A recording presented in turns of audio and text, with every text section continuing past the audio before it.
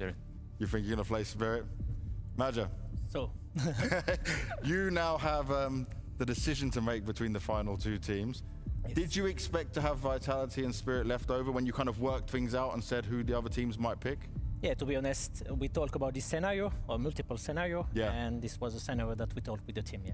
Was there a scenario that surprised you here? Was there a different pick order? Yeah, obviously we talk about multiple scenario and just took a decision about that, and I remember exactly the discussion about this scenario. Ah, okay. So you're definitely ready. I know my pick, yeah. You know your pick? Yeah. All right. But Maja. Oh, before saying my pick, okay. my kids at home are awake and Oh, they nice. just watch me, and every time I say hello because Yeah, she's so yeah. happy, my daughter when she watch me and she has her name. So Jeren, I don't know where's the camera. Somewhere Jeren, over there. Defna, Aslan, I love you guys. I do it for you. That's all. Beautiful. pick. Beautiful, man. Hello to Maja's family out there watching as they get to see you make the So- Eternal Fire pick. Give it to me. So the pick of Eternal Fire will be Vitality. Vitality. I personally would think it may be an obvious reason why, but just tell me why you picked Vitality over Spirit. No, it's always an exciting match against Vitality. I always play against them, and let's see.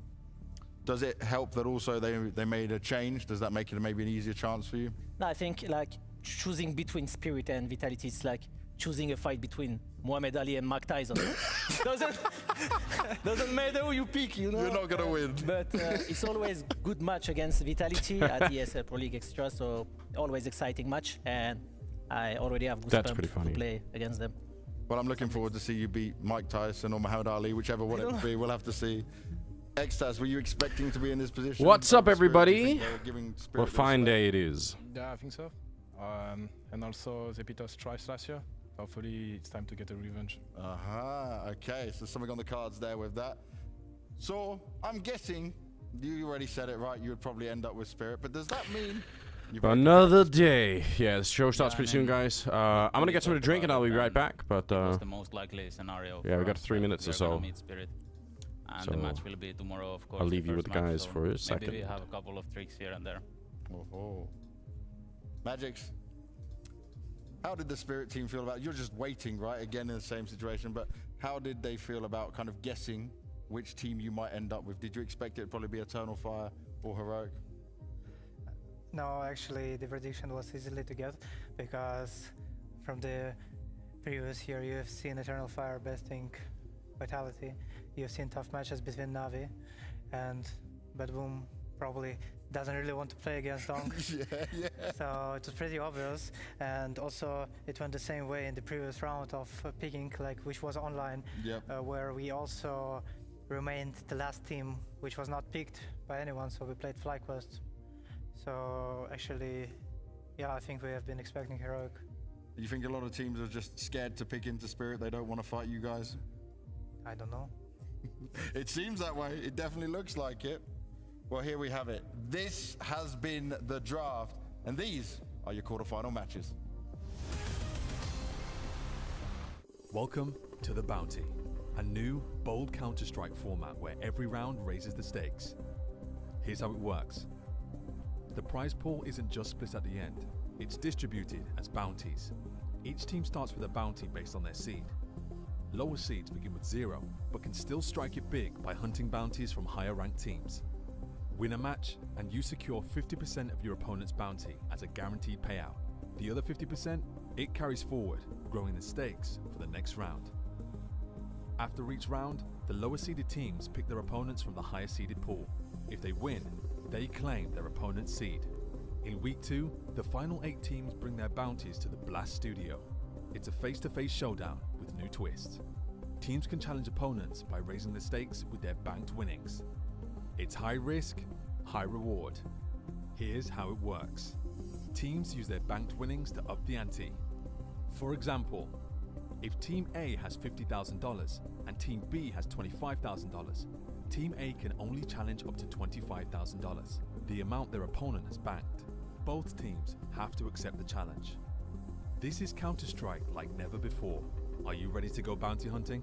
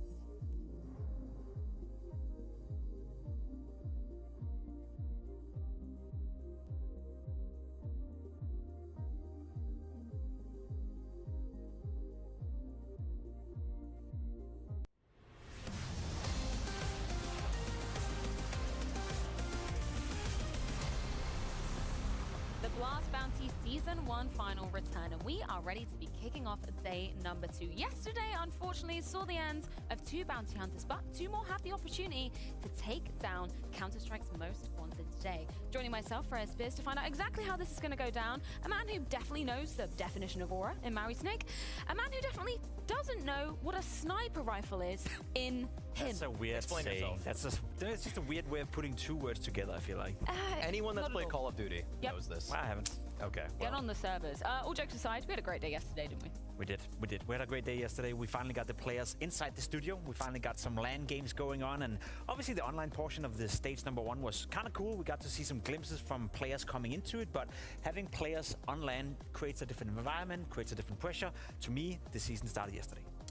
I just like saying Donk trash talk his opponents a little bit, telling them to all in, put it all in the middle, you know, wager it all. That's the fun of the format, and Donk showing that he means business. Yeah, Heroic didn't go along with that yesterday, which I think after or during the first map, we were like, LNZ, you're going to regret that, right? Because that first map in the series, it was so damn close on Anubis. It was super, super close, and I think in all fairness, me and Maui were arguing that Heroic were the better team. They played better Counter-Strike together. Obviously, when you're going up against Donk, obviously when you're going up against Spirit, they have the better individuals. They had Donk, who showed up in the second half, but there was no doubt that Heroic had a great chance and probably should have won on Anubis. Unfortunately, though, map 2, not really all too competitive. No. So even if they had stolen that one, I guess we never know what the decider would have looked like. But at the same time, that's why. It's a wild card a little bit, you know? You never really know if Saw's got something cooking there. I really wish we had gone to train, but nevertheless, Spirit do progress onwards. They were our first semi-finalists to be locking their place in. What was your take from the second game of the day, which went by, I was going to say marginally quicker, quite a lot quicker?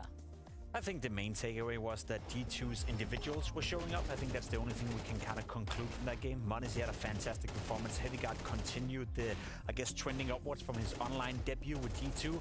Apart from that, BitBoom coming in with 2 stand-ins. They didn't learn anything. I would say my main takeaway from that game is that Boomich is needed on this roster. Yep. They definitely missed him in this one. They also missed the fact that they really didn't have an offer. So Zorte's presence also felt, or the lack thereof was felt, as they switched to Dust 2 and really couldn't get anything going on either side. I love how production just like doubled the speed of those highlights as well, but it kind of felt accurate for how the game went down. I feel like we learned a lot about what Heavygod delivers on LAN as well. We got to hear a bit from Hunter in the winner's interview with James Banks, that he's having a lot more vocal input, which I like to hear, considering that Nico, we know, was chatting a lot, needs somebody to help him out. They planted a seed in that regard, but now I want to see G2 play against a formidable opponent. I want to see them play against someone who tactically can make them sweat a little bit, to see if that communication and see if that, you know, synergy that we saw yesterday from the players are apparent as well when the pressure's on. So that's my issue with that game yesterday. We saw individual skill from G2, but we know they have that, right? That's a guarantee every time Monacy joins the server. Do they have the cohesion, the synergy when they face a good team? We'll find out tomorrow. Yeah, definitely. Let's take a look, though, at the leaderboard to see exactly how it stands at the moment. We're going to be giving you some info on the bounties on teams, what's in their bank as well. Spirit, for them, they have got the most bounty on their back, and they've got 20k in their bank too, which we know, Jacob, that, I mean, if Donk is going to put his money quite literally where his mouth is, they're going to be going all in, right? He said it himself. I mean, to people who didn't watch yesterday, he sent out an open invitation to anyone Spirit can possibly play at this tournament, that they're willing to go all in every single game. If that doesn't give you aura, I don't know what does. I really do want to see somebody try to put their money in his mouth. I want to see if they can shut him up a little bit, because everybody's looking at Spirit right now as the best team in the world. And so if anybody even wagers an extra $1, I feel like I would give them some plaudits just for even risking it. Another thing we can check on over at Blast TV is, of course, our fantasy teams. Now, of course, these are a little bit skew with, I'm going to place the caveat, we haven't seen all of the players playing in the fantasy teams, but I'm going to bring this up because, Maui, you're looking pretty good, right? Ooh, let's see. I want to. I think my players have been owning so far. Yeah. But what have we got? Yep. I mean, I got Donk. You had to do that. Shiro as well, popping off himself. Hunter. Not only is he talking well, he's actually shooting well on top of that. And Flames and Apex, they haven't played just yet. There's They're gonna farm. 847 teams out there better than yours, Maui. Stop glazing. All right, let's look at yours then. Yeah, because I hear you might be dead last. Oh, wow. Yeah, actually, that's true. Last. Yeah. Well, that's because my players haven't played yet. That's because I went with the but you're Saibu, still I went dead with the last. Goat. I was one of the only ones out there because I know everyone went for Dong, and I thought to myself, listen, Saivu, he's the GOAT. He will shut up, donk. He will put his money in his mouth at some point throughout this tournament. And I know that Jesus right now Christ. it's not looking too great, but it will I've be come fun. back and Jacob I know is you're not actually yelling. Jacob, I just wanted to see a reaction. Yelling about Saying, Saiwu, what the "Was fuck? it a loser?" What's up, guys? Yeah. I don't know, the rank I set don't was know. better. Maybe the ranks are inverse. Miss me on the Higher desk? number- Yeah, The I higher the know. better. And there's Better, right? 850 I appreciate it, though. Oh. I I do. mean, speaking of winners, should we check on over with the new merch that's over on the Blast.tv? We've got some very stylish t-shirts. I actually think this merch looks really sick. I mean, they've also picked some banging models for it. Yeah, Steph made me look great, actually. This is pretty good. I'm going to put this in my portfolio, actually. And honestly, look at Scrawny. He's serving right now. This is For class. real. Damn, Scrawny's serving. For real. Stage host once. He's now a model. He's now joined us as an analyst up here. It's amazing. Yeah, let's take a look at the schedule for the games going down today, though, because 2 more best of 3s coming your way. 2 quarterfinals at that. Navi versus Pain for the later hours of the day. But first, we're going to be kicking things off with Vitality versus Eternal Fire. Now, for How Eternal is Fire, everybody? first break coming into the studio here. Somebody has to take over the Vitality, Saiwu though, glaze. it's Yeah, that's very true. interesting when we're looking at this squad Holy because shit, is that we saw, Hassan you know, Piker? one of the changes going down Don't think so. Mania during the player break, that is that man on your screen replacing What's that, guys? Spinks. That's a very interesting comparison when we're looking at some of the roles, some of the positionings. It's kind of left us questions as whether it's an upgrade, whether it's a downgrade, whether it's just a step sideways. What's your take at the moment, guys? Personally, I like the look of this Vitality lineup. I think a change was needed. You know, I think the way they ended the 2024 season was not okay. You know, when you're Vitality, you're supposed to win trophies. When you have Cyber on your lineup, you're supposed to win things. And fact of the matter is that they would constantly get into the quarterfinal, constantly get into the semifinals, and then not do anything from that point onwards. So I think the change in itself is justified. Now, is it an upgrade, a side grade? I think it's 2 different. I feel like I things, need- right? Rubs is a fantastic Counter-Strike player. I He need showed that something online over my already. shoulders, We you know know. his accolades. We know what he brings to a team, and it felt like Rubs at the The latest best in Hassan baseball cosplay came is alive just a again, and it chair. felt like his That's kinda beginning in funny. Vitality have been looking great as well. So I am very, very excited to see what the man on the left right here can get done within Vitality. Rubs at his best makes this team arguably a team that could be the best. Well, well, well. in How the is trophies, everybody? and that's exactly what Vitality wants. I have a hard time. I'm doing pretty well, I'm not gonna lie. I feel like I'm beating this cold, although unfortunately it's like moved from my nose and then now into my throat, and it's making my throat, it's made my voice like way deeper. So now it sounds like I'm using a stupid voice filter, but I'm not. It's just a cold, I promise.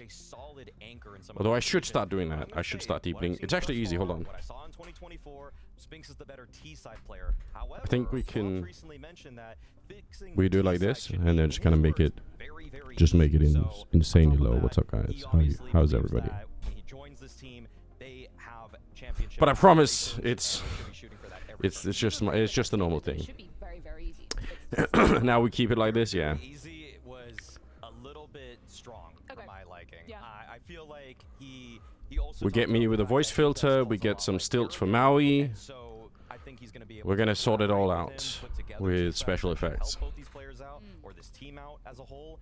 However, I will say, even in the first games we saw with him, he's a little slow. Like, Spinks was a lot faster. He just moves a lot faster on the map, is actually in some ways more decisive. I feel like Robs just gets stun locked sometimes by his opponent in the default. Pirates off a reference, yeah, I know. From the position, and suddenly it's a 3-on-3 and he's still just kind of jiggled. I know. I feel like that drama is dead now. Unfortunately, we all have to move on to something else. So, you know, it is what it is.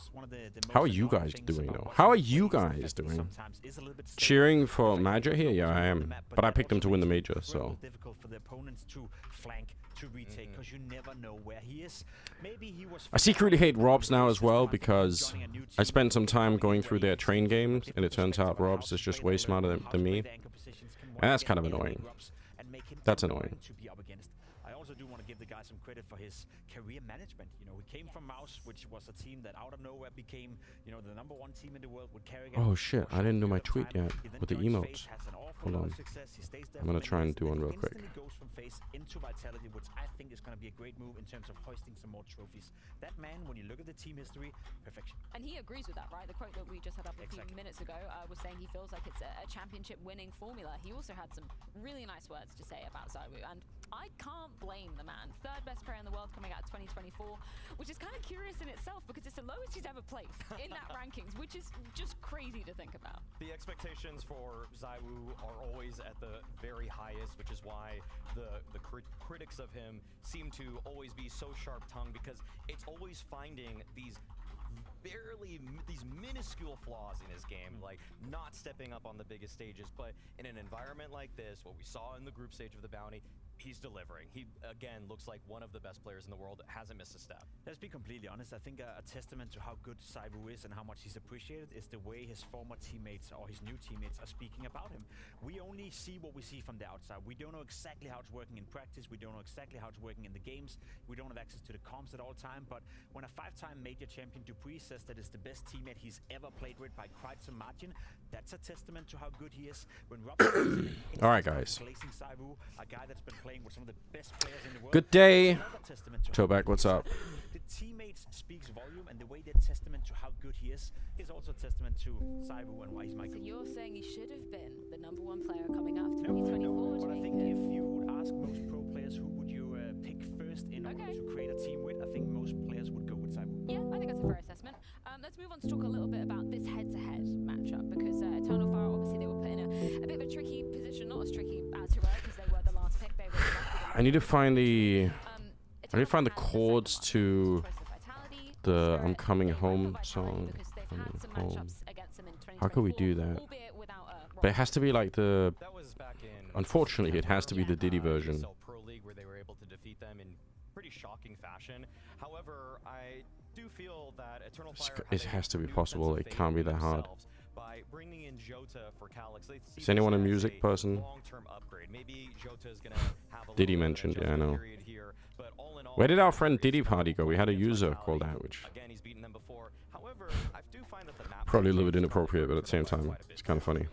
Yeah, potentially. I'm very curious to see this matchup. Sheet music would do, actually. If we could find the sheet, I think I could read the sheet to start. It's literally just like 3 chords that are being played. It's super easy. But it sounds kind of sick. When you look at the player material, when you look at how strong all the teams around them are, the fact that they were able to do so well for the vast majority of the season, awful lot of credit to Major, awful lot of credit to Santaris. I'm making some tea, guys. To continue coming into 2025, I'm not Oh, sure, fuck. but I spilled would be a great tea on my testing ground keyboard. for them to see if they can Stupid. take a map off Vitality, maybe even beat them. Then yes, then Eternal Fire is a team you have to count on for the next season. But I'm not bought into that project just yet. Well, we mentioned the new addition Jota coming into the mix, so let's get some thoughts on him. I spilled tea on my keyboard in an effort to try and make a teabagging joke that I cancelled halfway through because I thought it was too stupid even for me to do that. What's it been like when he comes to So it wasn't even Was worth it at the he end. a big fan of you guys? Was he what you expected? How did it go? Actually we played with him before because we were looking for a person we got from academy team. Like we played with him for 1 week, but it wasn't ready to go to so that's why like we said okay. That's a keep sticky the one, yeah. Same lineup, but he's in our mind. So basically, like we knew like one day he will come and play for us. So, but also we make sure like he is getting more experience with the Sangal. We sent to him there, and he played a major. He played pro league, and he got like more. Oh man, I really wanted to record some stuff today, but I couldn't do it before the stream. I was too busy. And what would you say he's Hold on. like fitting in personality-wise? Because obviously some of you are quite big personalities in this. Does he still have a voice in what he wants to do? Yeah, like we are giving the freedom to him as well, because like we don't want the person to be being silenced all yeah. the time. So Let's he do it. just, I think, having a good conversation with us, and also when he's talking, he's nice. His communication is nice. Also, like he kinda have my big potential. Get some thoughts directly about him from his teammates, because I'm going to be honest, I don't really feel like I learned too much about him throughout stage 1, the online portion of Bounty. No, and it's very early to judge a player as well coming into the season. And I know we've seen great stuff from Rups, we've seen great stuff from David Dewis, some of these, players. And that are record coming into later on, teams, they yes. have an impact straight Yeah, I away. think we could do don't it. think we I should found some necessarily interesting expect that, smokes nor on do I think he's train. brought in to be a star player within Eternal Fire. Because after we were done Moss streaming said, you smokes know, yesterday, I went on to throw more smokes, just not on the stream, because I apparently have mental problems. But anyway, it was worth it, I think. Is too low for them. They were in the previous majors playoffs. They were in a grand final of the ESL Pro League. So that kind of disaster, it's going to sow dissent. Oh, it's in a between locker members of in the team. And Aarhus. so That sucks. looking at Calyx, Get it back probably out. the weakest link, It's got to be easy, right? Yeah. he had nice pop-offs, but Jota is a bit more of a stable force. He's kind of more of an active rotator. Even though he is an anchor player, he's just more mobile. He's willing to take more risks in the mid-round, and I feel like Calyx was more of that turret, and I feel like people are moving away from that sort of style. So this is a nice fresh look. So just for like them. an I think that's E. a fair assessment. Let's move on over to the man to There's Jota's an F, left, right? though. That is Xantares, because we obviously heard that quote from Major. And then Yeah, what does we it got go Nico, like? we got Xantares. We Coming managed to take them home. down in that instance. And Something like that. Xantares, So I think he it's had E some and A or something. mean numbers I versus think. Nico. That was online though. I'm hoping he I can should deliver learn how to today sing, online. although that's got to be that. Maybe there is a future. A singing cult leader who's also a Twitch streamer. Been around for a long time. People It's a maybe lot. just realize It's a lot now to that handle. given EF is a relevant team when we speak of the top 10 teams in the world. Maybe you haven't seen that many games from Xantares, but he's always been a great player of the game. But it does feel like he's elevated his game to a new level in 2024. One of my You can say it titles is like just so this, for complicated. It's going to be Xantares, hard to write a that's news also story one about not it. It's born like the into singing just yet. Without cult Xantares leader playing at his and Twitch absolute streamer best, Counter they Strike lack caster many Anders has been different arrested parameters. Like tactically, by they the lack FBI. firepower, It's like so it's for such my a money, he long is the thing that no catalyst one behind can. EF. If he's playing People well, just and tune he's out gonna have mentally a like, what great the fuck did I just? 2025, get off to a What's good happening? season and get the measurements in for his table right here. Well, then Xantares could be the guy that elevates EF once more. Man, I'm glad it's his Unfortunately table for the that he's people measuring. on I was getting Xantares' really team, worried for a second. He's almost the exception or the caveat when you want to throw praise at Major, when you even want to give praise Exactly. to Faber, their coach. The Summers, in terms they're of the not team ready for it. structure. So frequently we boil down the wins and losses of Eternal Fire to did Xantares Why isn't there a carry spot them on and how Train hard did he named carry Choo them? Choo? I think it's And with because that we've sort of named it weight on Thomas his instead. shoulder, it's nice that they're switching things up a little bit here, but at the same time, it really feels like if he doesn't put up And a I've 1.4 tell you this, rating, Thomas 100 memes are my by favorite ADR, memes. they have no shot. Let's zoom out a little bit. Hold on. Just the context of this Can I do matchup. this? I think I We're gonna can. see Train. Is it a possibility? It could be. I mean, Vitality have played it already in the tournament. This is I think my VP favorite picked it meme against of them, all and the time, only way guys. VP could Okay? pick it against him is 'cause I'm Vitality gonna were play owned this. It's to not a gonna be fault worth in it. the map. And the But same has been the case is for EF. In I a sense, watch they're this not gonna like permaban it, so once if a anyone week, wanna throw a maybe. spanner into this matchup, then Train could be a pick. Do I expect Vitality to do it? Nope. As Hold the on. favorites. Do I expect EF to do it? Not really, but they could, being the underdog. Okay, sorry. We're just gonna mute this video for 1 second, okay? This is really stupid. I'm already sorry, okay? If I do this and then do I have sound on? I think I do. So then if I do this, is it gonna work? It should work. Hello? Is it only if I use Skybox? There's no way. Oh, there we go.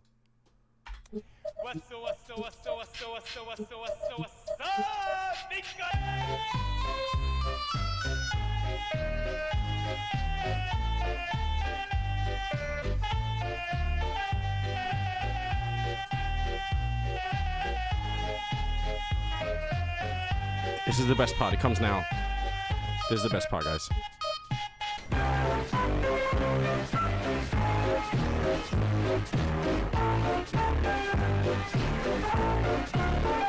It makes me so happy.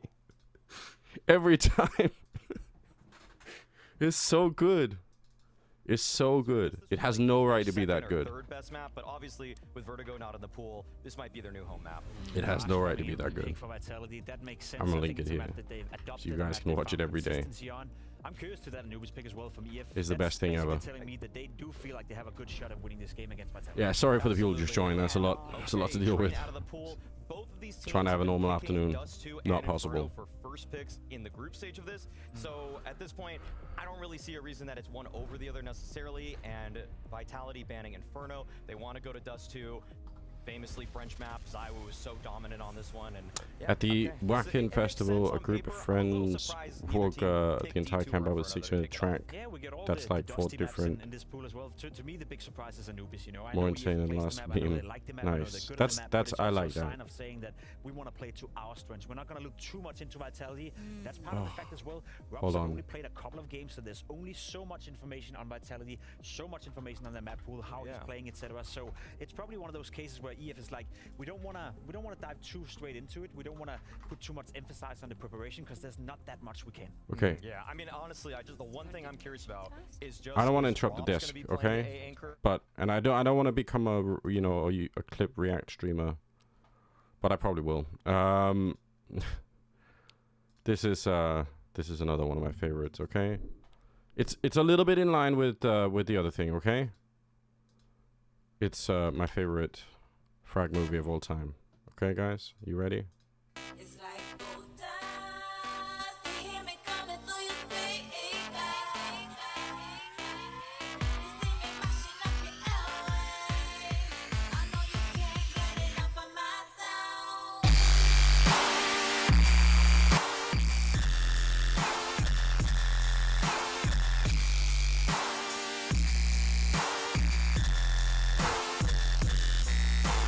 Unbelievable content, like truly. I love this. I love this frag movie so much.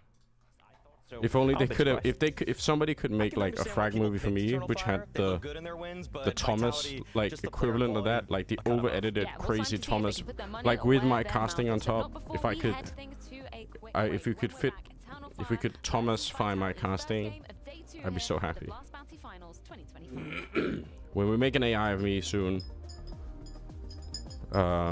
it's gonna be sick.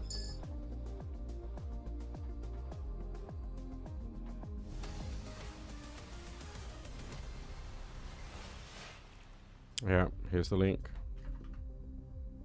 for anyone that wants the Shrekage, classic Shrekage. Video has 29,000 views. I'm pretty sure I'm like 20,000 of those views, by the way. So in reality, probably only has like 9,000 views. The rest are all me. Just clicking the video every day.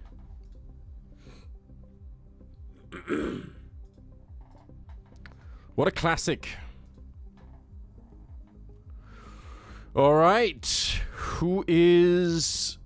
I mean, we got Vitality. I have to be on the Eternal Fire side. I just have to. I must.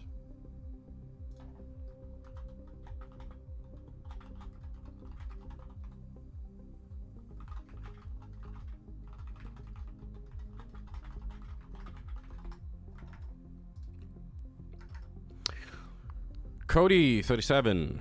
Love Giannis. Much love, homie. Thank you. I love you too. That's maybe too much. We don't know each other yet, but I could. Yeah. Thank you for the support. Hang around if you want to. Join the cult. We're building one. It's an exciting new time. New year. New Anders. All of that.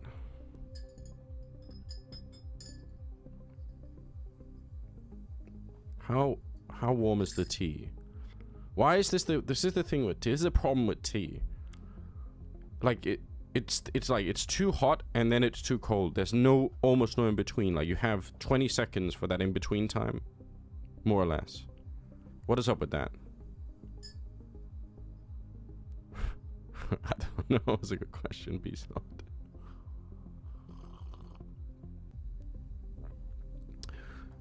Dotsin, low-key starter cults are always better than the ends. That is, you're bang on the money. That is true. That's also why we're trying to encourage people to get in now that it's the start, you know?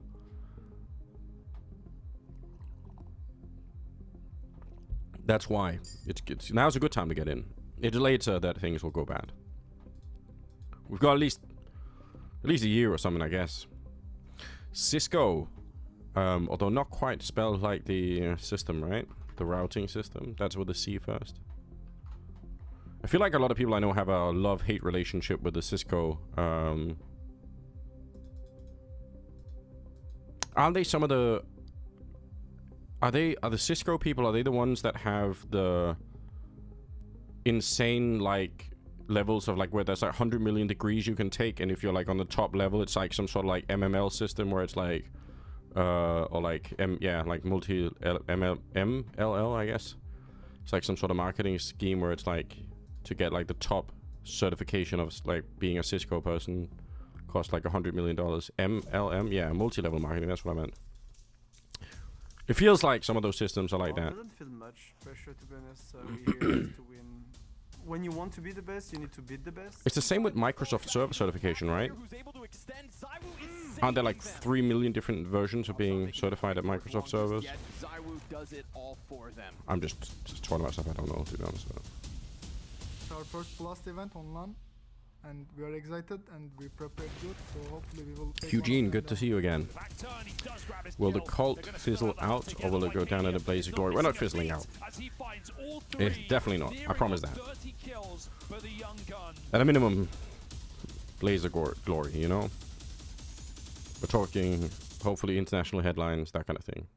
Flames put the lights off, but this game is going to put the lights on as we get into it. It's Vitality going up against. They have internal rankings in Microsoft. Both these guys were having a nice chat. I hope they named them like military things just for the lols.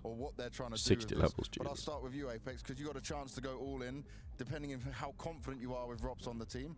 You going to give it to me? Well, yeah, we don't have that much money on the bank. It's been a rough Christmas, you know, so we wanted to spend some money for family. So yeah, we want to go all in on our wager. Okay, I expect that. Fuck yeah. Now, Maja, I you love got a bit of bank Apex to so play much. with, but you can match them. These are like two of my Surely, come on, favorite you can people in give us a Counter-Strike. challenge. 3. I didn't count Banks, he's the host, We're but gonna keep Why? it's like this. Maja and Apex. Who decided Great this? combination. Who can we go and tell to change their mind? It's all the team, I think, and also the boss. Every people on my teams. They do want to keep some money. Apex, do you think they're making a wrong decision? They should Figured it challenge out. you. They've had It's some good games B against you. minor. Yeah, I mean, they're favorites. They beat us That twice D last year, major, so, G I mean, major, they will get some and free money, but F sharp they're minor. scared to spend 3K. I mean, yeah, I didn't expect that. But I'm gonna that- copy that's this life, and that's how put it it is. in a notebook. Hard times in the Eternal Fire camp, but there will be And we'll no try it. challenge this time around. But we will now see Vitality taking on Eternal Fire. Major did play in French teams early in his career. Yes, he did. $100,000 match here between Team Vitality and Eternal Fire as we get ready to wage war between these rosters in Let's the Blast go, Bounty Hugo. Finals of Season 1.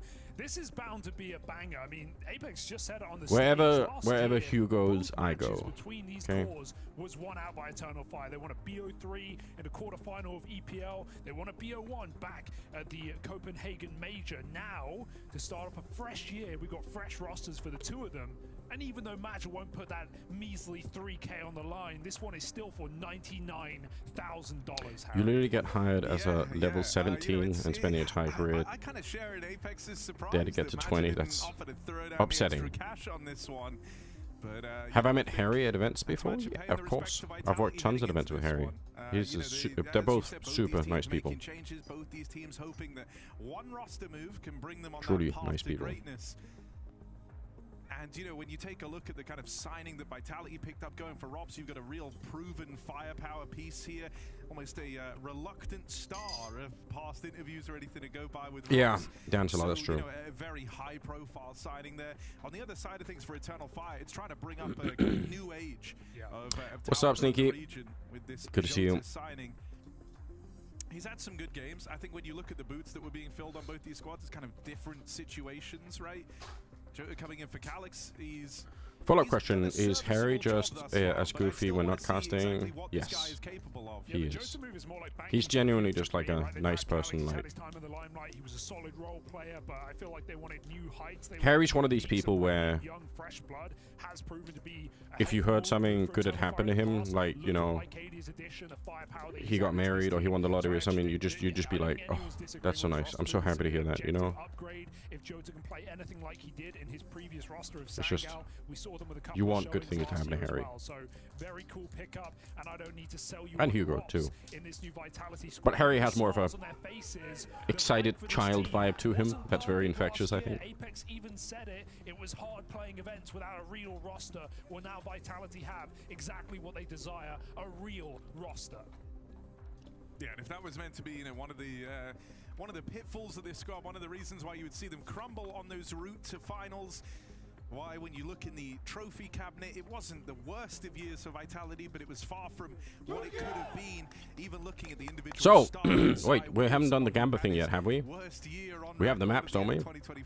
Yeah, Anubis, Mirage does too.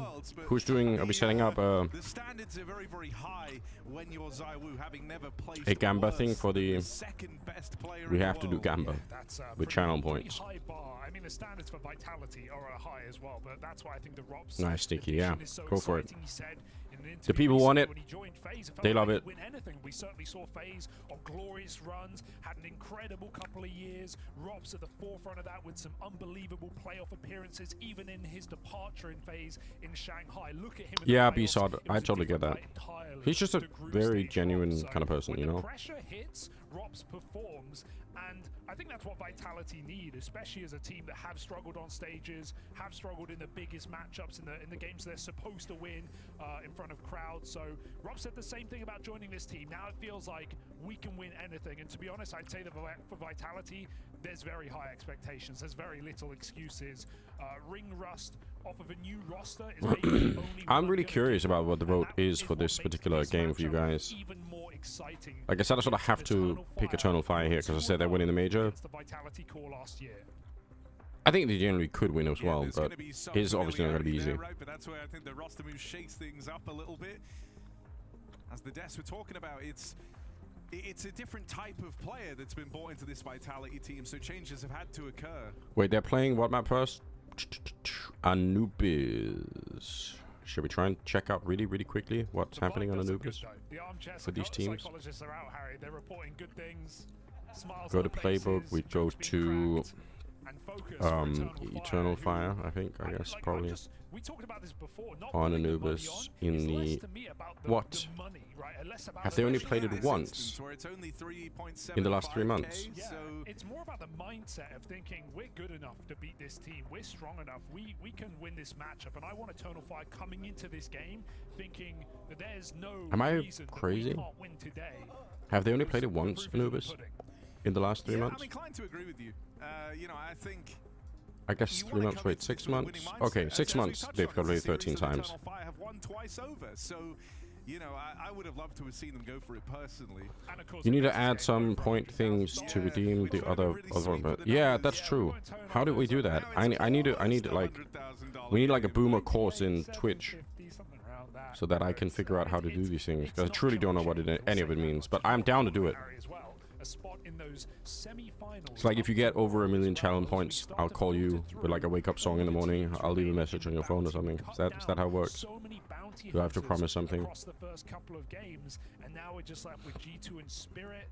And Okay, the winner of this that and makes the winner sense. of Na'Vi Pain. So there's a chance we have 1, 2, 3, and 4. I gamble for in that. top 4, ready to go tomorrow. Yeah, the thing that's so insane with Yeah, that is, you know, if you these win- teams from the first round that came in with big prices on their heads, still being in If the you get over X competition, amount of challenge points, we'll turn on the feed cam for. You can redeem them to turn on the feed cam for like 10 seconds. and you don't have to look any further than a Vitality Devastating. For that to be the case, right? They came into this event with 60K on their heads. That's now risen to $3,750 in the bank and an extra $3,750 on their heads. I don't think What we're that allowed to means do is when that. these Yeah, teams maybe start not. That's true. tackling in those semis, in those Maybe we finals, change suddenly platform. you're That's gonna be true. going into matches where teams stand to lose and gain everything on the result of Kick.com/Anders feed. It's just a dedicated feed cam. The rest of the stream is elsewhere. Especially when Spirit are even saying we're going all in every single game, no matter who we play, right? Like Vitality say they match them in the semis, for example. That's going to be 20K each in the bank, both put in on top of their 80 grand on top of that. So it's going to be some serious money we're playing for just a single BO3. And now we're or in cooking the and not final being day, cooked, yes. A BO5 in that case. Because Eternal Fire kind of, in pistol rounds on the T side, they're kind of like basic A main attacks. These new rosters as well. But it's not really conclusive. On LAN. The Death said it earlier, this is the start of the season. CC it's the LAN side. stage, it's the studio, it's when stuff gets real. Underground opening? What is that? I even remember when we saw these guys play back at Pro League in a quarterfinal akin to this one, there was a lot of smack talk, Harry. Maybe you remember it. People shouting across the booths. Xantares, Maja making some noise. Apex certainly sending it back their way. It is fine line between cooking and cook. It's a very tight-knit matchup. It went the whole 3 maps. It went for Very true. a couple of overtimes as well on map 1 and map 3.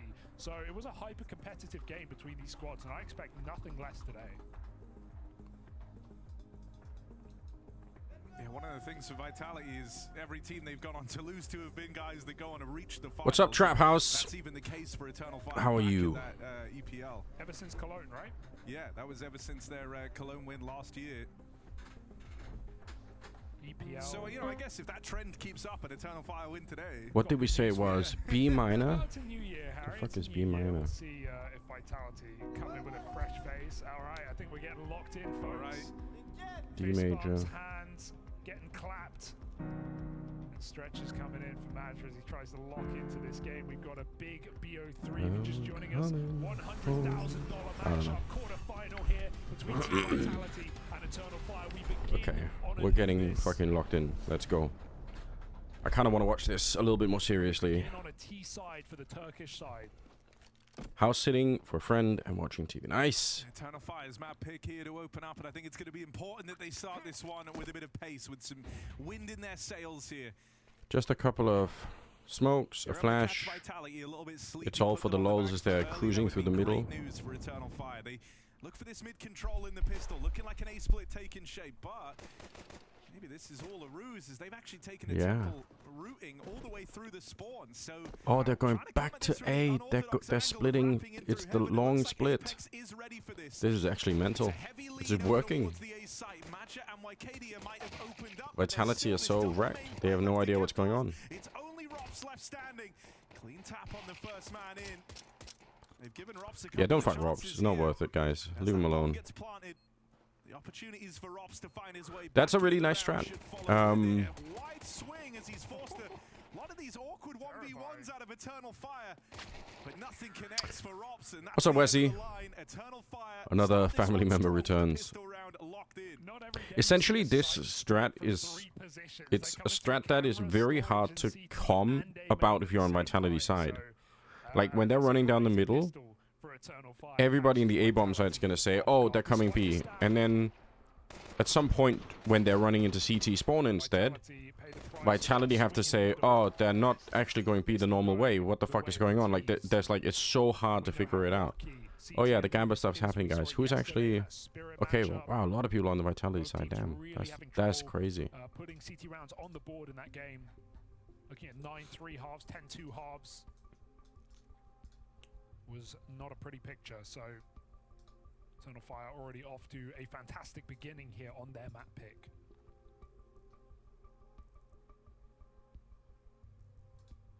It does feel wild to see Rops in the Vitality jersey after so many years. Yeah. Nice tech pause. Yep. Join phase exactly Cancel them 3 years right now. ago. It's over. It's over for Blast. And basically did it all.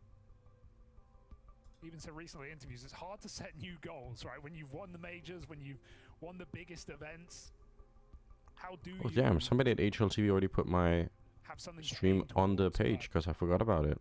Shout out to whoever that is. hey, You do it guys all are again awesome. in a second roster. Very kind. And if there were a roster for it, you'd like to feel Vitality could be that. It was you, squad. Spruce. I believe it. Whatever people type in chat, I just automatically assume it's true. Always a pace breaker though. Getting a tech round after the pistol. Eternal Fire can't even chat about their future rounds.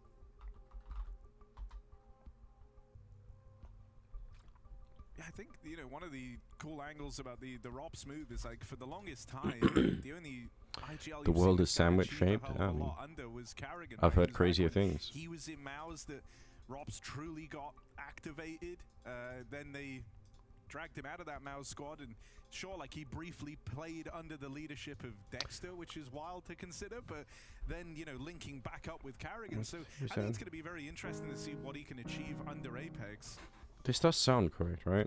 So But like, I think in terms of how those two I'm captains that coming Rops has fallen home. under now match up, I think But then the they D, are similar in some ways. I think Rops has even I don't echoed think that. it sounds correct.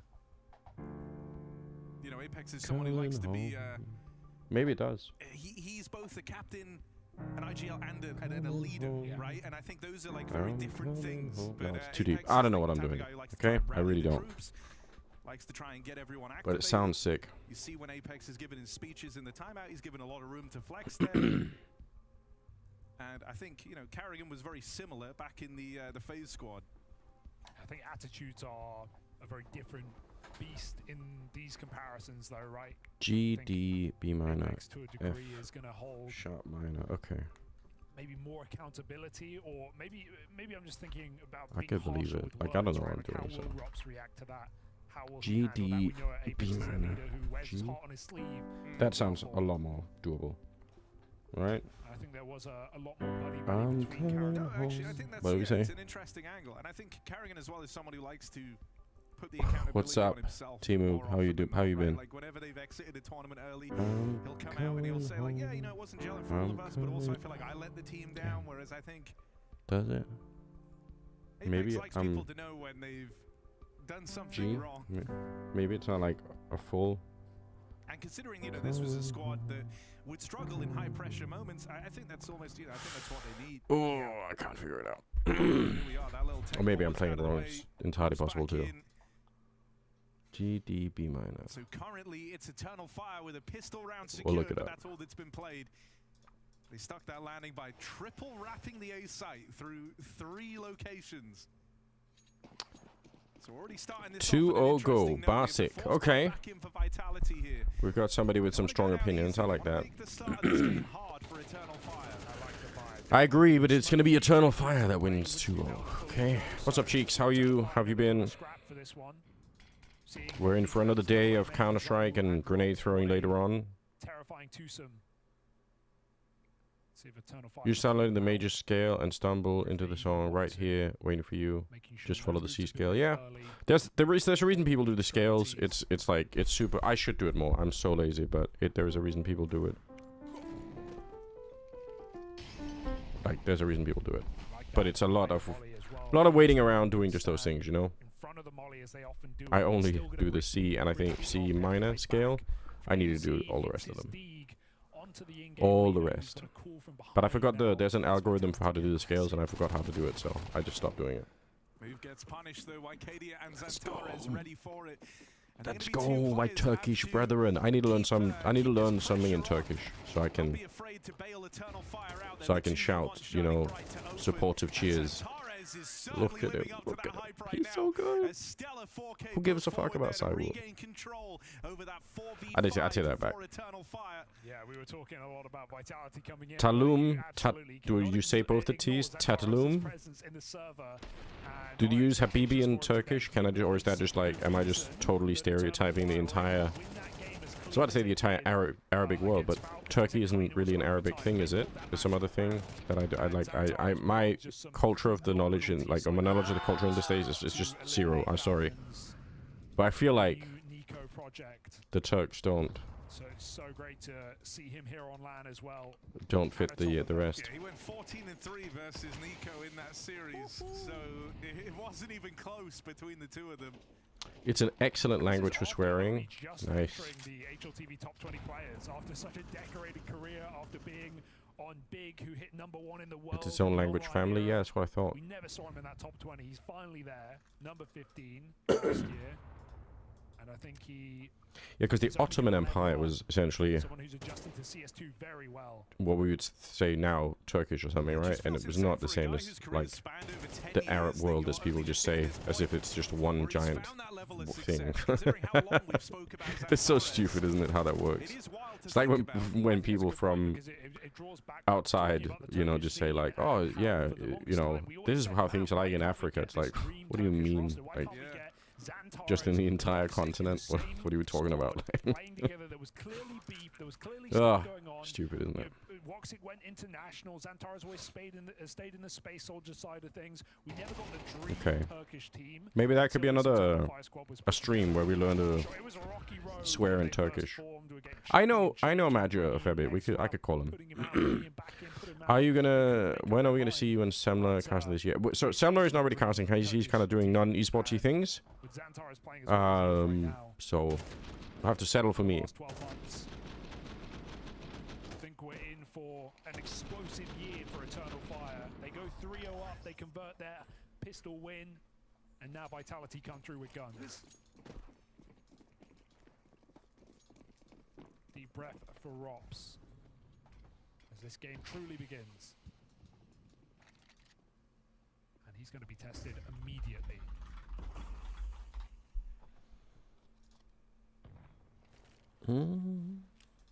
Damn, somebody wants a photo of me for an announcement. Interesting to use this set utility to take main control. It smokes the T's I hate it when people ask for that because I always feel like I don't really know.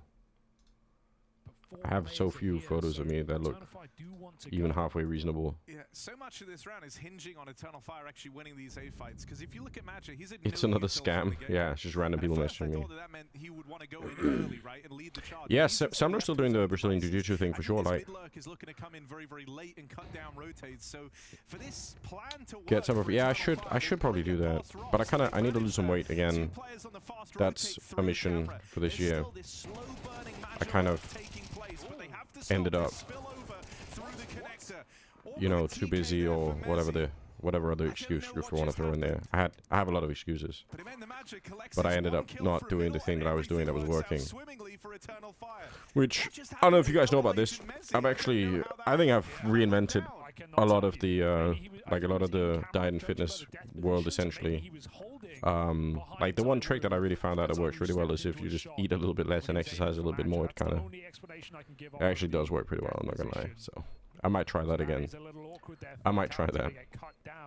I also like the execute for Eternal Fire too. You see you did kettlebell squats, yeah. It works, I know.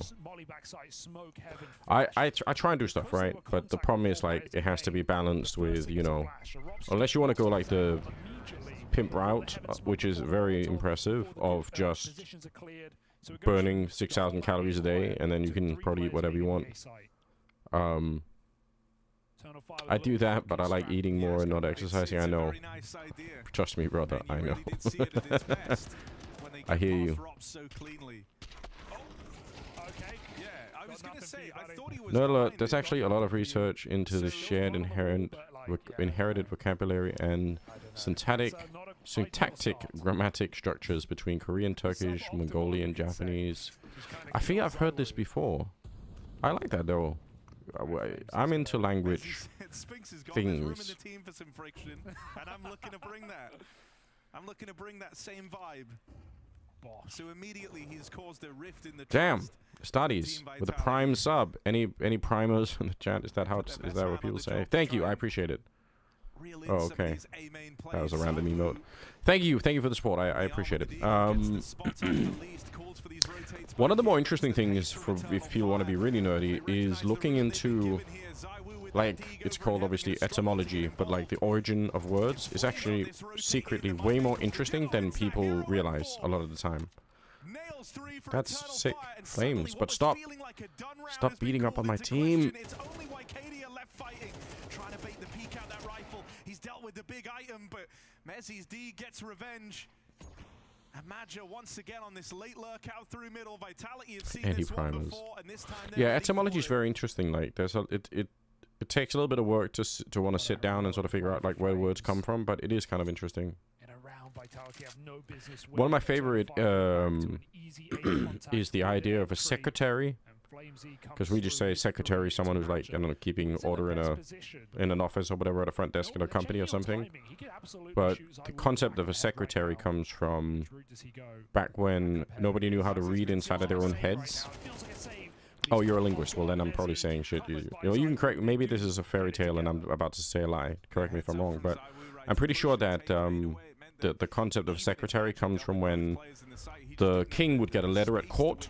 You had to sort of read it out loud because nobody knew how to read inside of their heads. That's a relatively recent invention, actually invented by women, funnily enough, because, you know, nobody wanted women to read any books, and so instead, if you wanted to be a woman, you wanted to write stuff, you had to kind of like, you had to figure out how to write something and then read what you had written, but not out loud, because then people obviously know you're writing shit. So the concept of reading inside your head is a relatively new invention, and before then, everything was read out loud. And then you had all the people in court where the king was, they had to keep the king's secrets, right? If you get a letter from like another king in another country, then you need secretaries, you need secret keepers, you need secretaries. They're the people who are entrusted to keep the court secrets, even though they're there hearing them. So, good times.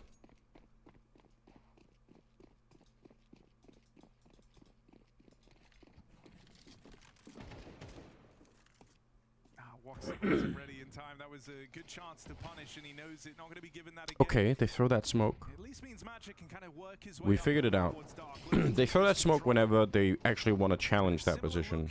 A lot of these starting rounds for Eternal Fire, they're looking for a few key pieces of real estate early. Vitality also got that spot. They saw the AWP, so they can play accordingly. But you know, the Danish is the only European language, including local dialects, that has 3 different consonant lengths. Some util trading in Yeah. Con as Flames pulls back. He gets blocked. Yeah. Danish is notoriously a messed up language. But I could believe it. Also, something like 30% of English is essentially Danish. Because we spend so much time sailing our boats to the shores and raiding their villages and shit. It was just such a good time, we just couldn't stop. It was too much fun. We had to keep going. The Danes swallow letters more than the Frenchies, yeah.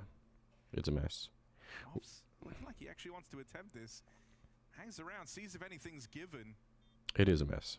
Kid dropped in at the back of the site, so he does still have some time to work with the Zrops. It's all hinging on this first fight. There's- with the spot.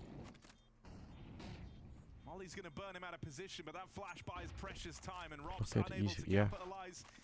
Just has to run for the hills. They, Eternal Fire. there's a surprising amount of words in the English language that, and probably in all languages, but that have to do with whether or not something is essentially inside of a city or outside of a city.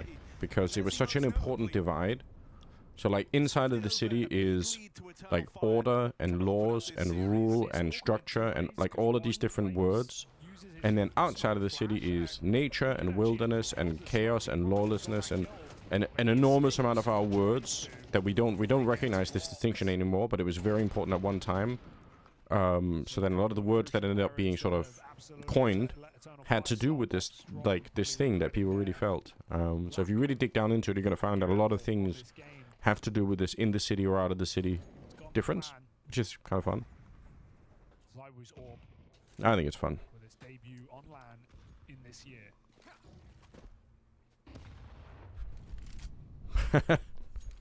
Why are you looking angrily at the window like, who threw that? Magic, it was the enemy team. The enemies are the ones throwing the grenades.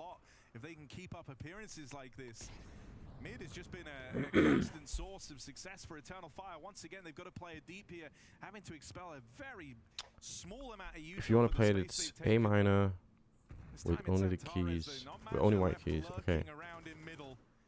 FC. Okay, I'm try that. I'm down to try that.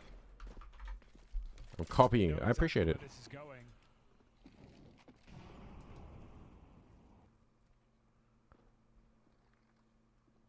Too overstimulated, that's fair enough. We are crossing some weird crossing etymology and Counter-Strike and Turkish swearing in one stream. It's a lot. Look at my goat. Look at my goat. I'm gonna retweet my own tweet about them winning a major. From Eternal Fire's captain. Might have played it safe on the stage when asked if he wanted to all in this game, but he's bringing the all into the server. That is a crazy double kill to find. Yeah, also an ugly whiff for ZywOo, right? Like, just standard shot right in front of him. Those are the ones that you rarely see ZywOo miss. That's the first AWP he's bought this year, as I said. So we'll write it off. We'll give him time. I'm retweeting my own tweet like a narcissist. I admit it. 6-1 up.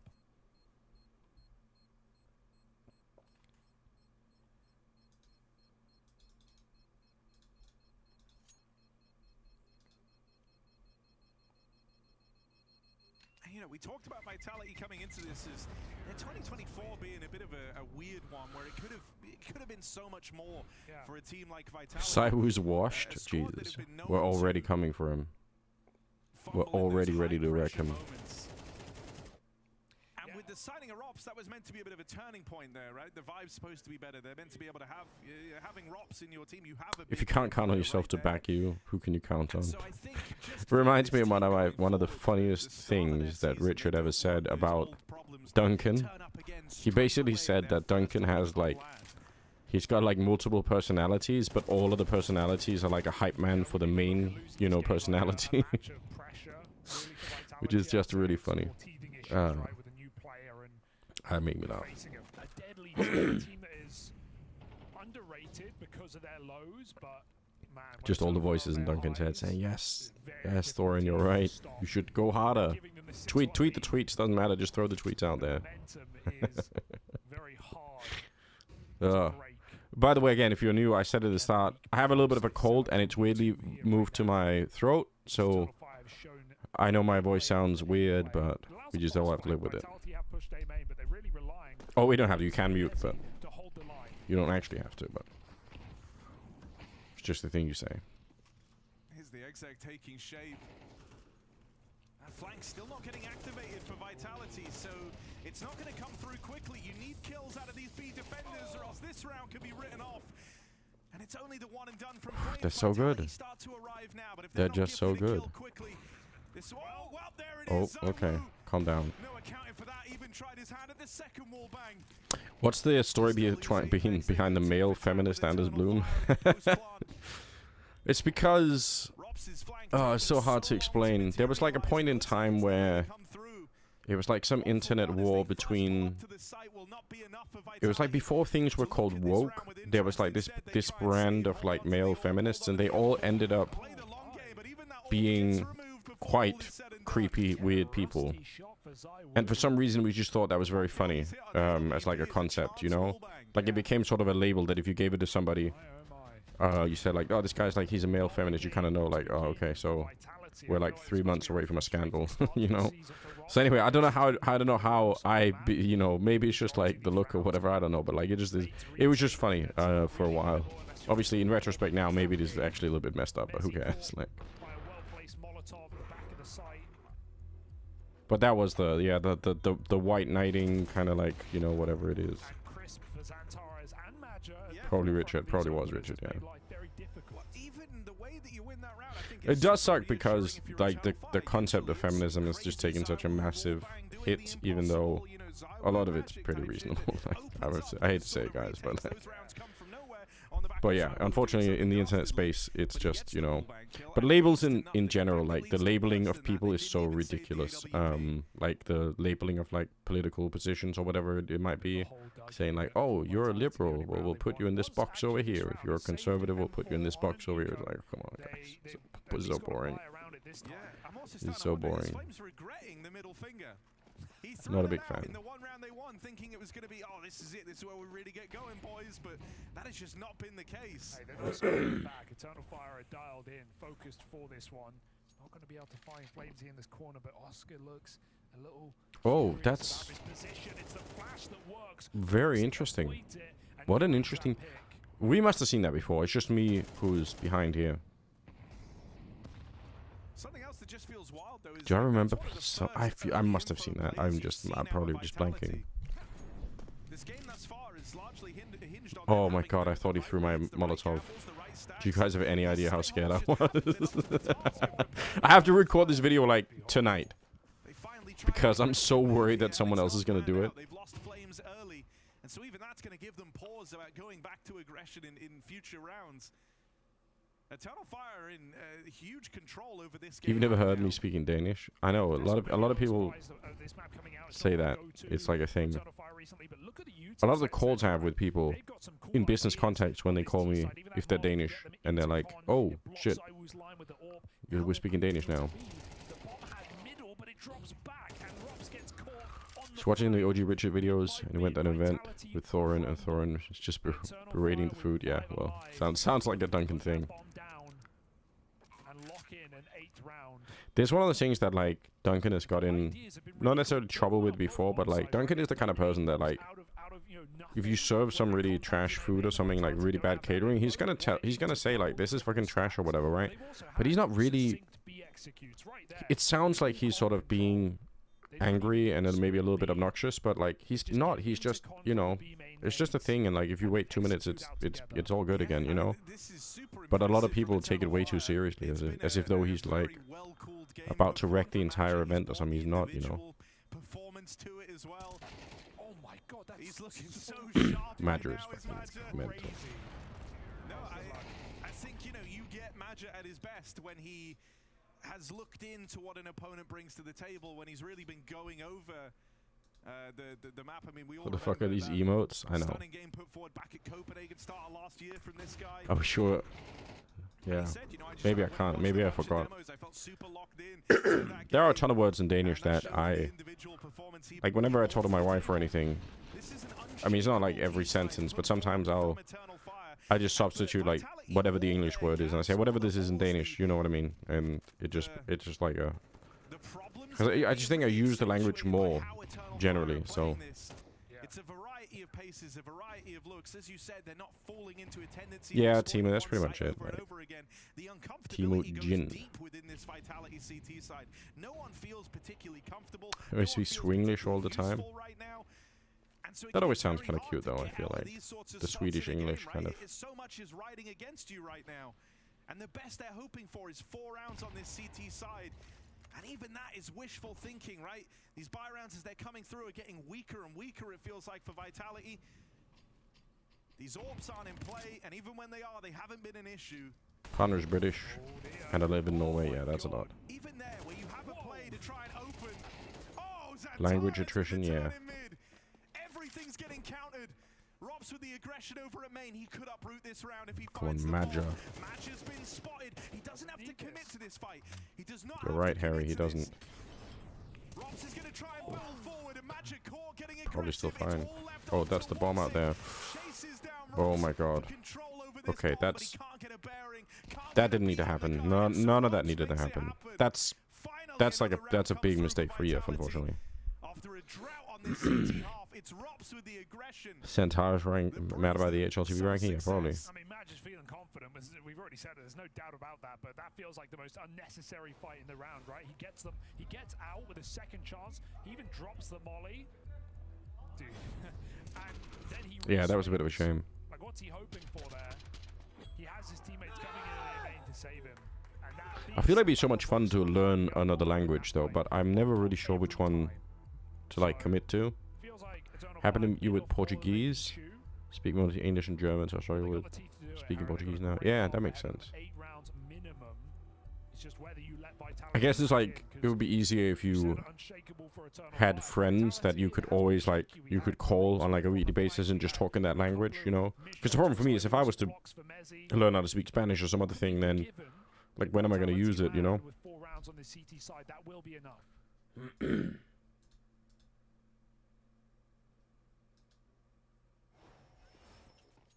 Oh, people are yelling about Anubis. I think the Vitality fans are mad. Anubis is a terrible map. Threads on HLTV, they don't like it. I am Danish, yes. Lived here my whole life.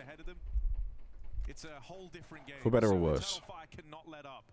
There's a bit more attention paid to middle this time for Vitality. It's been a constant focal point for Eternal Fire.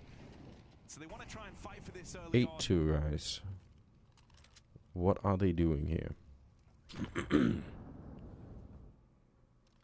flash setup to send the SMG in, but with the orb on a long angle, this could still get dangerous. Apex can only swing foresight safely. There he goes. He jumps around the corner, but Xantares Nice idea. Like they try to flash Apex through. Is that the oh, there must be a better flash for that.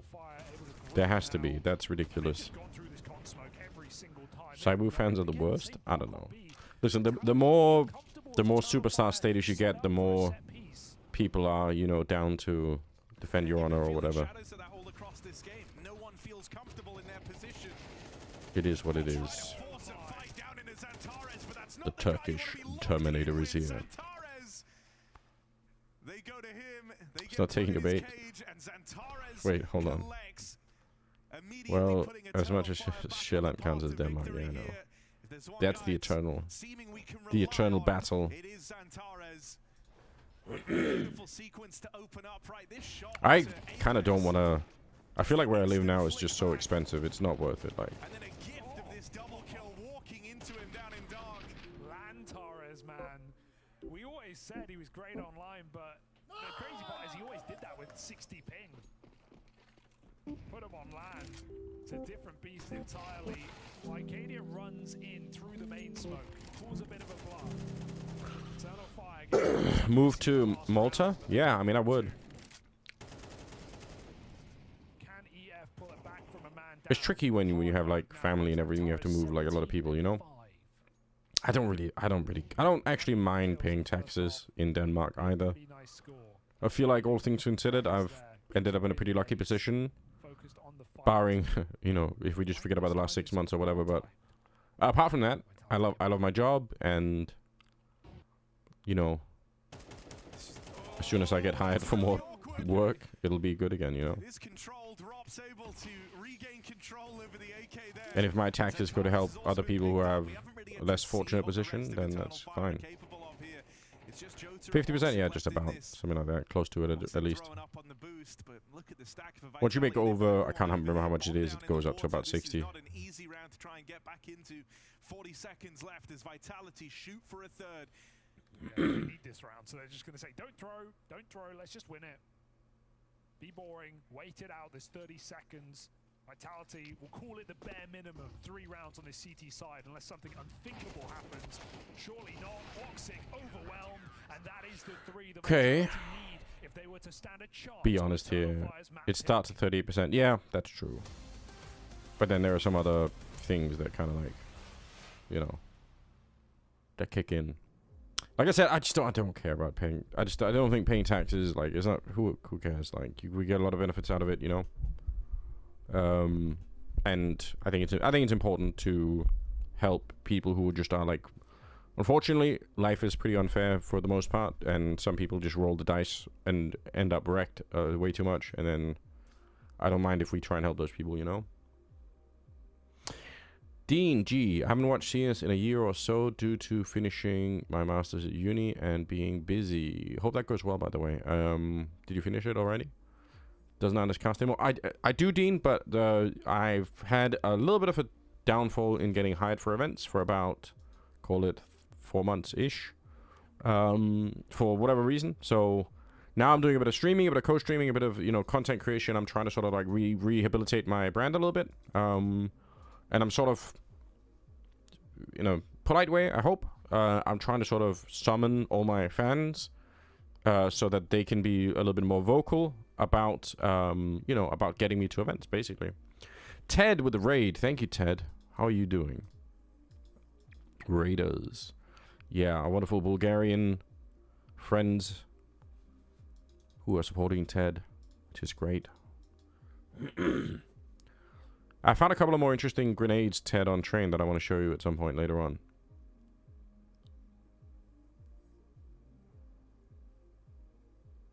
Raiders, protect Greenland. Yes. In little boats. We're sending little boats out there to combat the American Navy. Computer science master went well. Finished with 1.7. I don't know what that means, but also congrats on the weight loss and sucks to hear higher issues. Yeah, I mean it's an industry with a lot of ups and downs, to be honest, right? HUJY Hugie, I think. I'm not sure if that was that 651 with the subscription. Thank you so much for the Prime sub. I appreciate it. Is it a Prime sub? I can't actually tell. Maybe it's not. But regardless, I don't even know what the difference is if I'm being perfectly honest. But I appreciate the support. It means a lot.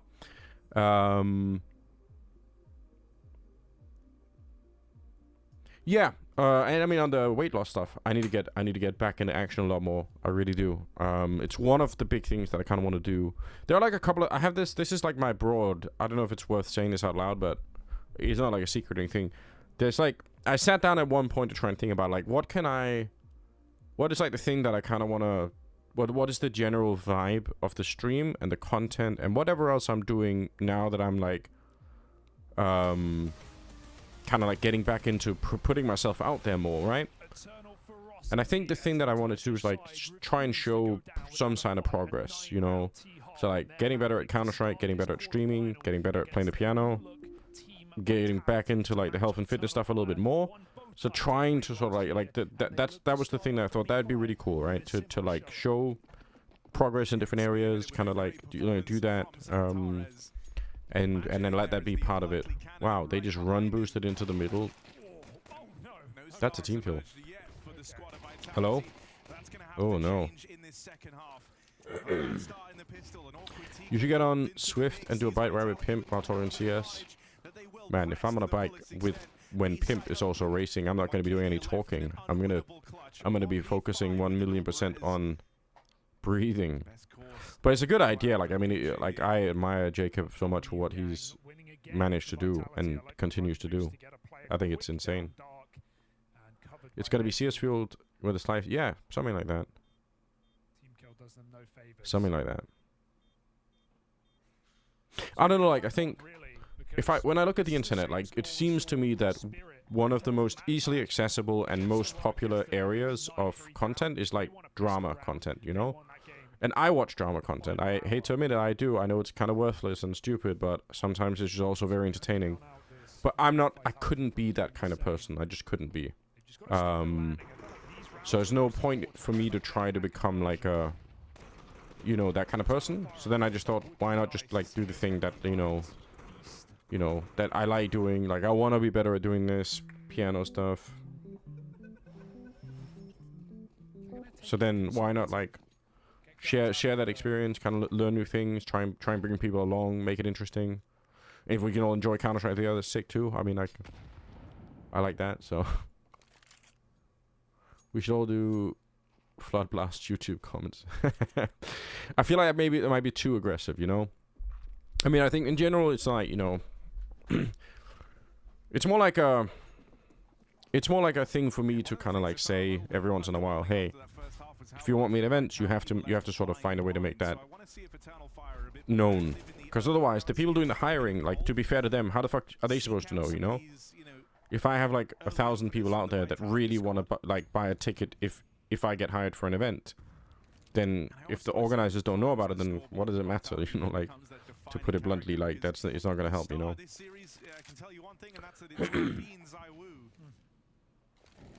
not really a star right now. You could argue Flamesy because he won one round. Yeah. To some extent, you would say it's him. Sea Orc vibes. Yeah, we need someone to really step up and take the reins of this game, because for Eternal Fire, The fucking Sea Orc. problems Antares has had. He's been so Million-year contract or billion-year contract or whatever it is. What happened to Room on Fire? Not much. I mean, it was just like always going to be like a sort of a broad sort of caster content platform that we kind of wanted to build. But I think we misunderstood how much effort it takes to run something like that. Like, that's a full-time job, and Semler and I were casting Counter-Strike at the same time. Like, we needed to, if we want to do that, we needed to only do that. With his team, I think about like Mirage Ramp, not even like doing aggressive lurks in Yes. We'll get back to winning and matchmaking in silver. massive mistakes that just weren't going to happen, And it's all going to work out. We'll corner the silver market. But yeah, so like, I mean, sort of reinvent yourself. So I'm hoping to see that. it would be cool to I still think Room on Fire was a good idea. It just we were just very inexperienced, you know.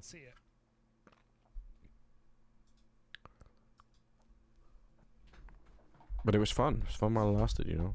And I don't think there's many better maps to get involved on T side than Anubis. Been seeing him paired with Zywoo in a lot of these rounds. Here's a very aggressive move from Eternal Fire. They're not disappointing in bringing that to the table early. They've taken all of mid at the opening of this round. You've never played a single online match of Counter-Strike in my life.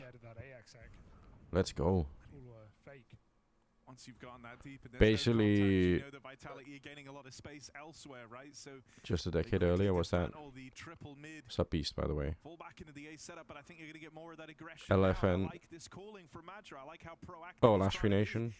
Yeah, I guess kind of. Yeah, but the difference is somebody like Monty, as opposed to Semler and I, is like a much more business savvy person. And I think probably a lot more willing to work very hard to organize things. So there's that, you know. Still, he's made it expensive. There's success found all across the board in this B hit in the meantime. So the triple Oh, Eternal Fire, don't Don't do it. Don't lose this half. Might have been for naught, unless Wycadia can be the difference maker. Great timing on this flank. Gonna blindside Apex as the first man in. They know that Xantares is going to look to come through dark, through the water position, and so flushing out Wycadia early gives you a lot more breathing room if you're Vitality. Yeah, great double swing there. They get the nades in, they go for the fight. Sometimes my brain comes up with like ideas for casting that are just so stupid that, again, like I said, it makes me happy whenever I think of something where I'm like, oh, this is truly dumb. With a couple of swing frags in that round on the B bomb site, put Vitality on this T side. Insane redemption. For Eternal Fire, very choking. Yeah, it feels like it.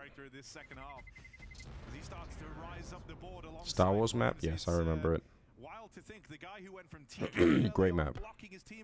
Played it a lot. Side with fewer kills than Mezzy? Yeah. This push out A is a really good idea, but man. It's not joking to yeah, maybe it is, but they also did fuck up the last round in the... That is made for Robs. Well, they learned the hard way. And we have an AK saved with some bits and bobs behind it for Eternal Fire. Xantares towing the line of aggression. And he's going to get boosted up. You typically see an AWP do this, but Xantares is a bit of a laser beam. Really good timing on that nade. That's a grenade. Giving them a moment of pause. By the way, Anders, is a LFG ping a thing on the Discord? Will be cool. Oh, looking for game. Sure. Yeah, I mean, I think just... I wonder if we need, like, rules on Discord at some point. Let's see how what I say. But yeah, I mean, from my point of view, people should be like, it's fine if you want to find some games. We should do like community games where like it's not like I don't want to play with you guys. I'm still just kind of like getting into the streaming thing, but it could be fun in the future to like do little groups and fuck around and lose silver games, you know. Yeah, I feel like 10-man things are always more risky because there's always a chance people get too mad at each other. But if you're playing like random people, I don't know, maybe it's just me. Maybe I'm the one that's gonna get mad. Either way, it could be fun. And so Eternal Fire have this info ahead of the curve. They can start to bring players around. It still relies on Woxic offering up resistance. This will not yeah, requirement be bad at the game. True.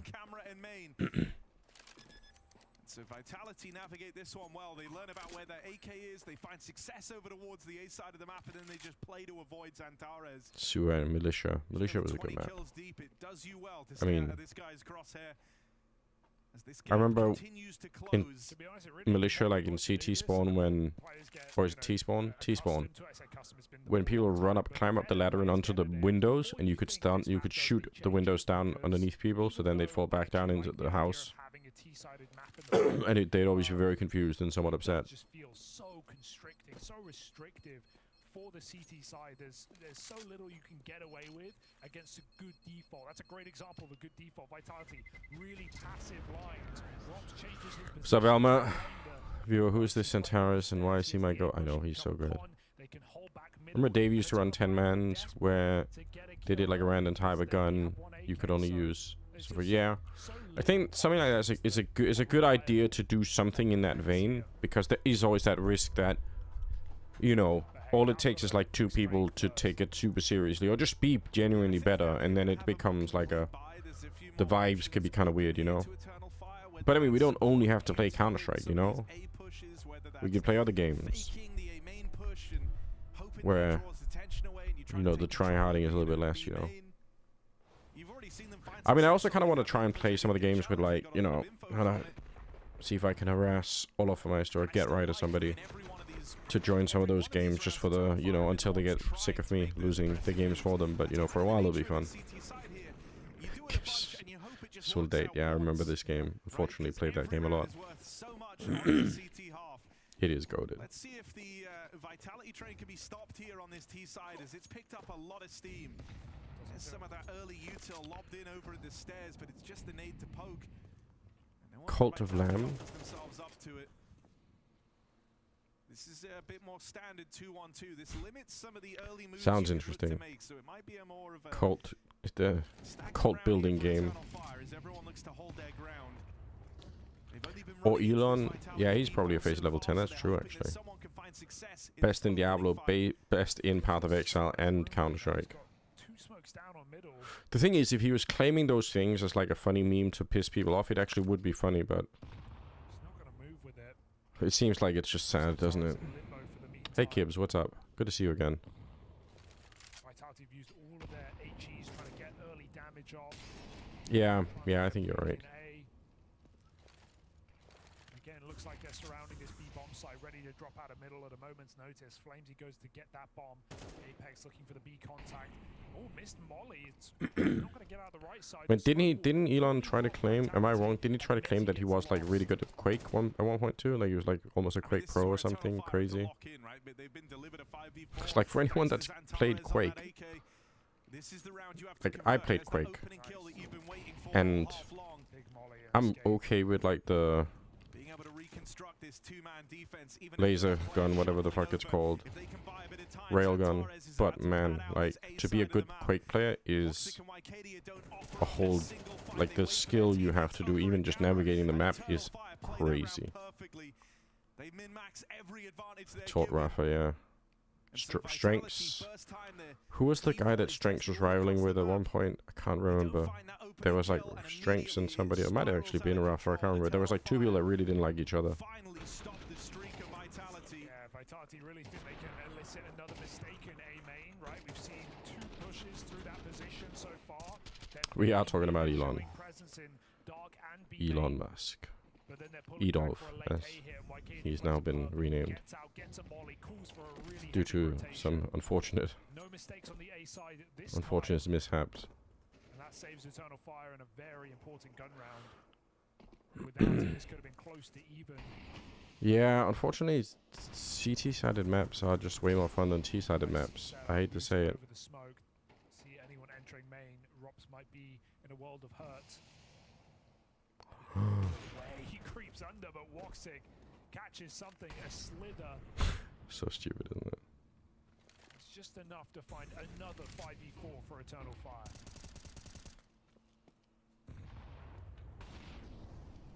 Strengths and Cooler, yeah. I think it was pronounced, it was spelled S-T-R-E-N-X, I think, Strengths. I want to say that. I can't remember. Might have actually been Cooler and Strength. That Strengths, that seems to, that rings a bell. I think you might be onto something. Woxic opened on that AWP, now tries to keep them guessing as he takes this mid line. Vitality still haven't lost hope over this A site. Kibbs, that's a really good question. I mean, it would almost have to be, right? It would have to be a server-side thing. I think if you made smokes client-sided, it would be... It'd be pretty rough. So presumably, yeah. But I must be honest, this is also above my pay grade in terms of understanding exactly how the smokes work. Like I knew how the old smokes worked in, like old, I mean like in 1.6, but in Source and Source 2, I'm not sure what the actual level of technology we're talking about. Is it like a... Mezzi just gets in heaven in time, but I don't know if Zywoo can escape their grasp. 1v3 for Mezzi, he starts strong. Yes. Oh no. Mezzi, I know you're trying to carry all of British Counter-Strike on your own, but we need Eternal Fire to win this one. Come on, Jota. Show us, Jota. He's doing it. Oh, he's found the angle. He's so sick. There we go. We know he's good. We know he's good. He's smarter than you think. That's nice. That is a perfect post plant for Mezzi, but he peeks from the wrong side of the site and can't. What was I about to say? Woxic double impact as well. Oh yeah, so modern smokes in CS2, is it a particle system that is just... Does the smoke... Like when you throw the smoke, does it basically put a box on the map, and then there's a particle system that fills that box? Is that how it works? Or is it like a ton of boxes? It put a lot... Yes. Okay, that makes a lot more sense. I'd actually love to know that. exactly how that works. That could be really interesting. It's got to put all the boxes, yeah. And then it's a particle system, and because if it was one big box, presumably the randomness of how that would work out would make it kind of crazy. It's like a pyramid kind of thing with boxes, yeah. And then it has like a...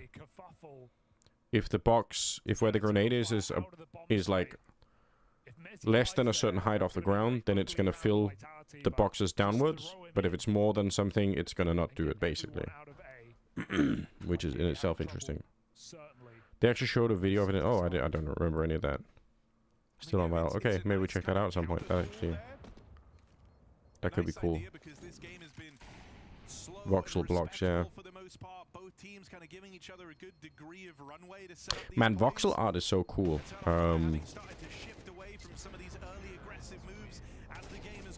I had a video game I wanted to create in voxel art, but oh, Philip made a okay. Interesting. It's the sort of play that works to get you that one round, but that needs to be the turning point round, right? That has to be where you start to pick up some pace on this T side again, because I don't think you capture Eternal Fire sleeping twice over. That's just well, I feel like voxels are making a bit of a comeback, aren't they? Money now broken, so the gap's going to keep closing up. I feel like they're weirdly like they're having a bit of a resurgence. Can I link? Hold on, I'm gonna find this woman's Twitter account. I actually spoke to this. I actually spoke to Marie a little bit because I kind of. I wanted to create a video game that's basically in her art style. But it's a lot. But I really like her style. So Eternal Fire can't consistently flash him if they want to get aggressive. Regardless, though, it's Vitality with a contact B. 4 players just making oh, as an alternative, like replacing polygons. Yeah, that's probably going to be a little bit crazy. Yeah, so I have this. But it's all the more reason to pad the defense. 4 players in the site. This is a delay on your end. This is going to be quite a scrap. Am I an Aussie fan? Not like primarily. I think there are like a couple of songs that I know that I like, but do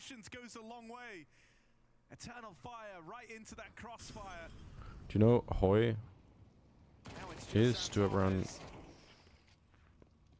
He does. No, I don't think I know any of these people. The Hoy's channel is great. One rifle round as Eternal Fire have got to dig deeper, else that advantage, that cooling from the front that's been afforded to them up until I have like the window, and suddenly it's a tie game. I have what I think is a really good idea for like what I think could be a really fun mobile, like primarily mobile tablet game, but it could be cross-platform easily. And I wanted it to be in Marie's like art style, basically. I talked to her about it. Like I talked to her about like how could you, because basically what I need to do is I need to render entire cities from Google Maps data into that art style. But obviously it can't be like a manual thing where somebody has to make like Paris in that style, because that's going to be crazy. But I'm pretty sure you can get there algorithmically, I think, because the Google Maps data is actually pretty impressive. So anyway, one of my many crazy ideas. Like in yeah, something like that. Oh, hold on, I'm gonna check this guy out. I'm gonna keep this channel. Thanks for the link, Kips. I appreciate it. I'll check it out. He's not overextending. He's not taking it too far. He's constantly forcing Vitality to play from the back foot. And this round's no exception. An early pick on a Rops. I don't mind. I like long form content. But yeah, I wanted to recreate parts of the world basically like in this voxel style. And then I wanted to create what is I think a new genre that doesn't really exist.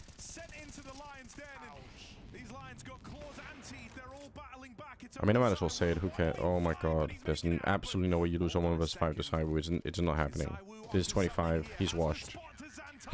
I'm sorry. He's cheating! That is some of that classic Zywoo BS, though, you're talking about. Just shot the first play or the second I wanted to create like basically a massive multiplayer turn-based game. And I think that can work from like a server perspective even. Because obviously the problem is it's very hard to fit like...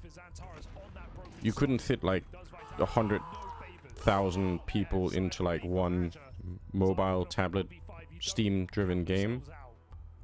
And have all of them like make decisions on the server all at once. But what if you just make all the clients make the decisions, they submit their decisions to the server, and the server has like 8 hours to figure out what's happening. Who am I vibing more? Yeah, I know. Well, it depends on what's happening. I feel like I'm trying to, you know. But right now, we're just watching EF, hopefully gambling the right stack. But yeah, Kibs, I'm talking like 100k people in the same instance, but turn-based. Eternal Fire look to immediately put a bit of pause in the Vitality ranks, have them worried about these extremity positions. Arcadia keeping pressure on. Over this A side of the map. Yeah, I think that's one of the issues with more. The thing is, this map you can do different things, but it's very like there are not a lot of teams right now that are good at being aggressive on the CT side, but you can do it. Yeah, he's not going for openers. He is letting them come to him. But like right now, Woxic's in the middle. He has no idea what's happening in there. He's looking with, you know, with the AWP somewhere. Doubling on this A position. So okay, so they are trying to do something. Oh my god, how did he miss the shot? That could have just as well been, that could have been the end of the round. Okay, so what Magic just did, which Hugo pointed out, when he sees 2 outside of B, that is insane information to play with. That's so good for them to get that.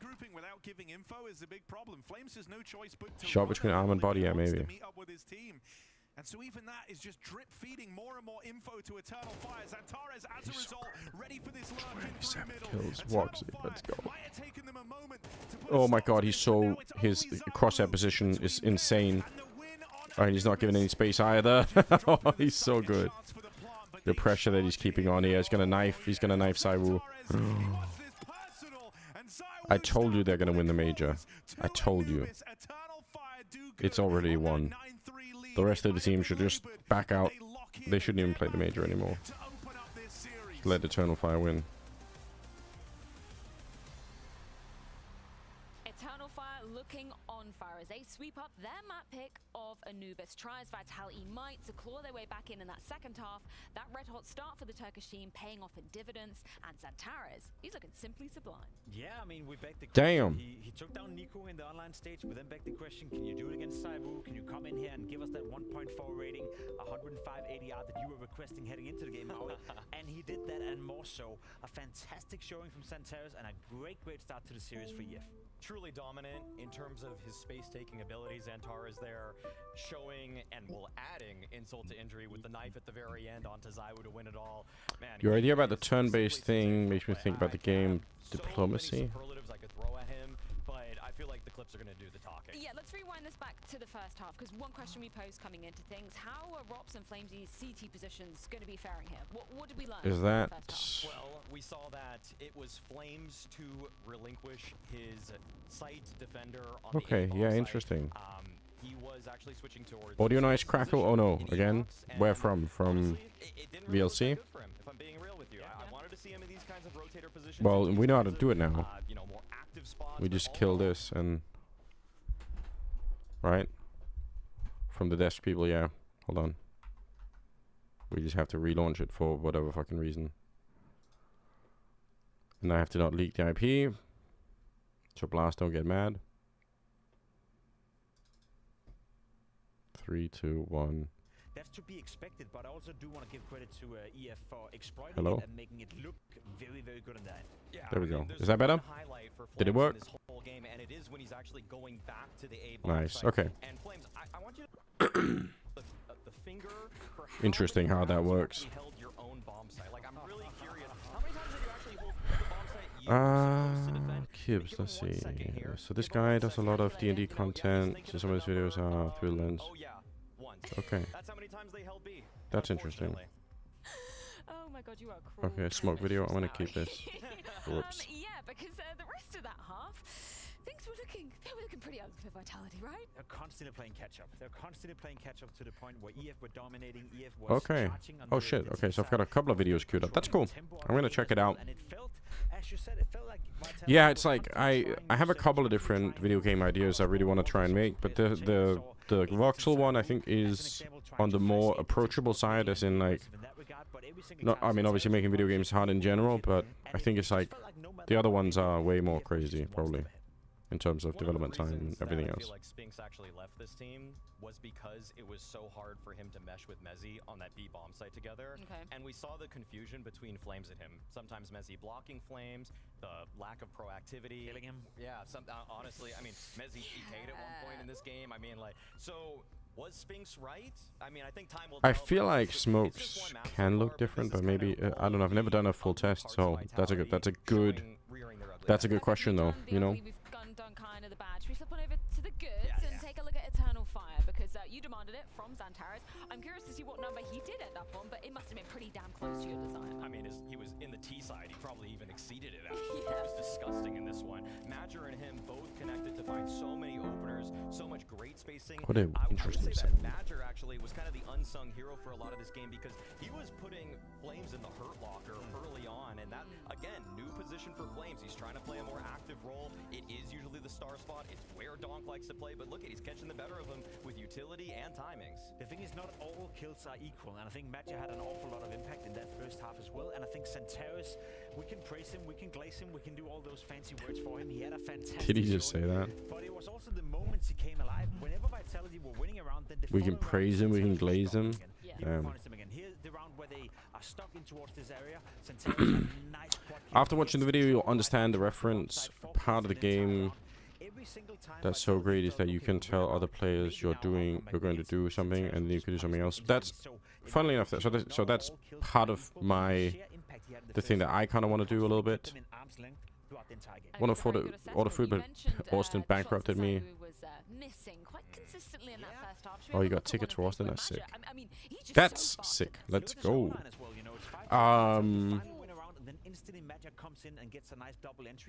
But yeah, I have a whole plan in mind. Worst case scenario for Vitality, they get a 4v3. Best case scenario, they get a 5v3. Most likely they win that round, it's 5-2. I feel like I could. Side of EF, and all of a You know sudden what's? we have a complete ball game at our hand. You know it's very hard when you. I'm like a very ideas, creatively driven person. It's very hard to know when you have an idea if you should share it with people or if you should shut up and just do it on and just don't talk about it because you risk kind of like giving away what could be a good idea. And the reason it's so much harder is because a lot of the time having good ideas doesn't really mean that much because it's typically about the execution of the ideas more than coming up with an idea. But still, it's kind of hard to figure out like how do you, because the other problem is if you don't talk about your ideas, then how the fuck is anyone gonna know that you might want to do something, you know? So it's like have you ever done a game jam? No, I've thought about going to some in Copenhagen. They can get you. Yeah, but listen, my problem is not like my lack of ideas. I guarantee it. My problem is like my problem is that starting something like a game development process is a giant thing, right? And it's like, you know, you need to find a way to fund it. You need to find a way to, you know, convince people of it. Like there's a huge amount of things that need to be done. And I mean, I have some experience in this with Skybox, so it's not. But still, it's you know, it's a lot. But also, it's really fun to try ideas, you know. So.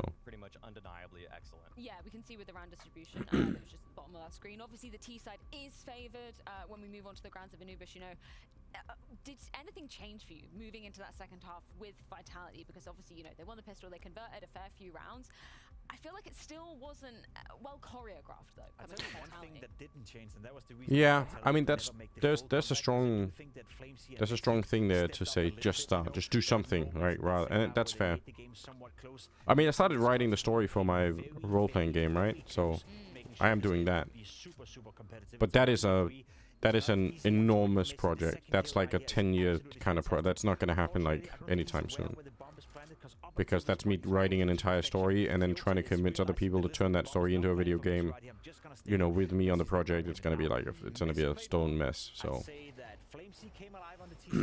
so I'm not worried about that. And I gotta revert to that point. Had Saivu came alive with the other two guys, we would have had a game. But fact of the matter is, Santaris I'll try and explain. Fuck it, who cares? Maybe somebody else thinks this is interesting. Basically, so he shut him down single-handedly, and that is impact, right? That is one guy, one star. basically what I thought you could do is imagine you have like it's easier to use an American state as an example, I think, because it just is, and there's a bigger population there. But let's say you had like Florida. You took the state of Florida and you turned it into a voxel map, like the link, you know, with Marie's artwork. Turn it into like a voxel map. You have all the buildings, you have all the streets, you have all these different things, right? I say turn it into it, meaning you use Google Maps data to convert, you know, it into the art style that you're sort of looking for. But in the game itself is like a zombie, post-apocalyptic zombie survival game. So you start somewhere on like some square. You could be in a city, or you could be in a suburb, or you could be in the countryside, or you could be in the wasteland, boonies, whatever the fuck people call it, you know? So you have these different areas that you can start in, and in a zombie scenario, on the bench, only if you're Bubsky, depending on where you start, it's going to have a huge impact on the decisions you make at the start of the game. So if you're in the countryside, maybe searching every barn and house in the area is fine, because there aren't that many people, there aren't that many zombies, and but maybe the resources are also distributed differently. But if you start in the city, searching everything is on the beach. Oh shit. You said I've been Bubsky pilled, unfortunately. Sorry about that. On the beach, yeah. So basically, isometric. Yep, isometric, voxel. You know, top-down view almost, but you know, a little bit to the side. Well, Eternal Fire looking on fire on the first map at least. That was Milchin, thank you for the support. I appreciate it, much appreciated. And so the idea is, right, like, there are some really basic decisions you can make. Like, let's say you start next to a building. You have to make a decision. Do you want to search the building for resources, weapons, potential NPC survivors that can sort of join your squad? You only have a certain amount of movement points or resource points to do shit with in your turn. But everyone has the turn all at once, right? So me and 100,000 other people we're all doing our own shit, you know? And then when the time ends for you to make a decision, the server calculates the outcome of everything, and it has a lot of time to do it, right? Because we're not trying to make a supercomputer to do this, right? And then the goal of the game is to get enough, like, you know, NPCs and weapons and control enough territory, blah blah blah, you know, all these things, right? And then, yep, turn placed, MMO, Outworld plus stage, yep, Daisy, yep, very much like that. And then when your territory bumps into somebody else's territory, you're at war automatically. Like, it's not a choice. But then that also, and it has to be that way, because otherwise this game will be consumed by big personalities that can just kind of like you can try and make a truce with somebody else, but the truth is, you don't know if they're gonna hold it, right? But you can't make a clan inside of the world, because then it's just gonna be like the biggest YouTuber or Twitch streamer or whatever is just gonna wreck everybody. So you can make informal alliances if you want to, and try to not sort of bump into each other. You don't know where the other people are to begin with, right? But I mean, you could say, oh, I'm in New York and somebody else is in Florida, and you try and move away from them if you don't want to fight them, assuming you both live. Yeah, avoid the EVE Online thing, yep. But for me, I think the excitement would come from starting with like 10,000 people, and then the game doesn't demand that much of you. As in, you can pick up your phone or your tablet or your whatever every day, and you can spend like 10 minutes moving things around, and then you leave.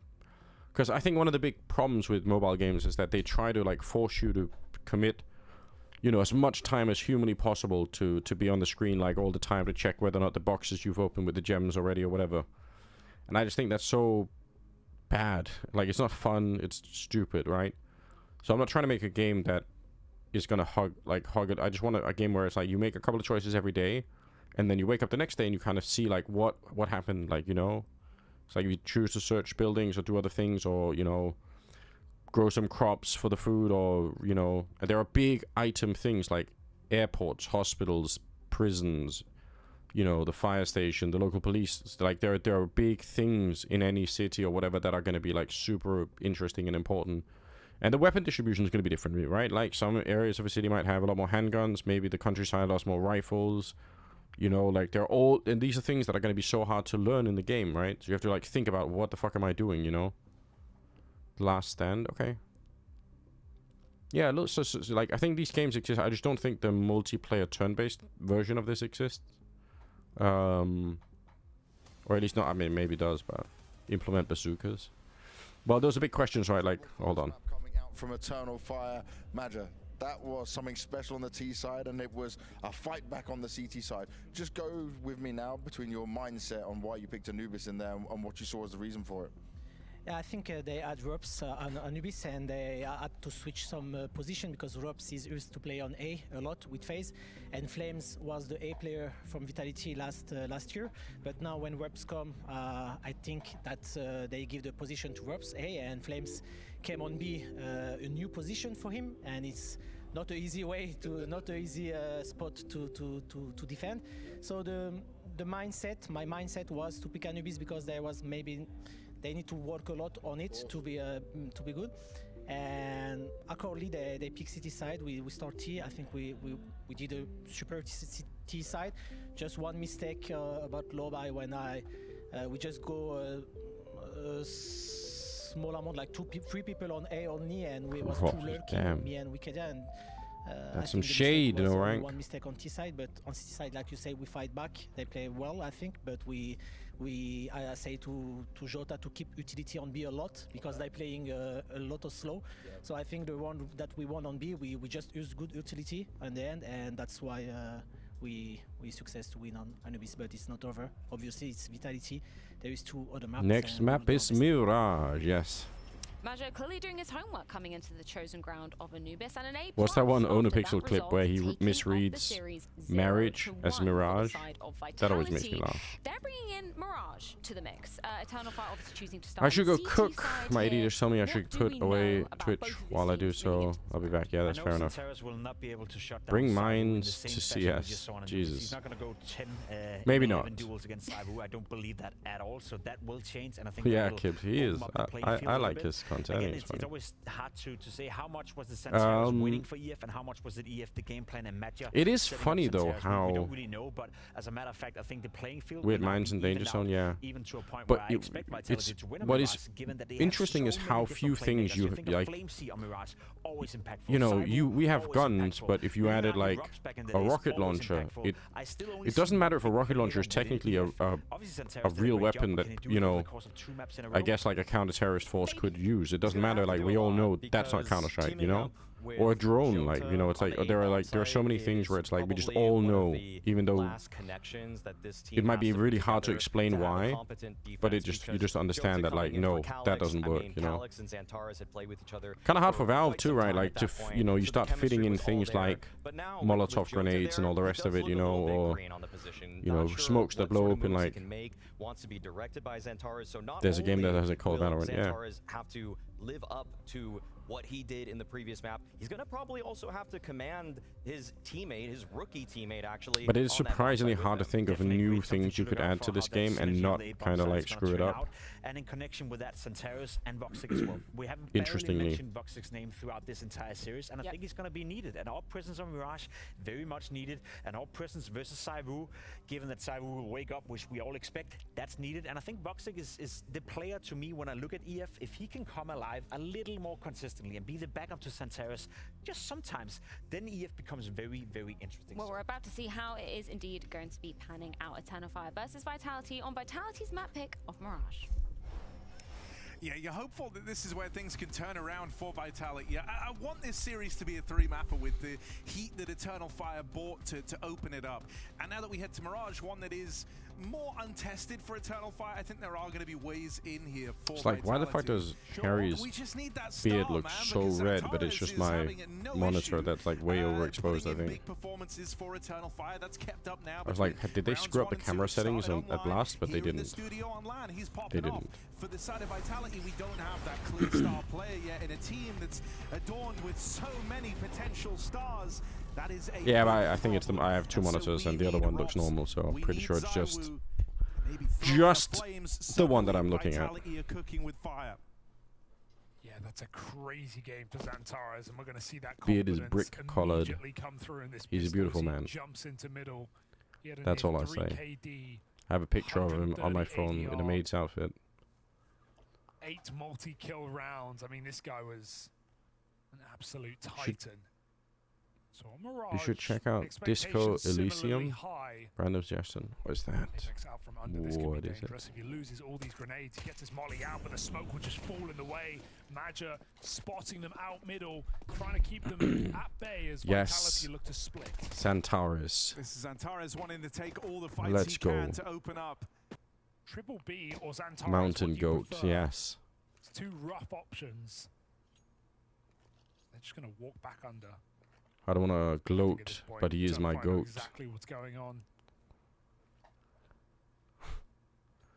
Unfortunately, these are the kind of things that go on in my brain. I wanted to make a joke earlier about calling Wicadia a witch, and we could call him like Wiccan Cadia. Sometimes my brain just comes up with the dumbest shit. Trying to buy some time here. Mezzi looks to chase down this last man, but reinforcements arrive. Wicadia does his job. And Eternal Fire It's a slow building pistol RPG. round to open up map 2. That really Okay. is a deadly setup. 2 Julies at B with a jump spot bait for the Gamba. balcony. And then Xantares in Let's connector, go. forcing kills in middle. Unstoppable, even if Damn. it's this. Jota, freshly in from Sangal. And a pistol in the pocket. Hell Eternal yes. Fire, they start as they finished strong. Just got a deagle here on Mezzi. Sangal's a great team, yeah. I mean, it's been blown apart now, I guess, but they were really good last year. I try to warn people, but For Eternal Fire, who knows what who they've wanted been to listen? Who setting who up wanted with to Drake. listen to Anders? Nobody. New player getting Very dramatic. No. acclimatized. Jota did struggle in the one time we saw a Eternal Fire run this map the other day online. It was versus Fluxo. So not really the top opposition, but surely a map Eternal Fire have put some work into behind the scenes. The mods are gone rogue. Rise up. Yeah, and I think early days for Jota, right? We talked about him coming into this, about how it's kind of playing the long game with this guy, taking a younger player, fresher face to the project, not swapping in and out players that have already adorned the Eternal Fire jersey. I think it's a good move, and I think short term, his whole reason for being here is to reinvigorate the squad. Eternal Fire went from an astronomical rise and all the potential in the world on Copenhagen to a disappointing end to the year in Shanghai, and all those expectations, the weight Let's of go. it proved to be too much. Let's And so I go, think as long Macho. as Jota can You can see Anders nearly getting into caster mode and stopping himself every time I know. that could be enough, and it Part of me certainly wants feels to, like it's but- working for the likes of But my Xantares. voice is also telling me don't. Wicadia Don't push also it. giving us some great games thus far. This one's nice and clean up against the pistols. Although I do Worries here, is it have smooth sailing to open up for Eternal Fire. I do actually have some of this stuff here. Maybe I'll take some of this. Yeah, I think, you know, start of this year, midpoint of this year, that was Eternal Fire at their best.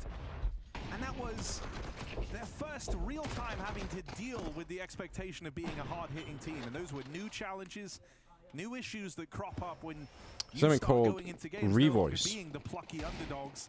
that singers will use to help their voice if they've strained it a little bit. Jota's change at But least has local pharmacy, forced Eternal Fire to Jello look in the mirror revoice. a bit It's and rediscover insane themselves what it again. does. I've had tournaments where I've casted like 14 hours in a row and almost lost my voice, and then if you take this the next day, you're just like, it's like you're not back to normal, but my god, the difference. Which was the Copenhagen Major and Pro League. This was not a map that they touched. They actually lost it almost every time. They only won this map once at both of those events over BetBoom, a singular game. They lost it to everyone else they played. So we haven't really been doing any theory crafting about Mirage. Maybe we use this game as like an opportunity to they can change that now. bottle tea, lemon, honey, whiskey. Damn. Okay, whiskey. I think that's controversial with alcohol and like vocal cords, but the rest I'm into. Although I will say this, whenever I've been drinking vodka the day before, I always feel like my voice is way better the next day. So I don't know. Maybe there's something to it. Anecdotes, you know. Nice job, Flames. Okay, listen, guys, we haven't done any theory crafting on Mirage. Maybe we try and look at a problem. Oh, Luciano, what's up? Is that... Did I just... Lucacino, I think? I don't know. I was so bad at reading names. I'm sorry. You can't. Yeah, you can't get Jello revoice in America. I know for some reason. That's so weird. Like, how's that possible? But welcome to the stream, regardless. Either way, he's dead. Yeah. Surely. Surely. Let's see if there's a problem we can identify on this map, and then try and find a solution. Push in from Flames, who's keeping up his strong performance from the first map. He was the one guy worth shouting about. The one guy who kind of had those moments where he could change the tide. And that was in a new position, as Matt just said in that between-game interview. And to be honest, yeah, Flames, he had some good rounds, but you could definitely see Nitro Fish, first message. Welcome to the stream. Minus Mirage plus cash. You know, getting Exect on a lot in that previous map, so... I'd rather get rid of Inferno, if I'm being honest. But I do like cash, so I mean, like, I wouldn't hate it. But I'd probably rather get rid of Inferno for the minute. Flames' best moments in his career have been on this map. Absolutely. In a variety of different jerseys. I gotta get some Always one he's felt slot. very at home on. Screaming Vitality again, yes. We will. We will. Xantares just clotheslines him straight through the connector. And looks to take that straight up fight in middle. He got a spot and he just hunts that kill down. He doesn't let him get into ladder. And they even spam two players through the mid. What are some really common positions here that we could maybe fuck with? Before it begins.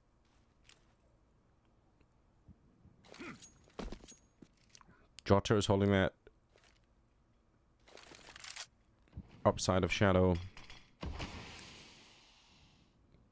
This take deserves a ban. Nitro Fish, thank you. I mean, I hope to be doing more casting in the future. I mean, I know I'll be doing a lot of online Counter-Strike, and that's cool. I mean, that'll be fun. Hope you guys will come hang out on the channel while I'm doing that. But I hope to get hired for some big events in the future too, you know? Patience, maybe a little bit of luck, you know? I'm sure it'll happen. What's Apex doing? Apex. And layers of defense in A, and there is no breaking through for Vitality.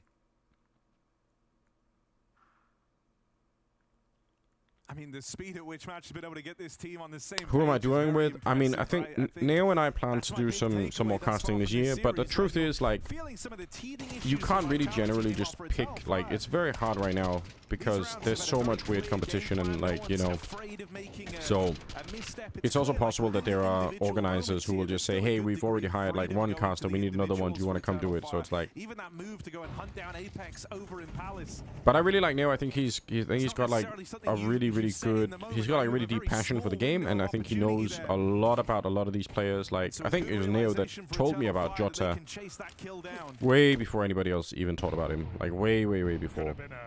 So just in general, like, I think he's like really good at spotting these new players, and gonna have the utils along the south. It's a good time, you know. Glad that they've gone back to something a bit more group though. The early defaulting has worked for them on that previous map, but here they've struggled to get too much results out of it. This time it's something more Jason and I, grouped, yeah, we had some fun. I do not disagree. Woxic just has an open sight line into ramp. It's all about Woxic. The AK pulled, no AWP But I mean, I've needed. casted with so many people, like, you know, I feel like it's one of the things I do really well is work with a lot of different people. I'm proud of that. I try to be like super accommodating. Is Dinko flying solo? No, aren't Dinko and Moses both doing Katowice as casters, I think? They were just announced, they were like the other day. I did notice the HLTV thread, a lot of people were asking about where is Anders. That is the big question. Because he's still holding default. They knew Woxic was there, and Apex is blocked by the molly. It allows Woxic to get 1v1s. A few seconds delayed for Mezzy could have allowed his in-game leader to trade him. I love Apex so gets much. a big 3-piece on the site. Greetings, Anders. I am Dr. Hannibal Lecter, renowned psychiatrist based in Baltimore, Maryland. I've heard you have some of the sweetest culture alive. Heard you have the sweetest culture. I'm intrigued by a man of your name. Tastes, Jesus. I'd like to invite you for dinner. Well, it's tempting. Yeah, and in Dr. doing so, Lecter. the other cool part there is they inadvertently decide the other matchup, right? So in picking their opponent, they decide who plays in that other semi-final. There's certainly some gamery that can go on to try and figure out, well, who would we want to play in a final? I think you just don't pick Spirit. I think that's probably the rule. I think it might come as simple as that as well. Save it to the end. Wait till Centaurus has like a really unique haircut, doesn't he? Yeah, either way, It's like I mean, that means iconic for him. If the I feel favorites like. win today and Na'Vi find that other game, you know, we could be looking at a rematch from that EPL final. We'd have to see how things shape up. But it's a very powerful position to be in to win Haircut this goat as matchup. well. Jesus. Whoever you are, be it Elmer is Vitality, be it glazing. Eternal Fire, and right now it is looking like the latter in full control of this map again. Tech to kick things pause. off. And Okay. as we've already said, it's on a map that we've not seen EF have the best success in. 4-1. Got a PC swap here. Feels insane, but I'm going to say it. I think if it's What was the, did we try to do the coming home thing? because I think FC Santares A in this minor, element right what now, is seeing him go toe-to-toe with Donk would certainly be sick. That's fun. But I think also one of the things we talked about even in that Spirit game from just yesterday where they played versus Heroic is like Spirit show a good degree of respect in these games, and they like the slower look, and I think thus far they haven't been Okay, A minor is okay. That's A Meanwhile, Eternal minor. Fire are playing super confident. They are always making moves. That's kept up on both maps. That's kept up in every game you've seen them play. This is Madja trying to reinvent the team a little bit with the new blood coming in, and so I think that would be a very interesting we're matchup because saying you have a team that's playing a slower, an more E methodical, minor. more default-heavy style, and then reacting to the successes that they find It's just- versus a team that okay. will be pushing you, will be prodding you, will be trying to take those early advantages, and I don't know if Spirit would be able to do much about that. So I don't know, that's a ballsy prediction from me in the tech timeout. Why not? It's a Now's the time to say it. It's a A minor, E spicy minor. prediction. We'll see if it comes true. We'll see if Eternal 5 even win this one. We've got a quick PC swap, so we'll throw it over the desk with the question. Guys, who would win between minor, Spirit E and Eternal minor. Fire? Harry, you've given us quite the conundrum FC. to be discussing whilst this PC is quickly switched out. So, sometimes when you're casting the game, A and I can say minor. this from experience, you get really locked into what you're Yeah. doing, and you forget to zoom out sometimes. Is You that forget true? The whole macro picture of what's Is it going true? on in the world, and I'm unfortunately, that has coming a home. fallen Harry. Very Coming frequent home. symptom of And then A minor. recency bias. Andy's Tell now the Spirit would world win. that Spirit would win. I'm Yeah. Don't know what he's Maybe eating, that though. actually does sound like it makes He's sense. got his body, but no, there's no argument to say that Spirit. Yeah, I winning think you're against right. EF. I do think that I get where Harry's coming from. You know what we've seen from EF so They far look good. on Anubis, beginning of Mirage as well. They look like a proper So you probably do Counter-Strike like- team coming in to play. And I'm I mean, yes, going I'm toe to toe against coming Vitality, home. that's one thing. especially considering the roster change. I don't even know. Spirit is going to be another, but with the way they're playing right now, you'd be foolish to say that they can't make a game out of it. Yeah, obviously the winner of this also does takes this work? third seed as well, which is very important Yeah. because tonight we have another one of the See, that's draft the shows, conversation. and they How get does the it work? first pick. That's the Hold on. conversation. Now, EF versus G2, with the way Eternal Fire is playing right now, and with what we think we know about G2, I think that could be a very interesting game. I feel like if this EF were to face off against G2, Okay. the firepower Okay. is there for Xantares. I feel like him versus Mobs, it's even enough where I'm not going to say it really favors G2, and I'm going to say the teamwork, the game planning, that looks better for Eternal Fire. The way that they handled them on Anubis, all of that, the way that Madger in that interview with James Banks Probably after just do it Anubis like said, that. yeah, we were going to target Flames because that position is hard. Like, playing E-Box is probably, even though Stars play it, it's probably the hardest position on the map, okay? Like, understanding how you cycle utility, understanding the fact that they can run through your smoke at any second, like, that stuff is terrifying. And so he has to get the reps in Flames, and I think Madger came up with a great idea. I think he would do the same for G2. Yeah, we saw obviously the pistol Right. rounds going down there. All right. I'm curious to see how It this does map make is sense. going Nice. to be unfolding. I hear that we do have the tech issue sorted, so Harry, Hugo, back to you. Desker on the clock. They got Man, teamwork makes the dream work. The desk helping out the casters so they don't have to talk forever. I love it. All locked and loaded, ready to go. You never know. Anything is They possible. all laughed at me. I do like the recency bias. They laughed at him because he told the truth. Yeah, sure. I'm all for the recency bias. I'm all for the Xantares POV locking in for a great series here. Bro, he's from so locked in. Turkish goat. He's so locked in. Sure, yeah, that is the noise. Connor can Again, do a way makes to a better degree. one. Yeah, Did I just hear a goat noise? we're getting back in, folks. It is Eternal Fire Vitality. It is map He's 2. even gone back to the kitchen paper towel instead of the kind of microfiber cloth is what he was running before. Xantares is always a guy who got sweaty hands. Where he's holding the mouse with the towel over. Yeah. Does that not cause some friction? Would to any normal person, but not to the goat. I need to re-practice Honestly, that. that keeps up. Does he do that in a round? He does have very sweaty hands. I hear. Yeah, like that's all an assumption. If he doesn't know, you wouldn't need the towel. So Yeah, I think it's a safe assumption. Talking of goats, we need more from Zaiwu in this series. There is absolutely no doubt about that. Disappointing debut on Anubis for Zaiwu. Jesus. Kind of now or never, with their backs up against the wall on their map pick. Vitality gotta get back in ship shape.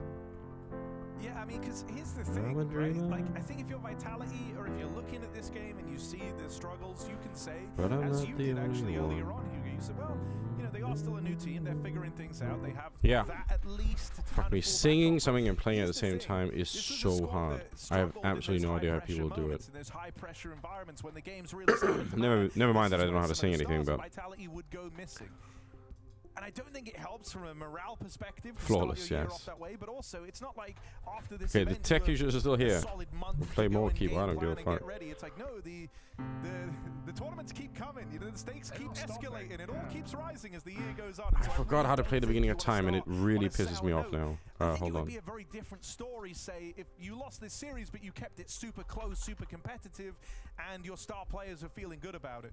But I don't think you want to leave a series with Zaiwu and Rops both struggling loads, and it's all kind of loosely held together by Flames and Mezzi with a couple of impact rounds here and there. It was just that. I think that is a very odd way for the years to start for Vitality. You know, I think there is this idea, though, that for Apex, he's someone who is a bit of a slow burner with talent coming into the squad and how long it takes to hit its full potential. But it sounds like we're getting back into things now. Eternal Fire, a map up in the series already, one map away from moving into those semi-finals and claiming the $63,000 bounty on the head of Vitality. And even then, I'm rounding that down. So, Something like that. Eternal Fire in the driver's seat, a sick sequence of nades over in middle. Sees Flames head out of the round early. That's knowing the pathing right there. The Vitality going to walk down that wall and try and get into connector quickly on an eco. They hit those nades right on the money. I think when you do that, as you say, like that's knowledge in your prep work and your pathing of the opponent. That just shows that all the time and Wow. resources you've dedicated in the build-up to this game. Song is Time by Hans Zimmer. But I am trying to play this exact version of it. It's a different composition by this guy, whose channel I like. Anyway, we're fucking back, guys. The Counter-Strike is back. Jota. I need to figure out. Is it Jota or is it Jota or is it? Could even be like a Jota. Like it could be like a lot of different pronunciations there. I feel like I want to know. I'm saying Jota for the minute, but Jota. EFR, they're cooking, so I agree, Elmer. They're gonna win the major. Look at it. Get absolutely blown up. Jota, yeah. So like Jota, okay. I like that. I like him. He's a great kid. I've never met him, but I like his Counter-Strike. Maybe I have met him, and that'd be even more embarrassing, but I don't think I have. Yeah. 29 and 10 on the first map without overtime. How fucking sick is that? I'm ready for... Yes. I'm with you, man. I just like everything about this team. I really do. I like the underdog part. I like the keeping Turkish Counter-Strike alive part, being an inspiration to the future. I like Madja. He's like a father. His kids are watching the game. Xantares is a Terminator. Woxic was about to fuck up his whole career, but now he's kind of back. Wakadir and Jota are like the future of Turkish Counter-Strike in some ways. It's just it's very exciting. How fucking sick. Yeah, how can you hate it? You want them to win, don't you? I want them to win. Go. It's just a disaster. It's only Flames left from this initial foray out in the middle. But him and Mezzi have made this interesting. 2v5. Reclaim to a 2-on-3. That bomb down in top middle, though. And Flames is the candidate who's got to go back and get it. What is that, Ana Xantares? Oh god, it's disgusting. He's a freak right now. There's no time to get the bomb. If you go for the bomb, you're not winning the round. That's the issue. Flames has my EF winning the major prediction is going to be so sick when it comes to, isn't it? It's like 6 months in advance. Wrecked. Eternal Fire, do it again. A quick 5-on-2. The Vitality may make interesting for a moment, but it is only that. Wycadia and Woxic.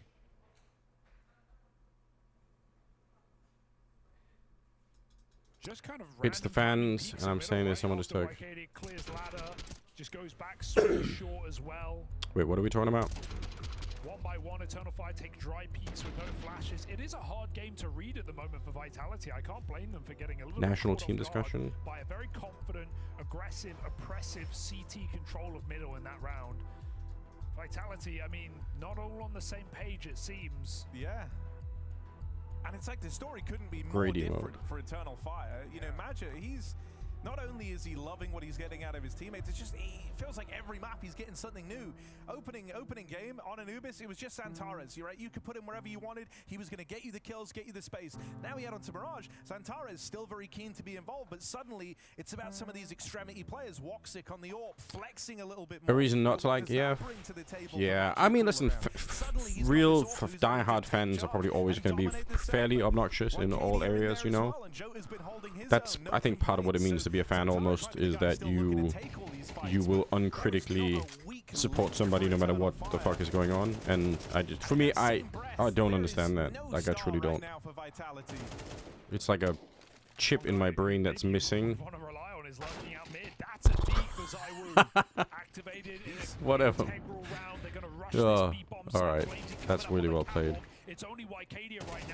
Yes, Kibbs, take care.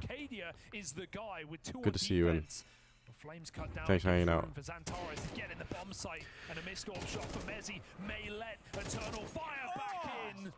Again, Xantares does it all.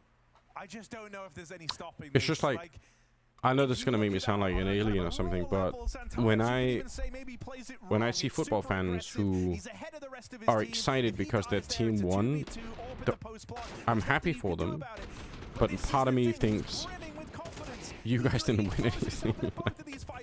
You know what I mean? Like, it's not to hate on people's, like, I think I can see the upside of being with a club and with like you're part of the group and all that, but I'm just missing that part of my brain, I think, for whatever reason. And I kind of, I totally understand why people do it, but I couldn't, like, there are things that I love and appreciate, like, don't get me wrong.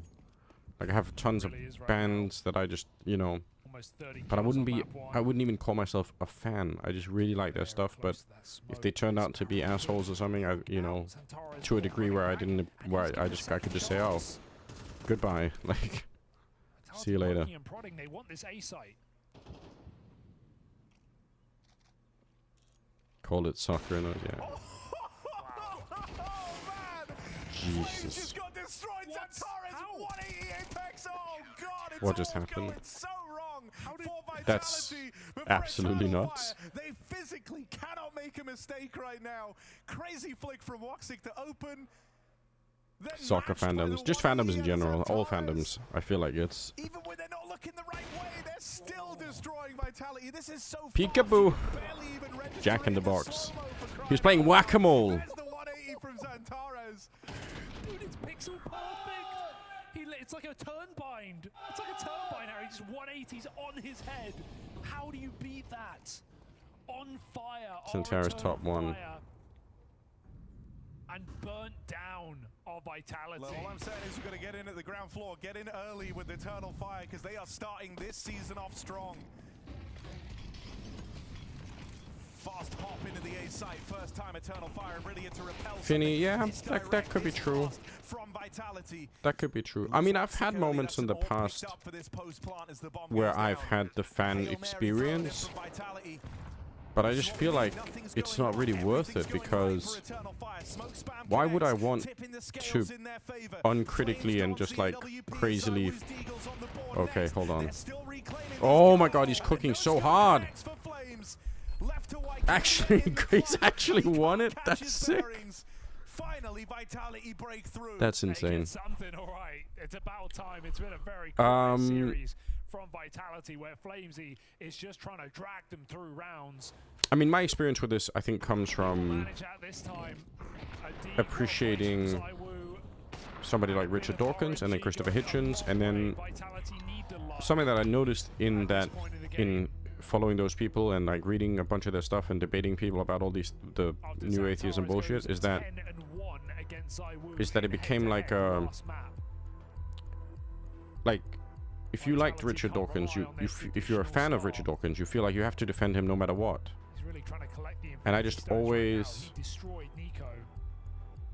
very frustrated to listen to our cult leader not being a mindless. Well, I know. Sam Harris, yeah. I still actually like a lot of Sam's stuff, to be honest. But I just want I want to reserve a part of my brain to be able to say, I like this stuff over here, but if you say some dumb shit over here, then I just don't have to like, I don't have to follow you there. I can just say, oh shit, you've gone a little bit crazy. Goodbye. But maybe I still like some of your other stuff, you know? Like Jordan Peterson for me is a great example of that, and I knew this was going to happen with Jordan Peterson. Like I think I tweeted about it even. I knew it was going to happen. Like I said it at the time, like right when he came out and he was talking about like psychology stuff. That's how I knew him a little bit before the whole, you know, campus thing.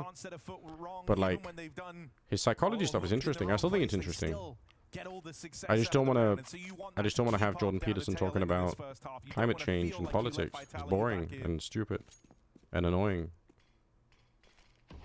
His part, yeah, it was. I've actually watched that like a lot of times. Like the 2 or 3 that they had, I've watched like both of them a lot of times to try and figure out what the fuck is going on.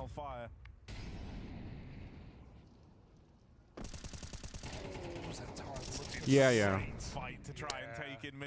I mean, I understand what people get out of it, the fan experience too. So I'm not even saying that they're wrong or stupid or anything. I'm just acknowledging that for me, I feel like what I'm getting out of it is not it's not worth it. My god, he was about to die from that spam. Yeah, it became a meme. The thing is, I want to be able to say something like, I enjoy the early stuff. That like I enjoy Peterson talking about this. I just don't want to follow him over in this area. Like that seems like a simple statement to make, right? But it feels like a lot of people who become Peterson fans, they have to defend him to the death no matter what, and it's like, why, guys? Why? You don't have to. You need to live here, Eternal Fire. You just don't. These guns are very important to stop exactly what you mentioned in Vitality finding a second win at the end of this half. Never too late in this game. You like certain aspects of some person, yeah. That is what happens to people. I mean, not everybody, right? But nice to see ZywOo have impact on the AWP. But it happens to some people where it's like He's been hanging around the ladder room this entire time. you feel like you have to defend some other person, even if they fucked up. It really does feel. I mean, it happens a lot of time where teams. Damn, this game is actually really sick. I'm really into this game. The next one tonight, by the way, for those of you who don't know, is Na'Vi versus Pain. Time for Pain to jump around. I don't want like they're actually getting Niche AKCD reference. is powerful, but I don't know. I think in that position, I agree with you. Agreeing completely. is necessary. The point isn't to idolize someone, but exchange ideas, get into perspective, tolerate each other. Yeah. Yeah, but I think the issue is obviously. Oh, hold on, hold the phone. That is a nice flashbangs here. Woxic, you're. Oh my god. He I don't know. That's actually a sick play. That might have been very hard to punish actually. When he's not looking at them, a very fast player, and another from Woxic. Smurfing, yeah, he is. He's absolutely smurfing. I think the thing that, like, I get this, I understand this feeling totally. So I'm not counting myself out of this category. But it is really nice to run into somebody who has, like, strong opinions, seems to know a lot, is like eloquent, understands what they're talking about, and then you can like offload all of your shit onto them. Like it is nice. Like I feel that way too sometimes. You run into some new commentator or some YouTube channel and you're like, damn, this guy's fucking got it, you know. But the truth is, nothing stops those people from being super wrong the next day, right? So,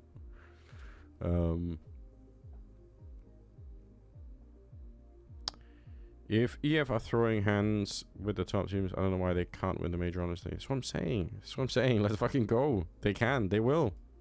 I've seen it. I looked into the tea leaves. I dreamt it. I saw it in a vision. There was a burning bush. And a voice in my head that said, they're doing it.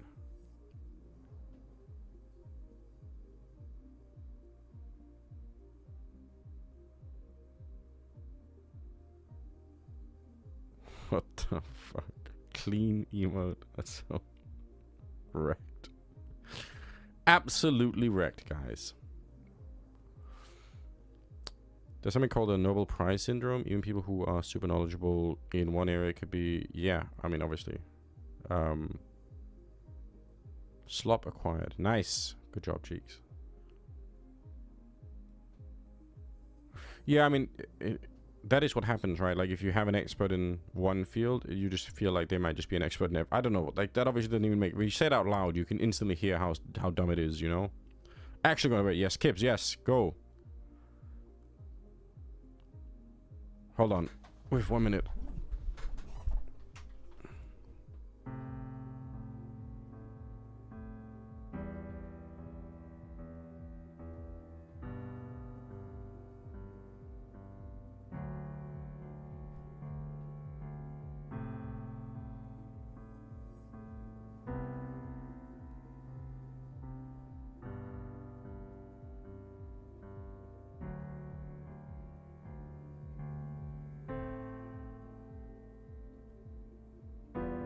Whoops. So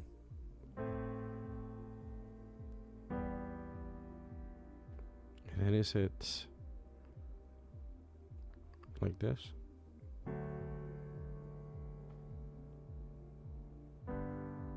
No, there's some I'm missing something in between.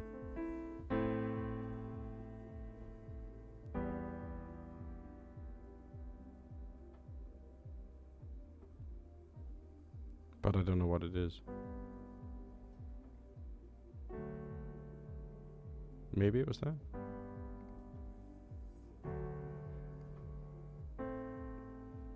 And then it's this like super obnoxious chord.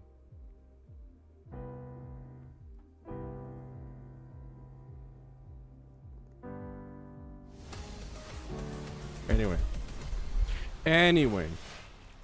Eternal Fire came into this second map after a lights out Anubis with a tall task ahead of them to try and tame Vitality on their map pick and Mirage. Wait, what? For Eternal Fire, even at the best of times, this has not been a map that's been very kind to them, but the prep work heading into it has looked to pay off. They've come into this with hot hands and now a dominant scoreline at the end of that. Simmer wrote that for his daughter, really? That's awesome. I didn't know that.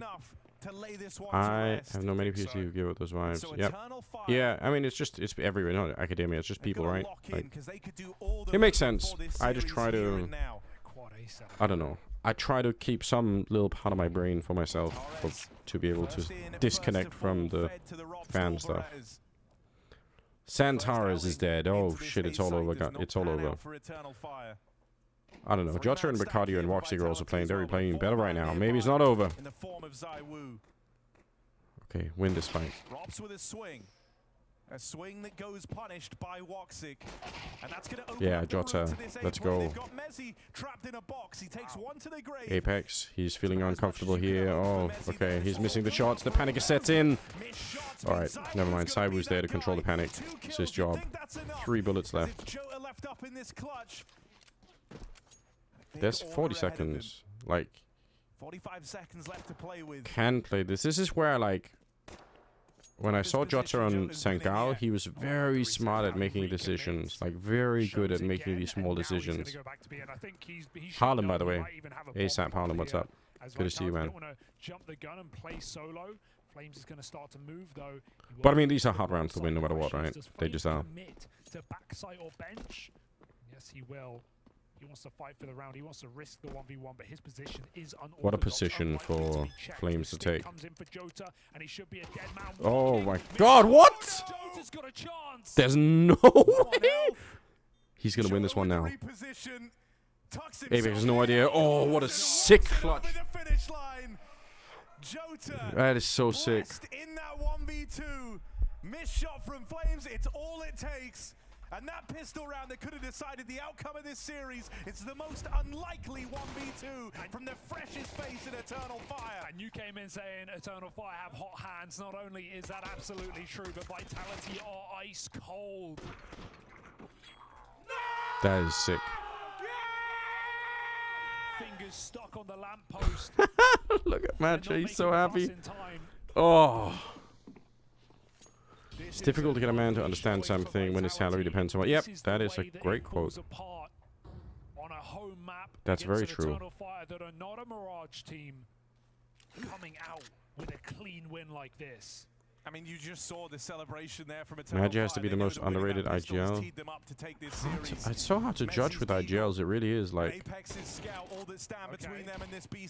I wonder if I would say he's a great IGL or I would say he's like a great leader. I mean, those are not always the same thing, I guess.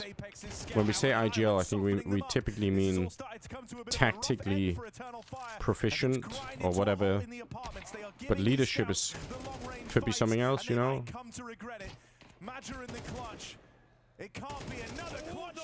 Oh. As Magia looks to repeat the feat that Rob's the ultimate paycheck stealer behind Sonic. That's a nice attempt. Nice attempt. I thought he knew he was Cat. I thought he had that info. Both, yeah. I could be behind that. It's hard to know. I guess I would. It'd be fun to dive down into like some more Eternal Fire games in Skybox and like look and like find out a little bit more about how they play.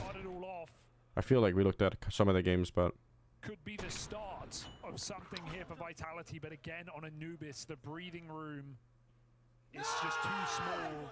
Do you think for his firepower he's punching upwards? Yeah.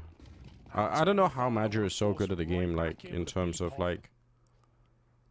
I feel like the prime of his career was like done, in my opinion, in like 2016 or something. Like, but somehow it's not like it's actually just so impressive. Like it really is.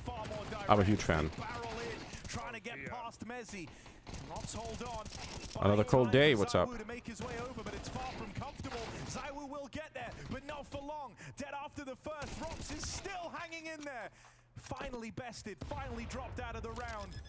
And so that's the plant teed up for Eternal Fire. Vitality of the group for this retake. The nades have done good damage to soften up this. Oh my god, he's gone through the smoke. Flames has no idea. Sneaks past Flames. Madger, it's a free kill. He's gone right past him. Didn't turn around. Didn't check for this. Now he's got the element of surprise. Slipping. Yeah, but he's got no health. Oh, yeah. Damn, that is so close. And so that miss for Madger, that misread on Flames. I mean, it's a coin toss. It's a coin toss. Like, it was still a sick play. Vitality, slowly but surely trying to find a path. But that is a bit of a coin toss. I love that they just go for the B pop like that, though. They managed to trade out really efficiently. That's a comfortable 2v2, where Eternal Fire really had the advantage, but a heads-up play for Flames, checks his back, and falls in to find 5 for Vitality. Feels like whenever we see rounds be won by Vitality, Flames is the guy closing them. He won the Force Buy in the previous. He's done it again on B. Rops, Apex, and Mezzy on the team, and just nowhere near enough firepower to sustain. Just not there yet. Rops 5 and 12. They go again. I don't know, like. Down to 0 with another B pop. The molly connects nothing. There's no early info. They smoke it. I think it should be enough. I think Vitality are going to be fine. Times this works. That's enough for us to take the game, but Rops has repelled it. Xantares might be in there, but not for long. And now the reinforcements arrive, the cavalry here for Vitality just in time. ZywOo pulls up to lay this one to rest, and that is a wild shot for him to close it out on. Eternal Fire have had the freedom to take some risks early on in this second half. They've had the freedom to go for the ballsiness of this back-to-back-to-back Force Buys in the B rushes. But now surely normality is restored as this one is repelled far more cleanly by the Vitality squad. Oh, put some respect in Eternal Fire, right? A little bit of a slowdown you'd hope in these gun rounds. They're trying to get away with some gimmicks, right? Maybe they feel like they don't have the depth to win it out in a long-fought battle on this T side of Mirage against Vitality, but room service, yeah. Try to keep the economy down in the first couple of rounds, so ZywOo can't get his AWP in yet. We'll come to a close though. Eco for Eternal Fire. And now the opportunity for this game to get a little bit more interesting. Some more back and forth. Just get one headshot here, Jota.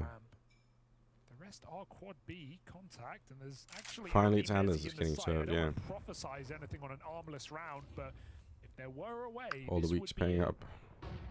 True.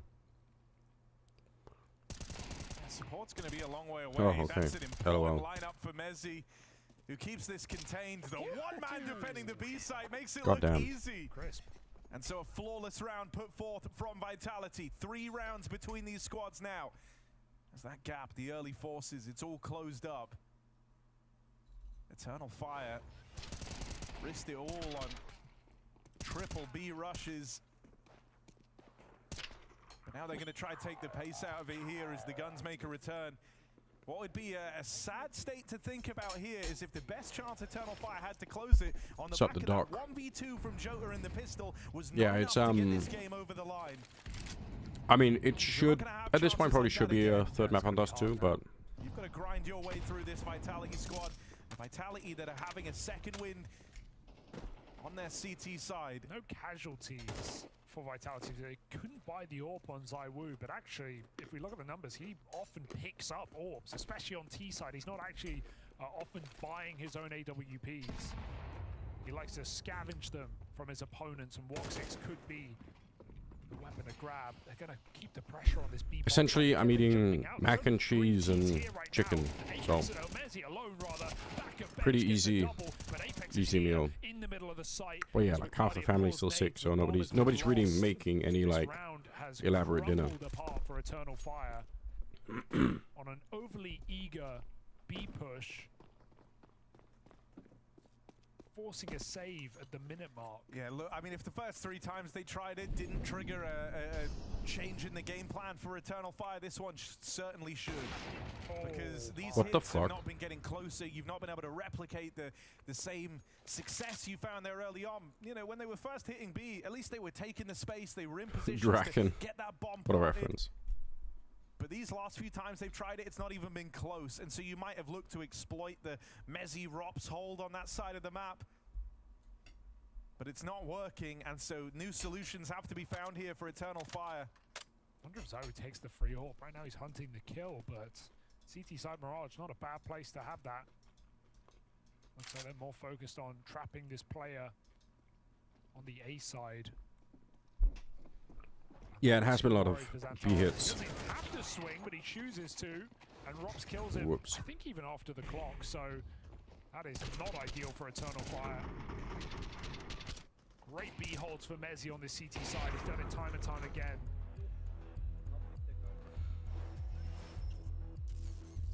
Okay. Vitality late to the game.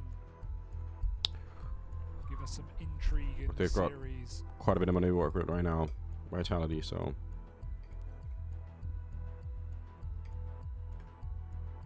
Bounty on their heads. Eternal Fire trying to leave the day with $100,000 of value banked and bountied.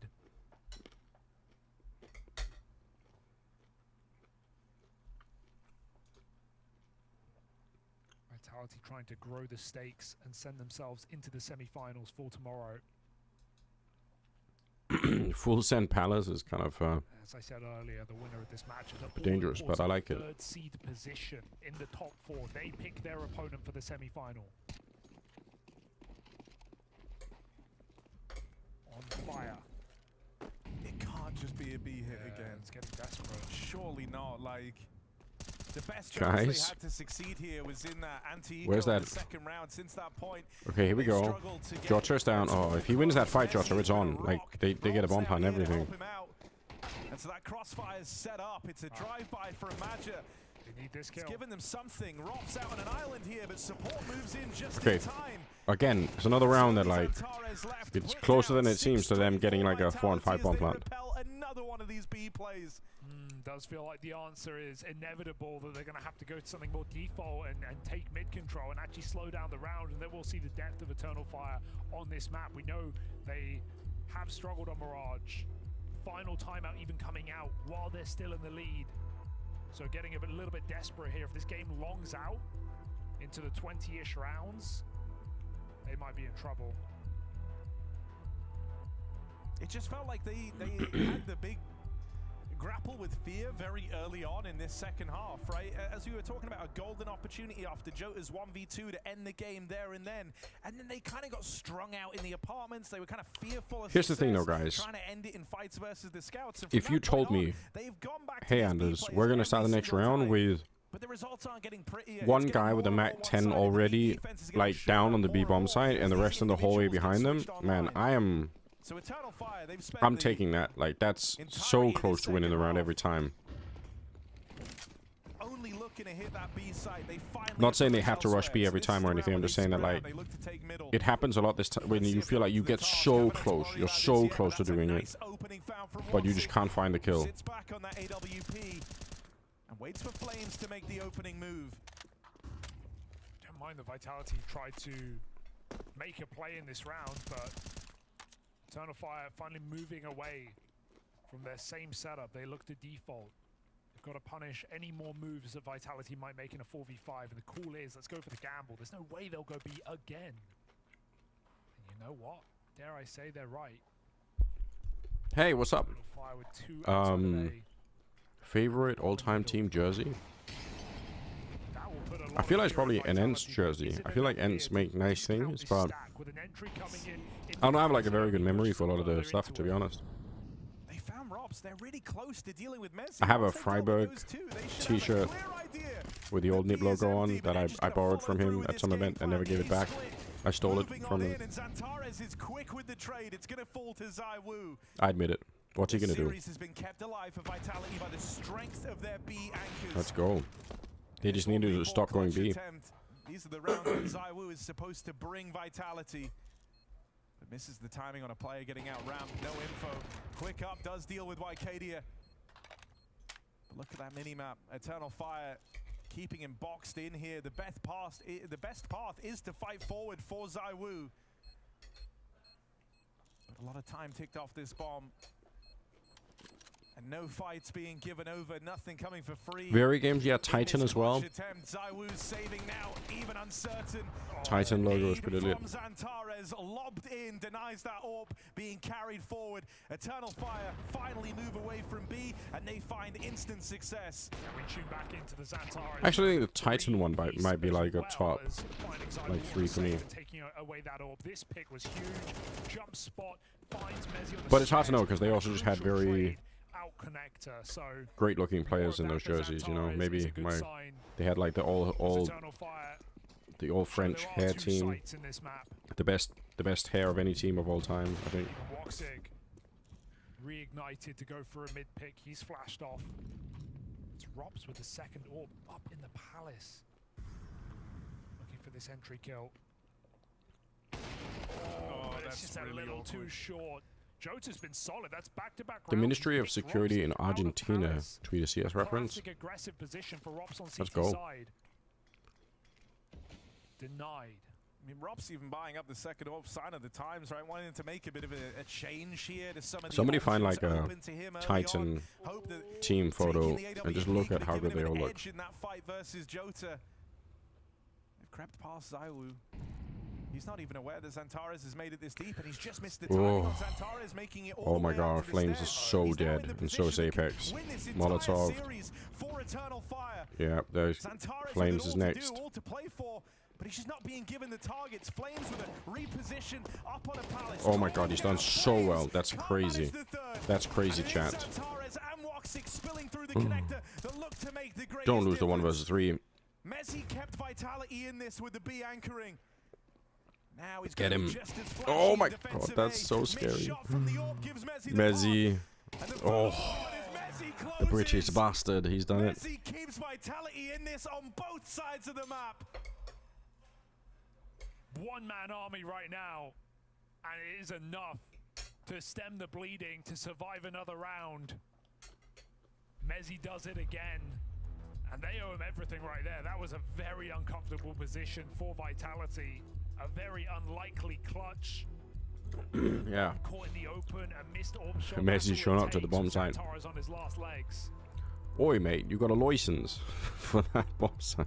I think Eternal Fire are happy about the timeout as well. I'm It's so not sorry. theirs. They ran out a moment ago. I am sorry. Vitality give them a second of poise to catch their breath. What ridiculous.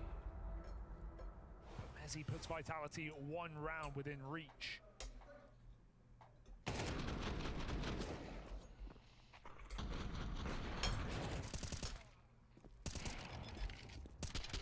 Yeah, I mean, the timeout makes a world of sense.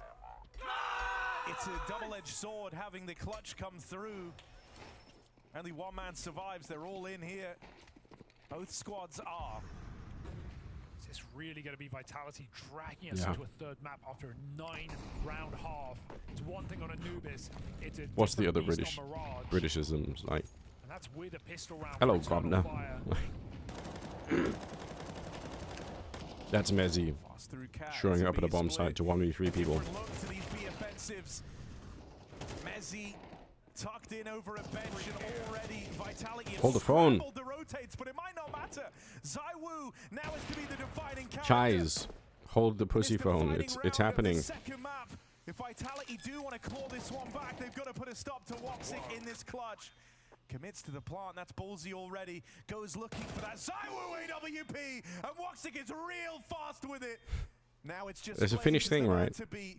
Woxic could have victory teed up right here for Eternal Fire. All that's Oh left shit, to do Elmo. is reach out and grab it. Listen, Woxic swings and Woxic He's wins. clutched it. He's done it. 1v2 clutch turns up for let's Woxic. go. Let's go, Turkey. It's lightning fast, exactly what I think you I could. want. I think I could take Freiburg in a fight. I'm not scared. Bring on the Freiburg Discord. Let's fucking go. That is out of nowhere. He plants in the middle of the site with two players. Although he used to play hockey, I think, right? Not only does he get away That is a with bit it, scary. He robs a sharp ZywOo with a Galil and finishes Flames. Those are the players you want in that 2v1. And Vitality get picked apart, parked out of the sky. Go back to B, guys. The branch that Hockey's holds just this beating on big people's nest. eyes. Yeah, I know. That is a cuts bit scary. From the tree. Vitality scramble. They have nothing, no utility. One kit. A FAMAS on Mezzi. This is a bruised bar for Vitality for their tournament life. For $100,000. I feel like I've seen that picture, yeah. Didn't even want to risk more of. But Eternal Fire have brought the heat today. They've brought that in. Is it more strict now? A fantastic map from Woxic, a solid series from Xantares, maybe even a 5v4. Oh, Vicario. Oh, okay, okay. Flames gets a spot. This little pinky went to the hospital. Back to his con lurk, moving up behind the smoke. It's up to ZywOo in the site yet again. Shot in. Well open. That is a huge head to Shot in the toes. Always a problem. He's It's always brutal. gonna keep that pressure on, dealing with They're killing him. They're killing him one toe at a time. But it's not over yet. Woxic trying to make a move will get pincered down in the connector. And so just why Kadia remains. ZywOo will not let him in. And so that ZywOo AWP arrives in a big way. Is it just in time or is it too little, too late for Team Vitality? One round on this game now. Overtime or bust for Vitality. Nice. It's not a pretty buy. It begs B-Rush, Harry. It's all we've seen on this T side. Eternal Fire, don't tell me you're going to do it again when it's all on the line. Well, this B-hold's been getting better and better with each round that went by, and the whole reason that Vitality have made it this far is because of the strength of this B-hold. But Mezzi, the guy who's been infallible on this side of the map, falls first. They've brought down Messi. It's over. They've won. Messi is dead. Popped out of the round by ZywOo. But Vitality, this is uncharted waters. They've got to do it a man down in the retake. This B-hold has not faltered. So you guys were hating him for the B rush. You said no more B. Oh, he missed the jump. He's washed. It's all over. Turkey on top. There's the lineup for Xantares. It's over. I told you they're winning the major. And the final flames for Vitality fan out as Eternal Fire secure the semi-final and the $63,000 from the head of Vitality. The new season starts slow for this new look Vitality squad, but for Eternal Fire, it's bounty hunting season.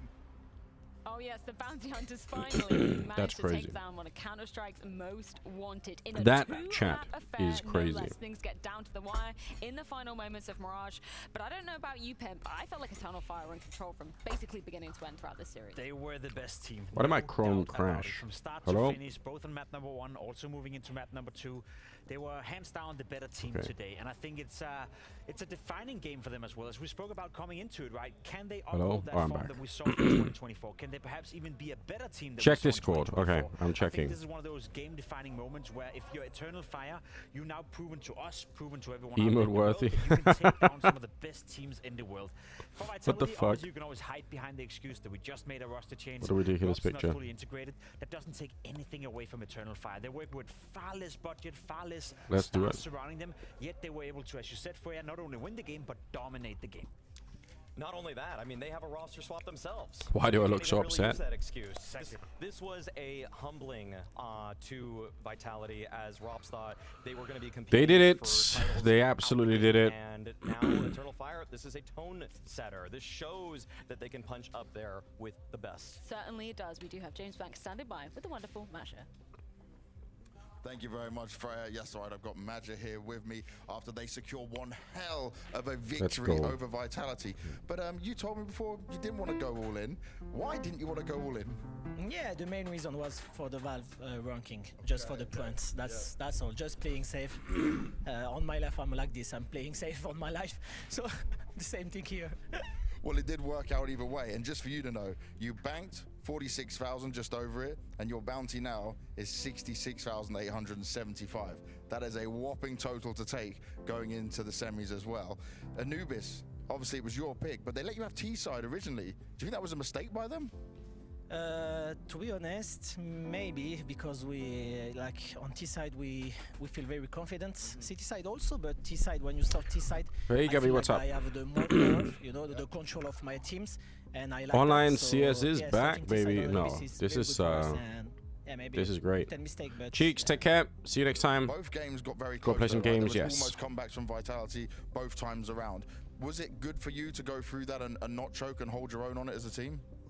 yeah, like Mirage T side was very very difficult because I was planning on my head. I have the B plan a lot, and I force a little, but I knew that Shouldn't have back even in the B90K. last round, like, I can't do the wanted math. again, like going B, and this time is payoff because the first round, one of the round he was playing alone, and we didn't get the trade kill. He was bench, Mezi. But in the end, yeah, the T side was a little shaky. City side was okay, but I'm proud of my teammate that we mentally didn't give up. We just keep focusing, and hopefully we get to finish against these pretty good teams. Mega points. Nice. And talk to me a bit about Jota, because this Mirage was a standout map from him. Obviously, the new guy coming in. How happy, how impressed are you with this man? Bro, I'm very proud of him.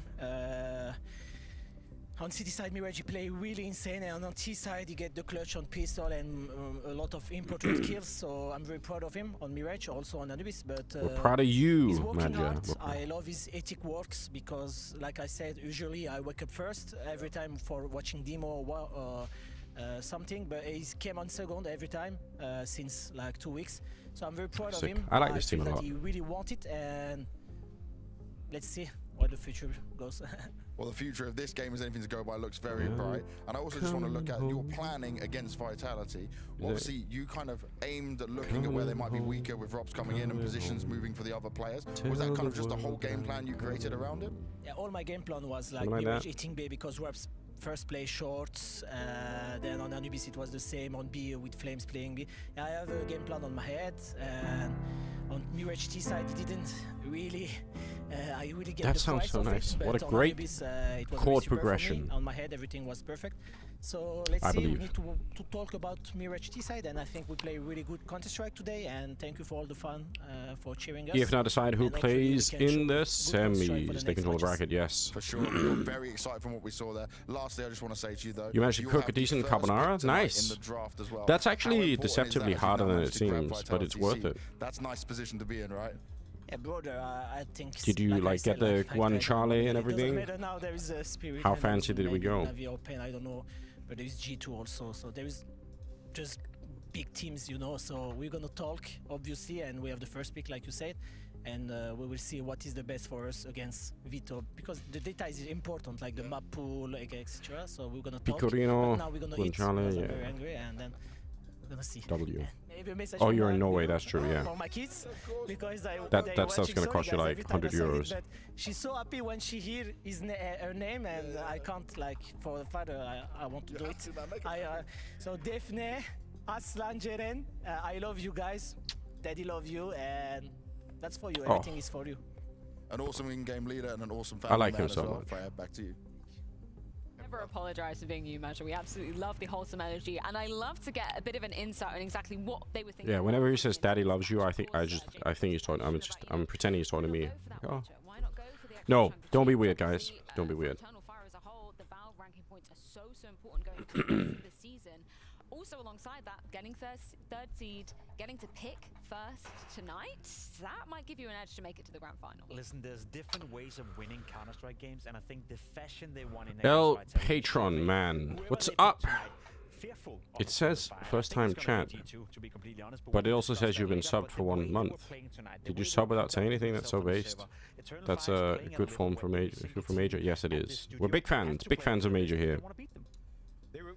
Action Bananen I mean, the Hammer 666. Flames What's in up? E-Box on Anubis to try Pretty to things are hammer pretty these good. anytime First time chat. they Welcome to the did stream. finally break the You seal can on type in the Danish if you final want, but I'm gonna round. reply in The English team just to the finally, to they keep clearly things understood as what the as changes and positions were going to the minimal amount of weird as possible, basically. Vitality, Oh, you got and they gifted went it. I right think. for Fair the enough. throat. Like every time, they're just trying to hammer that Mezzi Rops combo. Friday, a couple of beers and CS. Big fan of yours. Thank you. I appreciate the support. And that sounds like a great way to spend a Friday.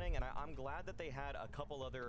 Andrew Tate would never approve this beta male L word of Yeah, let's major. go back to the beginning of No, this probably one, not. Mirage, because obviously we saw a ton Probably of not. winning the pistol, then Vitality answered back by winning the Is he in first jail buy yet, by the round. way, or is that What still? happened subsequently though, Jacob? Is that still They coming? answer back straight away. Spings to They're mouse, doing a yes. clean fashion. Of I course, heard. Santeros getting the opening kill like he's been doing so many times in this game. They He was, found the again, apple box a somehow. vital instrument for Eternal Fire. Not as good as on Anubis, but still had a lot of impact. Jota as well, gotta give him a lot of credit. And see how much they're moving around. You know, they're constantly moving around, they're constantly fighting, and you win a clean round, surviving 5 players. You do that, you put yourself in a good position. Play Follow some that, Helldivers Jota goes 2 in and for some Lua, CS and later then with the I'm sorry, boys I and a was beer. not familiar Nice. with the fact that Voxic What a great was way. such a good buy for us. AK probably sitting You gotta on the remember to do outside. these things, you know? Very clean, triple kill right here, Is gets Maui the shorter first than one, Freya? gets I the have no second one, idea. and he's not even giving them a I chance to kill him. He's just truly don't notice how tall or not tall people are. Like I just think it's such a non-thing for me that I just don't even notice. Sitting, holding at Tetris. Like, you need to go with your team. You have no more nades. You need to be scaling with them.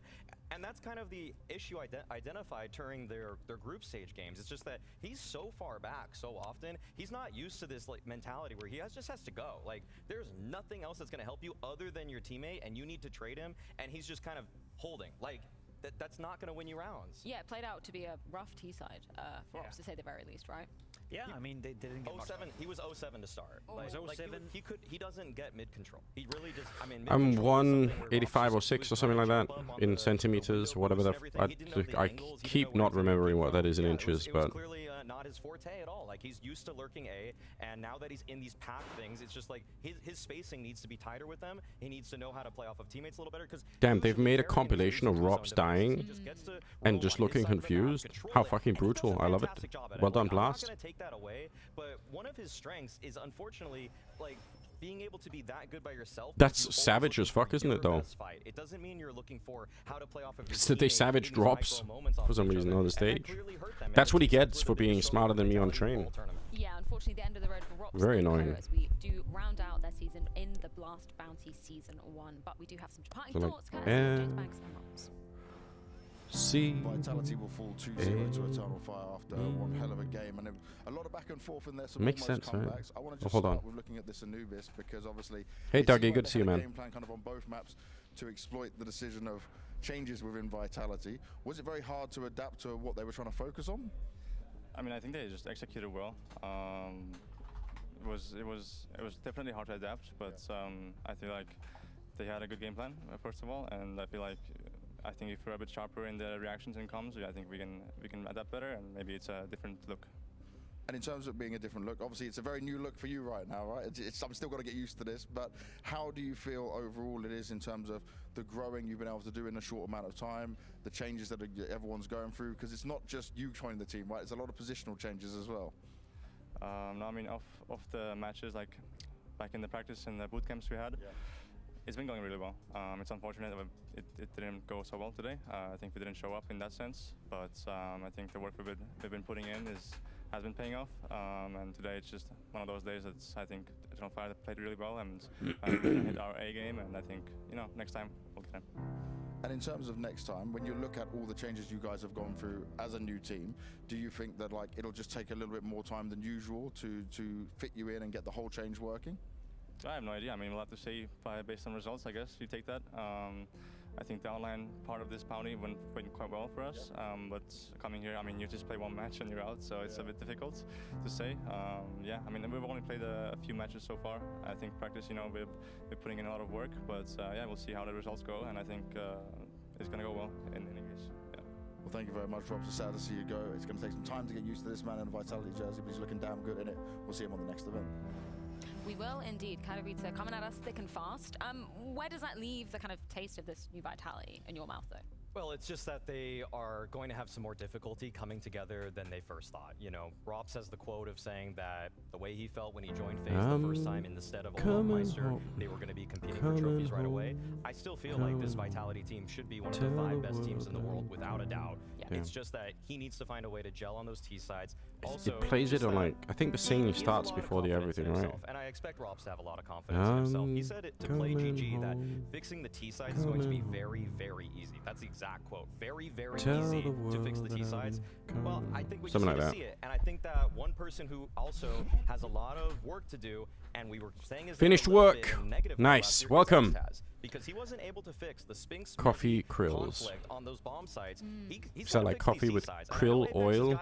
Like, are you a proper supplement enjoyer like myself? We take krill oil instead of fish oil because somebody once said that was better. Practice leading up to IM Katowice is going to do them well, and I think for everyone watching Vitality right now, because I agree with you, you look at the player material, you look at the lineup they're able to field, they're going to be a top 5 team regardless of how long that's going to take. Yes. All I want to see is progress. I want to see progress from this tournament until next time I see them play at IM Katowice. And if I know Apex right, if I know Rob's right, they will find a better balance of some of the issues that you just transpired for the rest of us. Well, speaking of the roster moves on the other side, completely random. Nice. Okay, fair enough. We saw Jota absolutely lights out on Mirage.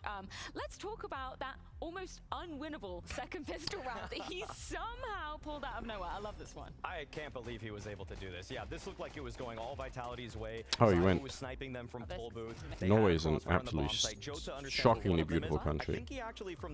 Along with Sweden and Finland. I don't know why Denmark locked out on. We just like, well, we didn't lock out. I guess we got wrecked on that side.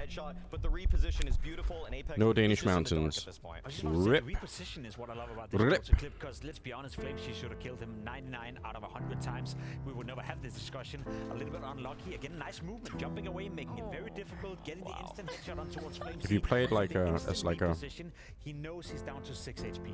One bullet, he's gone. He has to find an off angle, and that's exactly what he does. So that is very well played by Jota. I love getting to see that. I kind of hate getting to see that from Flames' angle, but I also love getting to see it at the same time. It's the same chords, right? You know, they did answer back. They did string a few rounds together. Did you see any switch ups then on EFT side to make sure they were closing this one out? Yes. I mean, they definitely were just hammering that B bomb site.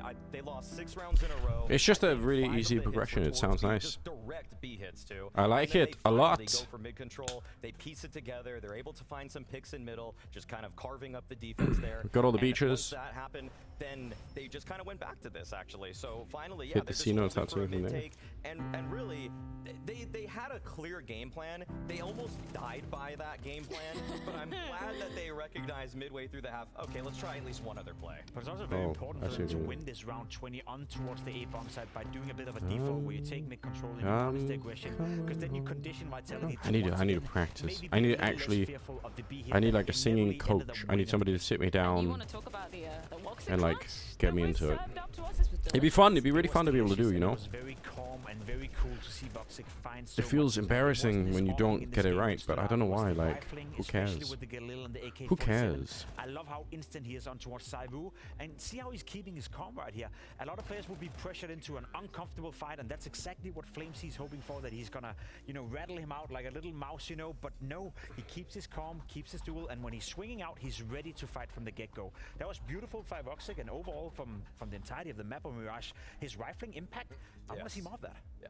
Voxic, I mean, the only reason his stock ever dropped in the eyes of everybody in the Counter-Strike community is because of the online era. Whoa, what's the other game? You're right, we need to change the title. Oh my god. It is Navi and Pain. Is when he couldn't switch to left-hand view model, okay? Once he switched to left-hand view model, his confidence with offing, rifling has all drastically increased. You can check the numbers. We'll pull them up sometime. Yeah, I'm sure there's some facts to this fiction that you might be weaving, Maui. Should we talk about the last round as well? Do you think this caught Vitality off guard, like how fast-paced it was? Or I feel like they should have been ready for this. They thought they stopped this. They thought that this disrespectful play was going to come to an end, and Madger just calls it again. Left-handers and shambles. Was downright insulting. That's something I notice when I'm playing the piano now. You know what? 7th time's the charm. Sometimes, like before I started playing the piano, if somebody says, just go up here and to your right, I realized that my feeling of what left and right was tied to the fact that my right hand was so much more dominant. But now that I'm playing the piano a lot more, I can use my left hand a lot more for a lot of things. And so now I get more confused about what left and right is, if that makes sense. But if your teammates believe that it's going to work every single time, well, it just took one right here to win the game. It was weird scenario. $67,000 bounty now on the heads of Eternal Fire, and just shy of 47,000 in the bank for them as well. Absolutely stealing that. What's up, prize. Lassie? You can see the frustrations on the face of Apex as well. That is huge. I'm curious to see. Obviously, we got the reasoning why. You're Magic right-handed and did can only take the play wager CS with your earlier left on. hand. I'm Jesus, very curious to that's see a if he's mess. at all tempted if you're going up against what I imagine will be G2. What things are you because using your again, hands for? I think Jesus. they're more tempted considering the fact The that this is Discord them is leaking picking into their the Twitch chat opponent. They now. have this seed for, you know, so tonight when we have the draft Playing the show, piano, they get to obviously. pick their opponent. Maybe they would be willing to gamble some of that money. But let's just be honest and zoom out a little bit. For EF to come in and begin the season by racking up You know what I these started wins, doing by when I beating a started team to try to like play the Vitality, piano? by I guaranteeing started trying to themselves that brush my much money while teeth still with my able to left keep going hand. into the Try grand doing final. that sometime They if may you're as well just right-handed, or I qualify guess for if the you're make it left-handed, out. the There's no other way way they're gonna around. drop out of that and not Try be brushing your contention teeth to with be the other one of hand the and see teams how in the Valve ranking unbelievably going into hard the it major. is. So it's a I'm not gonna massive do the beginning to movement the year for because Eternal Fire, and it can that's gonna even get be better. clipped. But The stakes are so high for these kinds of events you know what I now mean. because it's not all just an isolated RMR and qualifying for that. And like you said, Pimp, I mean, this finish already securing top 4 at the It's a Bounty very weird is going motion to because put you're them in like a so used to position doing where it with your they're right likely hand, going and to get then invites for the majority somehow of tier 1 events throughout the entire season. And so Discord I get it. I get leaking, why he it's doesn't so bet the money. king. It does play some factor into the Valve ranking. And on top of that, Vitality having a great seed, great elo, all of that factors in too and should really, really bolster the chances EF make it and get some stickers. Very excited to see them in the semifinals. But Your we've got piano to teacher see wouldn't let you what pick other up quarterfinals or do we have anything with on your the right hand. cards Yeah, tonight. That's gonna be that makes Pain sense to me. Like that's what I thought. That's what I thought. I have to learn how to like get this left hand like into doing things. I used to do all these like little exercises with my hand to like try to up my. I mean, it's probably not like necessarily anything to do with playing the piano, but I just wanted like more. I did these other exercises. I can't really show you. Well, I can. I fucking can. We do have the technology. I forgot about the other camera. Basically,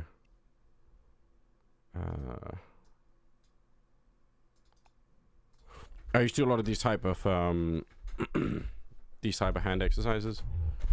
So like alternating like the fingers.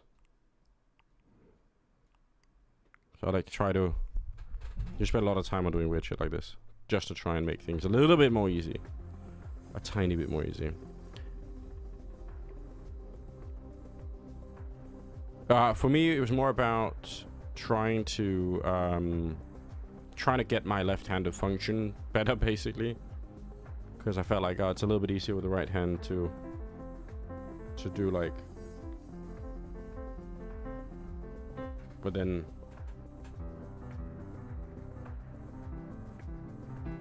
I wanted to try and do a little bit of both. The annotation for the keyboard, yeah, I didn't put them on there, and I don't ever look at them, but I feel like I should start to do that. I think we put them on there for the kids, but they don't really play the piano, so it's just me.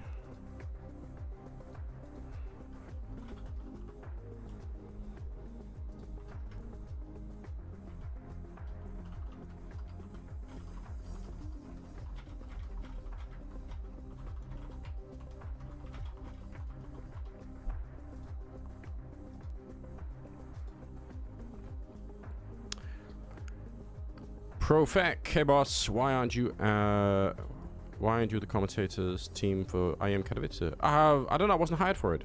Short answer. Not everyone can be. But if you want me to in the future, what Emily is saying is kind of true. Like if you want me at future events, you go tell an organizer. Hopefully more people will say that, and then we'll see what happens. Beat Girl, what's up? First time chat. Hi, bro. Hi, how are you? Welcome to the stream. We're here to enjoy Counter-Strike and have a good time. Talk about whatever we want, really. Play the piano a little bit if we want to.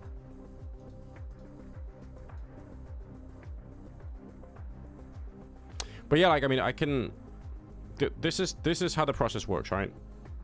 When an event is announced, I will probably message an organizer and say, hey, I'd really love to work this event. What do you guys think?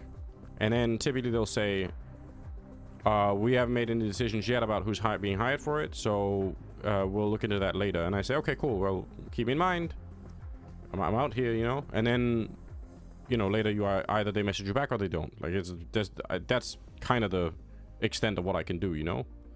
And a lot of the rest of it is going to be down to... it's going to be down to, like, you know, a sentiment of, like, who does the community like, who's kind of fashionable to hire right now, you know? And if that's not me, then I'm not going to get hired. So, the end. Payne's logo looks like a Lidl phase logo. Damn. Are we hating on Lidl now?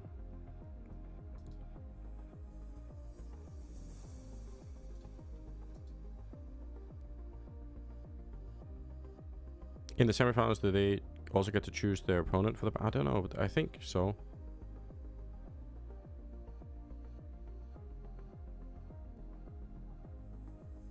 Aldi reigns supreme. I agree, actually. I think Aldi is super underrated. It's a based opinion. Also, like, a lot of these other discount stores, like Lidl and all the rest of it, like, they like started the discount stores and then they just upped all their prices to be the same. It's like, what the fuck, guys? Like,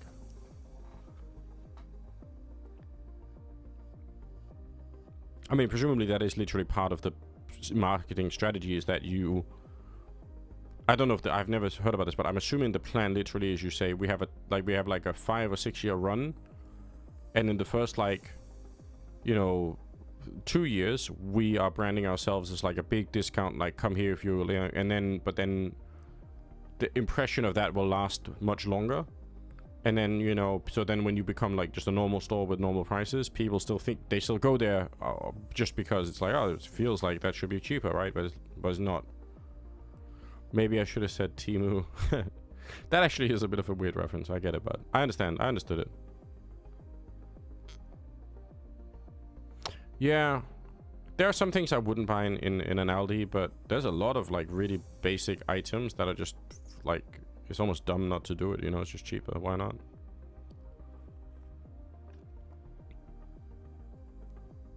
Alright, guys. I'm gonna get something to drink. We got, like, 4 more minutes.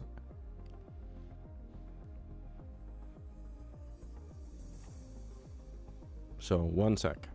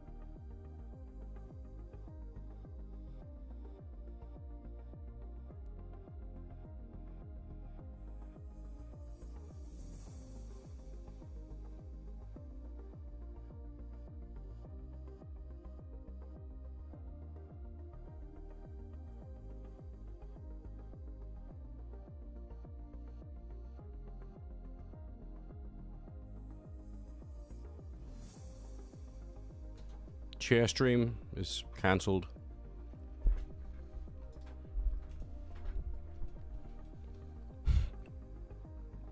I love that ad so much, Lossie. It's the best thing. It might be one of the best things. Like, when esports is over in a few years, that ad will be like one of the highlights.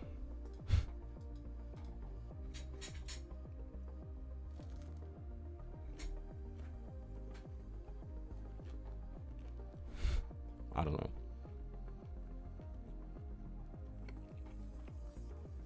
Yeah, exactly.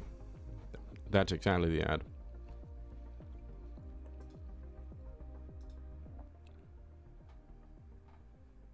Simulation is leaked. Script has been revealed.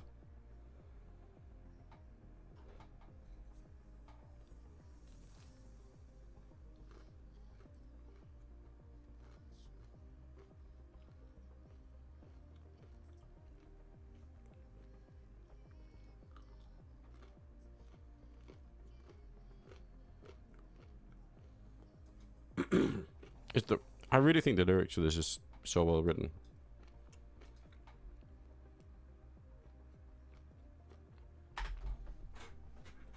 Listen to the timing.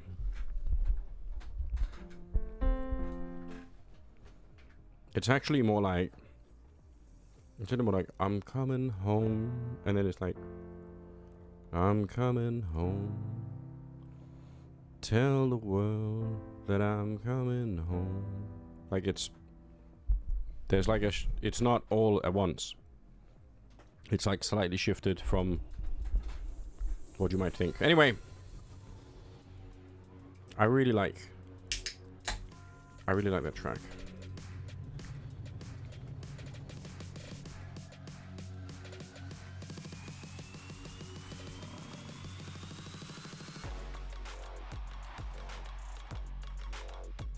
Yeah.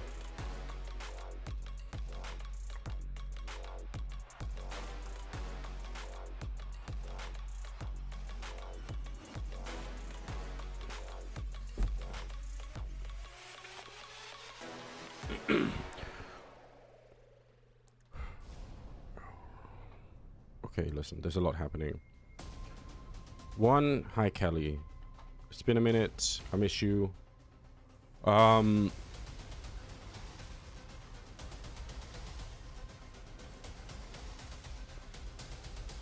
miss all of you. I haven't even seen your daughter yet.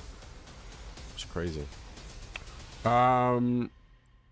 Also, can I play the Interstellar main theme?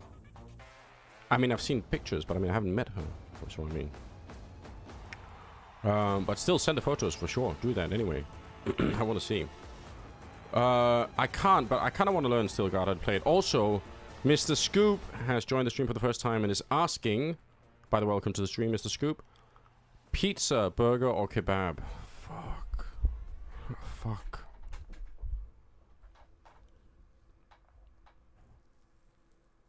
That's hard. That's a really hard one.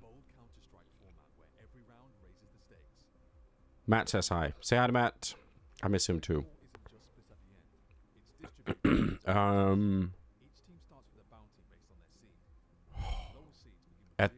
This is the problem, right? Oh, if I had to eat only one for the rest of my life, I think burgers are out. For me.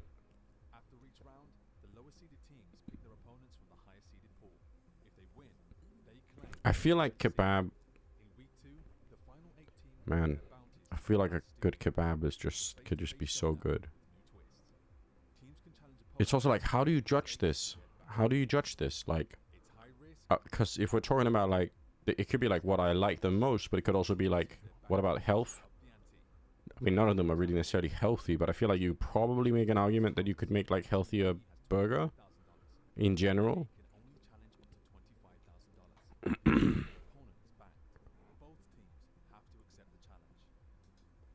Fuck health, yeah, I know. Oh, we're back with this stupid thing, the calzone with the hamburger meal inside from a pizzeria in northern Sweden. That's cursed, Emily. You need to check that link. I've seen it before. It's unfortunately it's not my first time. News, right? Shuey obviously removed. Spinks coming in. We're gonna dive Kebab into having a more couple of the other vegetables in positions general, as well yeah. as well. Also, I'm not gonna lie, like the combination of like kebab and the dressing is just insane. I'm not a big fan Like of it. You know, we just had a long break, and everyone was arguing that listen, we need it's to like wait it to be the last ultimate turn combo. of the year, so all the teams can come into the new season, figure their stuff Pizza out, and or use it to make kebab. roster changes.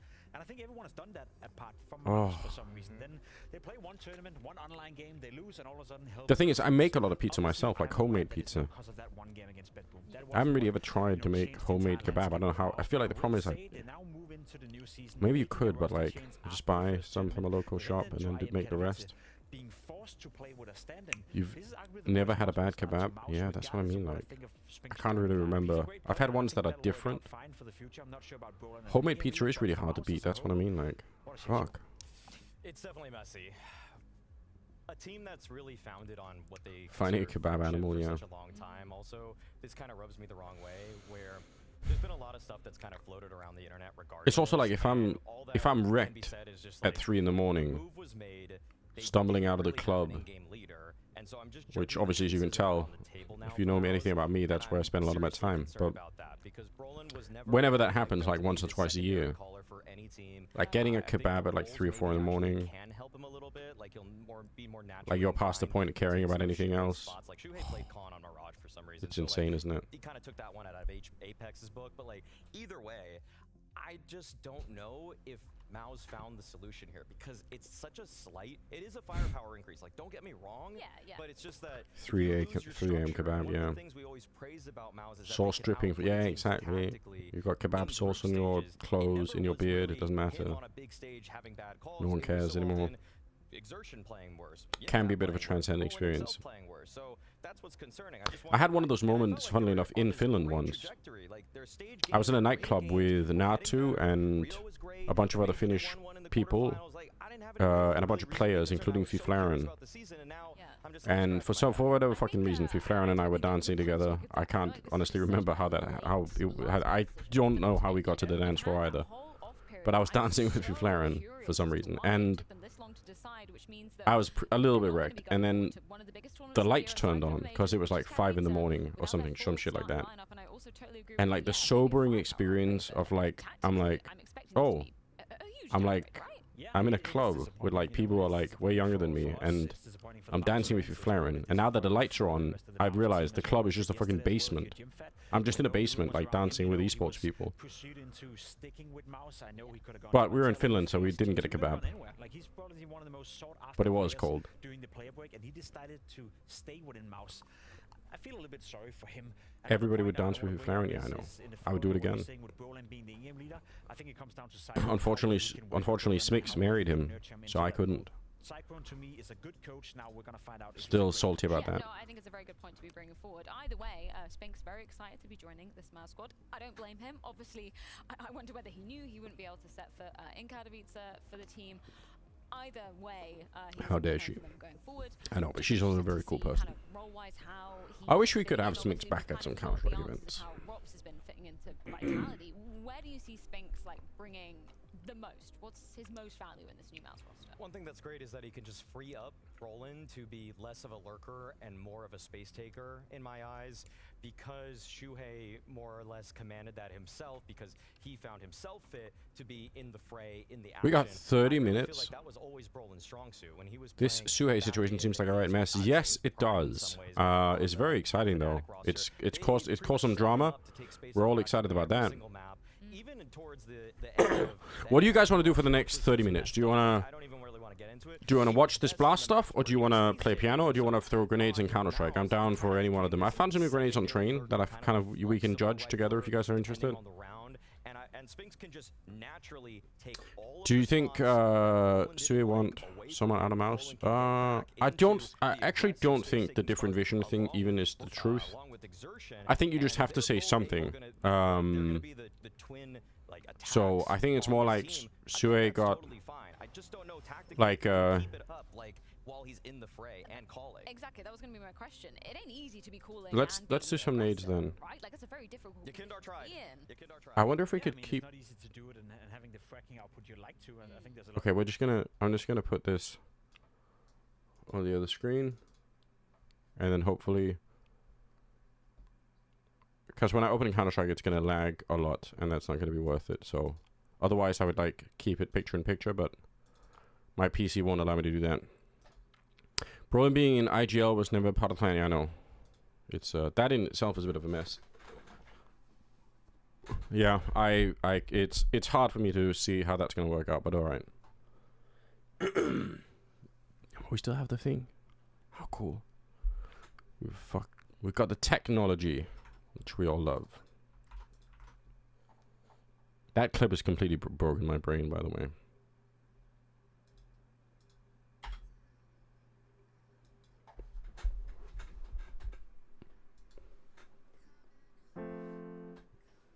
Wait.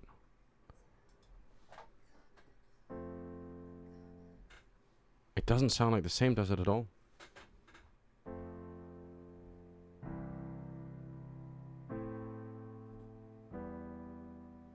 Maybe I'm just playing like another piano.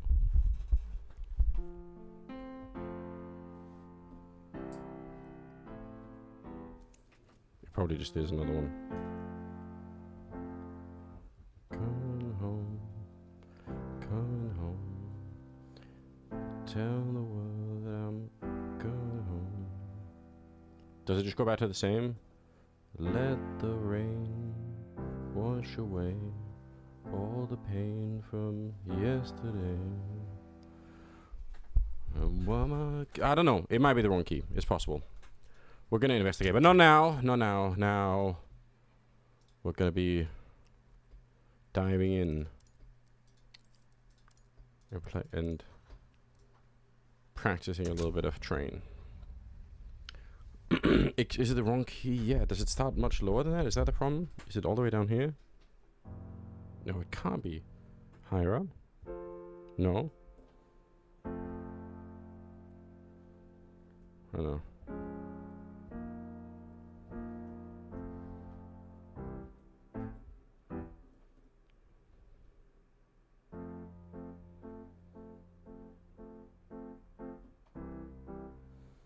Anyway. When will Valve add Train to Premiere? Didn't they? I thought they did. Appears they wanted Spinks for somebody. Either Su... I just can't imagine that Mouse would give up Suhei, you know what I mean?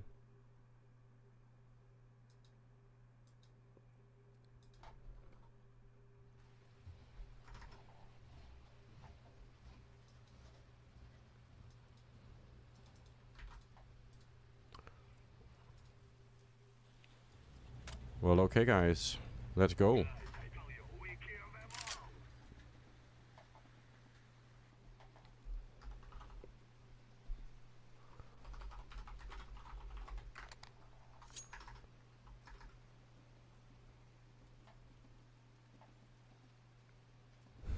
Is it running okay? Is VLC destroying the whole experience here? Hopefully it's not murdering the PC. How could VLC be such a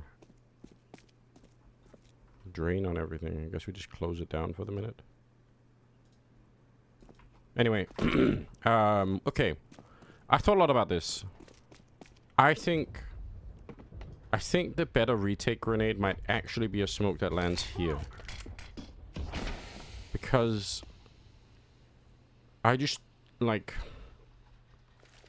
It just covers so much more, right? Like, I just need to get out without being shot from back here.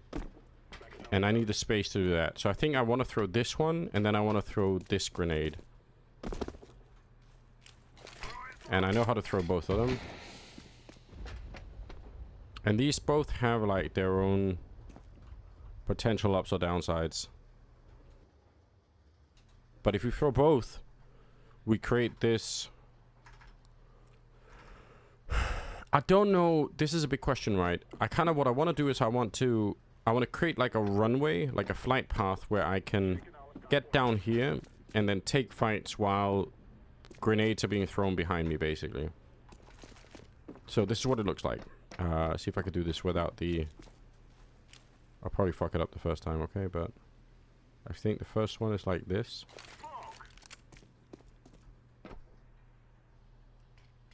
Yeah. So that's pretty easy. So that's one of them. The fun thing about this smoke is also that I think in theory, if I wanted to run through it, I could actually do that with some ease, like, because it's a little bit thinner out here, so if I kind of like jump through, I might have sort of a shot at doing that. I like the new Train, honestly. Like, I like it better than Vertigo. I think I like Train used to be one of my favorite maps, along with Nuke. Like, Train and Nuke are my favorite maps, so I'm super biased. So anyway, that's the first smoke.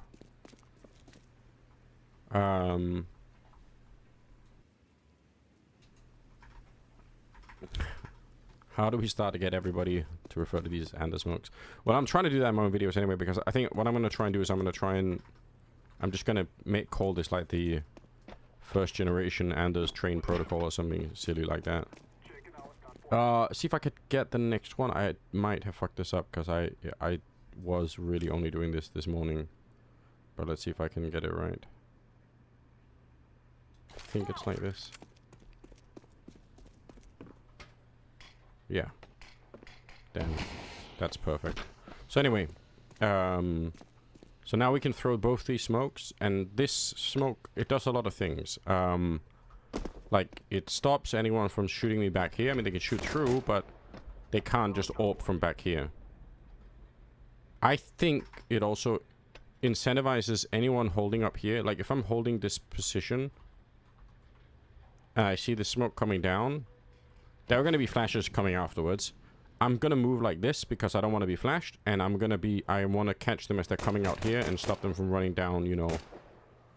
And we have another way to deal with people here. So this is like, the next video I want to create is essentially I want to advocate for these two smokes.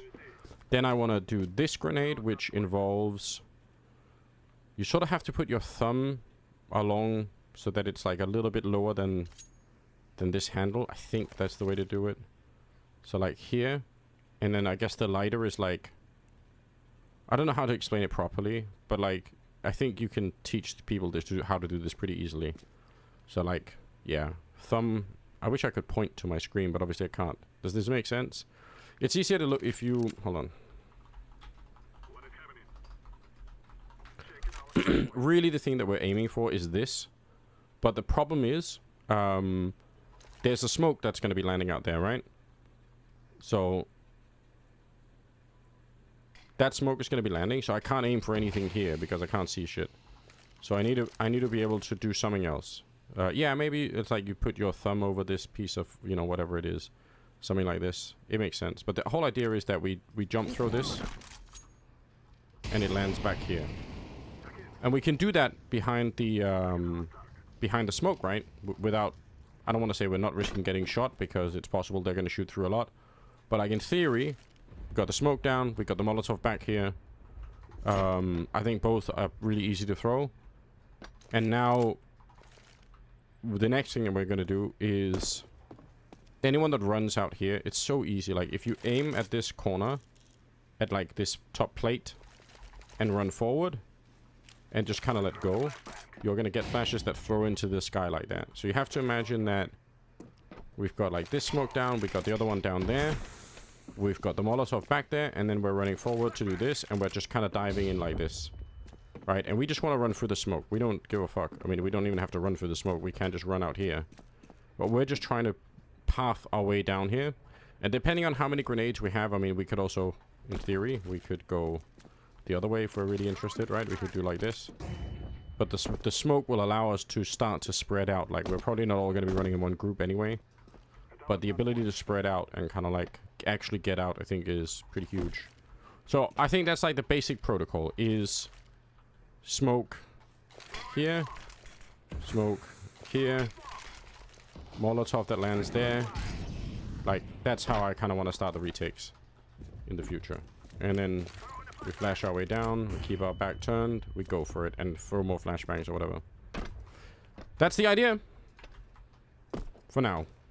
I'm sure this will all change, because nobody knows enough about how to retake this bomb site. And the bomb site will probably change anyway, but like, I'm just saying, this is like my first pitch at how to do this, basically. So yeah. Align. It's pretty easy, I think. And then go over here. Align with the center here. We're trying to get the 1x on this part of the lamp, which I actually think is pretty doable. Something like this. I feel like.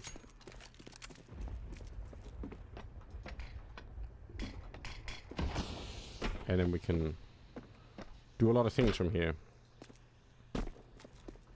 Apropos nothing in particular besides maybe many meme songs earlier. Do you think Valve deliberately picked the color scheme for the shunter locomotive so as to be Thomas-esque as possible? Maybe.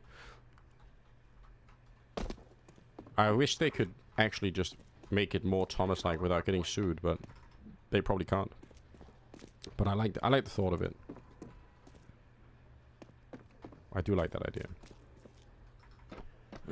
Where's Ted when you need him? Could somebody summon Ted? Bring him in here. Oh, wait.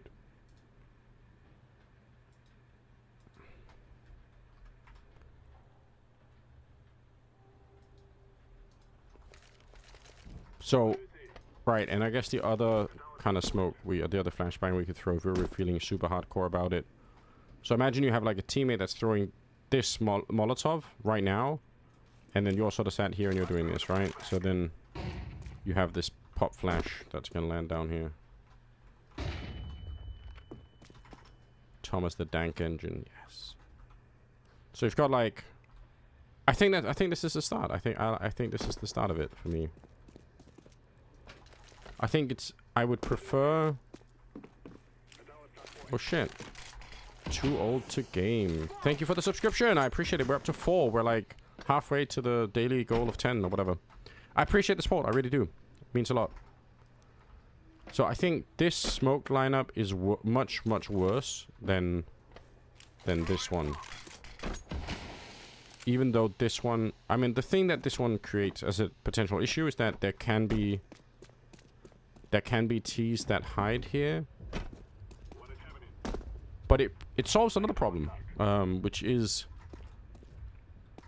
Well, let's wait for it to fade. If there are T players that play here, which I'm guessing that there very likely could be. Like it's... Well, depends on if they have control of that. I appreciate that, Tom. I really do. I try to be a reasonable person, you know? Like if someone's playing here on the T side and the smoke lands... They could just stand still in it and kind of let you pass, but I mean, that's just something that you have to deal with when you're planning this. You have to say, we have to know that there can be T's in here, but for a minute that doesn't really matter. Like, for the minute we're running back here to shoot people, you know? So then, but then once we're done doing that, obviously, if the bomb is planted down here, we're gonna make sure that we're checking, you know? Who did the graffiti? Yeah, I don't know either. It is really cool, I agree. Like, I have no idea, but I agree it looks cool.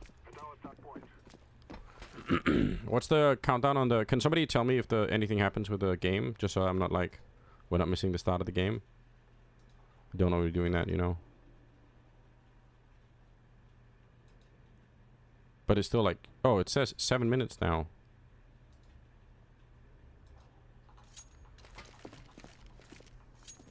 But yeah, I'm pretty happy. I mean, you can also throw... The other grenade you can throw from here if you don't want to do it from the high ground. It's just like...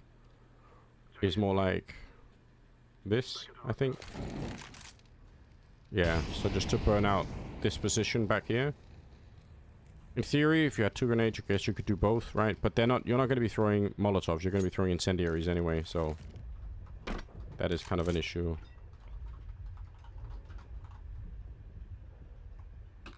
Oh, fucking...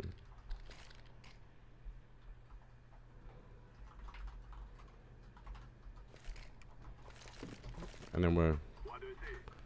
But I mean, regardless, we're gonna be... Oh, that was a smoke. GG. Okay, well, let me do the other one. Like this. It's just to try and get rid of something, right? Like, it's not going to be amazing or not as good as the Molotov. Thoughts on the Na'Vi game? I mean, Na'Vi really should win. I think Na'Vi... I actually really think this Na'Vi team is really strong. So I'm going to back them hardcore. But I also love... I think Big Uzira is, like, such an underrated character. So honestly, like, with my heart, maybe a little bit, I'm more on the pain side of things, to be honest. But I think Na'Vi will win.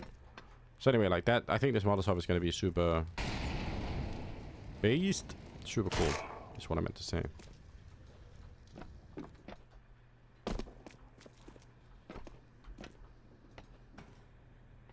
Countdown's 13 minutes, alright. Hold on.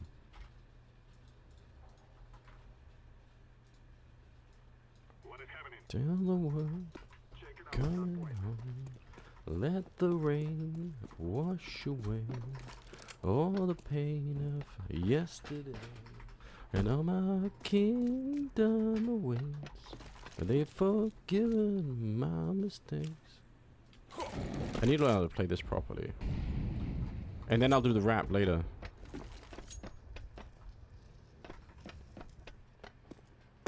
But I need to learn how to play like the violin or something for this. What is this next instrument? Like 10 violins at once? I can't do that.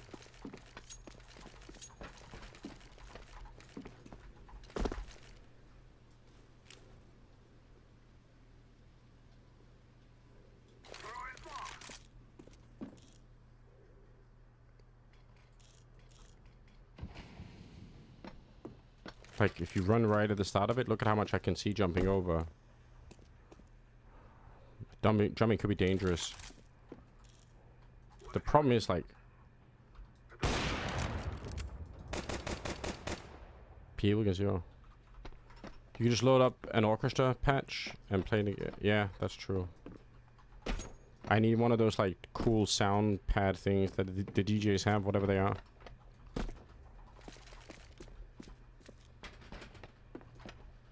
I actually think making music would be fucking cool as fuck. I just don't have the confidence to really try it, but...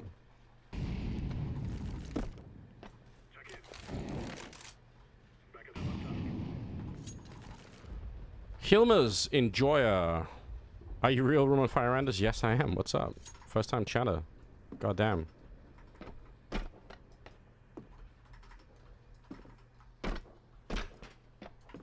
It's been a while since anyone said Room on Fire Anders, I feel like, but I appreciate it.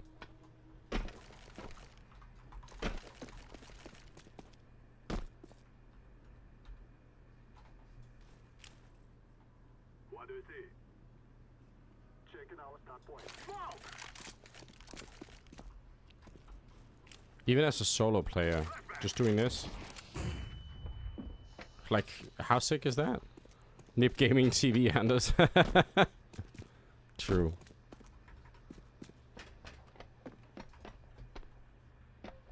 Could you even do that? I mean, it even allows you to jump up like this. It's actually sick. I actually think... there's actually a chance I might just be a genius. Like... What now, Robs? Robs has never thrown this grenade, okay? I'm gonna say it now. I don't think Robs even could throw this grenade. He might be smarter in every other way and better at the game, but... we have this one thing over Robs. I know he doesn't know that we're playing this game against him. Like, imagine that. It's actually kind of sick. Like, you can take some fucking crazy fights with this.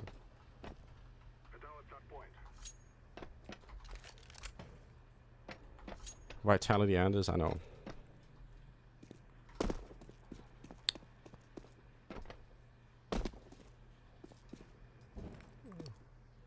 Oh, they're playing train? Oh, shit. Okay. Guys, the Counter-Strike is over. We're back to the other thing.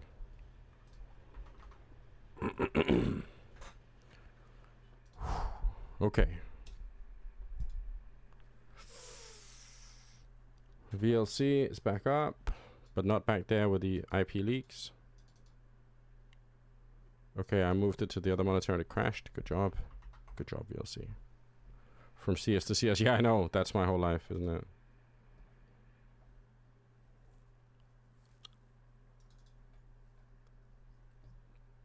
coming in for Navi. Yes, guys, let's A go. lot of synergy, a lot of team play. Makes sense so far. I'm curious where they're going to go with the last one. Again, I feel like Inferno could be let in here, but Navi, they usually want to put their foot on the throat with the dominant team in the previous year, and so they will ban out Inferno themselves. All right. And that's probably a great idea. It does make the map veto look really interesting, though, because now Pain they got Dust 2, they got Mirage, Nuke, though. I do need to record like these other grenades tonight. I will do it. I What's made them promise. look so interesting on Dust 2? That's the side of Pain Gaming. I just, think the you CT know, side defense first and foremost from Pain Gaming. A lot of teams are struggling on that. I was just B-bomb running side out of to time stop the earlier, B okay? splits, et That's what it cetera. was. Devadeus obviously have had a fantastic tournament so far. He's been shutting down that area of the map together with his teammates. I think the T side has been very slow, very methodical. That was the word we used the most when we saw them play. Yes. They play slow Counter-Strike on the T side. They sweat out their opponents. So if they get to control the tempo on the T side, and if they get to shut down the B-bomb side and have a good CT side defense, which they have had so far in the tournament, I think it's going to be tough for Navi to break down on Dust 2. It's possible, but it's going to be a tough fight. I also just love that they're willing to take space sometimes without a flash. They'll actually hold on to their utility. They'll just walk through a double doors angle. Wonderful, then, huh? And on it should be, but I feel like they just somehow have that idea of where he is on the map, or where the opposing opera is, where the threats are on the map, and so they take the right amount of risk for me that if you're not aware of it and you're not covering everything on the map, like let's say Dizzy for 20k. Just first time message, just has Navi. No context. Based. Mic drop moment. The cult needs more time. Need to create an AI, do these streams for us. Maybe we already have. Yeah. That's not a bad idea. I think it's a good idea.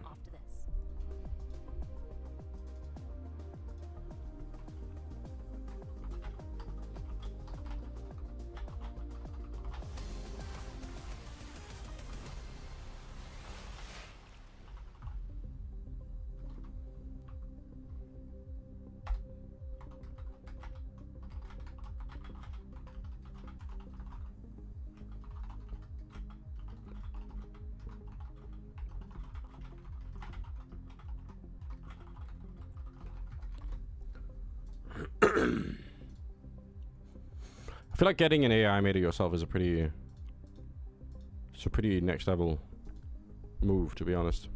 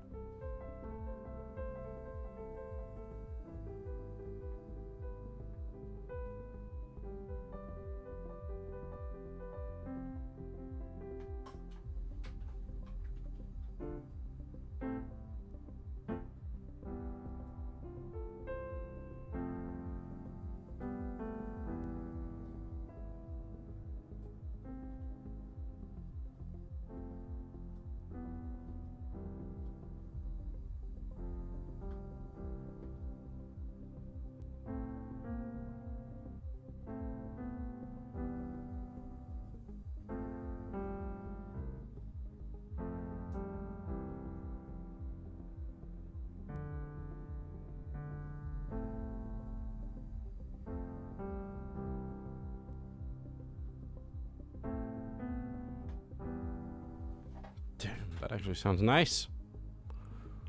VTuber, yeah. That'd be sick.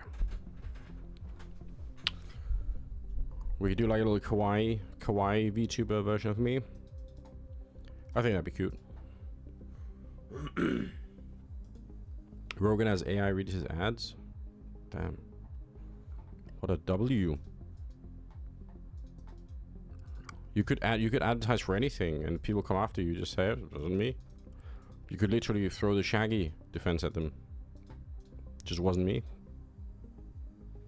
That's incredible. You may say I'm a streamer, but I'm not the only one. Yeah. True.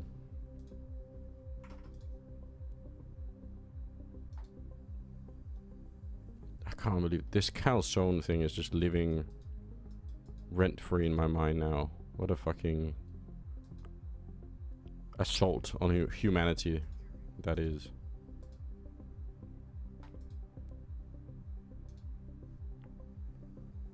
Nyx is one step ahead with his name being Hawaiian. I know. It's fantastic.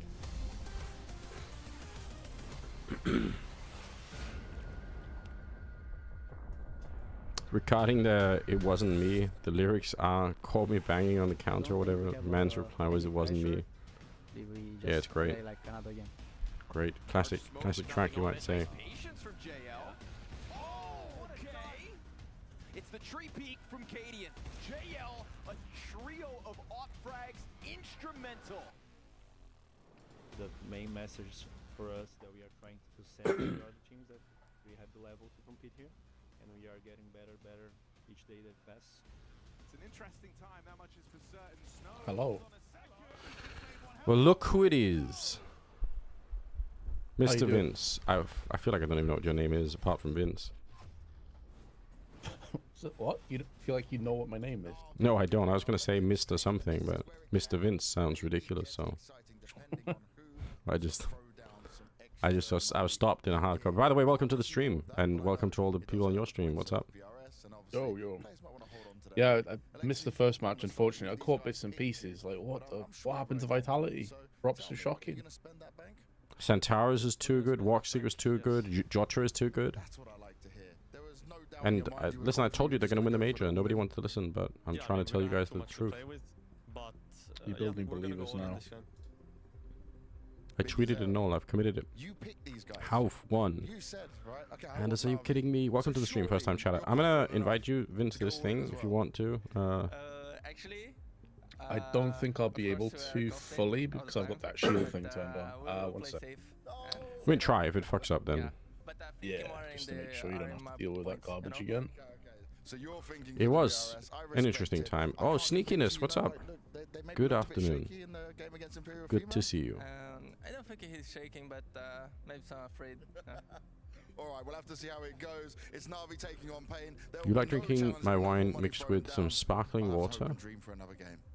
And you spilled it on your monitor, keyboard, and mouse? Oh. That's never a good thing. Who needs VRS points when you can get cold hard cash? I mean, the other thing about this is you get more VRS points if you win more money. So it is still betting on yourself to be able to say you can do it. And we are talking about Pain, who took down FaZe at this event. They took down Gamer Legion on the way to FaZe. There were some really good performances here, and David Diaz was the best performer in both series. He was consistently a showstopper. I think he's been set up super well by Pain. And well, I'm excited for this game. Vince, who do you have? I will say I think this is closer than the games were yesterday, but I still feel like Na'Vi should win. It'll be interesting to see where their current stature is, because there's been a lot of scrutiny like, oh, they were bad at the major, they've been bad for the last few months and everything, so I think this is going to be a good test for them, see really what their level is. Yeah, that's fair. I don't know, I have such high expectations for this Na'Vi team. Like, I feel like it's just a question of time, you know? The upset of the day, which was Eternal Fire, of course. Yeah. But that upset, obviously, I think tons of talent. Consistency is the problem, I think, and Wonderful is definitely a player that's a little bit up and down. And when we talk about this one, it's not the case. You know, Pain have yeah. versus Na'Vi in 2024, The both times at very critical events in Cologne. The Broccoli hubris is getting to him. They fall flat. Yeah. So this is going to take a real uptick from Pain. I like the new addition. This How's your day been, Vince, though? How have you been? You surviving? Just been resting a lot, honestly. But me personally, man, I don't see this upset happening the same way I kind of I've got some health things going on, which I'll probably, after I'm through it, I'll probably discuss things. But yeah, it's just, you know, it's one of those kind of things that you try and power through. I feel like usually it's a good thing to wait until the other side of it, you know? Yep. It's my feeling. That's usually how I try and do things, you know? One thing at a time and all that, you know? Indeed, indeed. Hauf is asking, when are we going to see me casting in 25? I mean, there's going to be some online stuff, but for big events, not yet, so hopefully. What's important is that, like, structurally they look sound now. What was that broccoli head? It was like the audacity of this broccoli head bastard, I think was the... Or the hubris. Oh, yeah, the hubris of this broccoli head bastard. So, I do feel That's such an insane quote. Na'Vi have been playing, and Duckarino, first time chat. Welcome. Welcome. Remember, guys, to follow Vin's stream as well. I don't know if the co-streaming thing is actually working, but whatever. Yeah, I don't think it will because I have to turn that shield thing off and. Oh, it's gonna wreck everything. Okay. Yeah, exactly. And then that's not good. Want to peak at a major. It's a shame because the best we saw of them last season to round out 2024. Yeah, we should have taken a screenshot of that comment actually. Now that I think about it. Where majors used to be, but victims of the format. We could have taken a screenshot of that comment and made it like an emote. So, folks, it's about damn time we It was Jay Franker, I think, who put it in there. I don't know if we can still find it. I think the mod should be able to like track it, like previous comments. Okay, well let's fucking go. I am kind of low key again, like in my heart, a little bit rooting for Pain here, but I think they're gonna get crushed. But and the competition's already been thinned out. This would make it as thin as it could possibly be. But wait, hold on a second. I mean, oh my god, he's missed all the bullets. They've gone nowhere. Okay. Oh, bit. Oh my god. Yeah, that's brutal. Nice and funny saying, I reiterate that the only chance for saving Wonderful's career is the bald buff. You could be onto something. I'm considering that bald buff myself, to be honest. Davideus. He could have won. He could have won. No 2 extra. Thank you for the raid. Good to see you, man. Nicely done in contrast to how Bit started all that. Yeah, it was a little bit messy from Bit. A little bit too much mustard on that one, Bit. That was Snow hand over face, shooting back. Didn't know what the hell was going on. That was a classic pistol round, really, wasn't it? Just people shooting at each other. No, like it just comes down to their shots. Yeah, that bit flash into the complete whiff is that was definitely a moment in Counter-Strike. It's not what we're used to seeing from Bit, is it? Didn't he have like the highest headshot percentage? At one point he was like, I feel like there was like a moment where he was just wrecking people with headshots left and right.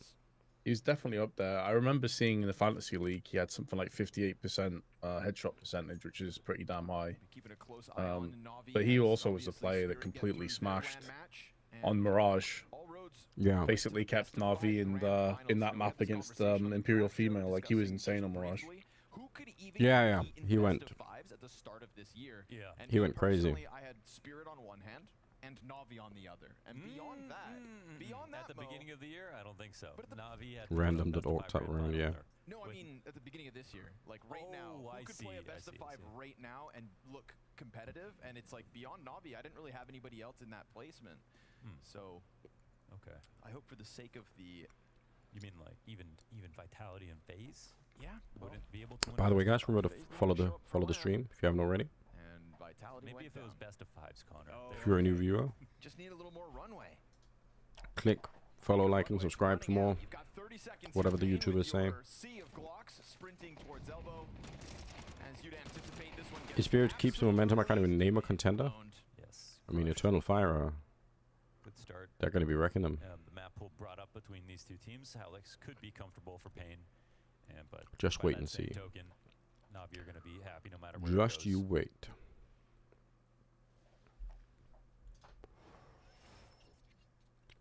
What are the games tomorrow? Do we know that yet? Oh shit. Little Bitter with the Prime sub for 3 months. Thank you so much for the support. I appreciate it. Bit of a ceiling in the way there. That's awesome. Do people know Yeah, that send the primes. I think so. I think it's maybe starting to catch It's up to me, it's up to Vince. Support the Oh, you're saying you used to look better than him? support the people who might have been born in a lab somewhere. Or made in a lab, it's possible. I think in terms of tomorrow's games, after the quarters are done, don't they do that bounty, like picking which team they want to play again, I think? Yeah, you're right. But Kawes doing a good job of keeping his head down. They did look for this exact reaction, and they would have preferred it. Looks like long control, but we now have Pain. Remember to coming up bike with and this. subscribe, yes. Snow still waiting on the tunnels there, so they're going to have to take some time for him to get comfortable. Emo starting strong? Yeah, he The is. adjustment's gonna come off Cat. There's no Romanian pushing, goat. and Kawes has pick control. I So keep forgetting that he's Romanian. in terms of Snow, he's got to play it really cool here. If he dies, it's way too easy of a round.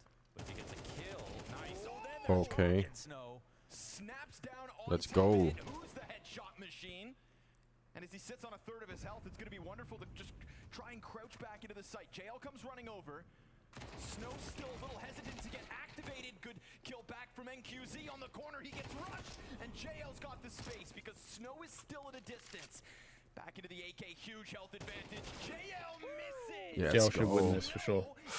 Snow, the Brazilian bastard. That's a flurry. There's a Game of Thrones reference for you. In lower, his position was so key. He knew the pressure was coming. I wonder if he'd appreciate that name if we gave him the nickname. Brazilian bastard. Probably not. I wonder if he's even seen the show. He's so young. Yeah, probably not. And then wins the round with the clutch. Nasty spray transfer. I'm honestly surprised JL doesn't play that one from long, holding to see if he's going to come off cap, because scaling to get the bomb is actually quite difficult. Right. Try to play it confidently. Got He just looks so... It really just does look like they've thrown like someone who's like, you know, 13 into the mix. It's crazy.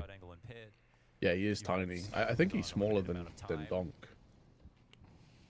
If that's even possible. Yeah. Yeah, you're right. Smaller even than Maui.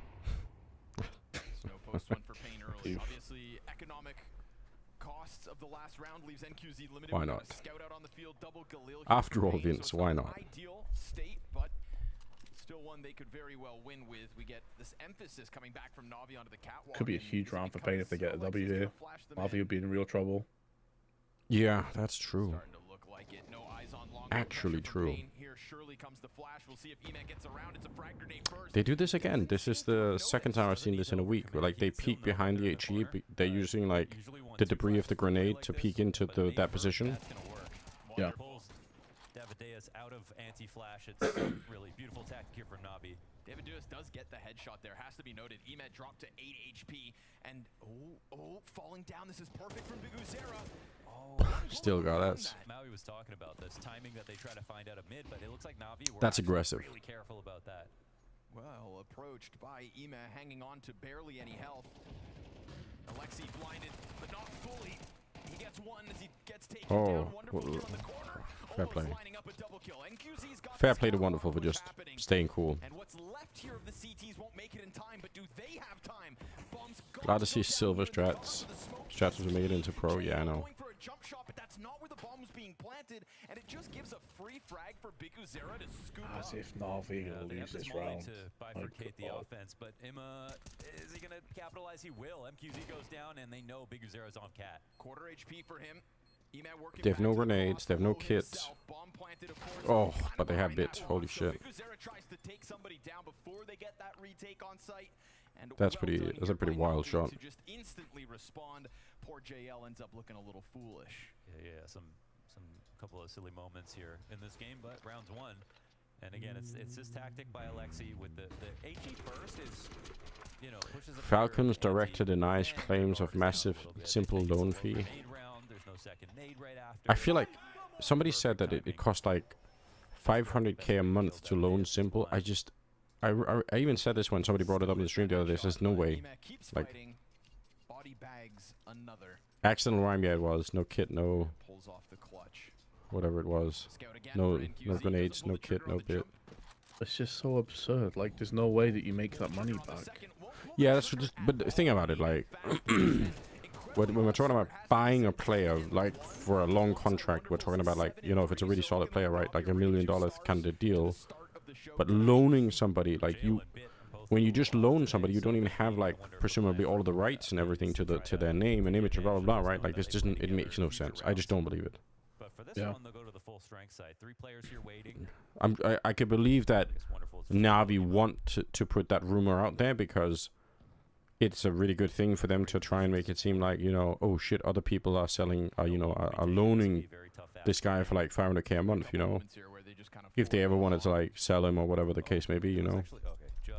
This is one of the other reasons why I think he's not found a team, though, is because if you're pushing out that agenda, then teams are like, fucking, it's gonna be so expensive. Like, no thanks, we'll just go somewhere else instead, you know.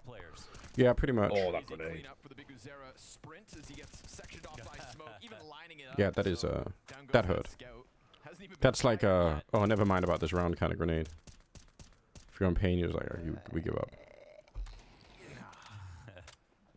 Incoming ace for Yima. Bomb is still on the ground, so gotta scoop that up. JL carving a path in through the tunnels and just I've been tempted many times to do the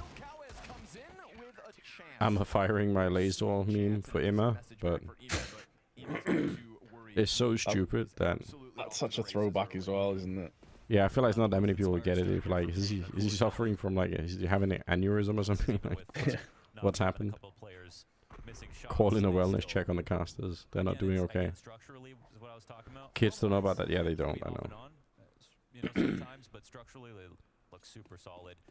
They look like themselves. Exactly. Tactics have been nice. Rotations have been good. There's just something about the way that phrase is said. I'm a firing my laser. because Zera tries to take the op out of spawn, but Oh, it's funny. not fast enough. What are your favorite memes? I feel like you've got to have some mints, even if they're not sumo memes. Damn, I have to think about that. Mine are all Thomas the Tank Engine related. Got real obsession here with trying to. Those have some win great off ones, Cat, yeah. feels like. Or, that's Moke's or related to Big Connect. Interesting. It's, you know, it can create. Actually, it's obvious because I've got it as my profile picture on Steam. It's the smiling to hide the pain meme. The Harold character. Alright, yeah. I love that is that so much. Yeah, that for me is the best one. Why is his face like that as well? It's so great. It's so amazing. great. It just encapsulates like a very specific feeling, doesn't it? Yeah, exactly. Problem is the setup doesn't. They don't gain. Especially this is one where he's like he's smiling with his teeth showing, and it's obvious like gritting his teeth to smile, and then he's got his thumbs up as well. It's just it's actual perfection. How's our day going? Well, we've had Eternal Fire defeating Vitality, like I tried to tell everyone that they would, because they're winning the major. And now we are kind of beating up on Pain a little bit here. Wonderful. He was tired of getting called out for his broccoli hair, so he's fighting back against the haters. Pretty cool to see. So we're pretty good. Overall, we're pretty good. Tough challenge to cross. He's got 5 seconds to spare. Has to get over. They try to face him, hit him in the face, and JL's gonna end this. Navi go up 5-1. There was a solid approach. So yeah, overall, I'd say a good day. I played some piano in the meantime when we were having a bit of a downtime. And we tried to solve earlier, maybe Vince, you have an opinion about this. Somebody joined my chat and randomly challenged me to pick burger, pizza, or kebab. Didn't really specify if we were picking for like, if you could only have one for the rest of your life, or is it just like right now, or is it like, you know, are we taking into account like what do you like or health or anything? So we don't really know what the criteria is, but just based on that list, Vince, what are we going for? Man, like he's not even specifying what kind of kebab, what kind of burger, what kind of pizza. No, it's really rough. Like we have general. to. It's a support question. I feel like pizza probably has the most variety, so I'd probably go pizza because you can kind of add anything to the top, right? That's actually no. I didn't even think about that. That actually is a kind of a. That's a very based answer. That was a real risky move from Pain. For me, burger was out pretty quick, and it was down to kebab and pizza. Navi looks shrewd. But it is tough. The variety is a good thing. I know. And you know I know you know. You know?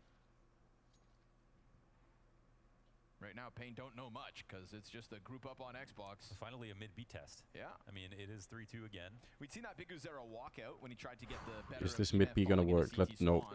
Wait. JL, what does he have? He has one smoke. What is? Yeah, but the other one is bit, and he's got a smoke and a Molotov. It's not gonna. Well, never mind. They don't even need it. I take it all back. Pizza all the way, but not with pineapple. Do you have strong feelings about this, Vince? Do you care if people eat pineapple on pizza? I mean, live and let live. I wouldn't personally have it, but I also have some probably hotter takes. Like I said the other day, I didn't like mushrooms. I know a lot of people love those. Yeah, but I feel like it's yeah. I'm not a guy for pineapple myself, though. No.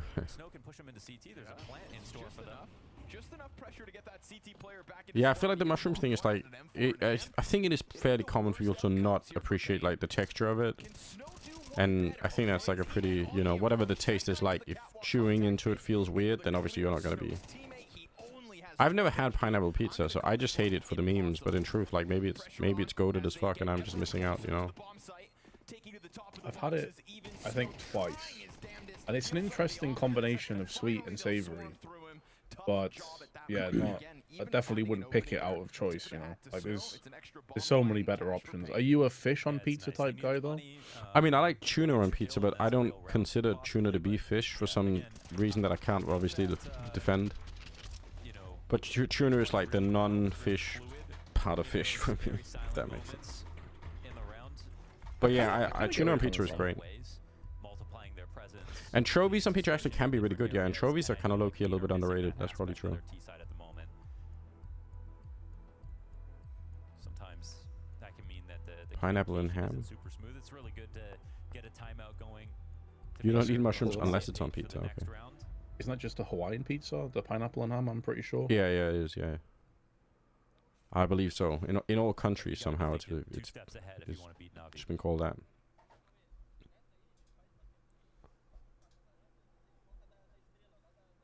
Maybe Na'Vi on a worse day, but right now, I mean, man on screen, Romanian powerhouse.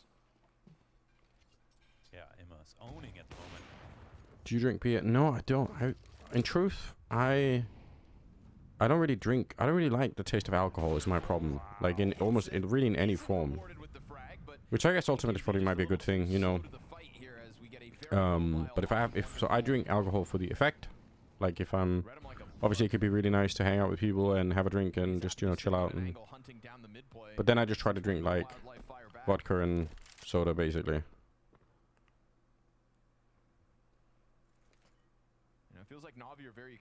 So yeah, not a huge fan. But it's also possible that I just haven't like listen, I've never really drunk a lot of beer, so maybe I just have missed out on the good beer stuff. Like it's possible, you know. I'll accept that could be the case. I had a problem where I like the taste of alcohol too much. Yeah. That can happen. Versus Ema, and Ema is not missing his chances. Lexi B has long for wonderful, so he can set up a play. He can just go into the pop-up, finds Snow with ease, able to cross into the elbow. I mean, I kind of like the idea of it. Like, it sounds like it would be cool if you had like a couple of like, you know, brands of beer that you just kind of like, and you know, you on the weekend you sit down, watch a movie, drink a beer or something like that. Sounds like a good time, but.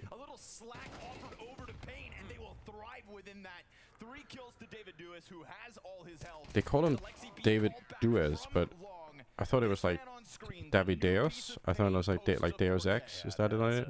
That's what I thought as well. Deus. It's like God, isn't it? Yes. Deus. Maybe they know something we don't. Dang it, Bobby. David Deus.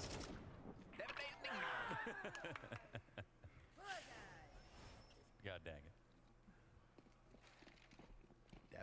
Yeah, maybe that's what I need, M&E. I need that kind of introduction and experience to get me into it. I'm with you though, man. I don't like beer either. I think it's mainly because it makes my stomach feel super bloated because it's so gassy and I agree. Yeah, just like uncomfortable, you know. Like I just never really enjoyed it that much personally. Yeah, I think that's kind of the other point of it, right? Like if you have to get drunk on beer, you have to drink a lot. Whereas I feel like if I just do like double vodka soda, I can do 2 of those and we're fucking ready. Like, it's gonna make me sound like an unhinged person, but I'm just saying. That's my approach to drinking.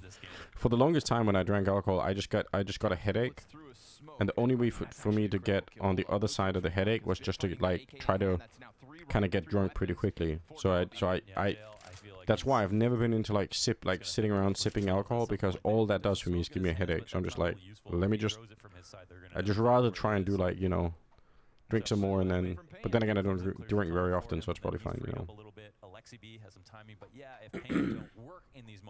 I think as you get older as well, it loses its appeal quite a bit. Because you just feel like so shit afterwards. That like, is why true. am I even doing this to myself? Like, what's the point? Yeah, the cost of it is pretty remarkable. Also, like, as soon as I got into like trying to like, you know, take care of my health a little bit more, as in like, you know, work out or anything, like the thought of like knowing that like 2 days from now, if I go to the gym, I'm gonna be like, wrecked. You know, I'm gonna be tired. It's like I don't really want to do it. It's like that just sucks. You know, if you have a routine up and running, it takes like a couple of days out of your routine almost. You know, it's like no. Ugh. I don't want that. But they didn't really move. So that's day saved here. Oh, we have to watch that back from third person. I'm glad it's not just me whiffing those sprays, though, to be honest. Triggers to pour the beer in a glass like a jackass, and all the bubbles break. Oh, okay. I guess that makes sense. But this half is now real. Yep. They've worked for it. It happens, yeah. Please oh. Dap him up, please dap him up, please dap him up, please. Man's got tattoos. Oh my god, he was left hand. Oh. Okay. They made up for it. Jesus.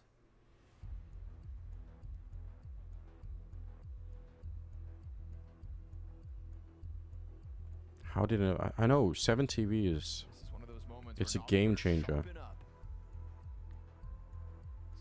It's real-time brain rot. It's my favorite kind of brain rot. $10,000 or dinner with Blade? I'll take the VRS points. Good answer. That's what Blade would have done too. Very smart. Now you get dinner with Blade as well. Oh god, winning.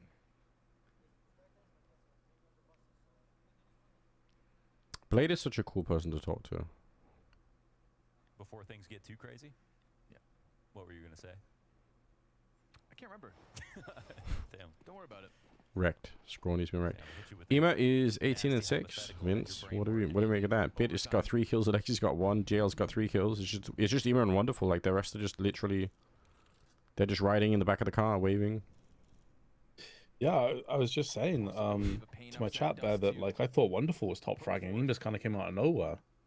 Did he get a bunch of eco kills? Like I didn't actually realize he was on so many frags. I think he just slowly creeping up there. 6-1 to 6-3.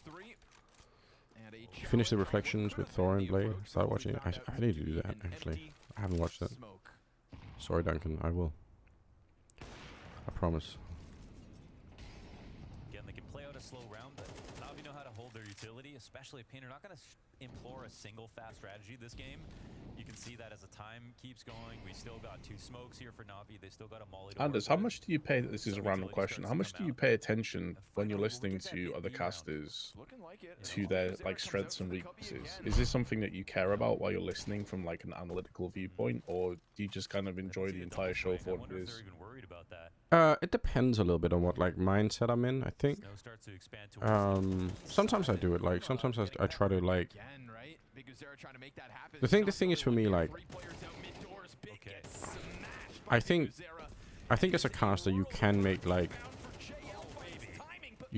real mistakes that we could probably write down on a piece of paper and say that's just like a, you know, that's just a mistake, and we could discuss that. But I think for a lot of the things that people like that I would list for like the people who cast like these tier 1 tournaments, like I don't think they necessarily make a ton of mistakes. I think it's more like they have like different flavors and different things that they're good at highlighting, and different like kind of like a different, you know, like a different taste or whatever.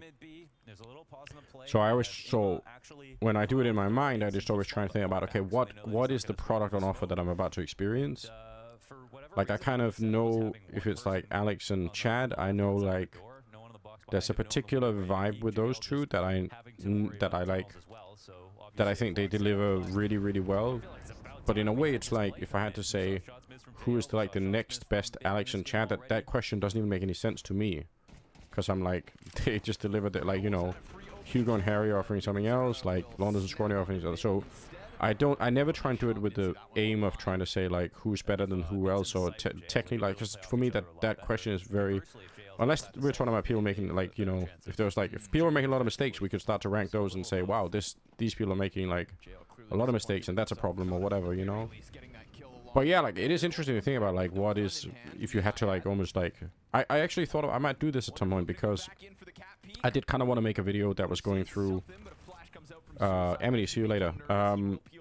I wanted to, I do a video to kind of like try to explain to people what would it be like to get into casting, like what you know, how do you actually start casting and what does it mean, and what do I think good casting is, and how do I like doing it, and how do I think you should do it, and so on and so forth.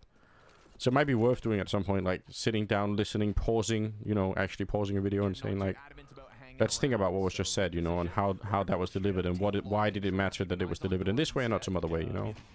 Look what's happened here. That could be a fun exercise. Time for Imma to switch over to left side mid, because if not, it's Bit who's actually Yeah, I think DDK did something similar on Twitter, didn't he? Like where he was breaking down.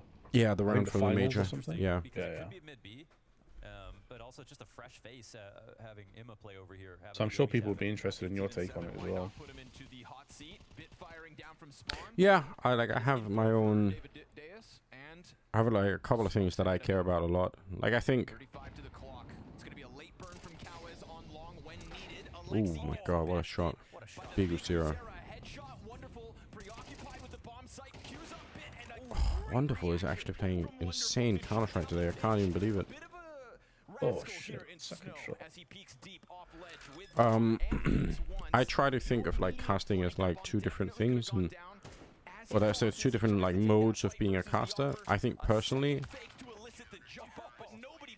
I don't hear a lot of other casters who do something that I really like doing. I'm sure it does exist, but I don't often. I catch it sometimes, but I feel like I try to do it more. And for me, it's this difference between like what I would call like reactive or predictive casting. So I think reacting to something, like wonderful, getting a flick on somebody, there's like a whole dimension of what you can do in that direction that can be very interesting and different and special, and you know, everyone can have their own version of how to react to something crazy.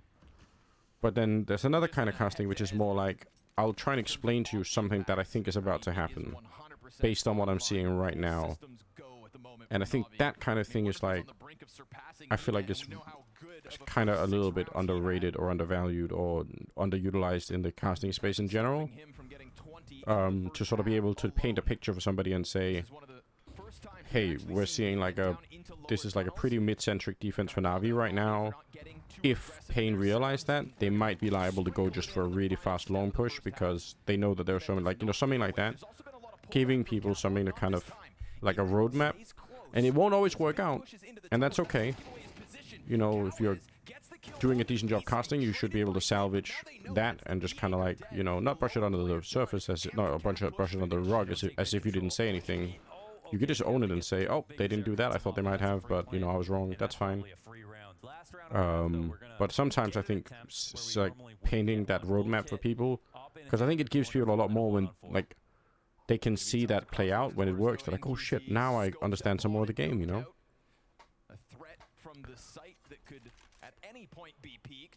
Damn, Coffee Krills, thank you for the sub. I appreciate it. Thank you. But yeah, like it would be interesting to try and formalize some of the thinking a little bit more, perhaps, you know? I don't know how do you I mean, I guess in theory you could do it. I do it sometimes with other sports. I listen to like some UFC stuff, and something I always thought about was like, man, I feel like there's a lot of like if I was casting a UFC fight, I feel like there are some things that I would want to do more that they just don't do, where I'd want to be way more descriptive with my language, right?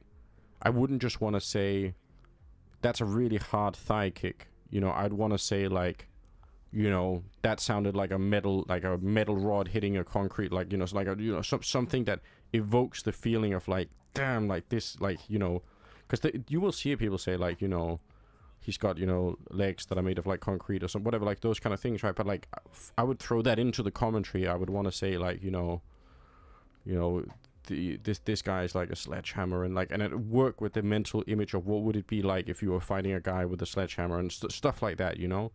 You know, he's not wearing his hard hat today, and the sledgehammer is coming for him. Like, you know, like I would want to do stuff like that for a UFC fight, and it feels like they just kind of like they keep it much in the same space all the time, which I'm guessing there's a good reason for. But I thought about that a lot, yeah.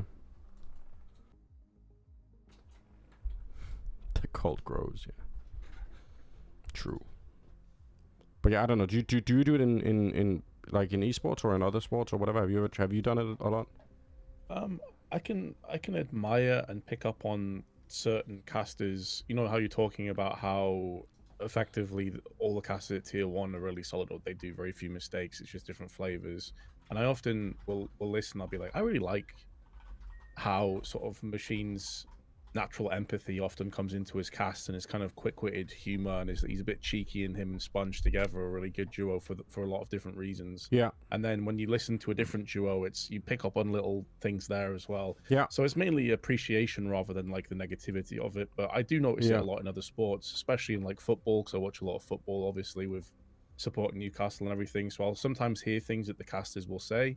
Obviously, it's casted in a very different way to CS. It's a lot more Sure. sports broadcast. Yeah. But I'll hear things and I'll be like, oh, that's cool. I like what he did there. I can see where he was going with this sort of narrative, or trying to take us on a story a little bit. So yeah, I do pick up on it quite a lot. But I try not to get too sucked into that, because then I can't really enjoy the overall match as much. I think it's probably similar to like, this seems like a weird comparison to make, but I'd imagine it's like the same with actors. If they're watching a Right. movie, it's like, well, I know how that was made, and I know what's Sure. going on right now, and it kind of takes the magic away a little bit. I think, I don't know how true this is, but I feel like I've heard in the past that for like football commentary, they basically have like this like binder full of like facts. For some reason, every time I say binder, I have to think of like the binder full of women, but they take this like binder full of like facts that is like generated for them, that they can kind of like, you know, basically run through, I mean, as a preparation for a game. So they'll know like, oh, the last time Tottenham played against like, you know, whatever, Barcelona, you know, was this, and like this was the last time that they won. And like they have all these like, they're just like a giant array of discrete facts they can throw. I don't know if that's true or not, but that's in itself an interesting thing to prioritize, in my opinion, you know? Because I remember when I first did commentary, I did this for the first DreamHack that I worked. I had like a notebook of facts that I wanted to throw in there, and I really quickly realized this is bullshit. Like, I'm not going to be reading out facts during the fucking broadcast, you know? It's fine to have some, but I don't want to be like this person who's like, the last time somebody did this much damage to USP was actually 5 months ago. It's like, okay. I think this is a problem that when I used to cast with Dust, and I mean no disrespect to him at all, and he'd probably be the first person to admit this, he would come with loads of planned facts and stats and everything, and he'd try and do it as a color caster, and it's like the game is too fast paced, and you have to be like living in the moment rather than talking about what happened like 6 months ago. You can drop it in now and again, but it needs to be nuggets of information. You can't make the broadcast that way, because people are watching the present and not as interested about the past. That's something the analyst desk can cover a lot more, you know, and that's something that Dust really struggled with a lot, I think. Yeah, and it seems like that's something that loosened up for him a little bit more around, I guess, like around the major this time. Like he maybe got a little bit more chilled out, so that's good. Like, yeah, I mean, like it's, like I said, I had the same thought as Dust, I guess, in that sense. Like I kind of thought I could do the same thing. Oh, they're doing the reverse split. That's so awesome. Unfortunately, there's a 3-man stack at the B bomb site. Right, so for this round, this is a perfect round that we just saw for me. This is what I would have done for sure in this round. I would have been paying attention to the minimap. I would have said they're obviously doing a B split, but they are adding the extra element of having one of the guys jump from the catwalk into CT spawn. And I would say this is a really sick round, but the big problem that they're having here is that there's already a 3-man stack at the B bomb site. So that's how I would set up. The unlikeliness that this works for Na'Vi is really high, and I want to give the viewer that feeling before things happen for 2 reasons. 1, I want them to be able to appreciate the tactical play that's playing out in front of them, but 2, if Na'Vi win the round anyway, I want them to be even more impressed, because they're running into like a 3-man stack, and that they shouldn't win that round, you know? So if they somehow do, I think that needs to be like, I have to be able to tell the story of why it's impressive beforehand, you know? And that's, I think, in my mind at least, it's like a different skill than reacting to big things, you know? Not that one is better than the other, really. But the other one is the one that most people default to. Because it's just, like, normal to, like, it's just a, you know, it feels normal to do that, which is fine. You know, even during their major win and Ema's been pretty sick, yeah. his improvements have brought him back and beyond where he was at on Gamer Legion in a lot of senses. I mean, he's Be not curious to that see if he super, can like, keep it up on the T one side. area of the It plays team very anymore, differently so on the CT side. successful matchup 1-to-1 If he can, then they should be decent. But I mean, Pain are in a really good spot pretty right now, unreal. actually. He definitely has the power to be able to win a game like this these days. Man, you're talking like a machine. I don't know if that's a good or a bad thing. Is that my job does involve a lot of talking, so she's strange because normally I'm not a super talkative person outside of my job. It's like a running joke in my family that like Anders is always the quiet person who's in the corner, kind of, you know, not talking too much. His roles didn't really make sense at all. I'm saving all my words for the broadcast. Good on its face, and the stats weren't there. But again, then you look at what he's become, and that contrast. You know, it is the feat of clay that makes the goal of the image precious in that sense. Blade has done a lot to integrate him. Alexi as well. Putting on a stream persona. I don't even think so. I think it's just like it's a different context for me, you know. It's also because it's in English. I think maybe I just talk more in English. Maybe that's the reason. Snow attempting a double, and he'll nail it. Goes into the mid support as well. He knows his sight's under pressure, but Biguzera finding Alexi. I mean, this could not have fallen flatter for Na'Vi. Yeah, I mean, this has to be about Biguzera being suspicious of some kind of lurky play out mid, and he catches him off. I mean, man, Painter actually, how impressive that. Like, look at the game that Ima and Wonderful are playing, and Snow, and then the rest of them are kind of standing up to it. Oh, yeah, Snow's been great. Wonderful has no bomb and no road. And kind of that whiff that Bit had in the pistol round was almost like an indication of what was to come. 6 kills. Just like no impact at all. It is basically an Emo and Wonderful against the Wards right now. Yeah. Yeah, you're right. That was Bit at the beginning. That's kind of crazy. Yeah, I don't know. Yeah, Alexi has 3 kills, but we haven't seen that many mistakes out of him. JL and Bit, on the other hand, it's definitely been a messy one. And we're not talking about day 1 anymore. No. Ooh, Wonderful. Good reaction to at least kill Cowes too, but that's majority alive for Pain. A total shutdown of a rapid set pace by Alexi B. Do you cast in Danish? I've tried it once, and I didn't like it. It's very hard not to like throw in all the normal English stuff. But I have tried it once. Talking about integrating players, because Danish TV showed up and said, "We're doing like a tournament. Do you want to come to it?" I was like, somebody who was I'll do sort it. of an uncut gem in the sense of coming out of the academy, being extremely young and having a big role in opping, but not really understanding rotations that well. Basically being hitting shots, confident in the clutch, but now looking a lot more refined. Yeah, here's another test for him. Nice tracking for the JL double. NQZ gets his. Smoke at the feet of Snow. 40 "Oh my god." NQC just actually, he's one of these players I just always kind of forget about. Like, even though I see him do things and I'm like, okay, this is kind of sick, but the next time my expectations are back to 0. If JL gets out of the tunnels, gets 1 kill, and then occupies the That attention sounds of the about other right, player, yep. there's a potential that mid B hit still comes in, delayed. Did you have any inspirations or influences with your casting style when you got into CS casting, Anders, or was it pretty much you found your own way with all of the crazy amount of grind that you did? I think I had. There's something else that I kind of want to put in the video that I'm gonna end up making, but like, basically, I was listening to other people casting at the time, like right at the beginning of Go, and I was getting very annoyed that they weren't ever talking about any of this tactical stuff. Like, I remember watching like an Inferno game, and I remember they were like on banana throwing grenades into the B bomb site, and then they would run back through middle and into the A bomb site, and the casters just kind of said, "Oh, now they're running back to A," and I was like, yes, I mean, they're not just running back to A, they're running back to A because they faked the B bomb site. That's what we're doing here, you know?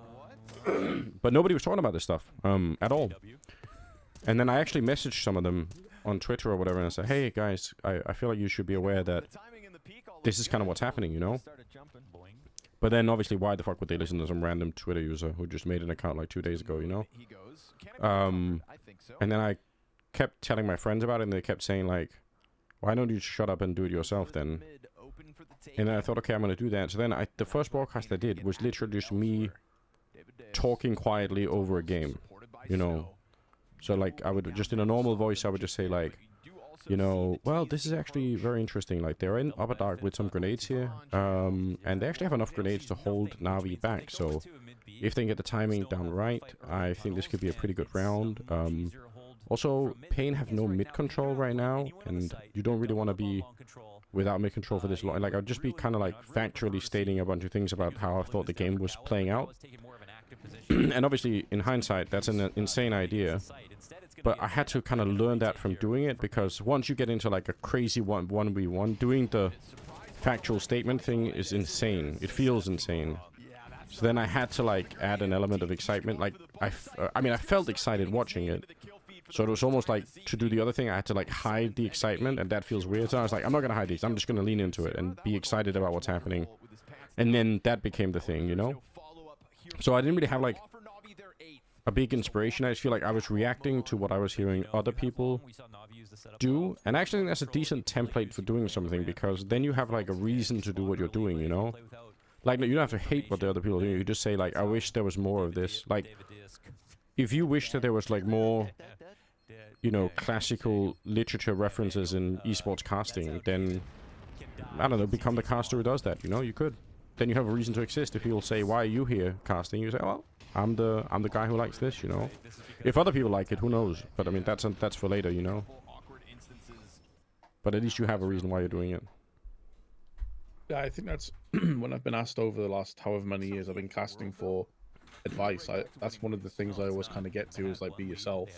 Like, yeah. You can have inspirations. You can have people that you really admire and you think are really good, but ultimately they already exist. And they're already in a much better position than you are, and they'll probably be better at being themselves than you will imitating them. Yes. So be yourself and find what works for you and what you're happy to do, and then people will gravitate towards that.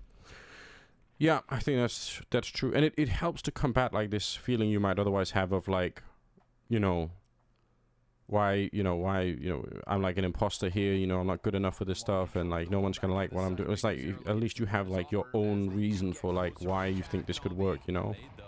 And I mean, it could change, like, for me it changed, right? But at least you have a way to start. I think that's like an, like, I think for the guide video I want to do, I'm going to try and tell people something like, try and listen to, like, other commentary, and then try and, like, if you can, make a list of the things you kind of wish was in this broadcast. Like, is it more exciting? Is it more rhyming? Is it more, you know, obscure, you know, 1950s movies references or Disney references, or like whatever it is there something that you feel like is missing in this broadcast? And, you know, make yourself the person who is who provides that, you know,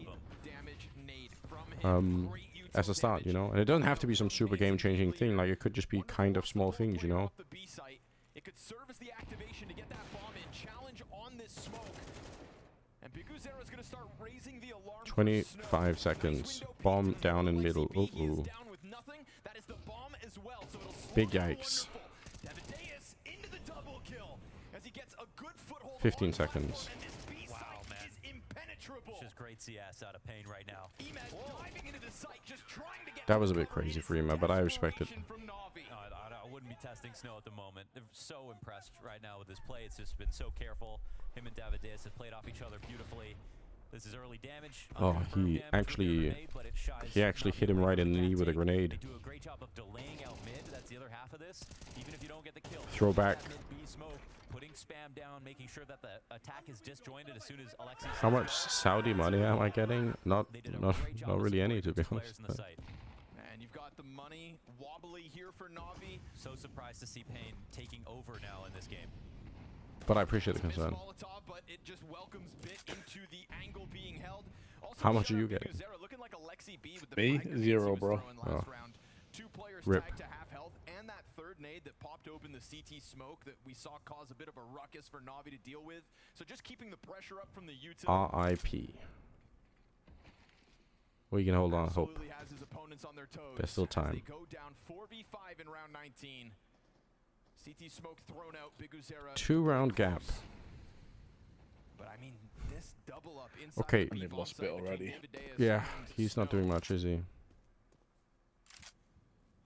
Do you really to test it? I would think not. A challenge to NQZ seems far more simple to win out on. He is 8 and 10 on the op. But he transitions over towards long. We've got Cowes instead on the ramp. Not that he's performing. Okay, let's go. Here comes that pack. Almost lining up, but not quite.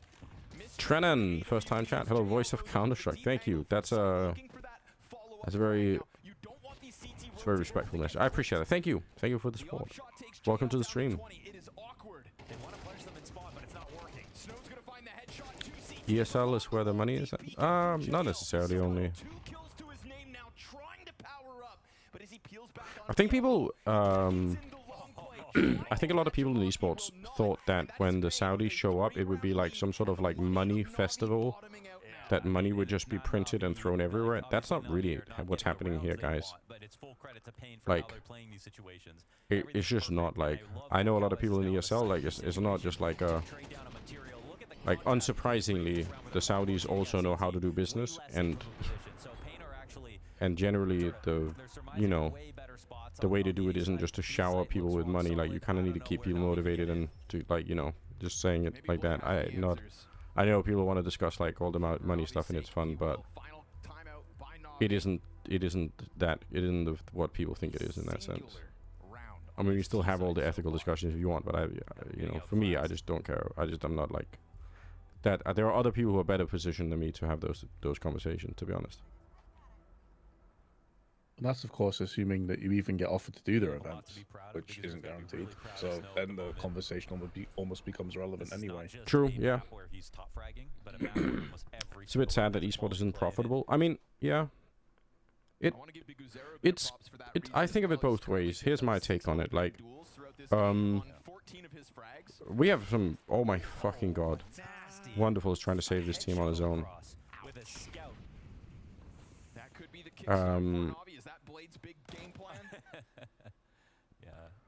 Poyu Diet? Man, that's a hard name. I'm so sorry. Always space. Please keep streaming. Love from Canada. I will. Thank you so much. I'm not quitting the streaming thing no matter what. Like, even if I got hired for 10 events tomorrow, I'll just stream from the event too. But I appreciate the support. I really do. Thank you. From Canada, soon to be US, by the way. It was fun while it lasted. And then Denmark's next. This is weird. This is weird. There's two going tunnels, right? They know that. What is happening in this round? And Big Zero is going to be running to try to cut him off, but Jesus. I don't think he knows about the A players. Just like Greenland, yeah. And they don't have info on the bomb. This is a very weird round for Na'Vi. It might work because wait, what were we talking about? We're talking about getting hired. Saudis. Were we talking about something else? I can't remember.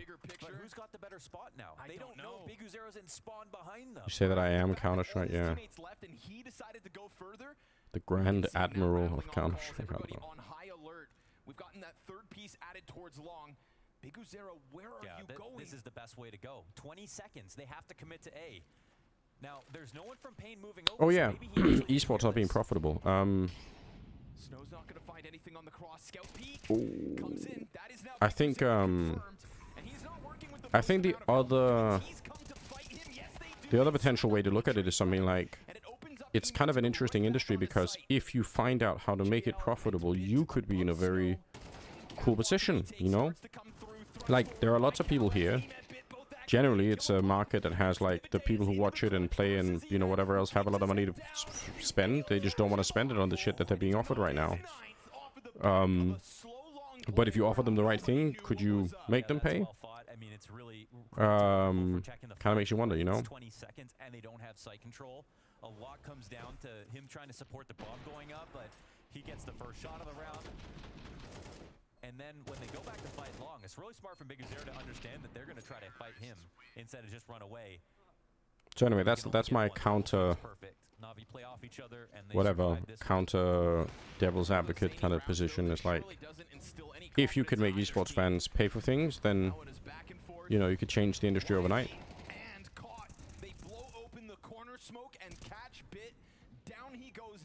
What's your plan, Vince? How are you going to make the esports fans pay for things? Sell feed picks, I guess. Nice. Upgrade off of That's I don't, actually. I don't think there is a way unless you do pay-per-view. Like realistically, I can't really see a way. In some subscription service maybe, but it wouldn't work. Like people have been so used to the way it is. The status quo has been there now for well over a decade. Yeah. I don't see it changing. Well, it's hard to know. Fostake is actually bringing up like he's been in Thailand for 25 years, and a lot has changed. I think that is true. Like some things definitely have changed. It's also here's something else that's worth thinking about. Like in general, we're like in a transitional phase right now between like whatever, like flow linear type TV and oh my god, what the fuck did he just do? Smoke goes down on the side. What happened? Block off all the sight lines from Wonderful. Why is he like that? In as well. So much comes down to Snow. Alexi B keeps eyes behind. Wonderful honing in towards sight. Oh, where's Snow gonna go now? He has to run from this op. Yeah, I was about to say like this is gonna end with like it turns out it's not Wonderful but it's Simple playing in like a Wonderful mask, you know, like one of those like silicon masks. Imagine like the return for him if that was the case. They're like it would be the ultimate you know announcement that he's back. Yeah, a wig and a big like silicon mask, and he's just like and they play like the music from the fucking Undertaker, the fucking whatever it is, the bell sound. Smoke comes out of the stage and it's just Simple. Or he's like playing in a PC behind the stage, like it's not Wonderful, isn't he's just pretending to play. Anyway,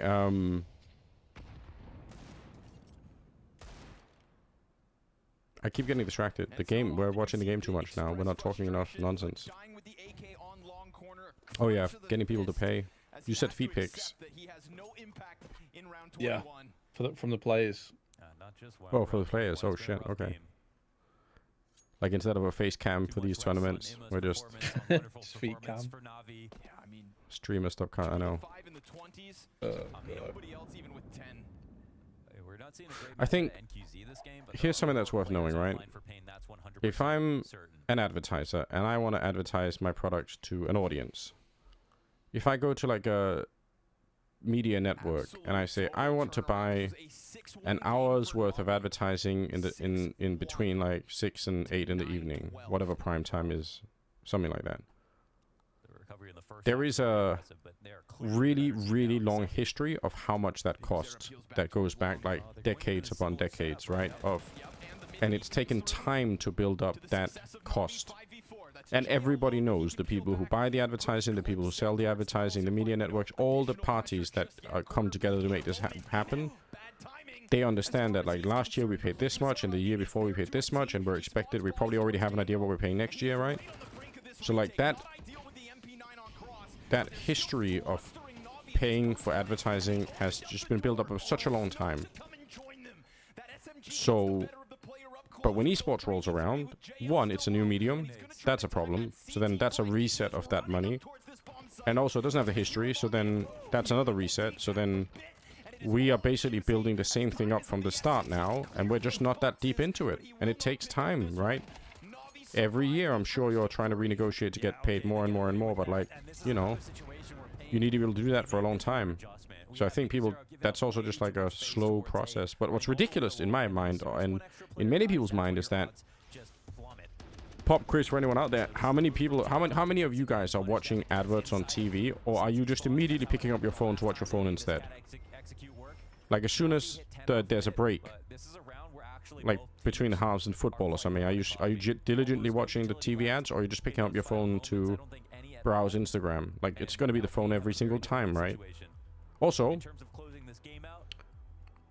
if I buy ads on a fucking television, I don't even know who's watching it on the other end. Whereas with Twitch, like I have stats on you guys on my. If I go to like my analytics page, I mean, I don't know exactly who you are, but I know where you're coming from, right? And like which country and blah blah. Like in a way, like the data that I can have digitally is so much more interesting than. So in a way, it should be the case that like this space should beat the other space in a big way. And maybe it will one day, but like we're just still a little bit early on, is my opinion. So. And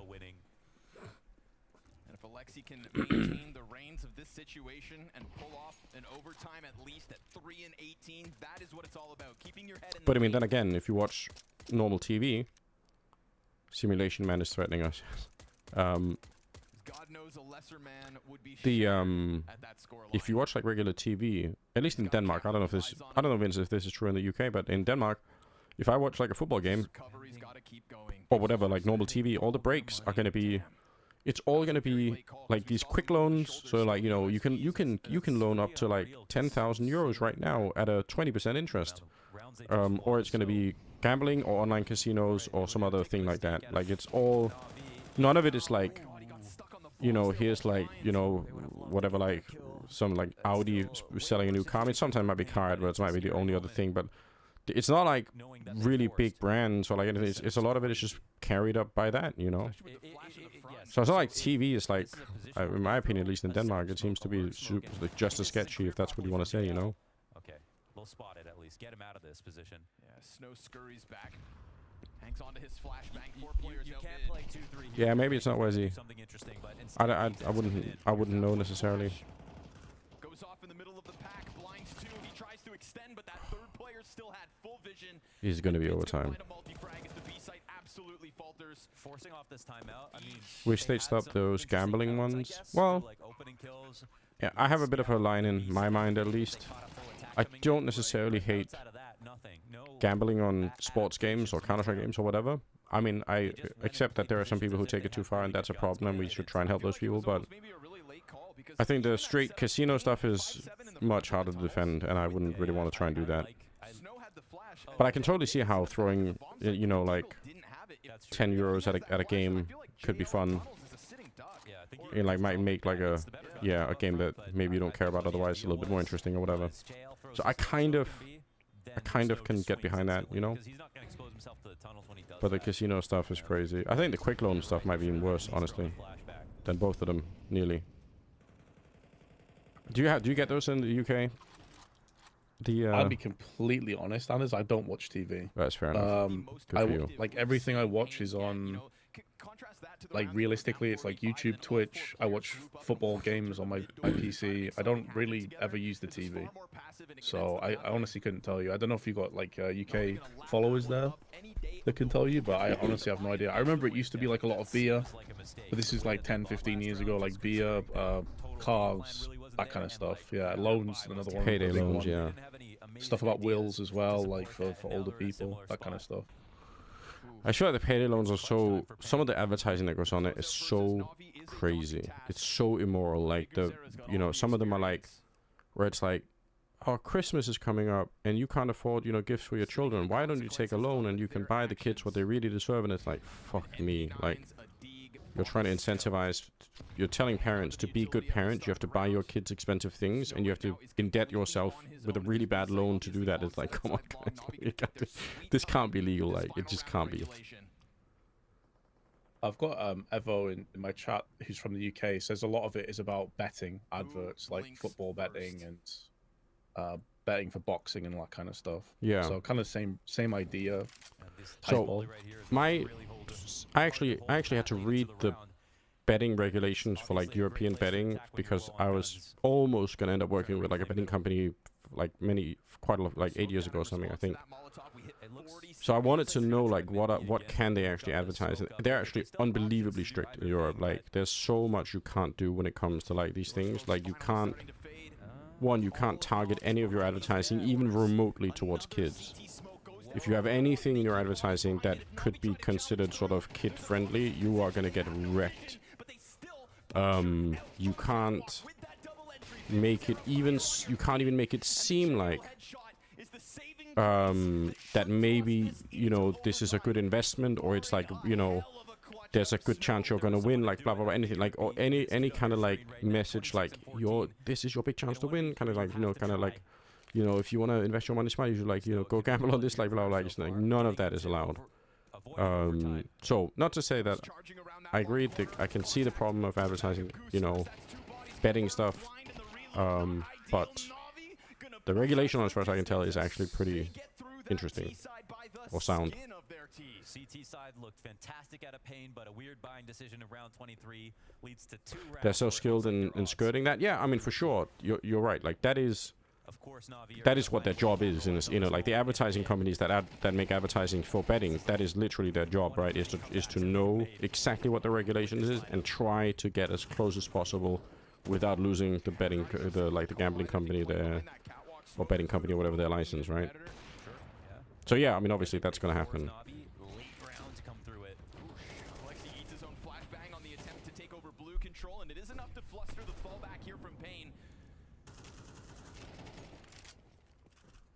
Heavy presence coming out of Na'Vi for the pit control. Wonderful dives into it. He will hang on to that as everybody else leaves. It's actually a rare moment where Na'Vi... The payday advance ads you get on TV in the US are for kids and younger people. Are insane. What an insane concept. Figuring out what site they wanted to go to. This is the round that Biguzera took the top of middle control, and Na'Vi still ended up winning. I swear I saw some in Denmark where the message was something like, if you want to go on like a summer holiday in like another country with your kids, then you can just borrow money to do it. It's like, don't like.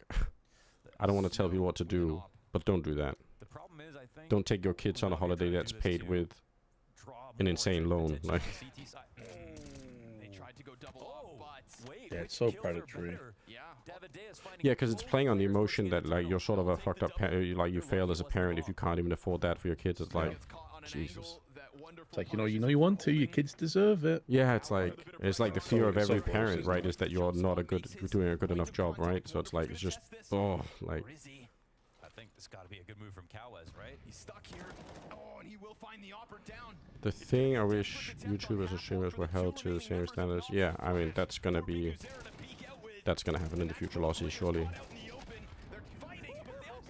I'm actually going through this. I'm literally, as we speak, I am having like there's an agency that I'm talking to, and I'm trying to. They're basically checking out for me what kind of partners could I work with in the skin case opening world, like as per Danish law, basically. Because I kind of want to know if somebody comes to me in the future and says, hey, we've got like a site where you can buy like a box of skins, and they're either going to be good or bad or whatever the case may be. Like, can I even entertain that concept, or do I just have to say, unfortunately, it's just legal where I live, so wrecked. Because Denmark's kind of harsh on these things in general, Wins his over towards long, but it's just too much. Na'Vi already, their teeth sunk deep to the flesh of this B-bomb site. Not disclosing ads. Yep. Yeah, that's another big thing, right? People do that all the time. I'm sure I've done it in the past where like somebody's given me like a keyboard and I've said, oh, this keyboard's really nice, and you don't even think about like, oh, technically I am advertising, this. Even though all I got was a keyboard, but whatever. And he's got wonderful to help him end it. Na'Vi find the better of the timing, and I was thinking to get a job as a CS agent, all the agencies on Central Europe. Really? Yeah. With the Snow CT sides on B, like him and Davideus have been a really good duo holding the site, but at the moment they try to use the off to strengthen the setup, change it up a little bit, and it doesn't even net him a kill. Snow can't be faulted for this last round loss, but by virtue of putting him on and off on the other half of the map, that's why NQZ's on B instead. True. And that is why Na'Vi get right through it. DMET gonna challenge Blue Box, Biguzera getting the better of him. Oh, JL. Holy shit. Maybe JL shouldn't be made fun of because the headshots connect here. In the third round that's wild. He gets that double entry on long. You see the quick scatter back from Payne, trying to pick up positions in A. Yeah, NQZ will be at bat again. Yeah, looking finally warmed up now. Not firing on all cylinders, but maybe good enough. At least the engine started. Yeah. Had to give it a crank or two. JL's double puts them in this 4v3 advantage. We've never seen Na'Vi, even when they get take long, they don't just use that alone. Wonderful's been great from the pit. Another kill on an op. Yep. He bested Snow from the same position. He'll get the better of NQZ this time. So putting Wonderful in that pit has net you impact in 2/3 of this overtime. And he will make sure that that impact is felt. Davideus dead. Snow climbs up. He will not find a multi-frag, and Na'Vi have the edge. Oh, Pain. Living up to their name, aren't they? Man, they definitely did. That was the first time. They don't overuse long T side and just try to crawl up every single round. I appreciate that out of Navi's T side so far. And here, it's a couple of great shots and awareness out of JL. Did I ever eat delicacy from the... I thought he was holding that spot. Is that Shwitushki region? Man, I'm wrecked.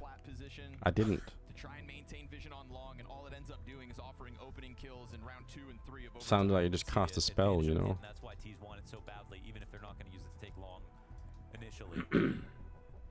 Such a powerful line to grab. Best snack, bro. Want to get that thing fianchettoed. Polish do so many vowels. overtime before this CT endeavor begins. Send me some Polish snacks. Somehow it sounds like I'm asking for snacks to be delivered to my house. Na'Vi ain't no chumps. And they are showing resilience this evening. I'm just in constant awe of where esports is compared to the early CPL, WC. Do you think you can draw a line before versus after the emergence of skins betting? Skins for sure, like, has obviously been an enormous force for, like, pushing Counter-Strike forward in some way. There's no question about that. Betting, I mean, Counter-Strike would be unrecognizably different if we didn't have betting. Like, I just don't think people understand how much of the space is supported by betting. Like, if I don't know the exact number, it'd probably be true to say that if you took betting out of Counter-Strike, then like 80% of the scene or something like that is gone. Like, I just like, you know, so that's also why, like,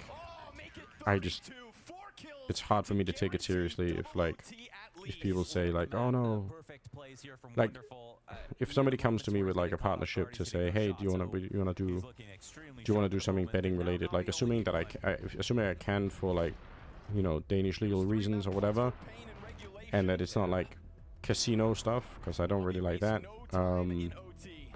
But if it's just like a, you know, and I don't even know, even the skin sides. I don't know, Vince, what's your take on this? Like, in Counter-Strike, I can open a case and there's like a roll of the dice about, you know, whether or not I get something good or bad. How is that different from a skin site that basically says, here's a box that you can buy for, like, you know, €5 instead of, like, whatever the €2 is for the case? Like, aren't the skin sites just doing the same thing as Valve, just as at like a, they're just like a middleman? But I mean, like, is it any different really? I don't know. I guess it depends on sort of, because we've had so many scandals and dodgy websites in the past, I suppose people would say that Valve was a lot more trustworthy. That's than a skin site is, where they can maybe rig the odds and have, I mean, we've seen it in the past, right, where like people were basically guaranteed wins, but then they were going on stream and pretending like they didn't know they were going to win. Things like that, I think, has definitely put a sour taste in people's mouths, and I can understand why. Yeah, so I would agree with that, right? Like, so it's basically down to credibility of the people running the site and the regulation and how transparent things are and all the rest of it, right? But in theory, if somebody, if you trust the people, whatever, right? Like, then is it really that different? I kind of doubt it. I've thought a lot about it because, like I said, that might be like a potential partner for me in the future, like one of these kind of sites, right? And so I've tried to, like, run the thought process in my brain to figure out, like, how actually would I feel if I had to work with these companies. And like I said, for me, the betting stuff just, I don't know, like, hard for me to take it very seriously if people say I shouldn't, you know, work with a betting site, because it's like every tournament, every team, none of them exist without it. So, like, I agree we could do the advertising in a fucking terrible way, you know. Obviously, if it came out and we said, like, here's, you know, we're giving you like a a credit card for like 10-year-olds that you can use on a site, and it's got my face on it, and you know, like obviously that's crazy. But GG, the beast. Good to see you again. Navi actually did it. Yeah, for Pain. That's so gut-wrenching, isn't it? Yeah, I feel like that's a 2-0 considering we're going Nuke next. Yeah. That's going to be a tilter into a combo of Nuke, Na'Vi, very strong on it. Never done Wonderful played fantastically though, man. Really good play. Yeah, he did. Wonderful had a great start to the game. He had a great ending to the game as well. And overall, now we gotta be happy that Wonderful came into this playing mood tonight. So many incredibly thin margins there where Pain could have taken it, but they fell short consecutively and unfortunately, because I really felt like they played such an excellent game. So many of the ideas we teed off in terms of their style came to fruition, but just couldn't quite. Also, certain websites painting themselves like some saint calling out. Yeah, I mean that's. It's all just business at the end of the day, right? Like, might as well just be honest about that. At least be honest about that. People actually want the Anders faced pay card. That's exciting.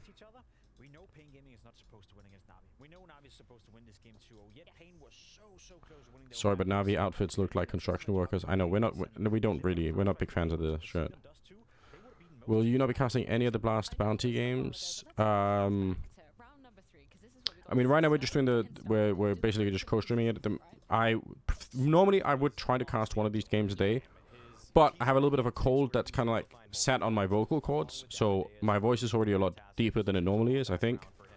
And that's fine. But if I start casting, my worry is that I'm gonna wreck my voice. So I was gonna cast some of these games because it would be fun, but I mean, I feel fine. I don't feel sick, but I just from working a lot with my voice, I know that when it's in this state, it's so easy to strain it, and then, you know, and then you kind of, you know, it could be like in a weird state for a while, so I don't want to do that.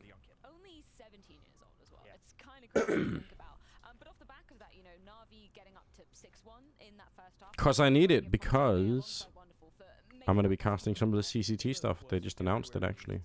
In that first half, he was really one of the true stars of the defense for Na'Vi. Just the way that he was moving. If you guys want to interact with this post, I'm sure it'll actually make the CCT feel super happy.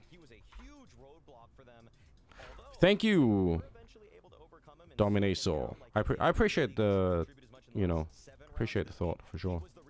He was being set up. We saw a couple of instances here where he got a flash from a teammate. He was taking initiative by himself, not afraid of pushing through. Already a better match than I thought. Yeah, hell yeah, Tuck. This reminded me of you know, when Emma did whatever he wanted to do on the server, where he was the star player, where he knew that for him to play well would mean Gamer Legion would win. And when you then backed up by Wonderful as well, who from start to finish had a fantastic game. And pay attention to the highlights right here. He started off the game playing with the rifle an awful lot, and then he transitioned into the AWP, and he had an awful lot of impact with it. His opping in this one was just so. Just here to say that I'm in pain. Well done, Cheeks. They lost in overtime. How's that possible?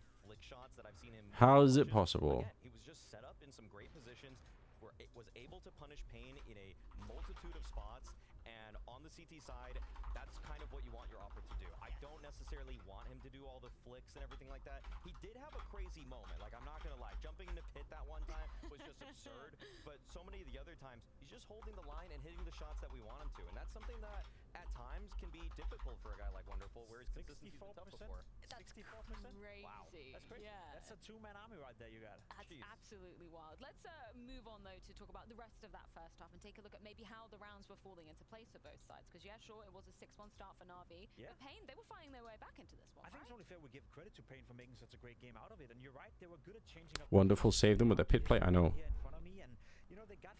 Plays Alexa played Gravel Pit by Wu-Tang. It's a fucking classic song. Holy shit. see there's a minute left to the round. They take their time by taking map control slowly but surely. Then they poke out towards middle. They find out, okay, can we go here? Can we not? They poke towards short as well. Make sure to deny the information for Na'Vi.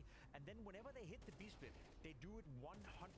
No one is lacking. No one is pulling off a rocks where you're behind your teammates. You're actually coming in there and you're hitting the bomb site, and you're doing it with great spacing, great cohesion. And they were Wait, my 7TV plugin crashed. so again, it's more so to give credit for Pain for making a very Wait, where is my 7TV stuff?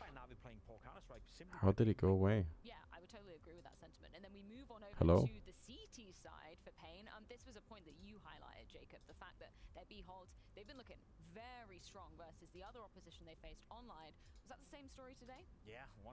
I feel like Na'Vi were trying to do the B splits over and over again, and we just had a great example, or two great examples, of how well they were at shutting that down. Be back in 2 minutes. Yeah. Helping from CT spawn, but then Devidos and Snow combined Weird. kills right here. Not only are they holding the B split, but they are destroying Na'Vi in this instance. Why is Maui wearing a jacket? Is it cold inside? I don't think so. I think it's a fashion choice, to be honest. But I mean, I am fashion illiterate, so I couldn't actually tell you. Between Snow and Davideus on this bomb site. Sometimes But I don't think the studio is going to be cold. Substitute defender for Davideus to move into CT spawn, but every single time it just felt like Pain knew exactly what was allotted to them in that defense, and the way Snow was jiggling around window is why we're building him up in the way that we are, because he's taking these sliver peaks. Damn, guys. Damn. People with these perfect lines every single time. It's been so beautiful to see his evolution, particularly holding this position on the map. Wait, how's my 70 stuff working in the admin panel, but not here? Do I need to close it? I guess I do. It's been a great little duo to keep an eye on. I mean, it's something we have to keep an eye on. And again, No, it's not working. like always when we speak beginning of the season, it's just one map for Snow now, but just the fact that he's coming in here and arguably having his most impactful performance on land for Pain Gaming already now. Mayan CS. When do we see you on the big screen again? Well, so I'm doing some online stuff for CCT. It was just announced. If you guys want to check it out, interact with the post, I'm sure they will really appreciate it. So go do that. And then otherwise, I haven't been hired for too many things in general. It's kind of a bit of a challenge to my life at the moment. But that's why I'm doing some more streaming. So, co-streaming this stuff, also playing Counter-Strike. We're spending a lot of time finding grenades. We're also playing the piano every once in a while, even if it's turned off now. Yeah, so if you want me back on the screen, then I kind of, I'm here to like recruit your voice to tell the community or whatever. Tell the organizers that, you want me back.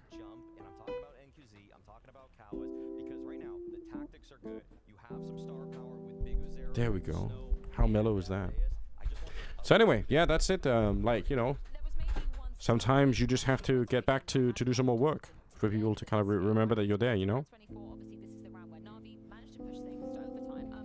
First of all, tell me the story from Na'Vi's perspective. Well, Na'Vi upsetting Pain by just kind of pulling off a scrappy buy. Could we do this actually? Does it work with this? Pain decided to go for a force buy, and actually, tactically speaking, they were in the right spots to hold this sort of defense on. Same progression. It does sound kind of cool. All in all, Pain just they kind of put themselves into a really tough position where they, by going for force buys at the end of the game, they really were just kind of playing with fire, and with no concerted game plan, I think that's where things started to taper off for them, because Na'Vi still showed so much poise. I'm coming home. I'm coming home. And tell the world that I'm coming home. It does make sense. Let the rain wash away all the pain from yesterday. Yeah. It's such an easy progression. It's nice. They can't cancel the GOAT. I don't think I've necessarily been cancelled, guys. I think it's not even that dramatic. I think it's just like, it's just a, it's just a thing that I think it might even just be random luck, Beatles Yesterday is good to play. Yesterday. That's more of a guitar song, right? I guess there could be a piano element to it. All my troubles seem so far away. And now it looks as though they're here to stay. I only know Imagine. Despite obviously Pain unfortunately losing out their own map pick, I think it's only right that we end off on a high. I think we did just see the clip there, but I want to run that Davideus 4K again, because he's been a shining light that we've been looking at this particular squad going, this is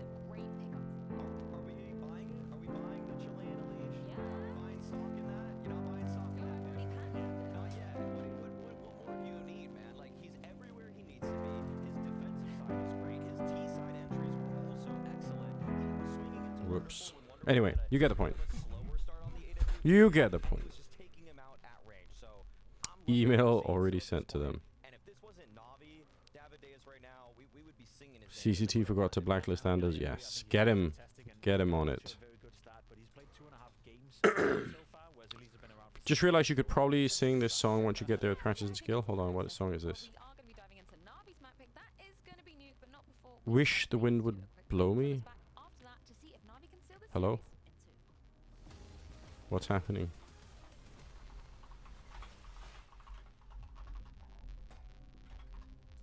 Is this like a meme song?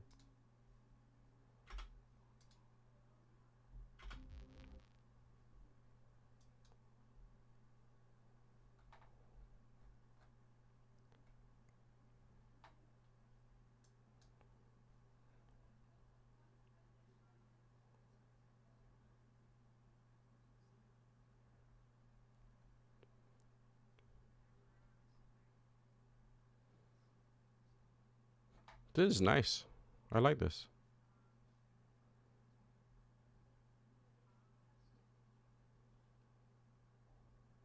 Super nice. I like this, Emily. It's good. Wild take. We do some with retake would be a banger. It could be fun. Yeah. I mean, I haven't really done Counter-Strike in Danish except once. I don't know. I'm working. I like right now. I'm really working on the streaming content side of things because my plan essentially is to kind of just make myself a bit more visible. To be honest, I also have a lot of the blame for crackle noises. Oh shit. Sup, Katie and Glazer. I also have a lot of the blame for just kind of like spending my lot of time on, you know, other things in esports, right? I basically made like a calculation like a long time ago where I said like I can't just be a caster, I have to do something else. So then I went and started Skybox as a company, and that's great, and the company's doing really well, but it's not like it's not an income source for me. That's just the truth. And then I ended up helping this other company, Endex, for a while, and that's also just taken a lot longer than we kind of wanted it to. But that is the nature of that's just the nature of startup companies, you know. So basically, I thought I'm gonna work as a caster, and then I'm gonna start these other companies on the side. And then the thing that I didn't do for all that time was interact with the community, like at all. Like I just I posted random shit on Twitter and Instagram, and that was it.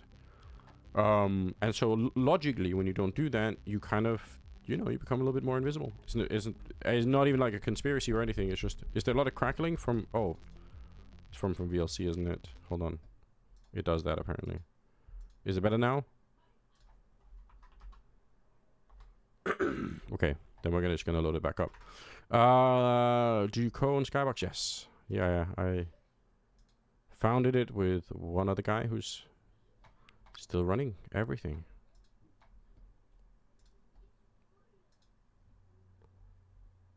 Here we go. We're back. Hopefully. Na'Vi survived the fight from Pain on the Hold on, let's listen to Blade and then we'll get back. Survived. It was 6-1 up for you guys, though. You look like you had control. They fought back into it in the first half for sure, but then it seemed like momentum behind them. How did you view it? What did you see going wrong? Nothing actually. Like it's nowadays, like sometimes they can change, and we need to fast to adapt. And we are like in the beginning of the season, we are have some issues. Sometimes it's rough, not so sharp. Yeah. And that's basically it. Like sometimes synergy is not on that point, but overall it was very good. Like the way how we tried control, we were trying always be in the game till then.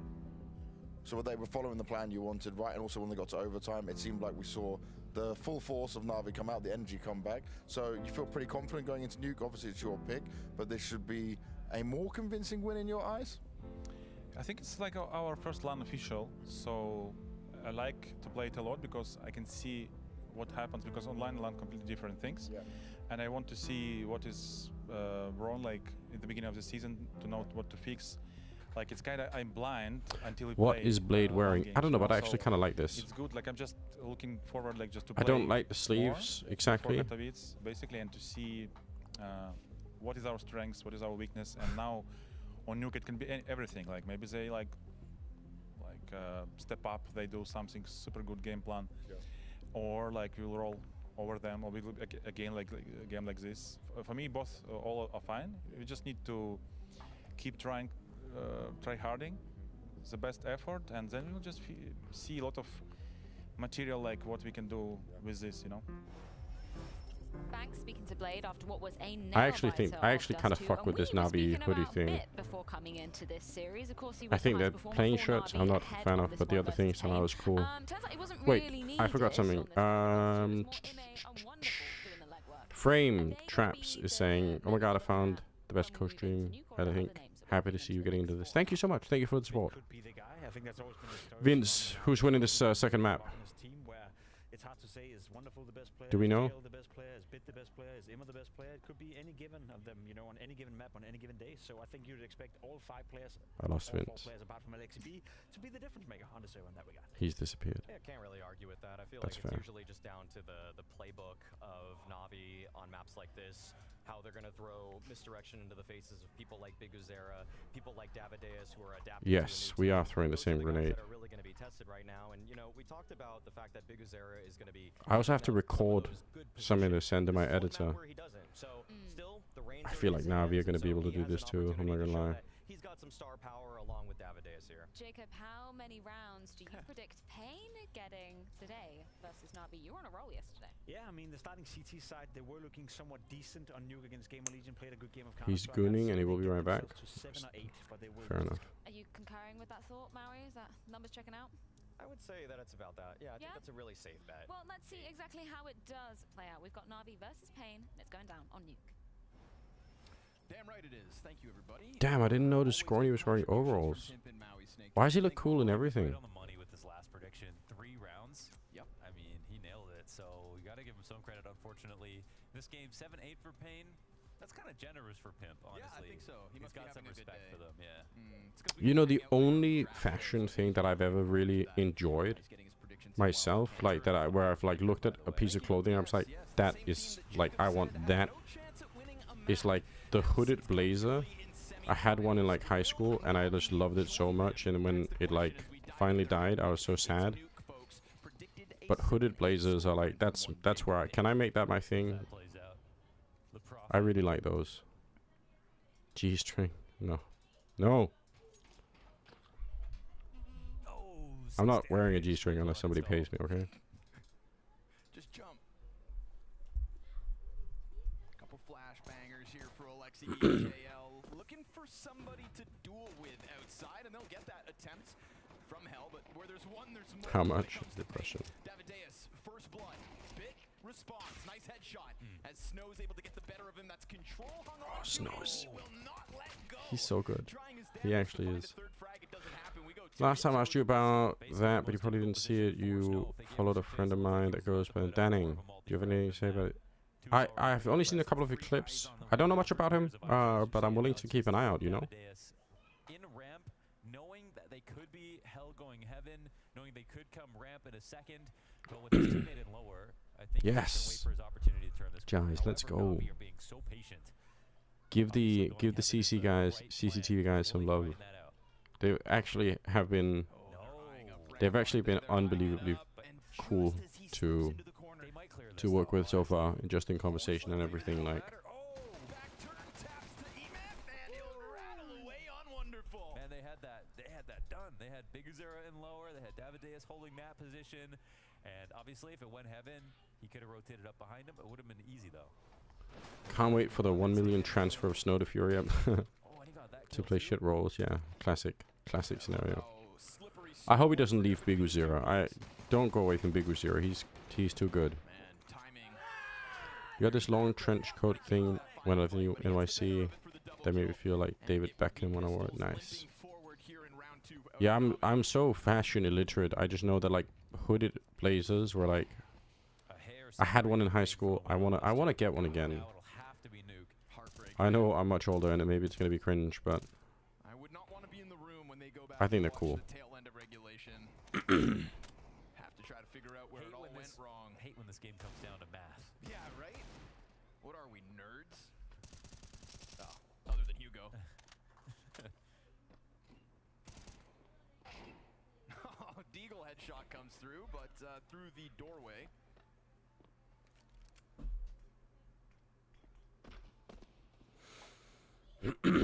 They have no utility on that T side, so doesn't really matter what they do here. Still thinking about it. That was a huge round win. Yeah, maybe. I mean, that is how fashion works, right? It kind of like it is a little bit circular, comes back. With Hugo Byron. Okay. Vince, what's your favorite fashion? It's a knee slapper. We've lost him. NQZ wants a piece of this. Come on, Navi, where are you at? You want a piece of the action? It's right here. Dad sneakers? I don't know what that is. M4 finally gets it. I mean, I do wear sneakers for everything. Great answer, Vince, yes. Yeah, they have no utility in this round. They're never going to be able to do anything, unfortunately. They're shut down by the solo hold and Pain convert for 2. Is that your tick right there? Imagine you had that casting. Would I still be allowed to do this job? I don't know. I mean, it would be funnier.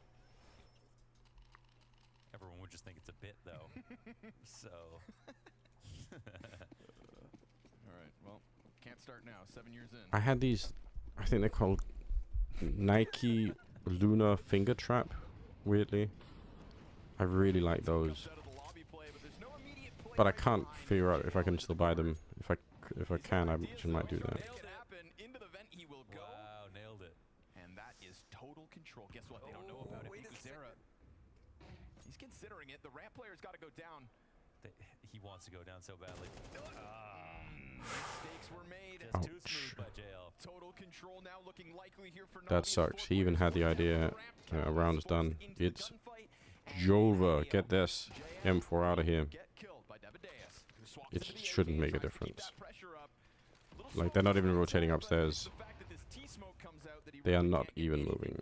And Emas got total ramp control. This is just a nice layered post plant for Navi. Pain, you better write you off your losses. Let this one go. Yeah, it's to downstairs. I think that's where you can definitely What are we?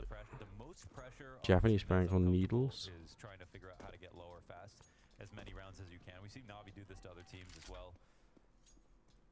They're still a team that's liable for a, upper, like a fast upper pop here and there, but I think in a game like this, on their map choice, lower is going to be the apple of their eye. if you Google Nike Lunar Finger Trap, The camera just shake right there? I love those. What are you talking about, Lunders? Whole studio just shook. Are we on nuke?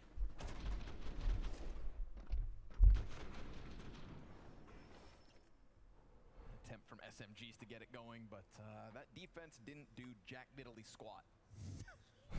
What's so funny? I don't know. I just put on overall, start saying Jack Italy squad. He's role playing. All right. Full guns. Let's go. What do you got, Pain? It's NQZ. If we see one thing in this series, I would really hope it's an uptick from NQZ. And it's not just because we look alike. Yeah, you were. He repositions, falling back closer towards CT spawn. He'll go. You were struggling on Dust. I was trying my best. Ooh, takes up the gap after players cross the red. There's always a chance he steps back. Always a chance. But you gotta shoot. It was a careful cross. It was. Yeah, a little electric slide there with the crouch out of Emas, so very cautious. Okay. Let's see.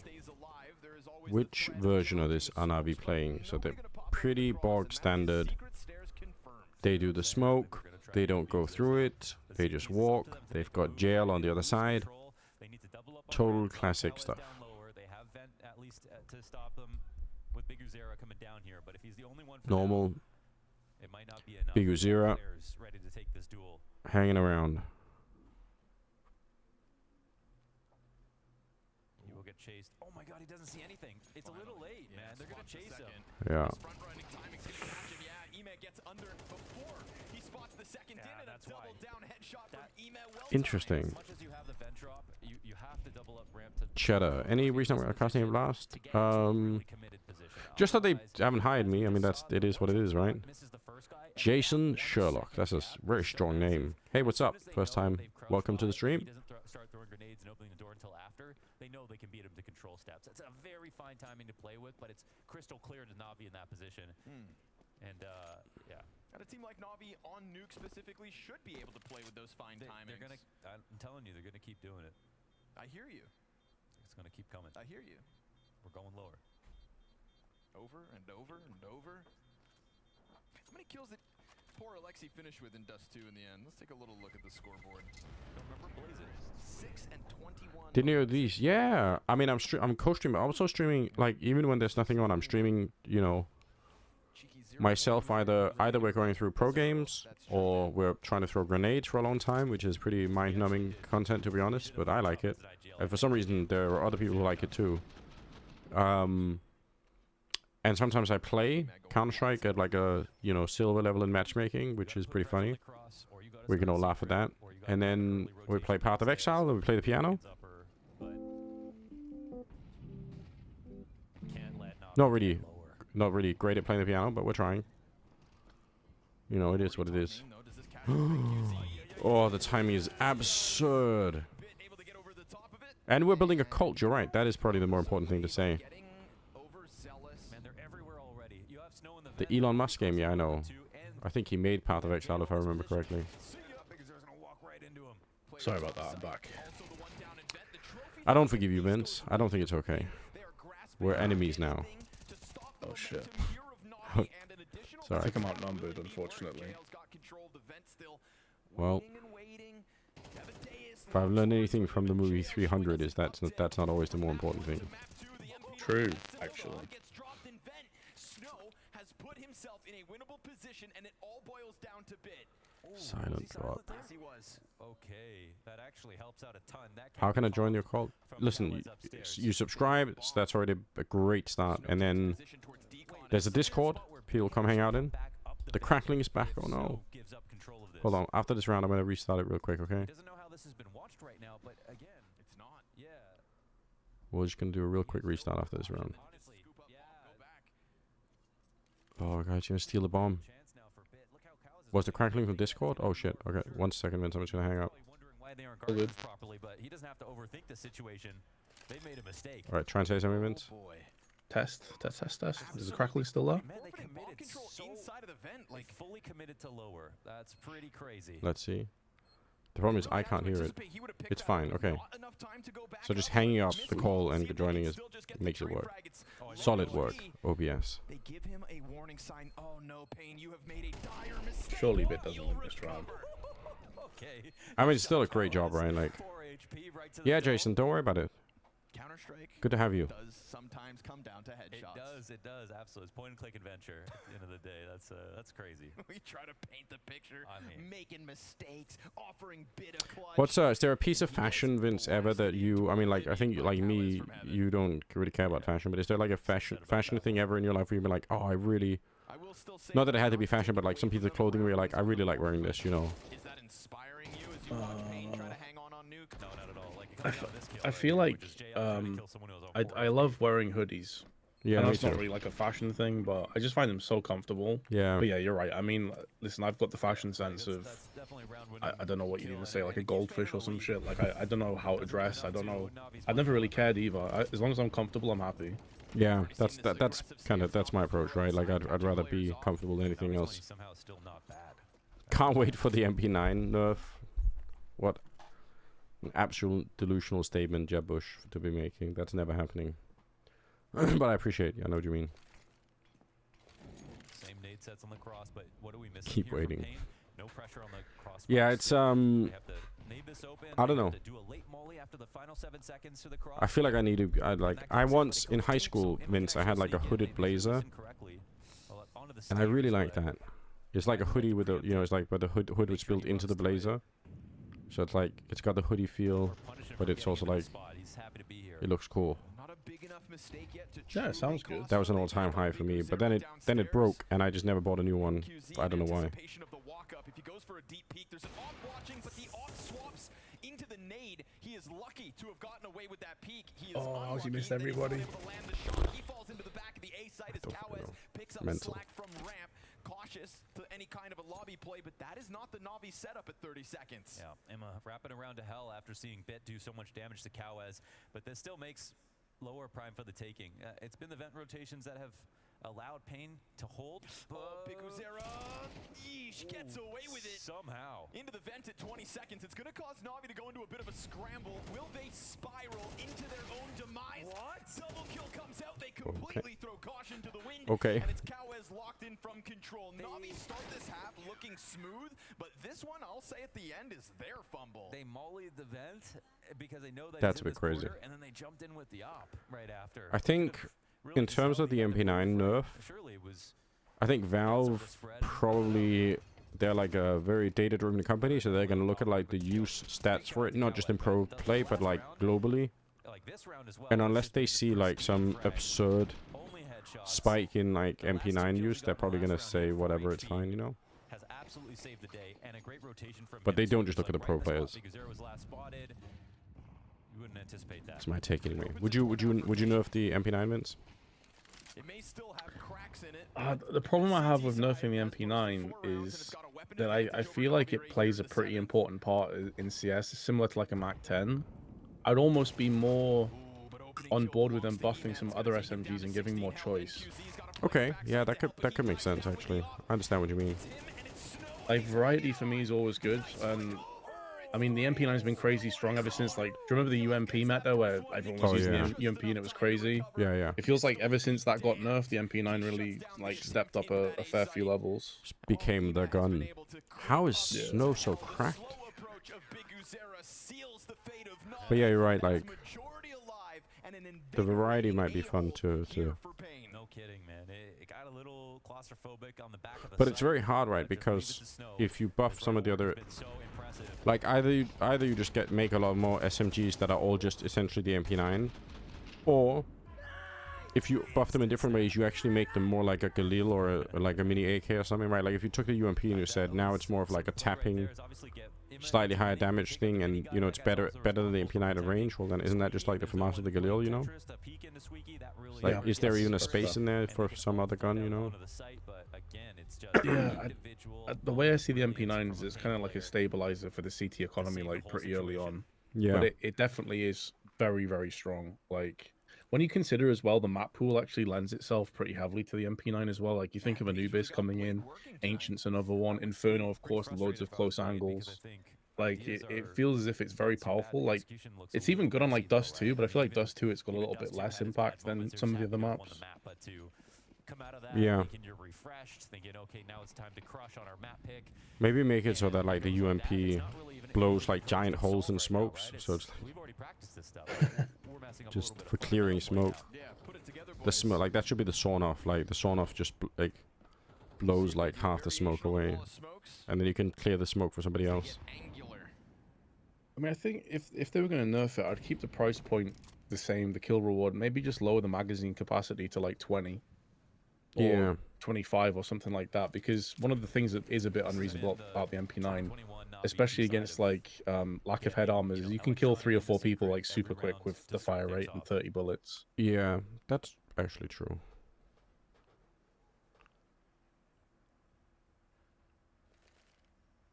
Yeah, that is another good point. Frame trap is that the game could already be pretty T-sided. So if you nerf the MP9 too much, then the CTs might just get completely wrecked. Yep. Yep, exactly. I agree. Bring back one-shot revolver meta. I'm so mad because I was in an airplane when that whole patch was happening, and it was like literally changed in one day. I was super mad. I wanted to scout revolver scout people. But I just want to say I really dislike the use of their op in this position. But okay, Kawez finds a key one. 3-2. Clean wraparound from the lobby. Biguzera wants to get activated out from the vent. He will come wonderful along that back wall, just trying to inch off site. And he will lock this into Hut. And the bomb is planted on the front corner, and Ema has slow burned this approach through main. He finds a back turn, wonderful. It's a bit of a struggle. He'll get traded out. Ema finds damage onto the offer. Good challenge back from the door, but that one gets denied. It's going to be Wait. smoke on Oh, okay. It's going to be desperation. Oh my god, what? Did that blow away the grenade? I think he wanted to get the rifle. I think he could have picked up the rifle, but the grenade blew it away. There's no way that happened. Oh my god. He looked like he was looking, he didn't want to reload. He was like, I'm not reloading, I'm just picking up the other rifle. But then the grenade got it. What a defuse. Oh no. Oh, I want to see that as a replay. Okay, this moment actually allows them for NQZ to get kill on bit, which is nice. There's no way. I mean, that's not even intentional, I think. That's so crazy. Hold on. Crosses to secret, that's been the problem.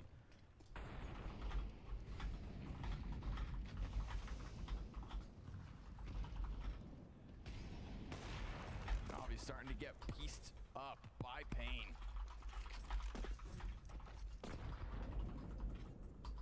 And I'm not saying it was the most inspiring play out of the gate from the defense, but as this half has gone on, I've started to see Navi get wobbly.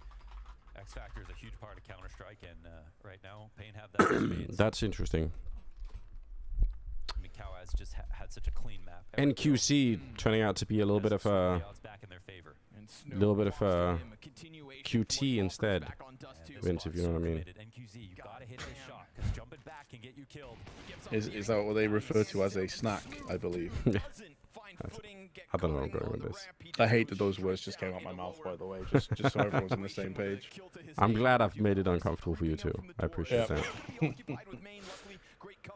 Garbage Can 644. Great. It's a great username. Hey Anders, I would love to see you casting again soon. When can we expect to see you? Well, I'm going to be doing some of the CCT stuff online, which is very cool. I'm very happy with that. As for big tournaments that are out there, like LANs and stuff, I haven't really been invited to anything for a hot minute. So I'm streaming a bit more, trying to create some more content, trying to get, like, I'm building a cult so we can get me hired for events again. It's kind of part of the purpose here. But I really appreciate the support. It means a lot. Hopefully, I mean, it's early. We're at the start of the year, right? So it's a little bit too early to panic. We're in January still, so. But still, I obviously want to do work, you know. I want to be out there. A frag in anticipation of the follow-up. It doesn't come immediately, and Biguzera's going to make this one hurt. 5v3, go Pain. Minute 30 for Navi to tiptoe back through lobby. 5 versus 3. Pain. We've been here before though. They lost in overtime last time. I can't believe Pain are playing this well against Navi on Nuke. That's crazy, chat. 6-1 up for Navi, and then Pain brought it back, and even when they brought it back, the rounds didn't look too convincing. Now it's 7-2. Ventura playing mobile games. But it feels like a much I think the last time I played mobile games was the one that you were really into, and this would have been like 5 or 6 years ago. What was it called? Clash of something? Clash Royale. Oh shit. Clash Royale, that's the one. Yeah, that's the last time I was really into a mobile phone game. Yeah, I spent a lot of time on that. Yeah, that's fair. That's the support piece done for. I know you love that game. I think you even made like a clan or something Yeah. for like the talent.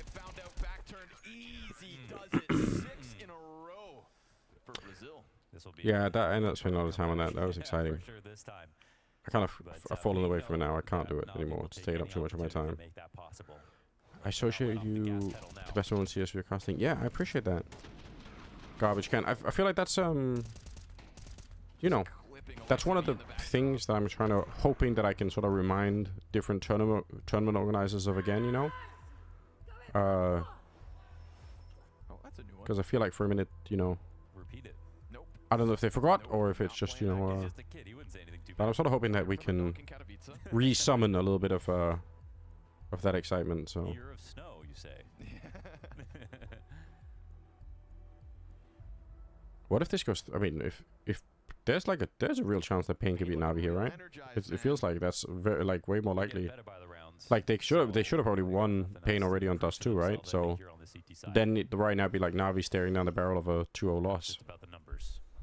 Yeah, genuinely, I thought after they let the Dust 2 slip, I really thought this game was cooked. Like genuinely, I thought this was a done deal. Yeah. cooked instead of Who's gonna cooking. step up for Na'Vi? Yeah, exactly. Kawez ratty. And he's not alone, so I like it. Frag grenade. Okay, wonderful saves his teammate. NQZ wasn't deep enough to really help or get anything off the back of that one. Chucks the frag out on the fallback. Fair play. And he's not going to give them everything. NQC made that jump completely blind. Just couldn't see a thing. He's met by a smoke, I think. Finally not dying first and taking out Kawez. No, never mind. That's 2 birds with 1 stone, but look at this. Like, heavy rotation downstairs, and Na'Vi, I think, they know there's at least one person who's gone down fast. Here's the steps out from the doorway. Piguzera looking to find his timing. Snow gets bettered. What? And then Piguzera trying to keep his head down, but Snow gets blasted off the rafters. The How does that happen? exit nets Na'Vi and open a bomb site. Pain. They had people at the bomb site, like, they just weren't ready for anything. Looked like that ramp setup was going to catch them off guard. They recover it, and Pain's streak may have just come to an abrupt end. When was the last weapon balance anyway? Yeah, it was their own nade. Na'Vi So. chucked I it don't out. know actually. AWP 5-round Magna, maybe? There must have been I something wasn't else. sure if they were blowing it open to give themselves angles or if they really thought there was even a possibility of Kawez being there. But at least one player ready. They'll strike him down, and Na'Vi find a solution here late in their T side. Better late than never. Money obviously overflowing still for Pain as we'll go into the last round of the CT side. So go ahead, Devadeus. Swing for him. 2 up for Na'Vi. Yeah. As they establish. Damn. Any extra guns they drop is a benefit. Getting 3 still good here for Pain, but still nice round for Na'Vi, and finally that things go cleanly on their tactic.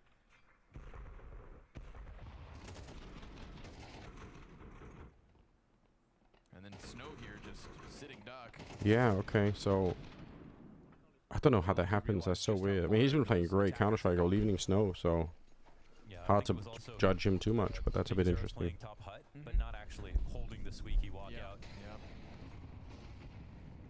Here we go. Final round of a half. What a and shot.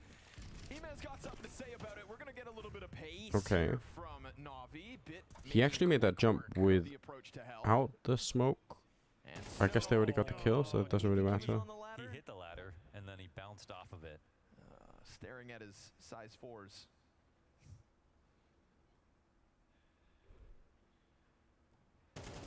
Get that bit Oh man. from heaven, so that's gonna Good for Na'Vi at least. Getting a little bit back here. Wait a second. What are you talking about, Connor? No, stop. Half's Stop. not over. Stop that. Stop that now. Kawez is still alive. All right, let's watch it then. With full belief here in Kawez, who hangs on to lobby. NQZ is going to take that op to heaven. So it's Alexi backside. Kawez gets 2, NQZ diffuses. They do have the smoke for main. Kawez trying to clear out some corners, trying to draw as much attention as possible. NQZ doesn't want to take the ladder. Does he have time? I don't know. That's a good point. But it doesn't matter. They're winning anyway. They're getting the job done, and that's all that really matters at the end of the day. Cool. Cool times.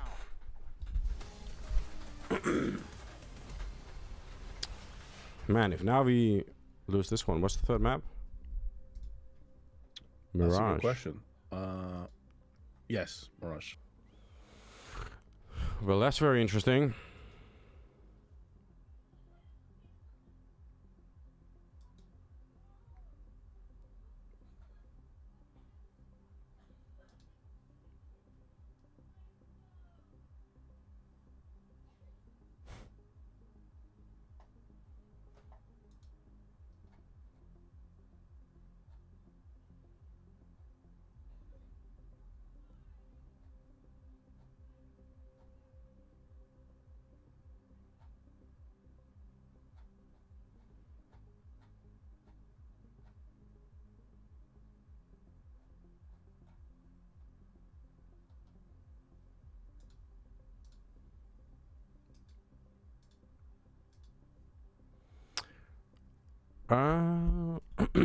Anders, without being cancelled, can you explain what happened to your old caster duo, Semler?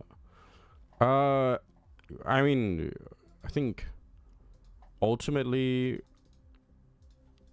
ultimately there was just a point in time where like I think Semler and I had like done so much casting and people had got like a little bit sick of it, and we were just kind of like doing the same, like I think delivering much the same product but not at all to like the same feedback, and we had a lot more competition all of a sudden than we used to in the past. So I think it was just like naturally probably time for a bit of a change, to be honest. Yeah, I mean like that was my feeling at the time at any rate, like but also to some extent like the community kind of were very much like, let's call it ultra critical of Semler, which was like I think kind of rough, and he was going through a lot of personal stuff at the time, which was also I think kind of hard on him. So it was like a mix of all things all at once, pretty much. And then he went to do Overwatch for a bit, and you know it's kind of like a whole amount of back and forth there. But yeah, I mean like everything has an expiry date on it in that sense, right? As much as people want to think differently. So yeah, pretty much just that. Not even like, it's not even like too dramatic, I think, unfortunately. I wish there was more drama. Could have been a better story. I've always been kind of curious on that one as well, Anders. Like, from your perspective, you go from being sort of like the de facto top duo by a mile, like no one's really competing with you guys, like you're getting all the sort of like the tier 1 events and things like that, as you should have. When things start going sour, how did you feel about that? Like, how did it affect you? Because there must have been a part of you that was like a bit concerned about these new up and coming casters. Like that was when Henry G and Sadakist and you had DDK and Bardolph were kind of up there as well. Like did that play on your mind at all, or did you not really care so much? I think it's like a weird mixed feeling. Like, I think it takes a long time. Like, let's say this was like a biking race, and let's just say it's just me. I was in the lead position, like I was the -- ahead of the race. You know, if we keep riding like this, I'm gonna win. You know. And then at some point, somebody who's like a pretty good cyclist shows up, but they're like they're like in 40th position. When they go from 40 to 20, you just don't give a fuck about that, right? Like, it means nothing to you, because they're still really far away. But really, you should obviously be concerned, because that's somebody who's just made up, like... Oh, shit. That's a nice rush.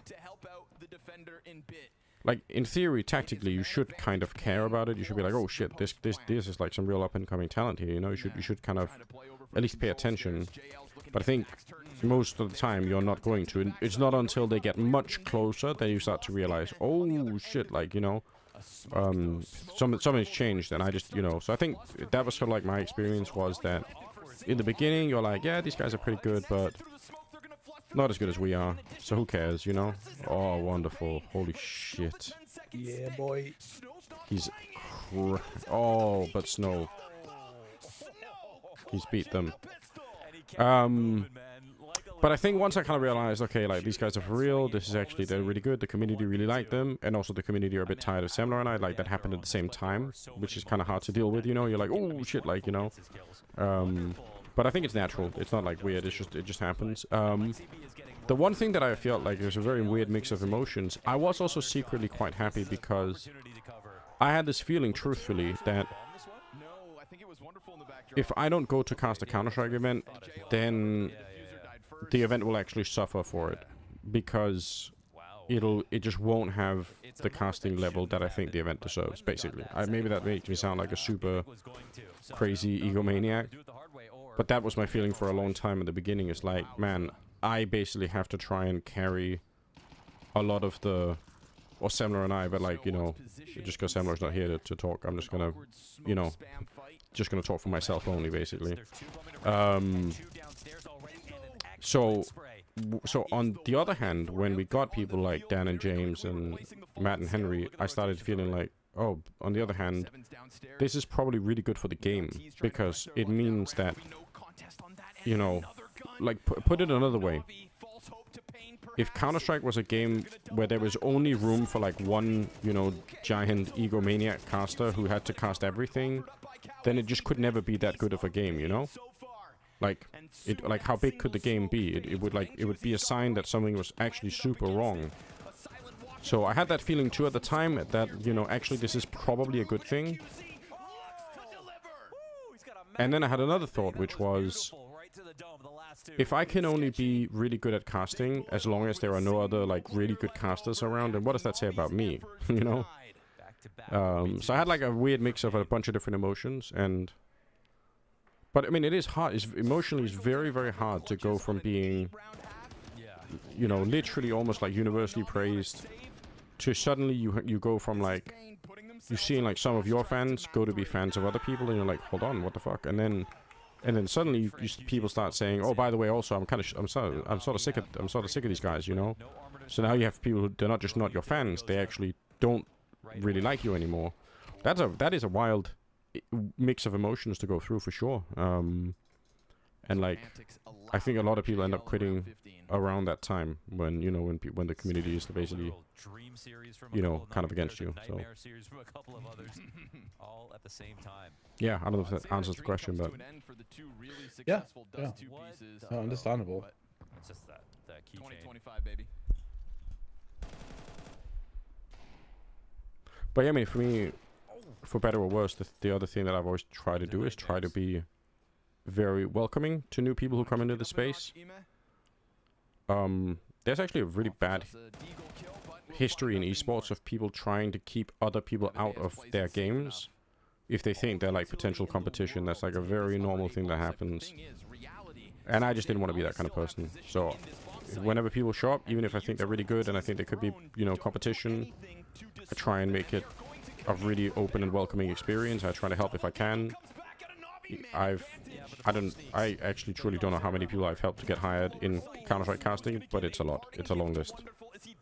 And I'll go out of my way to try and open those doors with people if I think that they are good and they deserve to like get a shot and all the rest of it, you know. I just think it's important. Brazil numero uno. Yes. He handles all the situations. Cheeks, they are playing very well at the moment. Macro's been great. Snow, you know, take a bow, honestly, of these two maps. Na'Vi, another close situation. So yeah, I don't know. Na'Vi know what's coming. They put themselves in great spot to get all the kills, and they get most of them. Like, with the guns they have, bringing around Snow's like 15? I don't know, actually, hold, something like that. I think he's 15, isn't he? Like 17? Love that from Big Uzera as That's well, sick. identifying the drop down immediately. They're wrecking now. Vince, what's happened?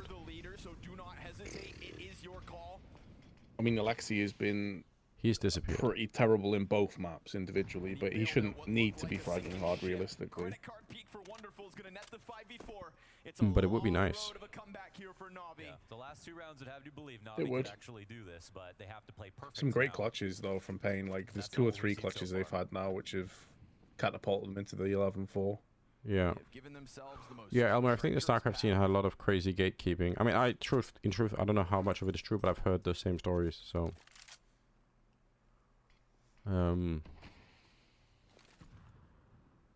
I'll put it another way, though. I think tactically, if I was playing like a strategy game, I think I played a worse game in terms of trying to maximize my position when I had a lot more influence. I mean, I don't regret that because I wouldn't want to play the game like that. But you know, when you're in a position where the community loves you and they don't even know who somebody else is, it's so much easier to essentially ruin the community's perception of who this person is before they even get a chance to understand what's happening. And yes, he will sense that opening, grasp it with both hands, and allow for Cowes to guarantee this bomb plant Apollo, yeah, Sean. I had a call with him like a month ago, so... It's low HP for Wonderful. He's a cool guy. It opens a door for Bit to get up from that ladder. He is struggling throughout this series, trying to get the retake rolling. He will, but it's Davideus 1v1. hanging on as the approach is loud. Bit goes quiet. Nice. And denied as Pain takes 12. I love that move from Davideus, man. To that box is So just many beautiful. clutches. He looks to disappear. Yeah, this has been a crazy Wonderful game. wraps around the right side. He could have gone to Hut, and he doesn't have to watch both angles. That's just really. Okay, we got some more nice placement Pain from him. fans in the Another clutch for Pain chat. That's awesome. in a row to get to 12. They're really doing it. Na'Vi squirming. Couldn't play that better. Oh, he's so cool, Davideus. He's not even... The others are screaming. He's just like...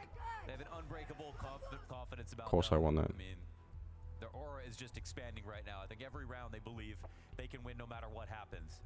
It's like not only are Pain on the brink of beating Na'Vi after losing it on Dust 2, but this is also a really good map for Na'Vi. Like, this is wild. Yeah. Man, oh man. Both hands around Na'Vi's neck at the moment. And they are turning blue. Just when they have a moment of hope. A gasp of belief met by clutch, clutch, clutch. And a fast push out from the doorway gives Big Uzera his opening. It will be denied by Wonderful. JL gonna press in hard against the door. And a 2v4 demanded of Pain at this point. And Snow, you gotta believe, but as he tries to press his luck through smoke, he's bested. What's the best event organizer to work with in your experience? This is gonna sound like a PR kind of answer. I actually think almost all tournament organizers right now today that I work with, like, they all do like a pretty good job, to be honest. Like, in the past, like, I think right when Blast entered the space, I think they did a really great job at basically upsetting a lot of the ESL stuff in terms of, like, they just were like, I think many steps ahead in some sense, both in terms of like treatment and everything else, but then that's how competition works. Then ESL had to like up their game, and I feel like everyone does like a really reasonable job, to be honest. We can only entertain the so versus underdog because the rounds that Na'Vi got yeah, I don't know. Even though it was clutch after clutch, they came close. Still 3 of them consecutive. But I mean, the thing that everybody does really badly with universally, unfortunately, is this idea of like communicating with casters and analysts and desk shows like ahead of time to sort of say, hey, we're thinking about hiring you for this, you know, in 5 months or whatever it is. Like, a lot of the time it's just like the communication side is pretty bad, unfortunately, or at least for some people. I don't think it's for everybody, but for some of us it is. So that sucks. 1 AK, 1 Galil. Don't, if this goes overtime again, I swear Pain are, they're memeing on us. What does Snow's Deeg have to offer us?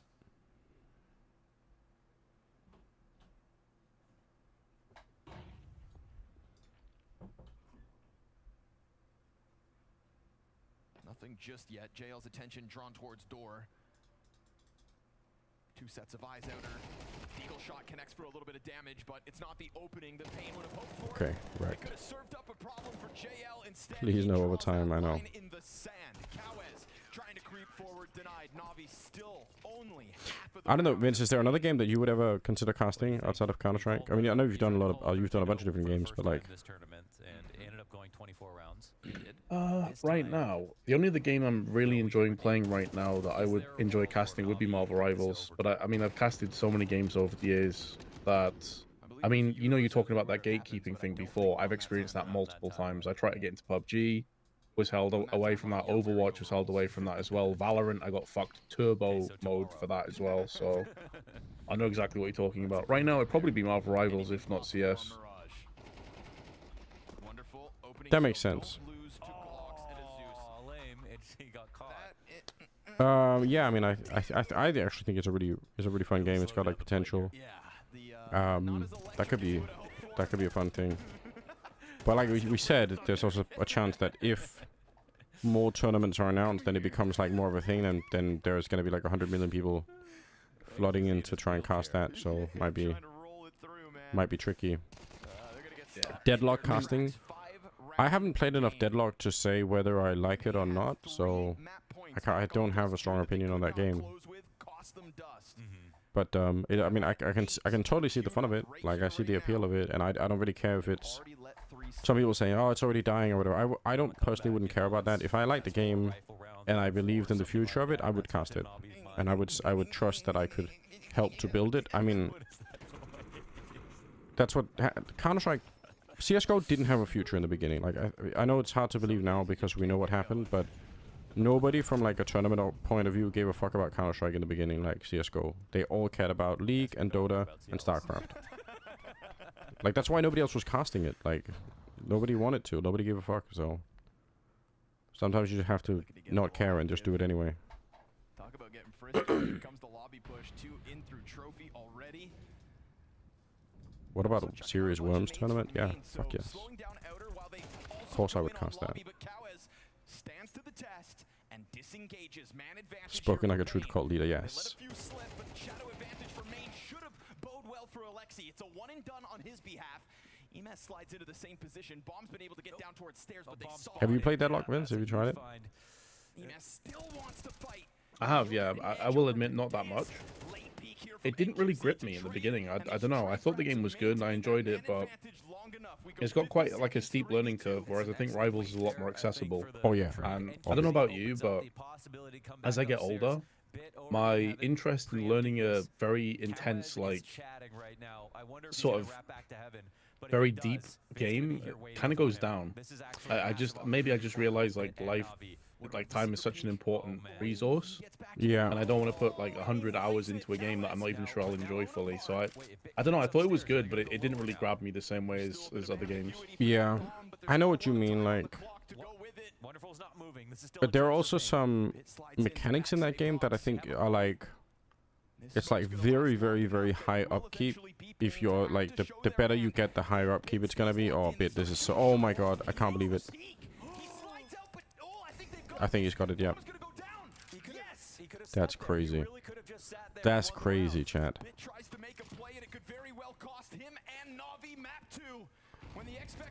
You're a streamer, Vince. Do you remember to say chat after every sentence? No, that's why I'm a trash streamer. Yeah. I should do it more. I think that actually is that might be what's gatekeeping you at the moment. Yeah. Could be like a 5,000 euro streamer if you just said it a little bit more. A hard copium. Yeah. Oh man, as if it's going 3. That's crazy. That is actually crazy. Hold on. Jai is saying, for me it's the other way around. I can't get into Rivals, but more out of Deadlock. Yeah, I mean, I think that's it could go both ways, right? Here's the thing about the Deadlock mechanics, and it's a little bit the same in Dota and all the rest of it, right? It's like the whole idea of like denying things, and I guess in Deadlock it's about shooting the bubbles that when things die or whatever. That kind of really small mechanic, in the beginning it probably matters nothing at all because everyone is trash. So if you're playing with like 5, other, whatever, like 10 other trash people, then nobody's shooting the bubbles, nobody's dying creeps in Dota, nobody gives a fuck. But the better you get, the more you're gonna get wrecked by people who are ultra nerds at that kind of thing, which is fun if you also want to be the ultra nerd, but if you don't, then it can also just become like almost like a tax for playing the game, where it's like, oh. I mean, I get it because in Dota, like, it is almost like a game within the game to do the whole deny thing, which I think is fun. I like it in Dota, but I could see how in like a game like Deadlock, if I had to pick it up from the beginning, that might be one of those things where I'm like, oh my god, like, really? I have to like learn how to shoot these all the time. It's the movement gods that fuck you over? Oh, okay. Interesting. But yeah, I haven't played it enough, to be honest, to have a strong opinion, so I don't love it or hate it or anything. But I'll say this, if I let's say I played 100 hours of Deadlock over the next, like, month, and then I just thought, this is sick, and this is going to be huge, and I love it, and I could see how this could be competitively a huge thing, and I'm just like, I'm super into it.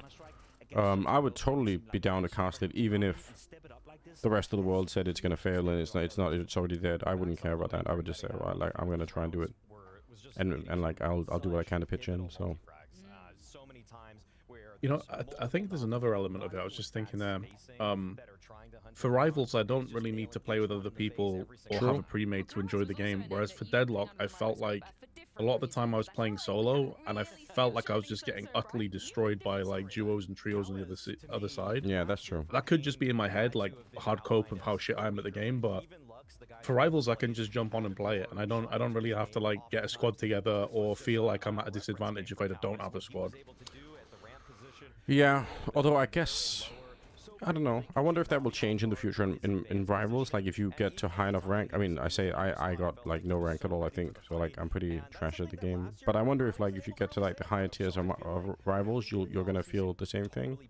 I wonder. I agree with that sentiment. I think Chaos for the vast majority of the time, it's not positive when we speak about him. He was also by far the lowest rated player in the online portion for Pain, but as you said, a reference game, and hopefully more to come for this man as well. There were plenty of clutches, obviously, we're going to be diving into, but let's look at a moment from the first half, because things got kind of ugly in this smoke diffuse situation, particularly for Imo, who goes for the knife, doesn't land though. I'll be completely honest, when you look at the scoreline in this game, you think that Pain were dominating. That wasn't necessarily the case. There were so many rounds that came down to the very last Okay, moment. let's see. So let's see if we get the whole clip. Does he blow away?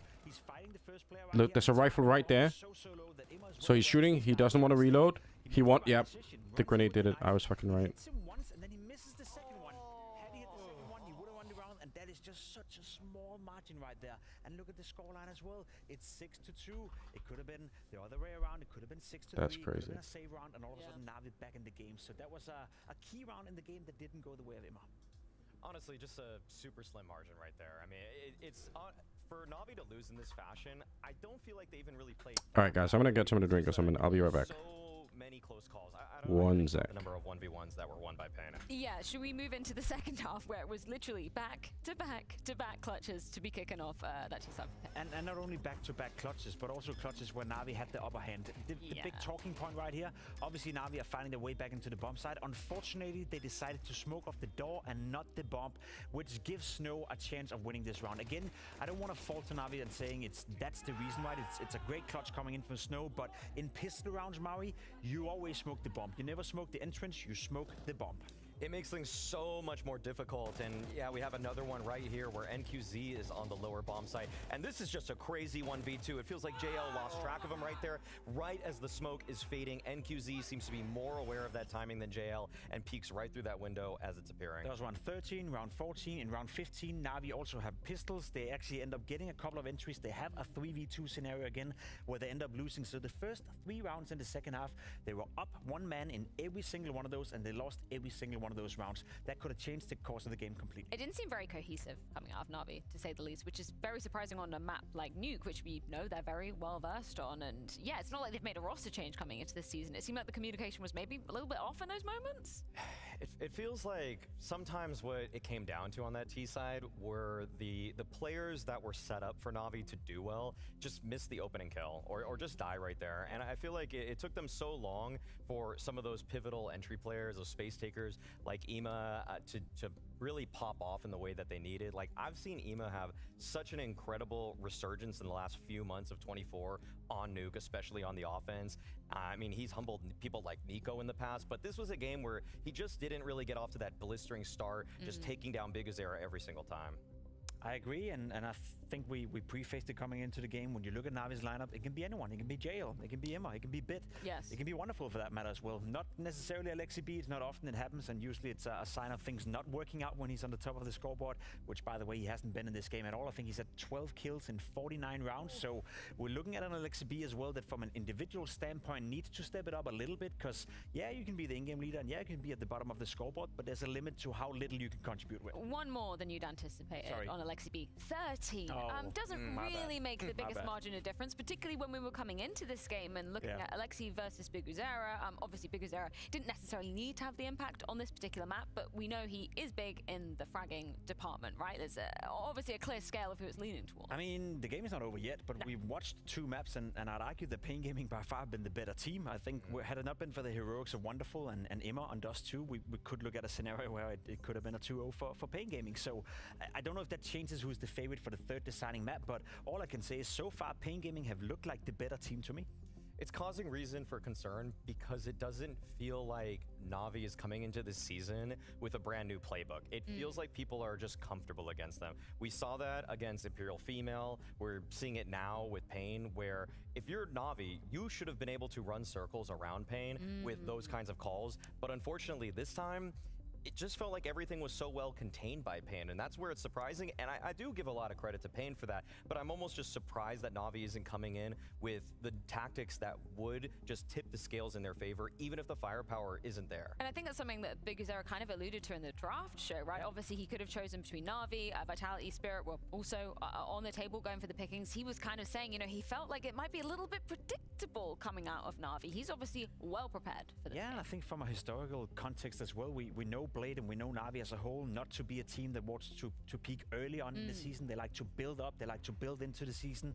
Blade even said in the interview coming into it to James Banks that, listen, this is a game where we learn. You know, we're testing out our nuke. We're going to figure out, is it going to be a close game? Is it going to be winning? I don't really know. I just want to learn. So I think from a mental standpoint right now, Blade is still in this, you know, sense where he's building up the team from the ground and up. We're not going to see Na'Vi peak, but it is an issue right now because Na'Vi needs to peak because they had a bad ending to 2024. I mean, I'm just going to say that what we're still holding on to is a Na'Vi that we haven't seen for over 2 months. We haven't seen 4 months. Yeah, it's been such a long Damn, time. these guys are hating on Na'Vi. What's up with that? Where we saw Na'Vi playing at the level that we expected of them. Nobody that you know of. Glad to see you. First time message, by the way. Welcome. Glad to see that you'll be casting again, my man. Where have you been casting less because of your own choice or something else? Yeah, it's a question that people answer a lot, but I don't mind answering. I don't mind like you know, rehashing it. It's fine. Part of the reason I'm streaming is to try and kind of get hired more, to get myself out there a little bit more. But I mean, like, no, I truly don't know why, but at some point I just stopped getting hired for a bunch of events, and I couldn't tell you why that is. So I mean, if I knew, I would tell you, but I don't have a really good answer for it. I think part of the reason is just that maybe I just became a little bit too invisible. That's kind of the best theory that I've got is that I was doing not enough content, not enough things, not enough, you know, I just faded a little bit into the background. So now I'm trying to do a lot more things. And I actually, luckily, I think the streaming stuff is really fun. Like, I wish I would have started doing this a while ago, but, you know, here we are. So anyway, like, that's kind of the situation, you know. Should we take a quick break, reset, and get ready for Mirage? That is going to decide who is moving on to the semi-finals of the King's Bounty Season 1. Who do you have, Vince, on the final one? Do you know what? Fuck it, Pain. Let's go. I'm a believer. They should have won map 1. They Yeah. smashed map 2. Here we go. What's happening with Na'Vi, like?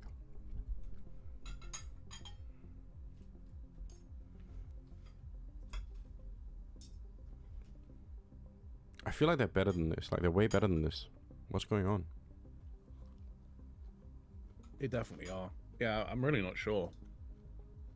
Because I can't really pinpoint one player and say they're the reason. I mean, Wonderful's been really good in this series. Is their top performing player right now. Alexi's been individually rough, but you kind of expect that. And then it's like JL and Bit have just both been really mediocre. But then they can have maps where they take over and basically just completely smash it. So I don't know, man. Like, maybe Alexi's calling is just a little bit stale and stagnant. It feels like Pain have got a very good read on them. Really not sure, though. Yeah, wait. Wasn't there an interview the other day where somebody said that, like, Na'Vi were a bit predictable? That's why they wanted to play them or something? Yes, that was exactly this one. That's Big Azera said it. Okay. Yeah. In the lead up when they picked to play Na'Vi in this match. Yep. That's kind of sick on its own. Like, if you say it and then you come in and you basically prove it, it's hard to argue, right?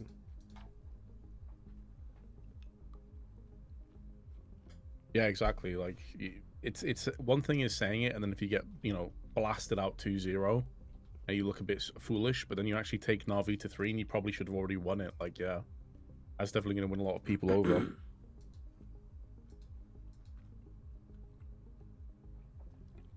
Yeah, interesting.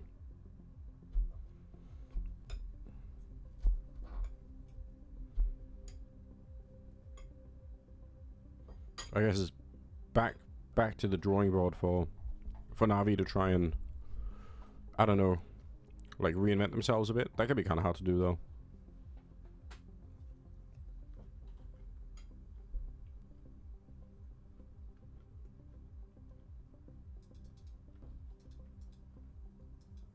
Yeah, they're kind of like in this weird middle of the road where they're not so bad that you feel like some changes need to be made. Like VP with Jame, for example, felt like that for the better part of a year or so. But they're not good enough right now for you to justify saying, "Oh yeah, in the NA major, like they're the team to beat," because they just haven't looked that sharp in any of their games. And like at the major, they were really disappointing as well. So yeah, I kind of expected, honestly. I was hoping they'd come into the new season, they'd be really solid. But it just hasn't really gone that way so far. That's what I thought. Like, I had I don't know. I was watching some of the games from, I think, the major and stuff, and I just thought, like, tactically and everything, they looked really interesting. But then Pain are living up to their name. Take you on Na'Vi. Here we are. That nuke was incredible. Rix, I just want to start by asking you, from Mirage, from Dust 2, you could have had it. Then we go into Nuke, and we see this. You just come back. The whole team looks completely fine and focused, and they knew what they needed to do. Was there any kind of worry of them slowing down or feeling bad about the first map? No, we talked about how we should play Nuke, and said that we think that we were better in Dust 2, but we make some silly mistakes, and just to not let us down, you know, like. And yeah, we play Nuke well now, and let's see the third map. Going into this third map, are you going to try and keep this same style, putting this pressure onto Na'Vi? Because you seem to be capturing them many times without them being ready for you guys. Is that kind of the game plan? I think it's the game plan that we are managing to win the rounds now, but it's a different map, so we are going to talk a little bit more now and see what's going to happen. Pain truly living up to their name on Nuke. That was a commanding victory over Na'Vi, who picked the map into this series, and now it's an opportunity for them to reset, because I would argue, Maui, that Mirage, which is the third and final decider, that was the bread and butter of Na'Vi throughout basically the entirety of 2024. And that's what's incredibly scary if you're Pain here, because you're moving into this with momentum. Rick's talked about how they know they just had a couple mess-ups there on Dust 2, and you're on the precipice of taking down one of the elite teams of 2024, and you are practically a new roster. You are a team that is just beginning what a to way gel, for finding out how to slot in Brazilian Davides, Counter-Strike to start the year. how If Biguzera is gonna slot Pain into a takes down B-Anchor on Na'Vi, this like, map, and you have a chance to take down one of the big dogs, like this can set your season Like, up honestly, when you for a consider completely different that trajectory Vitality are also out, there's a way that they could maybe even win this tournament. I mean, Yeah. I know Spirit is still going to be the favorites, but Eternal I mean, Fire. or Eternal Fire if you're Anders, yeah. But like, genuinely, they could get it done here. That would be amazing. Yeah, yeah, they could. Just want to note as well that the authority that Blade is speaking with in that little huddle outside. You could see that every single player was listening to him. You could see that he was trying to animate the conversation. It's a guy that I know we speak about it often because we speak about Na'Vi often, but fact of the matter is that Alexi B and him, they're working closely together, and sometimes I even feel that when they're not on the server, it's more Blade's team than it's Alexi B teams. People may think at home, yeah, Jacob, I know that, but that's not quite how it is on most teams out there. Imperial female got 8 rounds on Mirage. I do feel like we have a coach here that speaks with the other Yeah, but I don't know. I mean, they played really good Counter-Strike though. I don't know if that's necessarily a measure against Na'Vi in that sense. Mean they get to choose their side. They've gone for the CT side. Yeah, I mean, it took Bit dropping 30 kills to save them. Obviously, that means So, can't really rely on that, and he played really poor in the first 2 maps. Yeah, I'm a little bit nervous for. Maybe it is just like a weird phase where like they, you know, they haven't figured it all out yet. They go for a dry peek with an interesting timing. It caught Gamer Legion off guard a couple times. Like the dynamic duo of Davides and Biguzera in middle, it's exactly what you want to see. No one's playing second fiddle to the other. They're both calling their own number in a nice unified duo of entry fragging. I want to give the viewers one thing to look out for in this game. It's the slow T side as well. That Yeah, I guess we'll see. Let's sit down and learn. In terms of disrupting that, we know Na'Vi to be a team that loves to take mid control late in the round. So this re-aggression in middle coming from the CT side of Na'Vi, facing the slow T side of Pain Gaming, I think that's going to be a duel in itself that we need to look out for. Well, it all comes down to Mirage to decide who goes through to the Blast Bounty semi-finals.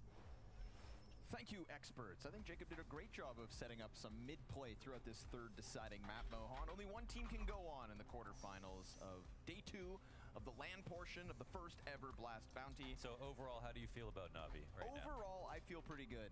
I think Na'Vi and back from Nuke can still finish off this series. Okay. Am I crazy, Vince? T-sides that we saw from Pain, Wasn't there a time when people would say like there was like a learn to play meme where it's like L3RN? Wasn't that a thing? L3RN? I always thought it was L2P. Yeah, maybe that was the thing too. Maybe it was like a Danish meme. Yeah, there's not a lot of players online right now for Na'Vi. Yeah, I don't think Alexi's having a lot of fun. I feel like I remember something like that. Describe it. And you know, our jobs are always fun, but not every job is always fun. And I feel like Alexi B is experiencing that right here, right now. Hold on. There's an uptick because I'm sorry, you got modded. you'd think they could bank on that.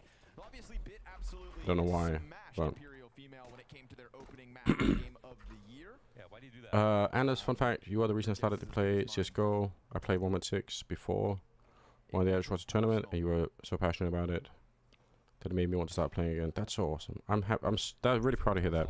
Nightbot, yeah, in shambles. Wrecked. I appreciate that. What a nice message. Thank you so much. Some awkward pulling up the knife on Dust too. Snow with bomb. Snow with bomb is up the catwalk. Yeah, JL. Well, JL's gotten back to the site. Aye, that's a big one right through the middle. Big Zera's also going to take this and run, getting to B, but whoa, what are they doing? The rest of the team is going towards the A site. That pulls Imma back into spawn. This allows them to get the plant now. No way. What is Big Zera doing here? He's just playing with fire. I mean, He's so smart, Big Zero. I know exactly what he did. He knew that he got spotted running into the market, and he knew that they were going to react to it, so he just instantly called it, and they instantly followed the call.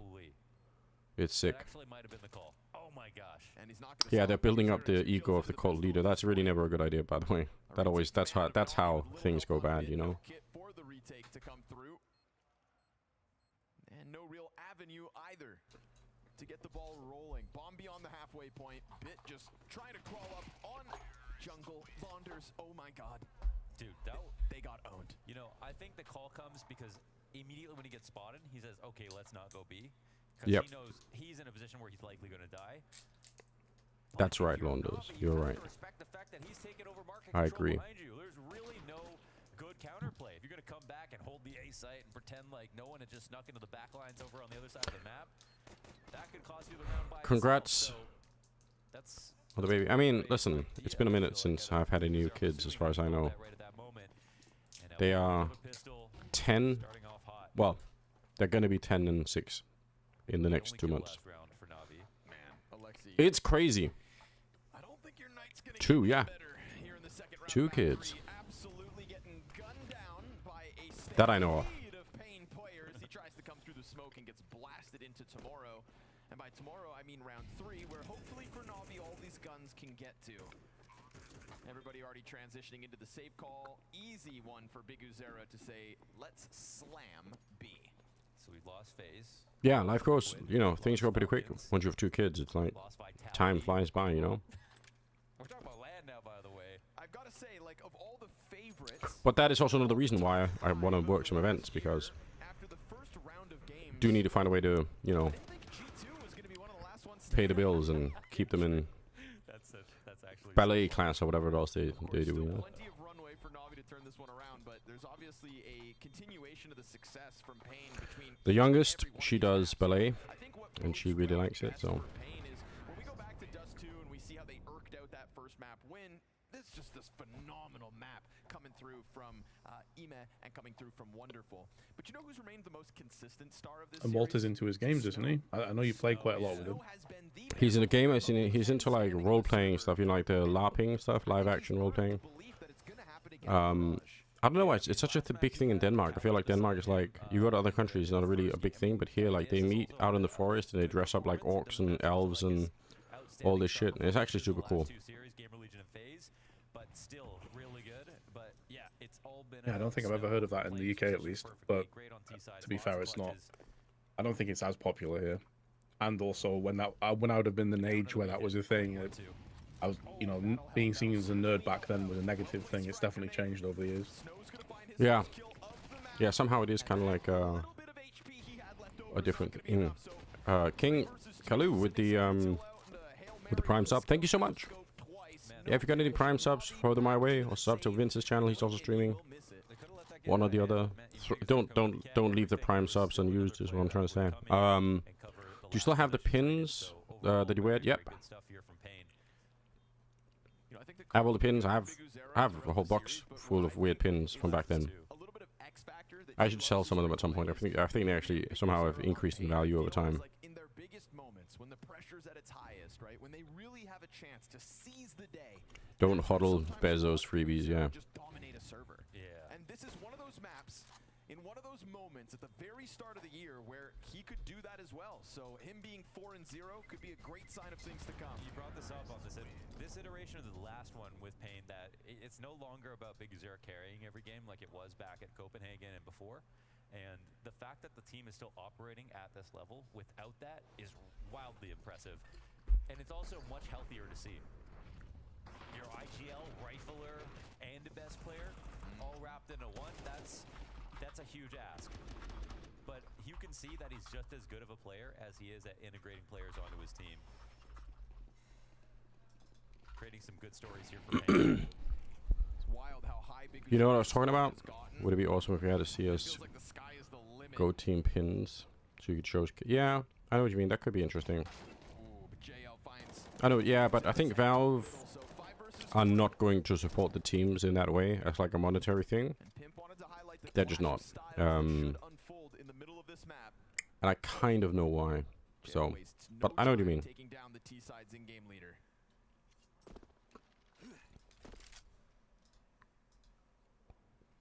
Snow picking up that second smoke, but it They comes already a made little late 'cause it didn't patches actually and get all the way to graffitis. him, so they're gonna have to play within that gap in timing. So why not pins?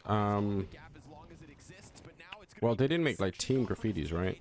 Doesn't look like the molly's gonna spread, but the sandwich player keeps himself on high alert. Beautiful spray back from JL to peel a player off. Dangerous They bomb did. plant there from Davideus, but it is a post plant regardless. When was the last graffiti? Was it Dosie's night? Excellent flashes again. It's been a while, yeah. I mean, I can totally understand why they don't do it. The graffiti stuff is dangerous because you don't ever really want to be in a position as a developer where you put a graffiti in somebody's name and then let's say, you know, a week later they drive off the side of a cliff and, you know, land on a, you know, on like 5 strangers that are just out walking their dog or something, you know. And now it's like a huge scandal and everyone's mad and it's like you have to like to update the game. It's not necessary. Like it's from the point of view of a business, it's just like it's a mess, you know. Yeah, exactly, Jais. I just didn't want to spell it out too much, but yeah, there's a lot of scandal associated with people, right? So might just be not a good idea to do that. I mean, just look at the crowd thing. Yeah. Over the last few days. Yeah, exactly. Like, why would you want to... What if his name was, like, on a big wall somewhere because he did, like, the ultimate no-scope 360? So that's one of the reasons... The reason why Valve don't want to support the teams so much, I think. I'm obviously not a Valve representative, so take everything I say with a grain of salt. That's insane. What an insane kill. The problem, I think, is that Valve look at the teams and they see a collection of people who are spending their money in a really unhealthy way. They walk past each other. This is mental. Wonderful. Oh, he's so dead. Rip. But Ima could save the round because he's also walked past them. Yeah. Smart. I think Valve's feeling, I'm pretty sure, is that if they were to help the teams get another $1 million a year per team, let's say, then the teams will just spend another $1 million trying to outbid each other for big players. And then ultimately all that will have happened is that now everything is more expensive and nobody's making any more money. So you're just inflating the bubble. I don't think Valve want to do no help. I just think I could see why they're in trouble with this, basically. Like, you could end up ruining things even more.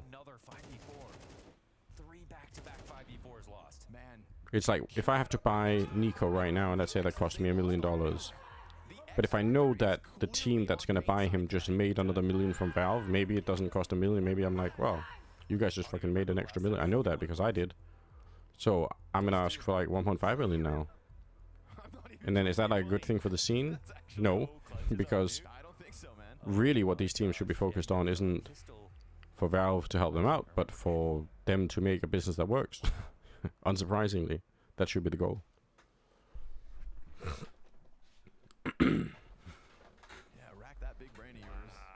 like on a fundamental level, this is the job of a team.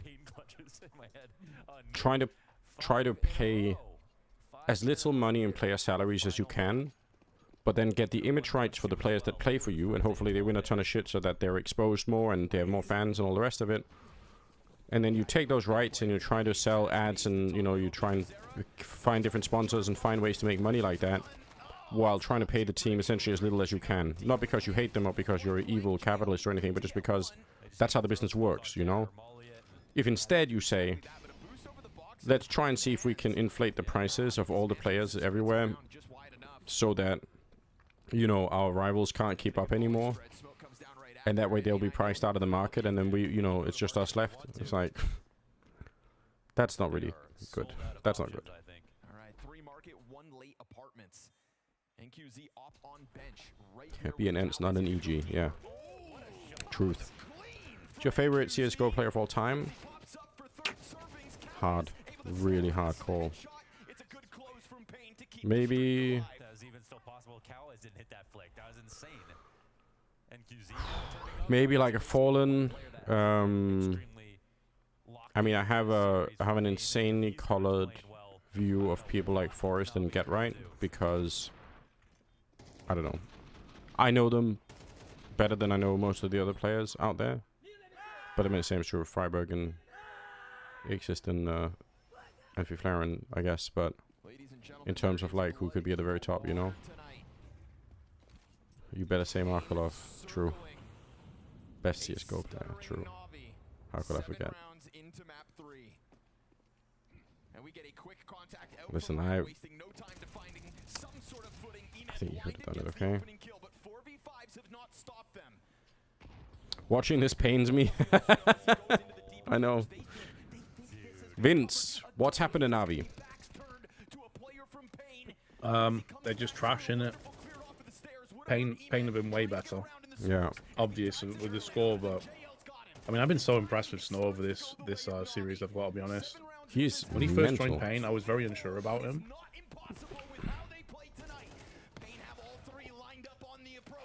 Not another clutch, like please. I didn't go to the HLTV Awards. I'm gonna be honest, like, I really wanted to go, but my entire family was super sick, and they kind of still are. They've had some sort of crazy flu, so the timing would have been absolutely insane. That's the one thing. The other thing was, because I just haven't been hired for very many events, I also had to be a bit of a grown-up and try to figure out, like, how can I kind of like make sure that I'm somewhat secure into the future financially, and that it has involved an enormous amount of meetings and effort, and like the streaming thing like now, and like I'm having to sort of do a lot to kind of make all these things work out. So next time I hope to go. I really want to go. It looks really fun. I think it's a really cool idea. HLTV did invite me and everything, you know, so hopefully next year will be better. 6-1. Familiar start. I mean, it's been fast starts every map. Yeah, I think I'll find a way, you know. I mean, the streaming thing has already gone much better than I expected, I'm not gonna lie. So, both in terms of I find it more fun than I thought it would be, and people seem to like it, so here we go. But you're right, Vince, like, Snow has been... It's not even just like... I mean, obviously the kills and everything, but like, he's so fearless in the way that he takes some of these fights. That was the bomb, by the way. Oh, no. Oh, that's right. They've got to write it off now.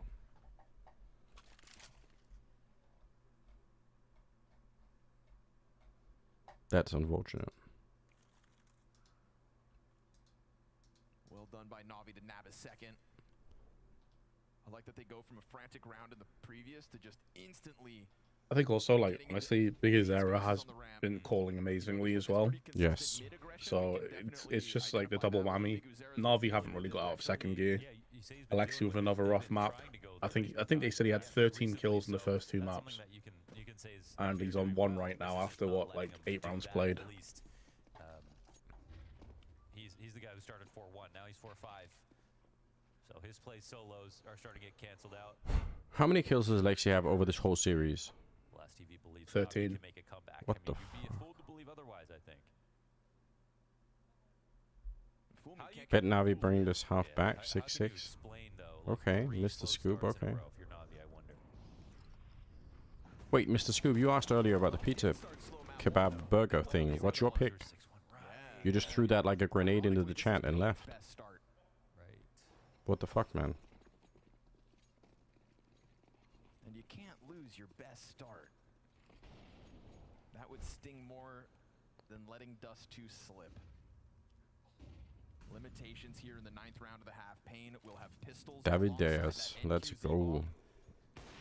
Oh, okay, never mind, he got absolutely deleted. First and foremost, wonderful kills, not in quantity, but good quality. They still want to come out behind this, and you know what? I think they have every right to. The smokes are fresh, and even though there's only 4 players, it would be the first time they won a 5v4. Good flash, though. That stops that deep CT peek.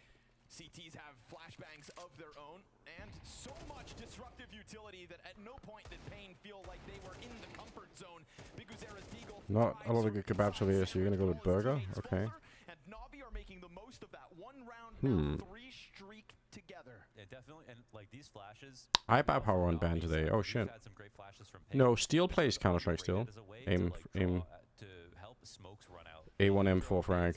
Sorry, that was hard to read. Steel still plays. Smokes are fresh. That's also drawing seconds off the smokes, and that's the whole goal of this A exact. I think Vince made a strong point about the pizza thing earlier, that the variety in pizza is pretty huge. Like, you can put a lot of things on pizza. You could put kebab on pizza, let's say. So you're actually cheating. You could probably even make a burger pizza, couldn't you? Yeah, definitely. There is a thing in the UK at least. I'm sure there is elsewhere. You can get a burger pizza. You just put like the patties on top of the pizza. That's what I mean. So you actually found a loophole there. Yep. No, kebab pizza is a thing in Denmark. We eat it all the time here. It's actually it's awesome. You put you put salad and dressing like on the pizza too. It's fucking lit. Yeah. Trust me, it's amazing. Yeah, for what it's worth. No telling what's Every pizza in the US have done burger pizza. Let's go. Anything is a pizza if you're brave enough. Unfortunately, I know where that quote comes from. Makes me worried. 6 rounds, best case Ontario. You've never tasted it? Well, Pain burning through these timeouts to try and get that momentum back. yeah, I was looking, Emily, for like where you even what you were replying to. I was like, I can't even find it. I'm like, all right. Do you have a Steam account? I do. I feel like everyone does, right? Everyone has to have one.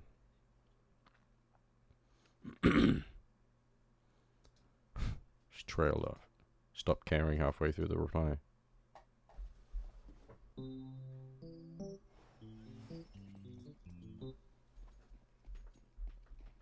Looks like another bout of slight mid-control here, but this time Biguzera brings a teammate. Love that. Ender Riot. Kebab is superior when it comes to convenience, speed, and price. Oh god, he's introducing more. He's actually introduced more elements into it. That's interesting. Also, welcome to the stream. Exactly what they needed, honestly. Am I a football man? I'm not. No, unfortunately, I'm not into football. I know I'm missing out because I do like the passion when other people talk about football, but Vince is, though. He's a Newcastle fan, I believe. It's true. He also True story. he said he loves Manchester United, but I couldn't tell anyone about it. Fuck right off. Before we did our draft show, James had asked all of the representatives, coaches, IGLs, whatever not, what was the biggest upset so far in Bounty. Some people saying, you know, Mao's losing, etc. Biguzera said Man, right now I'm trying to relearn how to play Counter-Strike. Let me do that first, and then I'll come play with you guys for sure. I mean, that would be sick to play with Kirby and Draken. But thank you, I appreciate that. Yeah, speed lossy. He's not wrong though. Like if you're like trying to catch a train and you've got like an extra 3 minutes, you're not running into a pizzeria and saying, "Hey, can I order like a pizza with like, you know, this and this and this?"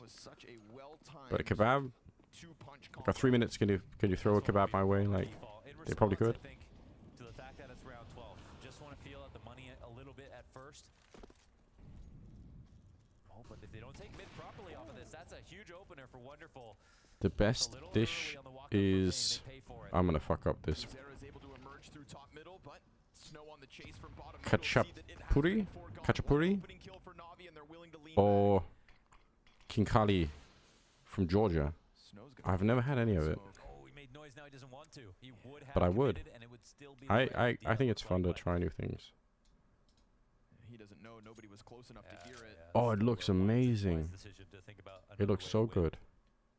3 CTs for Na'Vi in good spots. Oh, and the other things, like they're like little dumplings. Oh, I'm coming to Georgia. Let's go. It's a great adaptation to try and get the better of the jungle play. Could have been the kill. That looks really nice. Yeah, that looks super sick. That looked like it should have landed on Ema, but it gets stuck up in the Nice. We've learned some new stuff. That's awesome. Oh well. Ema can count his blessings as we hit 35 seconds. Yeah, thick dumplings that are just soaking in the sauce or whatever. Might actually be opened up. There are 2 players here, but JL's going to check on mid. Alexi, again, he's had kind of a rough game. It's almost like I can hear Anders' desk just rising a little bit. Yeah. The excitement. I'm down. What a way to get banned that would be. This guy was banned from our platform because he got turned on by the food conversation in this chat. Visibly turned on. We had to get rid of him. Right, they somewhat saved the half. Somewhat. It's too late. We've given up on Na'Vi already. It's over. It's Jova. It's on the list of top dishes in the globe. That's sick. So Hungarian off trying different foods all over the world. Everyone comes to make traditional goulash. Or langosh. Yeah. That's not that, but that is a good reason to try different things. Oh. Solvin Tenjoyer. Thank you so much for the subscription. Damn, we're almost up to 10 for the day. I really appreciate the support. Thank you for the Prime sub. Super awesome. I've had goulash. I haven't tried the other one. I'm gonna Google it right now. Oh, that also looks crazy good.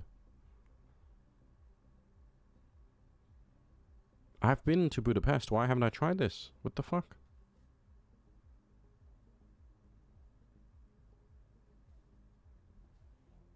Although Google is trying to claim this is also like a Czech.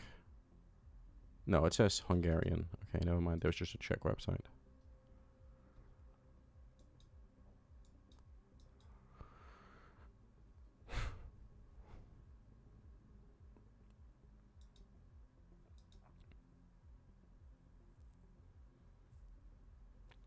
Community of 5 medieval villages located at the head of the Anguri Gorge in Svaneti, Georgia.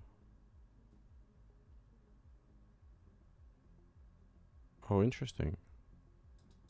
Man, there are so many places in the world I just truly don't know anything about, which is kind of a shame. I like going to like different countries I haven't been to and just kind of like seeing what's up. I mean, I was in Morocco last year for the first time. First time in Africa, even. Paint thinners is your favorite solvent. All right.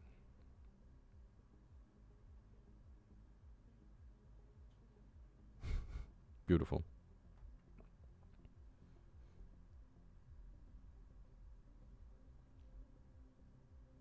It's very cheap to go there. Yeah. I like being in Morocco. I think it was fun. People are super friendly, like welcoming people. Now, can you tell me about Denmark? I generally don't know anything about Danish food. Man, unfortunately, Danish food is very bland. Like Danish food, generally speaking, like we put like salt and pepper on our stuff, and that's about it, you know. I mean, I think there is some good stuff, but it's. I just think it's not as. It doesn't look anywhere near as cool as this stuff, to be honest. That's just Nordic foods. Yeah, I know. Like. So, it's not super exciting. I fear, but there probably are some local dishes you could try. Salt, pepper, onion, yeah, something like that. You did say Na'Vi would win this map. I did before it started. Okay. I'll link you to like a dish. Fair enough. Fair enough to be afraid at that point. And then just like Nuke, got the same circumstances for the pistol. Na'Vi will feel probably fine if they win this, or maybe not, man. We watch Nuke. They have a second half. Try this one. Perfect peek out of jail. You love to see it. Just Google Translate this thing. But right now, one right back. This is like the Danish national dish. It's like basically like so like baked pork belly with potatoes and this like particular sauce, like parsley sauce, and it's hard to. It's like something about the parsley sauce and like the saltiness of like the pork. There's some combination there that works really well. Oh my god. He could have stopped the bomb. That's massive. Turkish food is unbelievably good. It's crazy. I really like Turkish food a lot. He saved it anyway. He's just too good, Vince. He's winning everything. If you kill a guy who's not defending the plant, you have a great chance to kill both. So that's what he was thinking about. Yeah, you saw him like indecisive between the two kills. I think that was Only chocolates are good. I like the Turkish delight dessert, but I have been to some restaurants in Turkey where I was like blown away by how good things were. But I guess the variety could be pretty good, pretty big. I don't know. I've only been there like twice, I think, in Turkey, so. I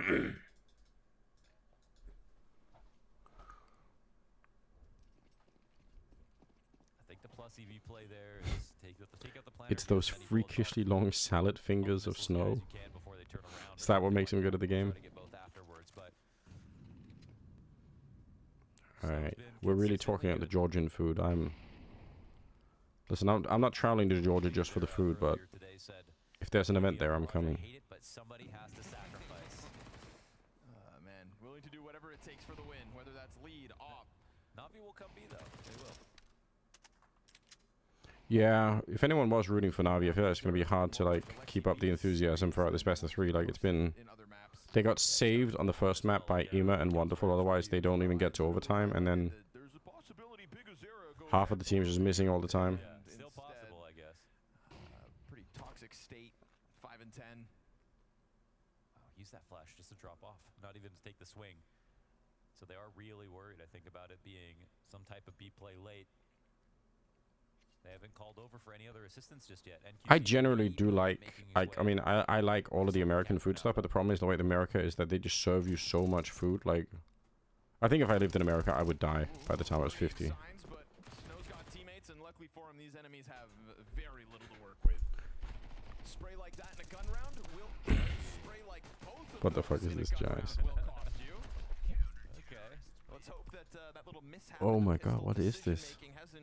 I didn't even know this account existed. What is the thing inside of it? Jesus Christ.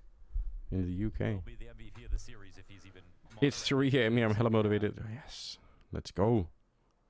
Still got some Na'Vi fans out there. What's your favorite food, Vince? What's your... They've got worse guns, yes, but do you mean like type of cuisine or specific meal? Let's just go with meal. You can't beat a sirloin steak with steak chips. Okay, that's, yeah. Hard to argue against. It's just rock solid, isn't it? Like, yeah, it is. Any kind of sauce you prefer?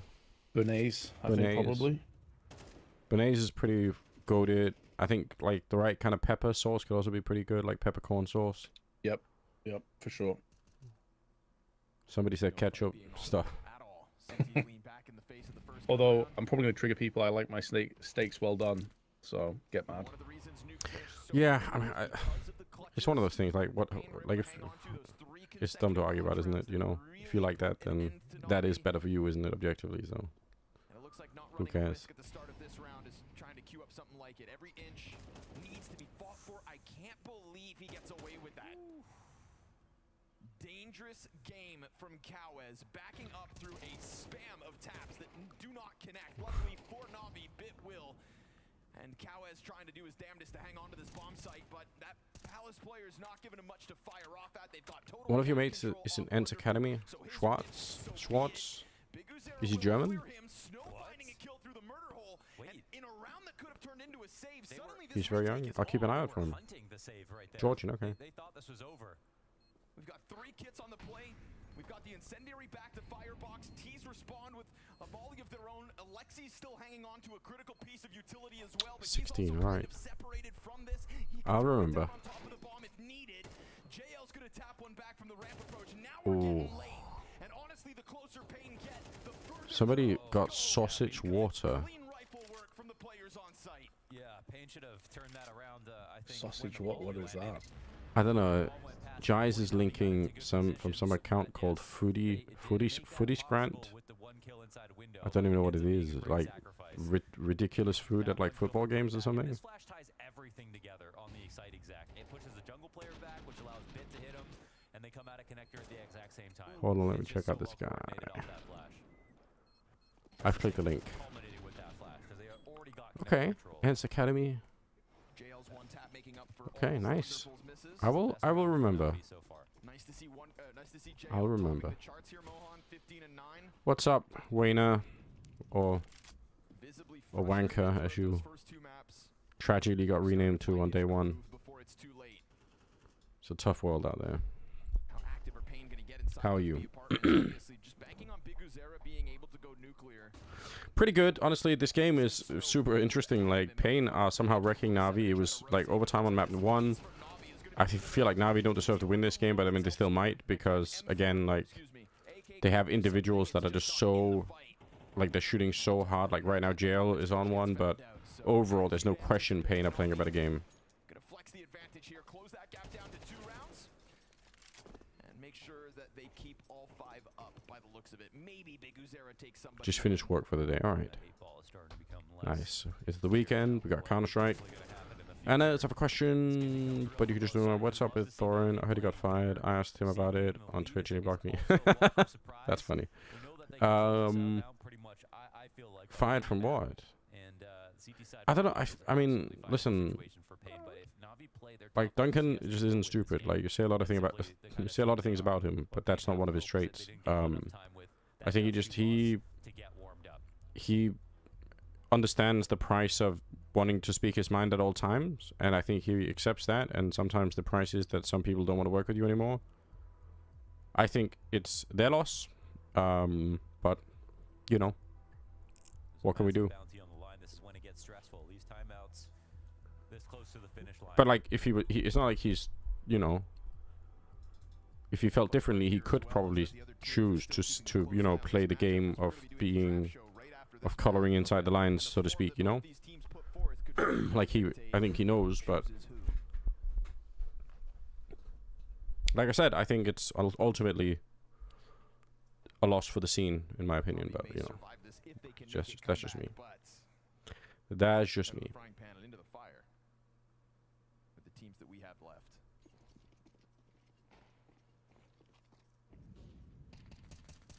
Nine to 7. Money is kind of running. Oh, Vince, if they lose this round, it's going to be a tight game, and Na'Vi will probably win, won't they? I'm getting some flashbacks of those two right now. Yeah, sure. I am too. They see nobody trying to re-aggress into middle, and this is where you might get a little worried if you're Payne. If they play. That is a hell of a hot dog, Jesus Christ. Na'Vi did with connector control that previous round shows that they can. I personally feel like he takes things too far sometimes. Yeah, I mean, he probably does. Sitting still as Imma crawls out underpass. But I don't know. I feel like it, you know, just if that's the case, have the conversation with him, tell him, hey, listen, this is a little bit too much now. We need you to chill out. We'll see what they throw out to try and unroot these individuals. 2 defenders in position. Good hold so far from Cowes, and he's able to get himself a second. Snow lending helping hands. He keeps the pressure up, and it falls down to the sandwich. Snow is so good. By Snow, 4 It looked like the CTs were getting stagnant. Hey, excuse me. I mean, they didn't have anybody playing close. Snow's playing so fucking solid. Can somebody? We need like a Photoshop of some of those like Texans who have to deal with snow, who've never seen snow before, so they can't like drive their cars. They're trying to use like. I saw like a video the other day where people were using like kitchen salts in their driveway to like try and get rid of the snow. They're using like Himalayan, like pink Himalayan salt, you know, around their cars because you know we need one of those pictures, and then we need like Na'Vi dealing with snow, something like that. Can somebody Photoshop this shit for me? Does anyone know what I'm talking about? Anyway, just a thought. It's a good thing I don't know how to use Photoshop, or there would be a lot more weird Photoshops on the internet. I bet you anything they molly default this time. We'll see if they believed in what they were almost able to piece together. But like you said, right, highlighting that Snow versus Emet kill in mid before the execute was able to find footing on site. This time Mohan looks like a different direction. Wonderful's maybe vying for a bit of site control, but this angle's being held by NQZ right here, right now. A battle of the offers for the opening kill, and a missed shot while blind offers an opening to the T's, who will flood up connector, and Snow is doing nothing. Now you feel a bit hungry. They got you guys. Oh, you know. Okay. All around. I mean, it is so obviously pragmatic from Na'Vi, but the flash is the huge part of this round for Wonderful to win his duel. Hey, Sneakiness. Good to see you again. Trade back, no CTs nearby to deal with it. And Kawez under Balk is cool, but what they are trying to do is ISO one of these positions, and that's the one that they get. They didn't even need the mollies this time around. We saw Wonderful's flash in previous rounds also disrupt with the jungle hold. You lay down for a nap, and then the series started, and woke up, it's still going. Yeah, I know. It's been it's been going. Overtime into nuke into this. Middle has been for the terrorists every single time. Studio does look really cool.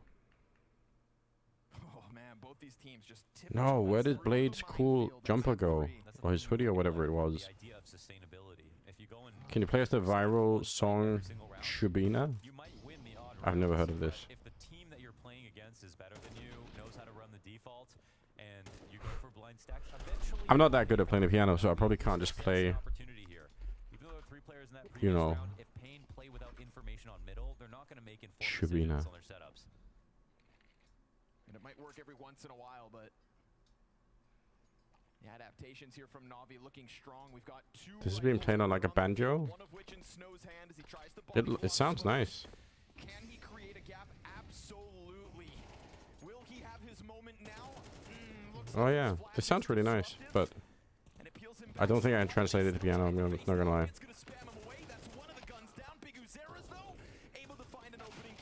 JL will deal with Kawez inside the sandwich, and it looks like a comfortable 4v2 to push forward, but he tries. Wonderful. NQZ with the picked up weapon gets at least the one, and Big Uzera had disengaged into CT side is busted. Yeah, this is only a couple of guns coming into the round for Pain, but Keyboard Cat, the viral Keyboard Cat song. I feel like without the cat, it doesn't really have the same punch. Maybe I could wear cat ears and just do it. Just like Pain were able to do on their T side, but now that we're in the second half, if that continues to be a problem, I'm wondering what Pain are going to do in response. Does he have a new haircut? Wonderful. Like since last time? I haven't even checked. I think it's the same. I think Okay. it's the same broccoli hair. And you have to wonder what their thought process is going to be. If we attack in the middle and something fast happens on A, we might pay for that. If we attack in the middle and lose because our defaults are too strong, we might pay for that. If we push extremities, you know, how many gaps can we find? There are gaps. B has been a gap. B apartments is definitely an opportunity. We have the ability to re-aggress after Na'Vi have taken middle control. That's when they're not throwing grenades. Yeah, he looks good. They understand that timing and they're prepped. He does. Try to punish there. I mean, the broccoli hair is kind of new spruce. You're not wrong. It's just it was also there last week, I think. We mean like new as in new since last week, but let's go Na'Vi. Clap, clap, clap. Yeah, classic. Esports fans need to reinvent some of the stuff. moment of this decider map decide to close that lead to Better than the curtains. I mean, I kind of do too. I'm not gonna lie. They've been able to stuff the CT success after But the curtains were also pretty iconic for him, I guess. So you'll never cause too many cultures. Yeah, true.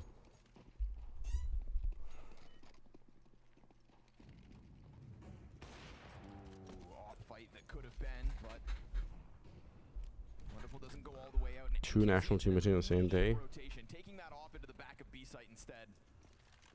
Yeah, somewhat of a win to at least push him into a new place. Yeah, probably true.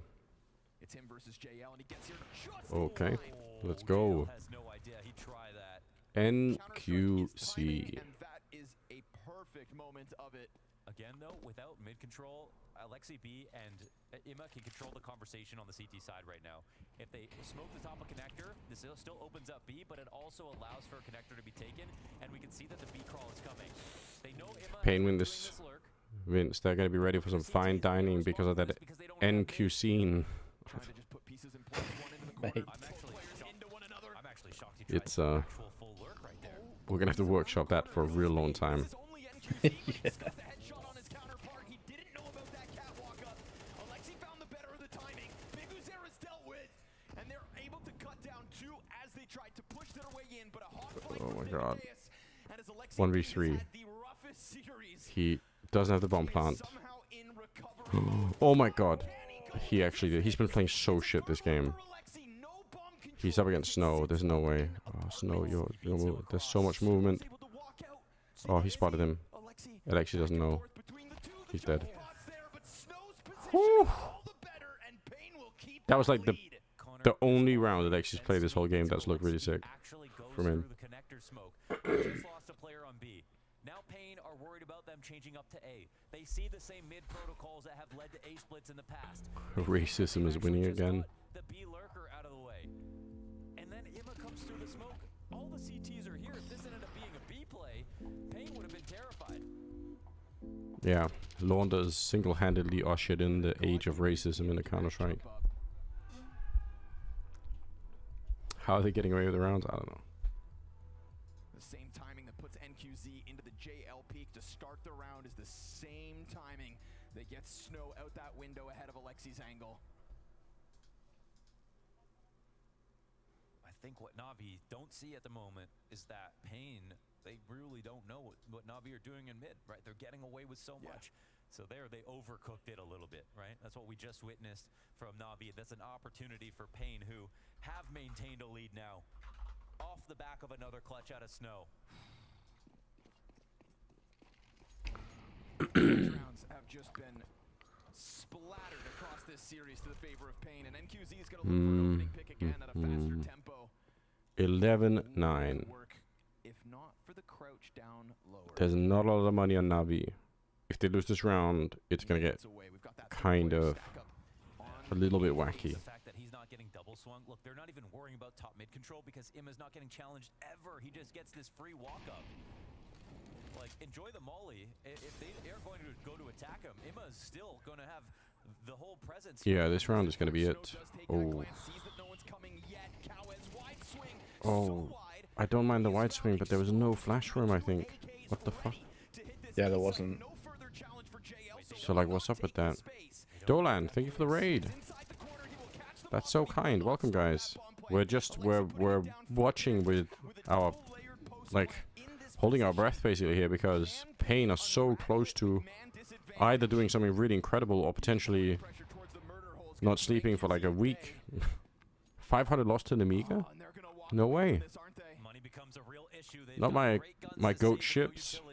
For this retake, besides the smoke on NQZ, Connor, this is a round where you throw the poopy smoke in front of Connector. And Tosashi, what the fuck? Ships. Ships. What are you doing? Thank you, Dolan. I appreciate it. Thank you so much. Now Pain will never test them.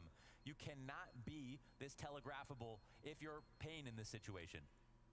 The game plan's becoming obvious. Yes, they're only one round away from map Ships was not playing the first map, but then who cares what they were doing? Who cares? If Ships isn't playing, I don't care. I don't care anymore. Fighting, but Na'Vi have them figured out. Na'Vi are willing to take risks. Yeah, no flashing for Cowards was like a... That is a That's not okay. Tetris. And Alexi getting into the fight before he prioritizes that bomb plant. The one time Snow gets the kill on Ime is the one time this A defense has actually been able to succeed. Would I pick, or would I peek? Pick, yeah, Fallen over Kenny-S. This is so hard, like, what a hard choice to have to make. The problem is for me, like, I probably would, but because Fallen just also has got the IGL stuff. And I don't know, but I love both of them, so. In AWP only, damn, hard choice. I mean, peak Kenny you would have to pick over, I think. So, what's up? BHP Omen. Welcome to the stream, first time. Let's go. Wonderful. This is like a very hard... Oh, okay. Davideus. Oh, wait a minute. He's going to get challenged instead. He's so close. Man, Wonderful is actually so zoned in. It's sick to see. 40 seconds. Wonderful running the risk of walking back into that op. Which line could the sniper be on? It could be looking to Cat. Wonderful has to be aware of it, but he also has to take. It's so fearless. If he goes to plant on B, the op could rotate over, but Almost could have seen him there. They know. He's moving over. Yeah, they saw him. He saw him on the radar. 100%. Oh, it's so smart. My god, they're smart right now on the paint side. 10 seconds. Oh, maybe not. Davideus. Bigusira up on the... He's so close! Jesus Christ. Holy shit.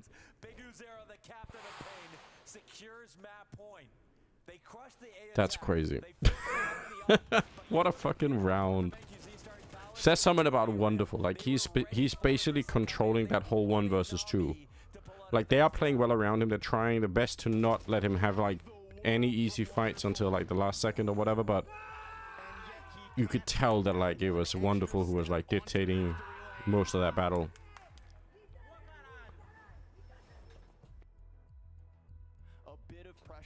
Rip to a fantasy roster. I'm sorry. Kenny-S, Fallen, Device, Saiwu, Simple. Yeah, that's not a bad list. Not a bad list. Again, it's more X Factor for Pain. It's another buying decision, late game that could have cost him, but this one had a better idea. What have we had from Na'Vi? A series of Yeah, I think it's... I mean, maybe you could make like some kind of I don't know. Yeah, I was gonna say Guardian is like the only other one. The Saiwu one is interesting because he's just so much not an AWPer these days, right? So it's kind of like, you know, you almost have to specify like which kind of Saiwu are we talking about, you know? Yeah, he's much more of a hybrid. Well, he plays AK pretty much on every T side, every map. Yeah. Other than Dust 2, maybe. This is the only time we've had a player, even on the CT side, play off Cat like this. Snow to be the one to do it. No boost for him. And he throws his own smoke, and these bits of utility can help them delay a little longer. It's been a long day. For your own sakes, don't let this go to overtime. There's no way for Na'Vi to flex into a B split off of this unless JL walks all the way around or Bit activates a lurk, and he does. Oh man, then the ramp push comes right back. Snow. Oh my god, he almost pre-fired it. There's no... How the fuck did he know that? How cracked is he, like? What's he been drinking? What's he been eating this morning? He almost did like a cold pre-fire to that connector position.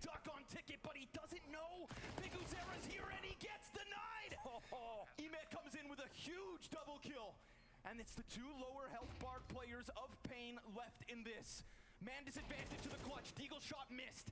Cowes could very well flush one out, but where is Snow? Yeah, the molly's missed. Snow's not coming in for this. Yeah. Too low to think about another attack. Unfortunately, this is the right move. Go to round 24. This Yeah, low on money. They have to leave. Pain have pushed Na'Vi to the limit again. This is the same head-to-head that happened twice in 2024, and most recently. Yeah, if you kill them in con, that might be it. Yeah, Ema is a really well played round from Ema, honestly, too. One new piece in Daviduis. And Pain have at least kept it close. Na'Vi will not let it slip, though. Now they gotta take a breath, man. There's so much pressure on this, and we've seen as this game has gotten close, Na'Vi still willing to play every. You're gonna sleep with its OT? I couldn't do that. Taking advantage of mid, applying extra resources in different positions. Immo with this very brave lurk through window. If Na'Vi wins this, they win bounty. Do you mean the whole thing? No way. Eternal Fire are doing it. Or Spirit, obviously. Yeah, Centaurus. Lantaurus is coming for them.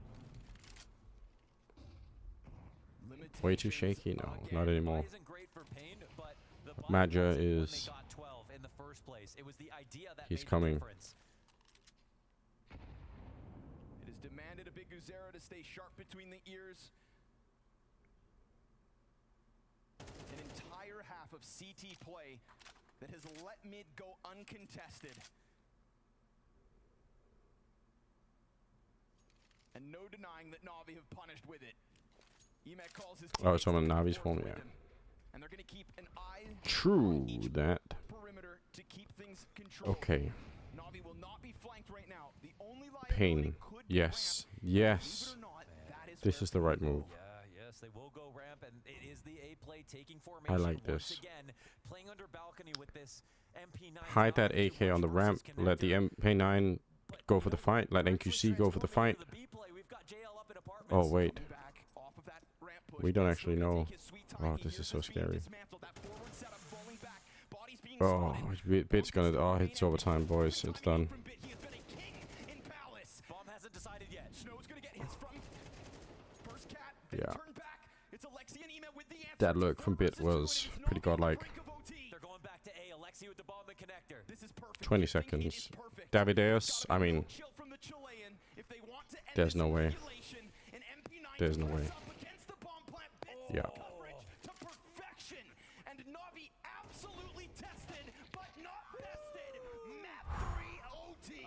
Jesus. It's the most flexible round so Hey, Gubby. Man, it's... Oh, how much can Pain go through? This is just us two all over again. It is. More round, all the rounds, all the games. I don't hate it. I mean, this is kind of a sick game, but I hate it for Pain because low-key I'm rooting for them a little bit, so. This will be max strength Na'Vi moving into post-regulation. Pain will have to achieve a new level to win this game. Such a sickening At Atro Cast, what's up? First time chat. What's up? Welcome to the stream. This is getting crazy. Yeah, you're right. It's been, this whole game has been crazy. This whole entire series is unbelievable. Unpopular opinion, but Maja is a better in-game leader than Chopper. Man, it's so hard to figure that out. I feel like we need some sort of a different metric for when we say in-game leader. I need to know, are we talking about whether or not a team is making better tactical calls, or are we talking about a leader that's getting more out of the players that he's got? It's so hard to like, where the label in-game leader covers too many things right now. Is that fair to say? Ferocity plays. Yeah. The name does kind of imply everything. You're right. Welcome to the stream, by the way. Whoa, he doesn't even bother fighting. They're trying to keep this man advantage. Very smart. Davideus may have made the move, but wonderful outside the scope. He's got it now. Locked in on the stair play. If Big Guzera steps back up those stairs, he's done. Na'Vi are just playing every game. Na'Vi have a couple of players that play really well, and then the rest are kind of like not doing anything. It feels like Pain are a little bit more well-rounded and make better decisions. But I mean, some of the individuals on Na'Vi are really strong, so here we are. Snow is playing super well. Davideus is playing well. NQC not the most kills right now, but I feel like he's had some good moments. A missed chance to the climb up. That's information for Bit. Banking on JL, hanging on to the jungle. The climb up from NQZ to window now. He's a little bit exposed to connector, but he doesn't have to worry about it. No one there just yet. Love this slip up. Snow's been able to get towards sight. Oh. Gonna get there in the end. Snow's gonna get bested. It's headshots from the T side, and Na'Vi in a lead. Oh dear. I honestly thought JL had fully shit the bed on that one. It could happen. Winning connector control, and even without Alexi's lurk working out in the beginning, Davideus threw that molly. Big Uzera, he knew that Wonderful was running forward right at the tip of the molly, but still misjudged exactly. It's hard to like. In such an unpredictable spot. They got no info in the last two guys. It's hard to get like a full picture of I think what an IGL does a lot of the time, you know. Because like if you say how good of an in-game leader is Chopper, it's always going to be hard to like separate the fact that he's got Donk on his team. Like, you know?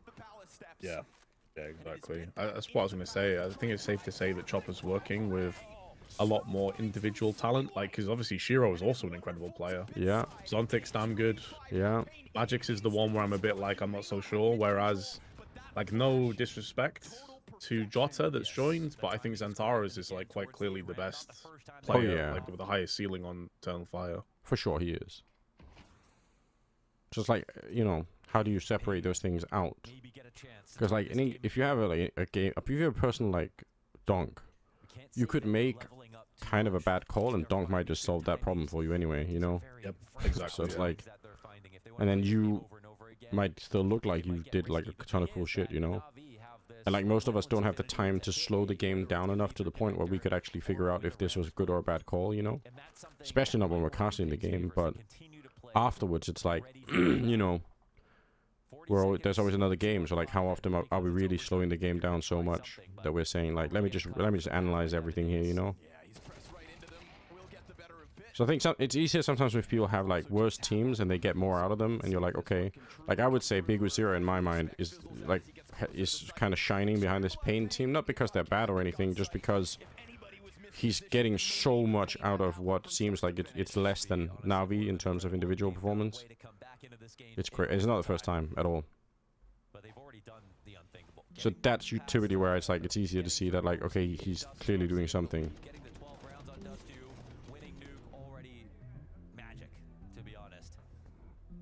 And it's also one of the reasons why many people are now saying Karrigan's the GOAT IGL, because think of all the rosters he's been in. Yeah. With a lot of less moving, like a lot less chemistry and synergy than Glaive had when he was at Astralis with the core that they had. And like, he's still getting it done, picking up loads of plays. Kind of, people forget that like he kind of picked up ROPS and made ROPS like really shine a lot brighter. So yeah, I mean, that's definitely a fair point.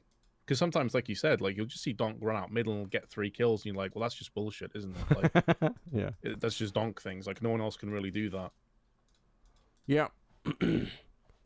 Feels like good IGL also shows on how the players are looking. If you got someone they're trusting, yeah, you get to see the players feel more relief focused on their roles. Yeah. Something that I always look for is. Sometimes you can have an opening in a game of Counter-Strike where like one player gets like a really good kill, or you die but you get a lot of information for that death, and then there is like a window, and sometimes that window is like literally less than 2 seconds, where if you make the call right now, then you can make a really good call to like quickly rotate around that information or to quickly do something with the kill that you just got. And for me, when I see a team that is able to do that, where like there's no hesitation in the team, everybody is just like, it's like whatever the in-game leader said, it's just law. People just do it. They follow it, like they just 100% believe in it. That always makes me think, okay, this is sick. Because if you take even like a second to say, oh, I wonder if I should do, do I really want to do this? Like, it's too late. Like that moment is come and gone already. Like Counter-Strike is, oh my god, okay, whatever. So yeah, like the delay in people following these calls usually sometimes is like a sign, to me at least, that something is up. Yep, old school Heroic was really good for that reason. Like the instant full dedication to what was going on. It's really sick. One player, NQZ, to defend against this lead. Yeah, Ema has been a really big problem. He is sneakily again playing a good game. Bit swings. Na'Vi take the lead off the T side. They are not Oh, pain. Vince, they can't lose 2 maps in overtime to Na'Vi in the best of 3. I think we're about to see it, Anders. Nah, they can't. They can't. Do something, Vince. What are you doing about the situation? Well, I've got Wonderful in my fantasy league team, so I'm loving it right now. I'm doing nothing on this. Let it go. It's you know, fate. Na'Vi break the hearts once again. Traitor to Brazilian Counter-Strike. I'm telling Brazilian Twitter. I'm telling. I'm telling Brazil. Yeah. I'll get them on you. Pain need a call to time out and breathe. They need like a spa. They need a spa day. But much like Pain, Na'Vi not signing up for any kind of early mid-aggression.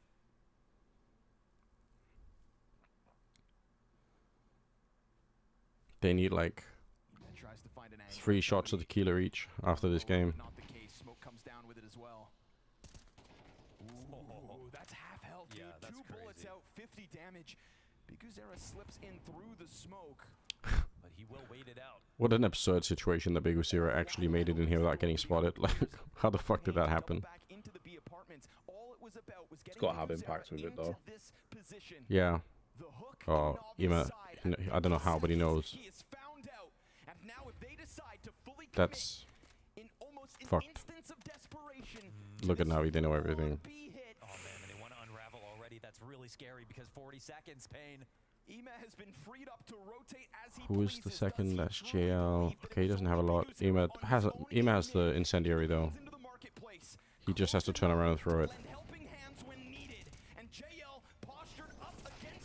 Okay, not yet. He's waiting 20 seconds. If he throws it on the bomb, doesn't even matter. Wow. Ema is really playing this game a big way. You could go for 3 shots of tequila. I fucking hate tequila, but And this time it's such a clean round for Na'Vi. I love how split the chat is. Like half the people are like, no, and everyone else is like, yay. Couple of moments he could have walked through the smoke, but obviously that's so risky. Then we can all agree, even if Pain lose this, hell of an effort. Like, they've done themselves proud. Sure, yeah, that is true. It's gonna take a while before that feeling sets in for them, I'm sure. Oh yeah. This is gonna be one of those like lying awake at night for a week thinking like, no, like overtime on Dust 2 and on fucking Mirage. We can talk about Alexi's struggles because he is such an outlier, but JL coming into this third map was 23 and 35 on the series. Now beyond, I mean, if I'm not mistaken, he has as many kills in map 3 as he has the other 2 combined. And a critical role in hanging on to Arch, locking down this B site. He has surpassed his other 2 maps together, 24 and 15. And Na'Vi will be gifted 2 map and match points on Mirage. God damn, did they survive the test back on Dust 2. But Wonderful's already low, and JL doesn't give a damn. Straight into Biguzera. This happened so many times in regulation as well. Biguzera Snow is... Let him cook a little bit, guys. Just, oh, Ema though, again, Ema's position is insane here. Yeah, it's over. It's Jova. unraveling at the seams until NQZ seems to find his entry. It is still 2v3. His counterpart in Wonderful dives back behind box, and NQZ wants to keep this momentum rolling, but he's also got that bomb on his back. He's got Davideus behind him, and they're gonna flush out the offer. Wonderful drops the Chilean, and NQZ Oh my god, he just shot him. What the fuck? How did he even know? Oh, I don't even understand what just happened. He just shot him through the smoke for some reason. He was like, all right, whatever. Fantasy roster saved, yes. Fair play to Pain though, like you said, Vince. That is still pretty fucking cool. It's gonna sting. It's gonna sting for sure. But like once they can take a few steps back and they'll think, Christ, we nearly just beat Na'Vi. We played some really good Counter-Strike with Davideus like barely in the team. There's a lot to be optimistic about. Yeah. How wild. All right, I'm gonna run to the bathroom. I'll be right back. They played Great Yep. Counter-Strike throughout this series tonight. Unfortunately for Pain, they lacked that little bit of extra oomph in the overtime, and you could feel the Na'Vi slowly but surely were warming up. That was a good fight, though. That was a game that could have gone both ways, and you gotta give credit to Pain Gaming, but at the end of the day, Na'Vi is showing why they were considered the best team of 2024. That was pure class from Na'Vi to close things out. The 2 T-side rounds that they had in overtime there were exactly why this map was a keystone for them as they were defining what 2024 looked like. Phenomenal calling, and shouts out to Pain though, because they played incredibly well too. The control that they had in so many of these rounds, the individual firepower, and the fact that they constantly threw wrinkles into the ideas of Na'Vi, that deserves praise, but unfortunately they needed one more today. Thumbs up from Ime, and we're going to throw this one down to the man of the map at the very least, with James Banks. That's right, he certainly was the man of the map and needed on that final position to make this work. But let me just check, you sweating a bit? Oh yes, I definitely did sweat for the first 2 maps, a very hard sweat. What was going on? Talk to me through this, because on Dust 2 you start off, you get a 6-1 lead. We feel like, okay, Na'Vi's got full control of this. They start to battle back, they show that they can fight, but they were just winning the heads-up duels against you again and again. What did it feel like? I feel like we played well as a team. I'm not gonna say well, for sure not well, but for sure our team was stronger than the individuals today, because some individuals dropped off here and there, like me in the first 2 maps. I don't know what happened, to be honest. I overthought maybe the situation. Yeah, I mean, I have a tweet cooked up for the sponsors of this tournament. I don't know if I'm gonna tweet it, but. Well, just be sensible with whatever you're tweeting. I want to ask you then going into Nuke as well, because Nuke, we see you go down very fast, and it looked like kind of the life was out of you guys at some points. There wasn't much fight in you. There was a different story. We could see you fighting back when it came to Dust 2, but here, this was not the Na'Vi we expect on Nuke. No, Nuke for sure wasn't us. Even though we had good game plan and they did what we expected, we just still couldn't counter. We couldn't hit our headshots, and there were many times where they were alone, but they were getting multi-kills, and we couldn't manage to get the trade, so that was... if you can't get the trade, that's really hard to play. And was there maybe a bit of frustration starting to get in these moments, because like the individuals were trying to shine, but then you were getting shut down on many occasions? Were we starting to see some tilt happen? I'm not gonna lie, the first map was a tilter, but the second one I just couldn't let the frustration out. I had to let the frustration out. I smashed the table a couple of times, smashed the monitor too. Don't do that. But I don't know, I just felt like I couldn't do anything, and it was really tilting because it's hard for me to get the game flowing, and maybe I get into a little bit of a mindset where my gameplay like affects the team play, and maybe I put a bit too much pressure on myself once it was getting towards like second half, because usually you can have a bad half and then you come back on the next, but you're not comebacking, so it was a bit frustrating. Well, you still got the win, and I do respect their honesty, but Na'Vi and JL will survive through to tomorrow. They will indeed. Semi-final secure. I'm glad JL's feeling the good vibes right now, because totally fair to say that he did feel a couple of frustrations throughout that match.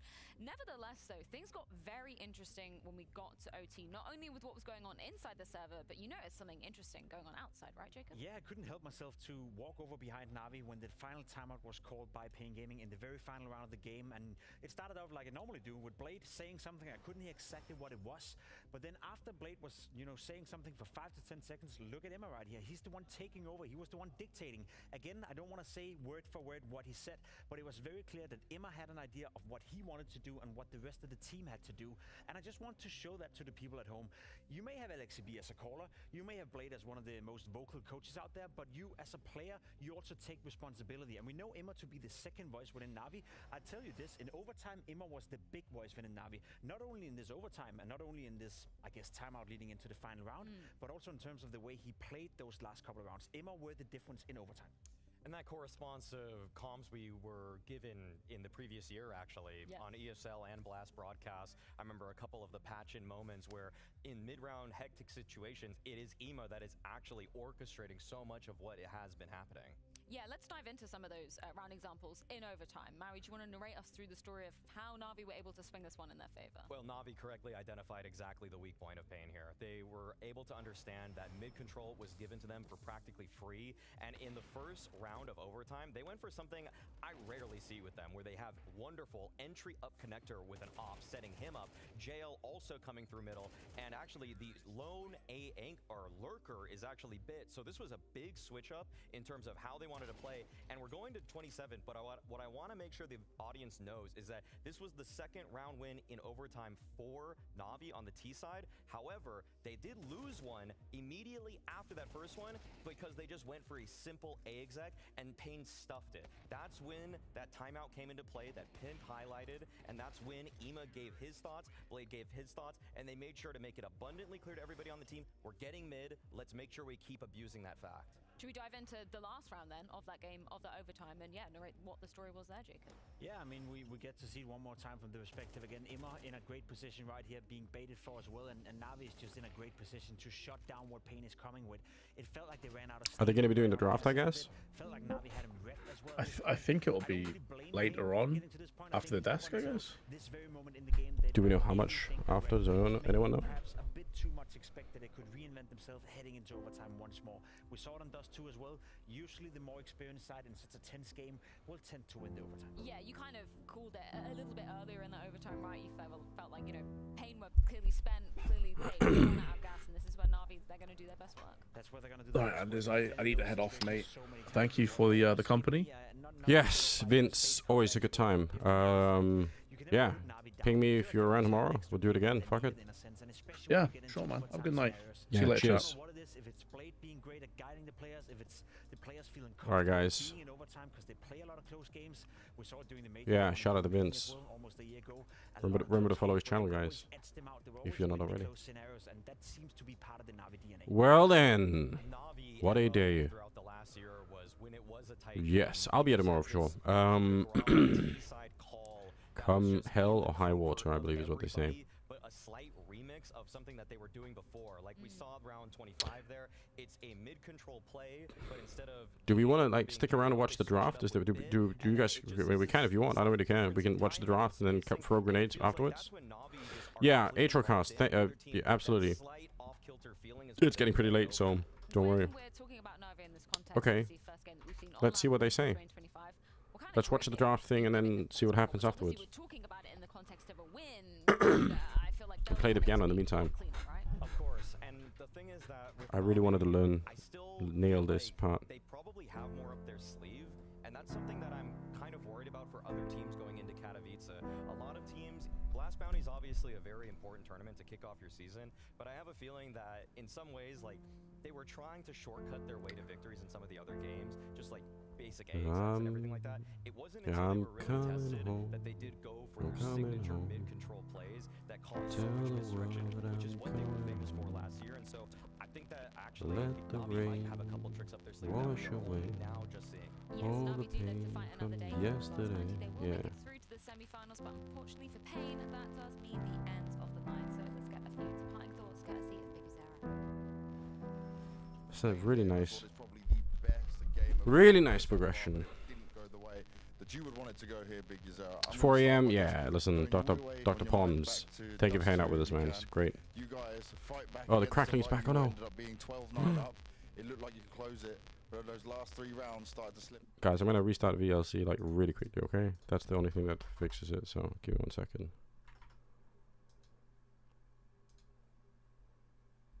I'll be back.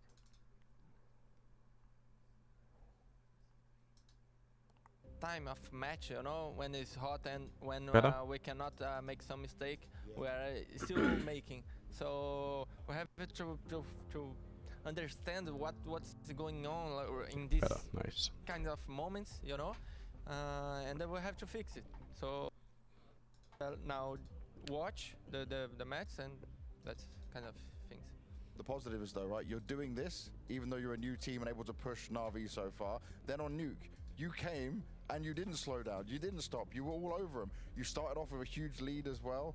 That game looked so comfortable. What was it about Nuke where you just felt like you had full control the whole way through? Actually, Nuke is a very good map from us, and right now I think Nuke is so difficult to play this side. Because outside they can blow the smoke all the time, and they get info. So right now I think I already complained about this on my Twitter about Valve make the update about blow the smoke and this kind of things. But I think some maps they have to change something. Like outside of Nuke, it's impossible to play right now because if you do like 3 smokes in a row, they can blow and kill you. Yeah, and right now it's so difficult. And right now, in my opinion, the peak of Nuke, you have to be so confident on and a lot of different strats and this kind of things. And Na'Vi, I know they play very well all the time, but I felt that in that map that we could read them, you know, because I studied a lot about. I watch a lot about them, so that's why. You're always studying, you're always working hard. Obviously, we saw a kind of similar thing on. I really like Big Zero. Okay, I think he's a great guy. When we see you get to big tournaments, you struggle against the very top teams. You beat FaZe, you just push Na'Vi to the limits, and this is now with Davideus just coming into the team. How positive Nuke will does be this make you removed. feel I for like the rest Nuke. of the season? Do you feel like this can be the best Pain we've ever seen? Yeah, of course. I think it will be the best one. But yes, not we all just have our because of differences. Davideus, I think the boys as well. The last year was the rookie year of Snow, and a lot of learning. Yeah, a lot, and a lot of mistakes on Lot these of kind learning. of rounds. But Fair we enough. cannot repeat again. So that's one point that when we get at the hotel, probably I will say a lot about that. These kind of mistakes in these specifically rounds. So yeah. Well, it's a lot of learning, but you put up one hell of a fight and a good show for us. I know it's not the result you wanted, but this is a step forward for Pain for sure, and I look forward to seeing them at future tournaments across the season. They earned themselves some valuable VRS points across this one. Yeah, they certainly did. A valiant effort from Pain. Nonetheless, we get to see obviously some frustrated images of the players coming on our screen for good reason, because they did almost have this upset right in the palm of their hands. But as Hard not James to be Mann emotional said, about. won't be too long until we get to see them again in Katowice playing. No, and I'm excited, to be completely honest. I think Pain Gaming have done such a good job throughout the entire tournament. One thing was Stage 1 online, taking down Gamer Legion. That's a good result for Pain Gaming. Beating FaZe Clan, beating Elise, beating that new project. That's a bit of a statement. Now coming into the studio, pushing Na'Vi all the way to a third deciding map into overtime. You know, losing Dust 2, the first map in overtime as well. It felt like Pain Gaming could have won this game. It felt like they could have booked a spot into the semifinals. So as much as it hurts right now for Pain, I think they should be tremendously proud of their performance. It's been a great step in the right direction. We got to see Snow play well as well. There's so many good storylines surrounding this lineup right now that I'm excited to see if they can replicate just somewhat the same performance at Katowice. Don't get me wrong, I don't think Pain is a top 8 team or a top 10 team per se just yet, but they have definitely shown that they can be up there. Also, just shout out to the coaching staff and Big Uzera and just the way that this team is structured, because it's, I think what some people might walk away from this game believing from their preconceived notions is that they're just playing kind of random Brazilian CS or something like that. It's like, if you watch this game, this is some of the most tactical stuff we have seen all tournament from any of the teams facing against each other. It was honestly a joy to watch them compete against Na'Vi in this fashion, to really stick it to them with good individual play and on just really just great reactions. Just everything they did in the server made so much sense, and that's why we're really hyped about this lineup. You've been a big proprietor for Davideus. Oh yeah. All tournament long. Give him a grading. You know, give him from an A+ to an F, or a U. If you're in the UK. Well, he wouldn't get that. He would never get an F here. Davideus, I'd say because he was on my radar, I'll be a little harder on him. Yeah. If I didn't know who he was, I probably would give him an A, but I know what he's capable of, so easy A- for me. I'm glad that he showed it on LAN, because it really felt like with the Red Professor Canadians Maui. lineup, they lost faith in him because Professor he didn't do Snake as well as he normally does instead of Snape. at the RMR. I'm glad that against world-class opposition in Na'Vi, they realize, okay, we have something. Draft there. show Like, is coming this up. Okay, guy guys, can let's actually go. deliver on LAN. We're That was a watching. one-off. Red Canids, whatever. Watching and whatever they're waiting. doing, I don't even care anymore, because Davideus on Pain is a new beast. Unfortunately, Pain do meet their fates here in Copenhagen, but plenty more opportunities do await them as we move on into the rest of the 2025 season. But with those results cemented, we can see the players getting mic'd up, because it means it is time for the final draft show of Bounty 2025 Season 1. Let's go.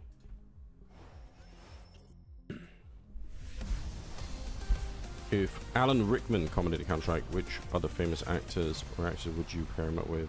Yes, it is time for the draft. And as if by TV magic, we have a random Connor appearing. Welcome back. Good question. Looking very stylish today as well. That is a good question. Robin Williams. Well, this is going to be a really interesting one because I'd want to hear. basically with Eternal Fire cementing third seed, that I want to hear means they get Brian pick, Cox and Spirit are then left with the leftovers, doing like quite literally. So Counter-Strike commentary, but not like Eternal Fire, if fast. you're them, how are you working but through slow. this one right now? I mean, we heard Major say that they will consider the map pool, they will consider the opposition, and we have also seen, you know, all the teams All right, play now. Emily. So in that regard, I think whatever decision they Good actually day. make, it's based See you on a tomorrow. feeling of who Same do they time. think obviously they can beat the most. We're not looking at the bounty anymore. We're not looking at anything like that. If EF could pick an opponent that gives them a higher chance of getting into the final, that's exactly what they want to go for. I think the obvious pick and the name that pops up in all of our minds would be G2, considering what's going on right here. But I still think that when you consider the map pool and everything, there's a chance it could be different. Maui? I mean, I don't know. I feel like when he I feel brings like up the Eternal map Fire pool, should I just feel like pick it does raise some other elements Spirit. here, but all in all, I think I Spirit just say- actually. I think they're gonna probably. So the choices are what? Navi right I guess now? they can't pick Spirit, Navi but or G2 if you're but it'd be funny. And listen, would you be scared of watching But Navi funny like if they that? could, you know.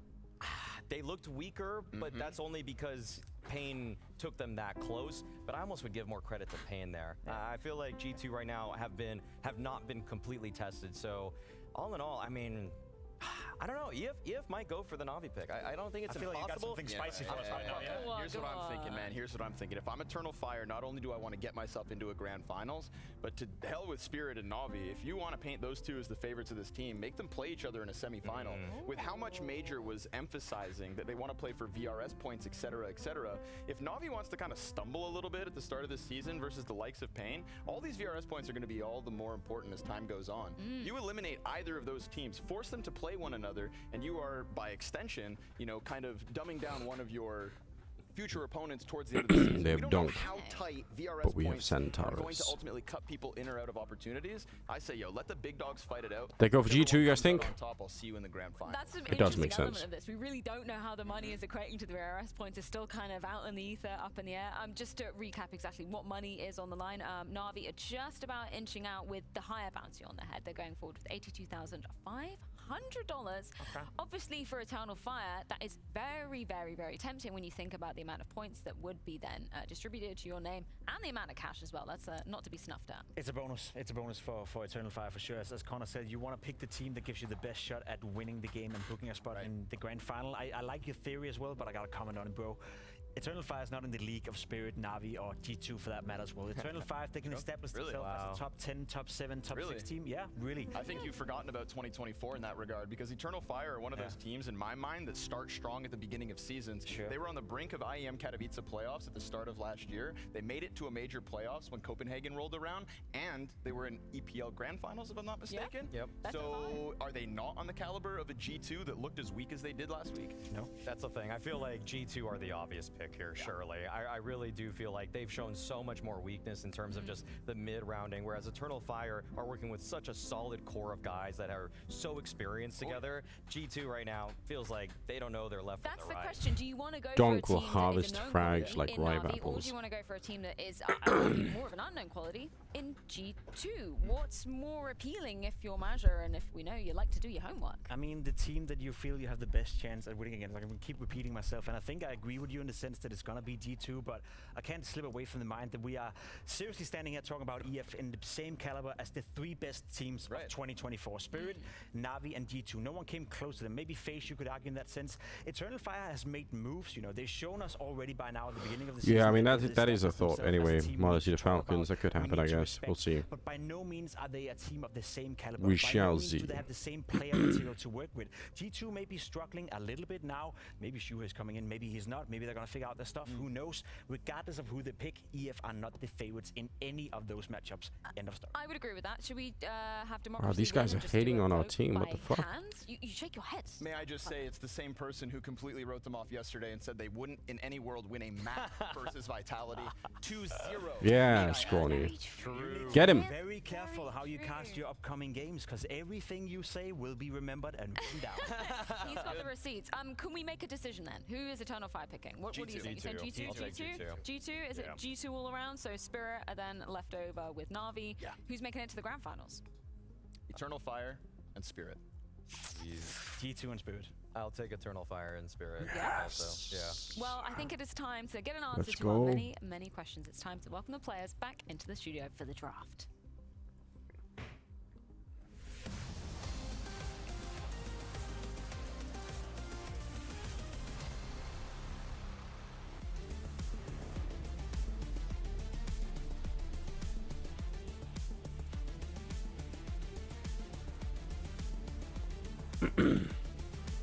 Yeah, Eternal Fire has Centaurus.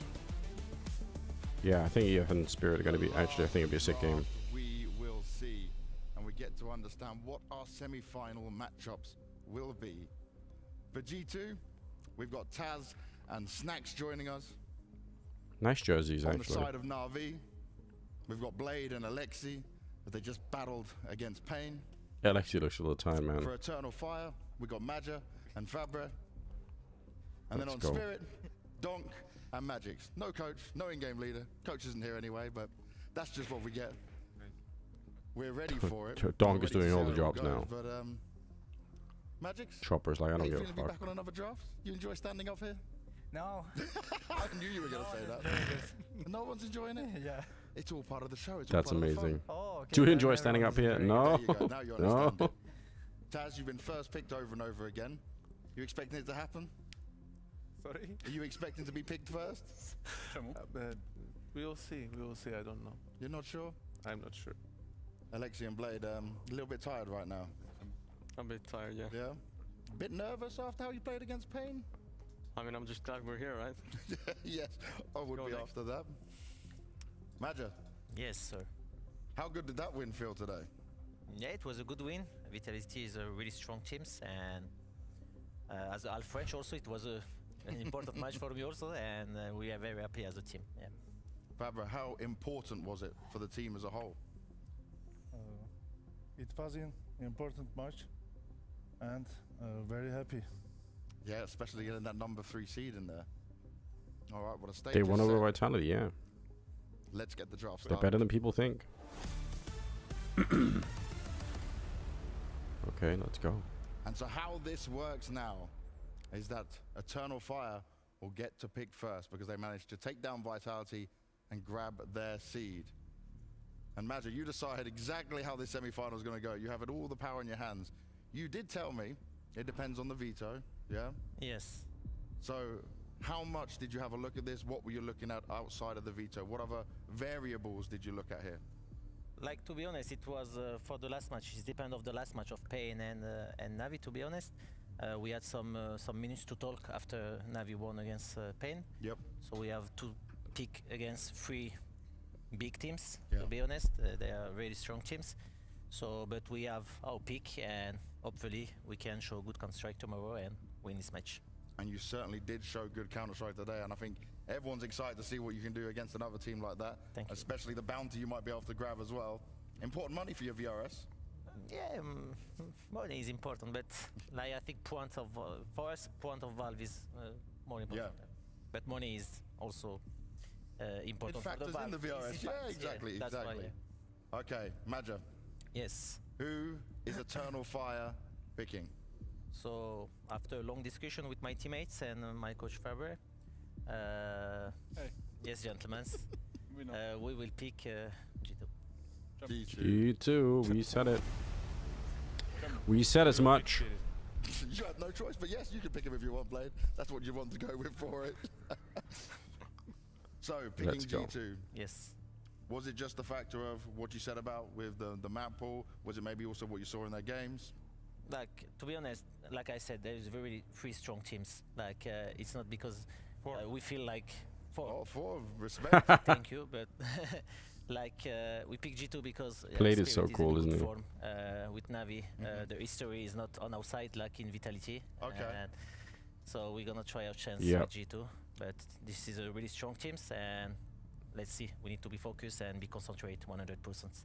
It's a bit harder to prep for G2 though, right? With the new players coming in, the changes? Yeah, obviously, and the match is tomorrow, so Let's see how prep time starts tonight. Let's see. Let's go. Okay. Taz, Snacks, you were expecting this, right? Not surprised at all? I would say we expected that Terran Fire would pick us. I think that they see Spirit and Navi as stronger opponent, and like last time, we need to prove them wrong. Yeah, and you have been proving everyone wrong so far. Hopefully it will continue. That's what you want to see and get you Blade to the ready to grand nerf final. Donk? We'll see. But Spirit, We'll see. It's not going to be easy. This will be maybe a real test for you, do you think? Donk is having such a good time. Okay. Just okay? Yeah. You haven't been tested so far, have you? No, we were tested. They're so wonderfully awkward on the stage. By who? The coach. Fnatic. Before the By coach. everyone who Yeah, I guess the train map, you could say so, right? For you guys, going up I love against him, Spirit, man. This is great. Is it worrying because of what happened in the Pain game, or is that an easy one to brush aside? What does Andre have to say? I don't know, like, we usually don't worry when we play, especially before the game. Like, we played a lot of teams previous season. We know our strengths, we know our weaknesses. So the answer is no. We are not worried. That is a good sign. You don't want to be worried for it. Okay. Well, we have our games. We know what the semi-finals are going to be tomorrow. God damn. So that is the draft concluded. Nice. Good job. So it turns out we were indeed correct. Eternal Fire choosing to pick into G2, which leaves Na'Vi with That's pretty sick. the task of trying to tame Spirit. These are two Okay. Alright, do you guys want to see the train smokes that I was coming up with? Do we want to review that another time? I think I have to try and record the video for it. And I feel like doing that while I'm streaming is probably going to be a stupid idea, but I can show you guys. We can run around a little bit. How about that? Just as a way to like cap off the evening in a reasonable fashion, you know what I mean? Kind of get in there.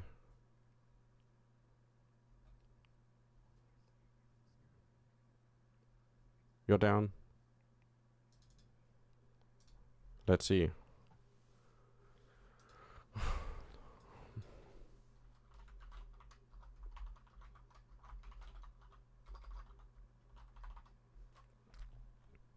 Just some soft grenade throwing, you know?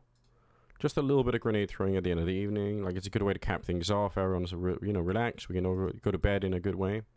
I think it's worth it. And we can listen to music now. Holy shit. Let's go. Where's our list? I fucking hate Spotify, man. Here we go.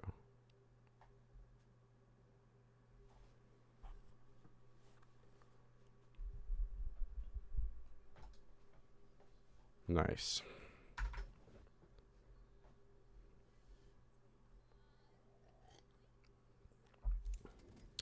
Night's just getting started in the US? Yeah, true.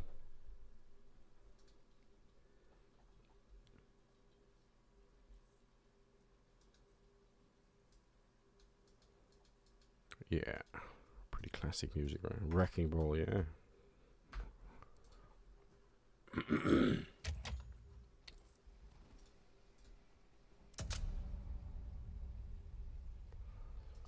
It's pretty banging.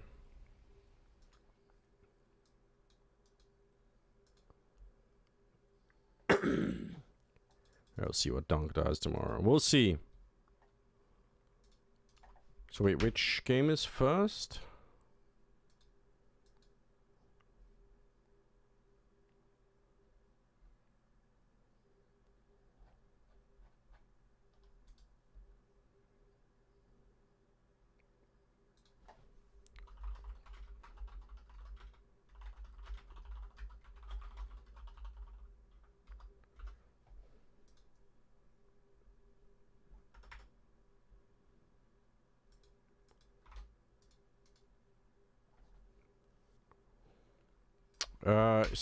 Starts at 4 o'clock European time, Central European time, whatever the fuck that is. And then the next one is at 7 o'clock. So I'm gonna be doing both of them. All right, guys, I'm gonna show you some stuff, and then probably I'll, you know, I'll try and record the actual video for this afterwards.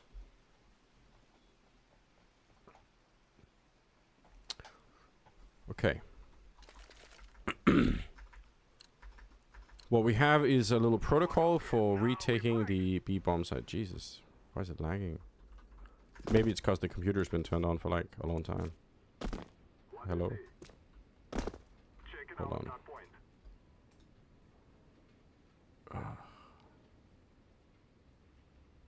Do I have to like close some of these tabs? I guess I do. Or it might be Chrome that's just eating my entire... all the RAMs. Okay, so here's one grenade. And then the other grenade that we wanna... No, wait, I fucked it up already. This is for the other retake that I wanted to throw, never mind. I forgot I changed my mind about these grenades, actually. This is the first grenade that we want to throw. It's like this.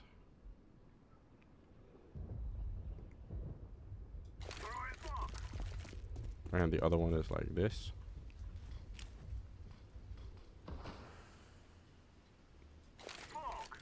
So the first one is there. And the other one is there.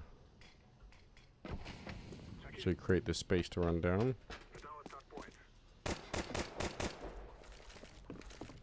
And then you throw this flashbang. Which is just kind of like a... It's not like super special pop flash, it just goes pretty high in the sky. Which is good if people are holding...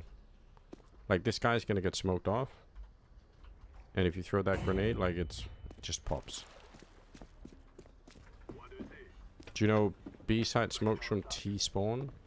I don't, but I know that they exist, so I kind of care a little bit less about it. I'm always trying to come up with stuff that I feel like nobody else has kind of found out. And then that's the other flashbang. Saturn. Saturnal. I'm not sure, sorry. Call you Saturn for now. Hey guys, do you feel stable FPS after the last update? I actually don't. I never really know. I never really check my FPS, so I don't know. But by the way, welcome to the stream. Okay, so like, here are some of the things that I want to try and accomplish with this. I want people to be able to throw, especially this grenade. And then here's the protocol, right? You could even do this on your own, I think. So we throw this grenade, and we wait for it to land.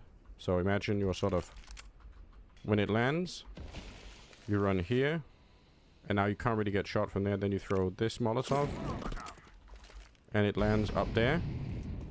And then you throw this grenade, and then you run out. And that's burning. So those are like the first 3 grenades, and then you have somebody else on your team throw this grenade. And if you have even more teammates for whatever reason, you can also throw this pop flash, right? That just kind of goes here. Or it goes down here. If anyone's holding here. So 2 smokes, 1 Molotov, 2 flashes. In theory, if you had like another teammate, but I mean you can't, right? But in theory, you could have another teammate throw this grenade, which just goes not like that, sorry. Like this, which just goes back here. But it's kind of hard to throw both of these, and I think this one is probably more valuable because this is a killer position for somebody being in an afterplant. So if anyone's left up here, you're going to be in trouble, potentially. Rust, Anders, you look good there. Thank you. I try. I cut my beard, I cut my hair a little bit, trimmed my hair. I appreciate that. Thank you. Although, welcome to the stream. First time message. What a nice message for the first time message. So is there anything else that we want to add to this mix? I'm going to record a video where I'm just going to say like, hey, this is my protocol for how to retake this. We want it to land up there because we don't want someone to be able to sit here and shoot over too easily. Maybe they still can, but like, we don't want it to be too easy.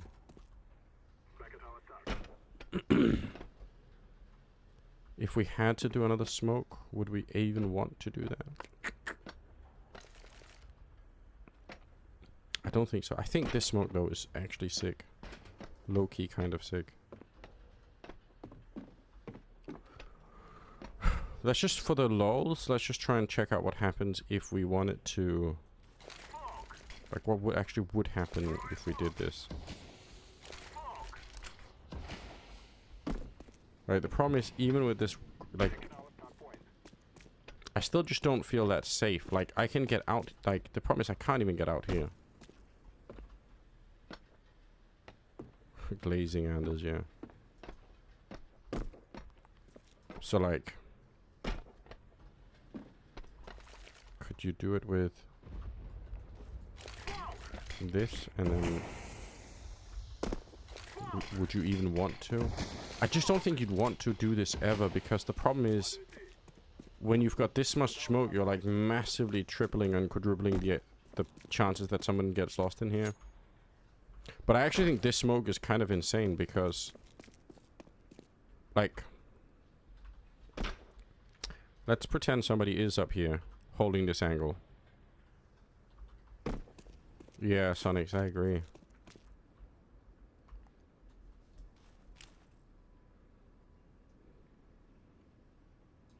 So if I throw this smoke, let's pretend I don't have like a stupid block, but...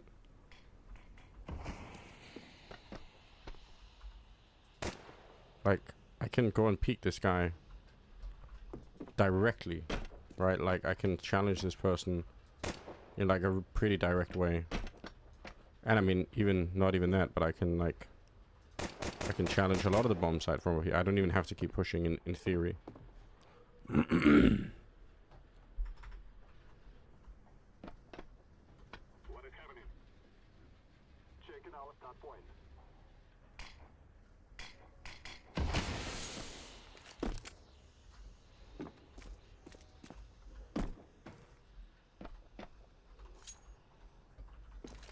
Could you even, like... can you make the jump across here? Yeah, you can. So you could even, like... maybe not like that. I was wondering if you could, like...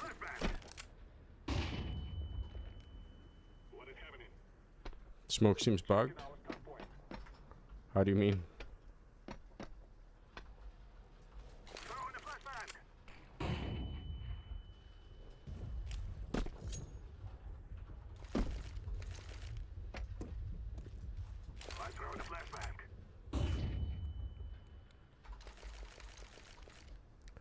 We land a smoke like this, and then...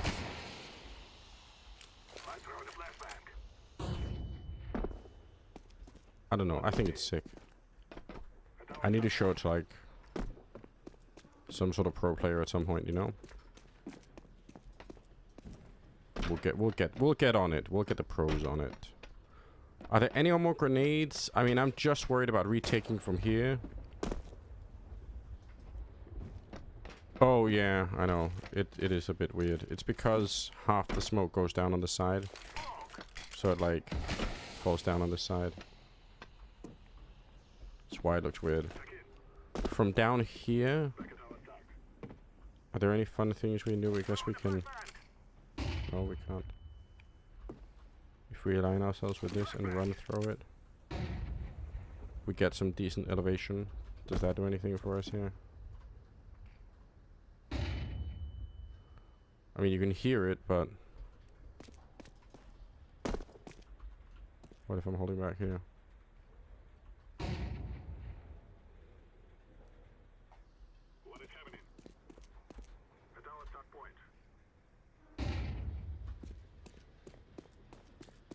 I feel like B retake is to get out safe, and then with... yep, I agree. That's why I want that smoke, basically. It's more about that.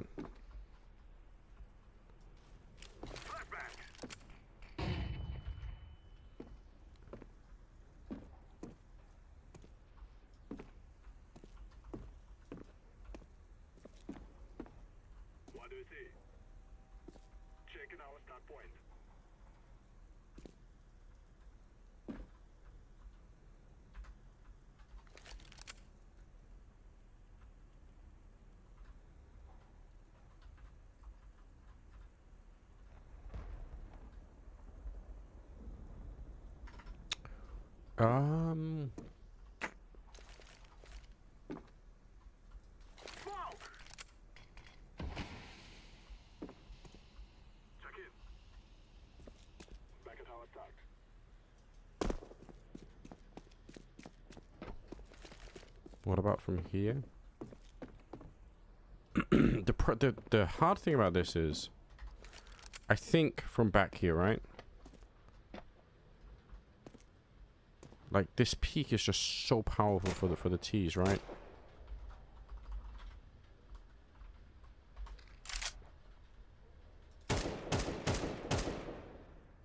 It's such an angle.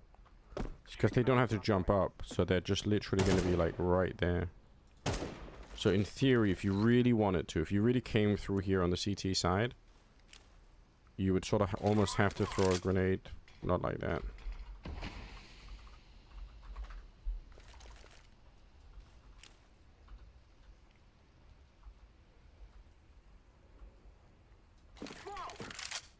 Maybe like that. Like that's the grenade you'd have to throw.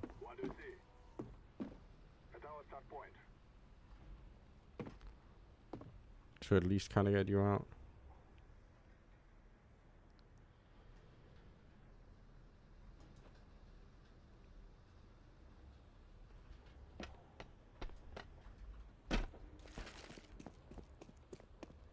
I think some maps would be nice to have windows or openings, like an opening for CT. Yeah.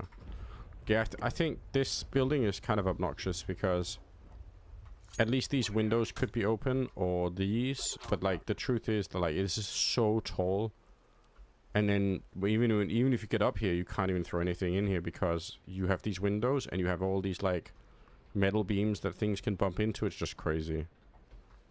So like even throwing stuff over here is like is kind of a challenge, you know. And like even if you do it, it's like who cares, you know.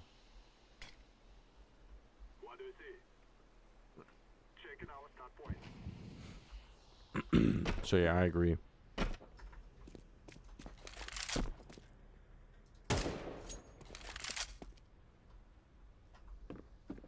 But you could hug this wall the whole way, couldn't you? I think so. That's maybe worth testing, actually. But mimic.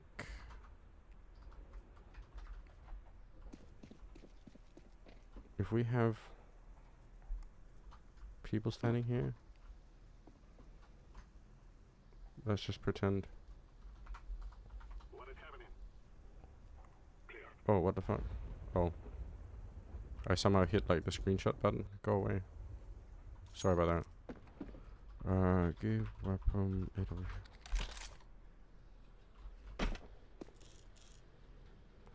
Okay, no, so you can hug the wall for sure. I mean, if they go up here, it's different. But this... There's an inherent risk for the T's to kind of try to jump up like this, you know? A little bit. Might actually just be better for them to use the ladder. Although that's... What the fuck? Am I crazy? Didn't you used to be able to walk up these ladders just by walking into them? Hello? You have to jump up them now?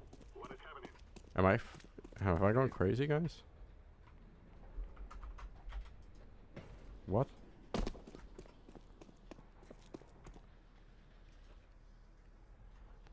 Did you not used to be able to do that?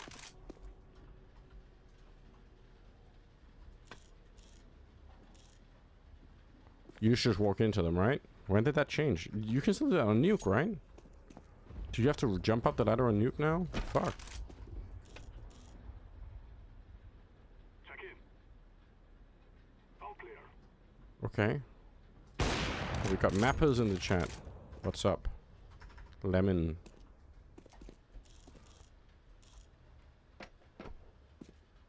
Yeah, so to stop people from... But wait, if I'm here... Okay, yeah, so I'm not latching the ladder. Wait, am I just shooting perfect? No, okay. What the fuck? Wait. Hold on. Did we just discover a huge bug? Did you guys see what happened? There's no way. If I jump onto the ladder, I can shoot accurately from the ladder. Is this a known fact? Morten Nielsen, what's up? Do people know about this?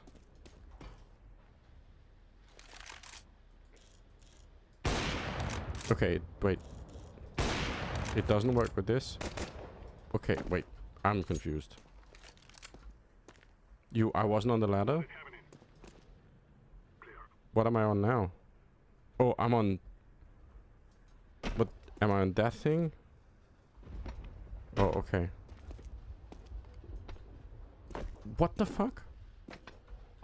Okay, so it's not unless I'm pressing W on it. Okay. So here I'm not actually on the ladder. Okay. That's... you can't just jump on a ladder anymore. You actually have to jump and walk into it. When did this change?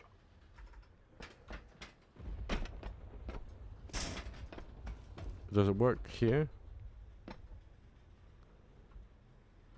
Okay, so here I don't have to do anything.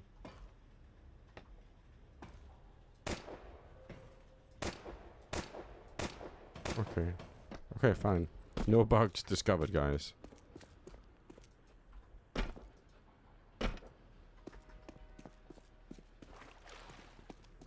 Okay. I feel like it was different at one point, but maybe I'm super wrong. And I probably am.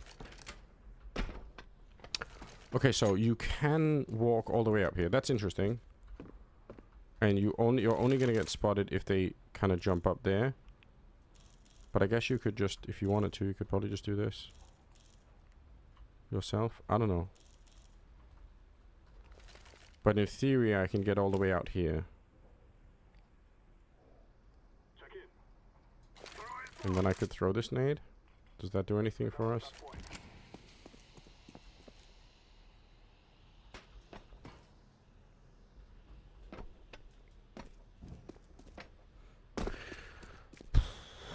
The truth is, man, how often... I don't know, this is... No, the issue is...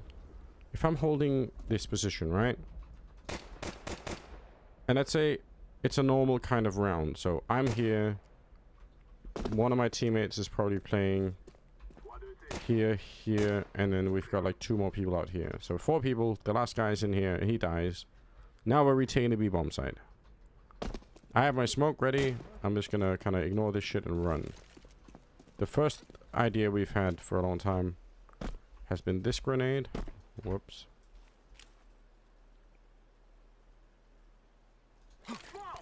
Right? Which smokes off the high ground. So that might be like the most efficient grenade you could possibly throw from here, I think. Essentially. But if you don't want to throw that, then would you pick this lane or this lane? That's a good question.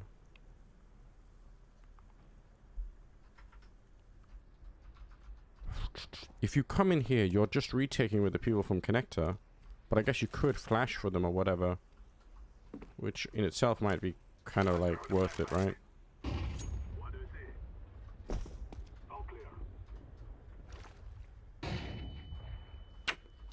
Not really the best flashbang. But if you go over here...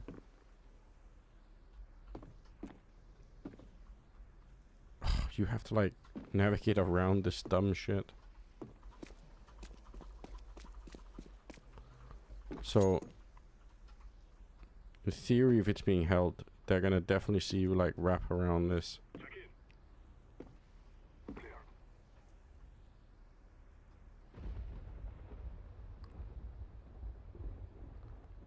So do you want to do that, really?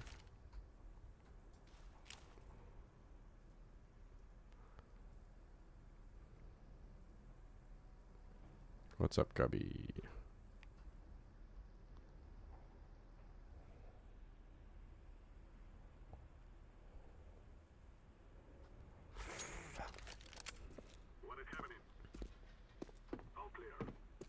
I feel like this is more like a...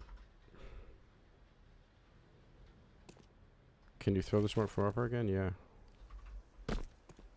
You basically jump up here. So like, just don't move as soon as you're up. And then your 3x crosshair has to be on this thing. 3x, and then like near the top of it. Whoops. But as you can tell, it's a little bit fickle, so I probably just put it a little bit too high up.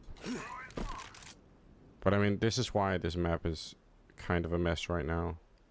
Because I think, like, this window situation is fucked. And all these metal bars are fucked. Like, that has to change. It has to. And it will. But you can't edge it? What do you mean?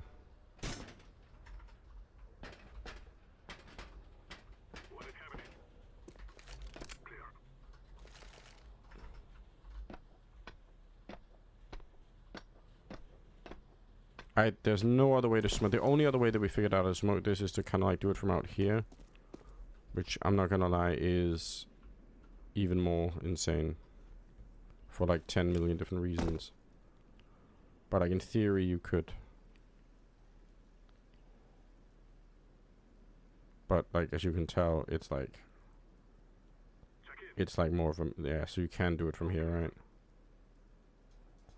But who the fuck is that? Who's... Because you can go close to smoke. Oh, I think... you can... But the problem is, here's the issue. If I'm retaining that bomb site, I can't stand here and throw smokes. The chances that there are T's left in this area to shoot me in the back are so high. Like I'm not going to be able to stick around here and just like stand with my back turned or anything. Like it's so risky. That's why this other position is better. But no, you can't. I'll show you again. Hold on.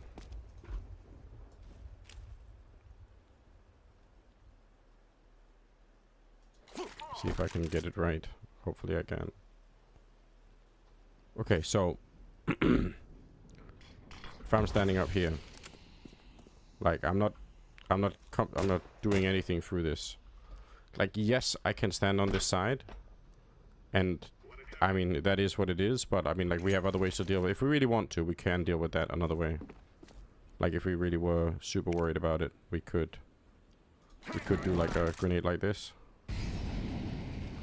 A little bit higher, but then we can, you know, you understand.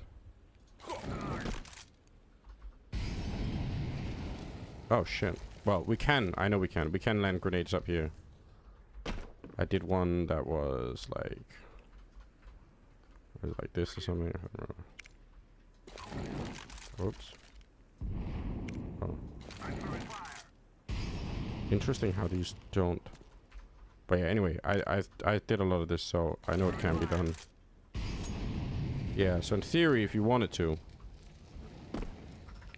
you could have like the smoke and the Molotov.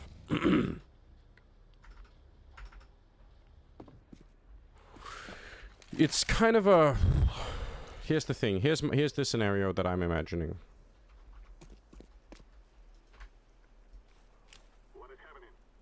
You throw this grenade.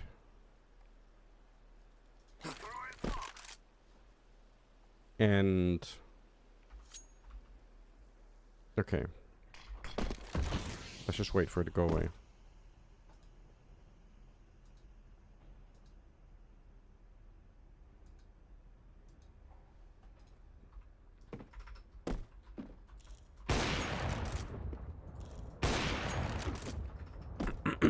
So, this is the scenario that I want to smoke, right?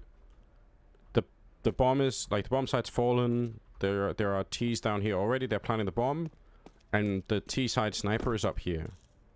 And this guy can control a lot of angles. Like, he can control this whole back lane, which is super dangerous. He can, like, wait, if anyone's trying to do anything back here, you know, he's, like, holding this. And he can also, in theory, if we have T's that are pushed up this far, which sometimes will happen, like, on train, the goal for the T's always has been to plant the bomb and run up here. They want to stop they want to bring the fight all the way out here. So it's not unlikely at all that there will be T's who are holding these positions and holding, you know, some kind of position like this. So then if that's the case, then the T sniper Let's assume he has like a player, but even if he doesn't, could easily hold this. And now, like, flashing this guy is going to be really hard to do. Like, he can step away, he can, like, it's just a mess. So here's the scenario that I'm expecting, right? He's holding this, and then I throw the smoke now from CT spawn. Right, and he hears it, and could he just push through like this?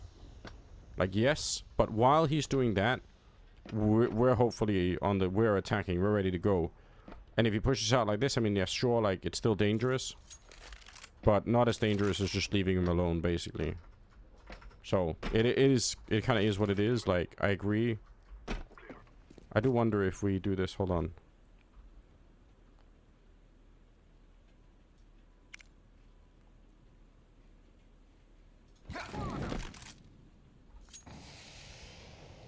Okay, that doesn't burn the corner, that kind of sucks.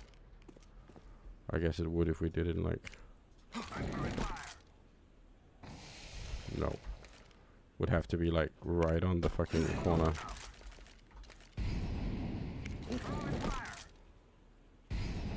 Anyway. The truth is, nobody knows how to smoke or grenade any of this right now. On any team, so...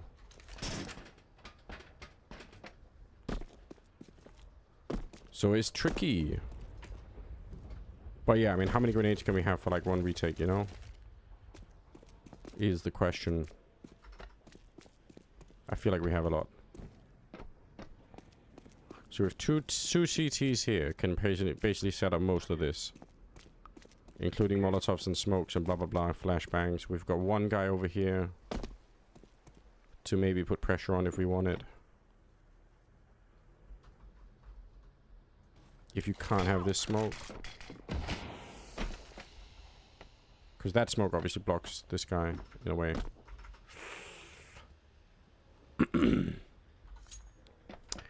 Interesting.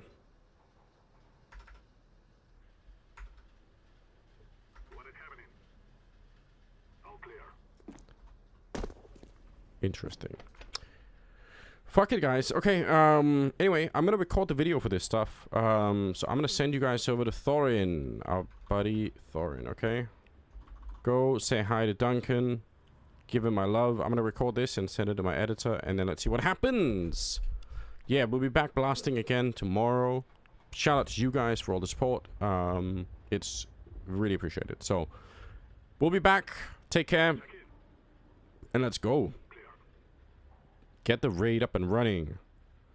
Yeah. Good times, guys. Let's go.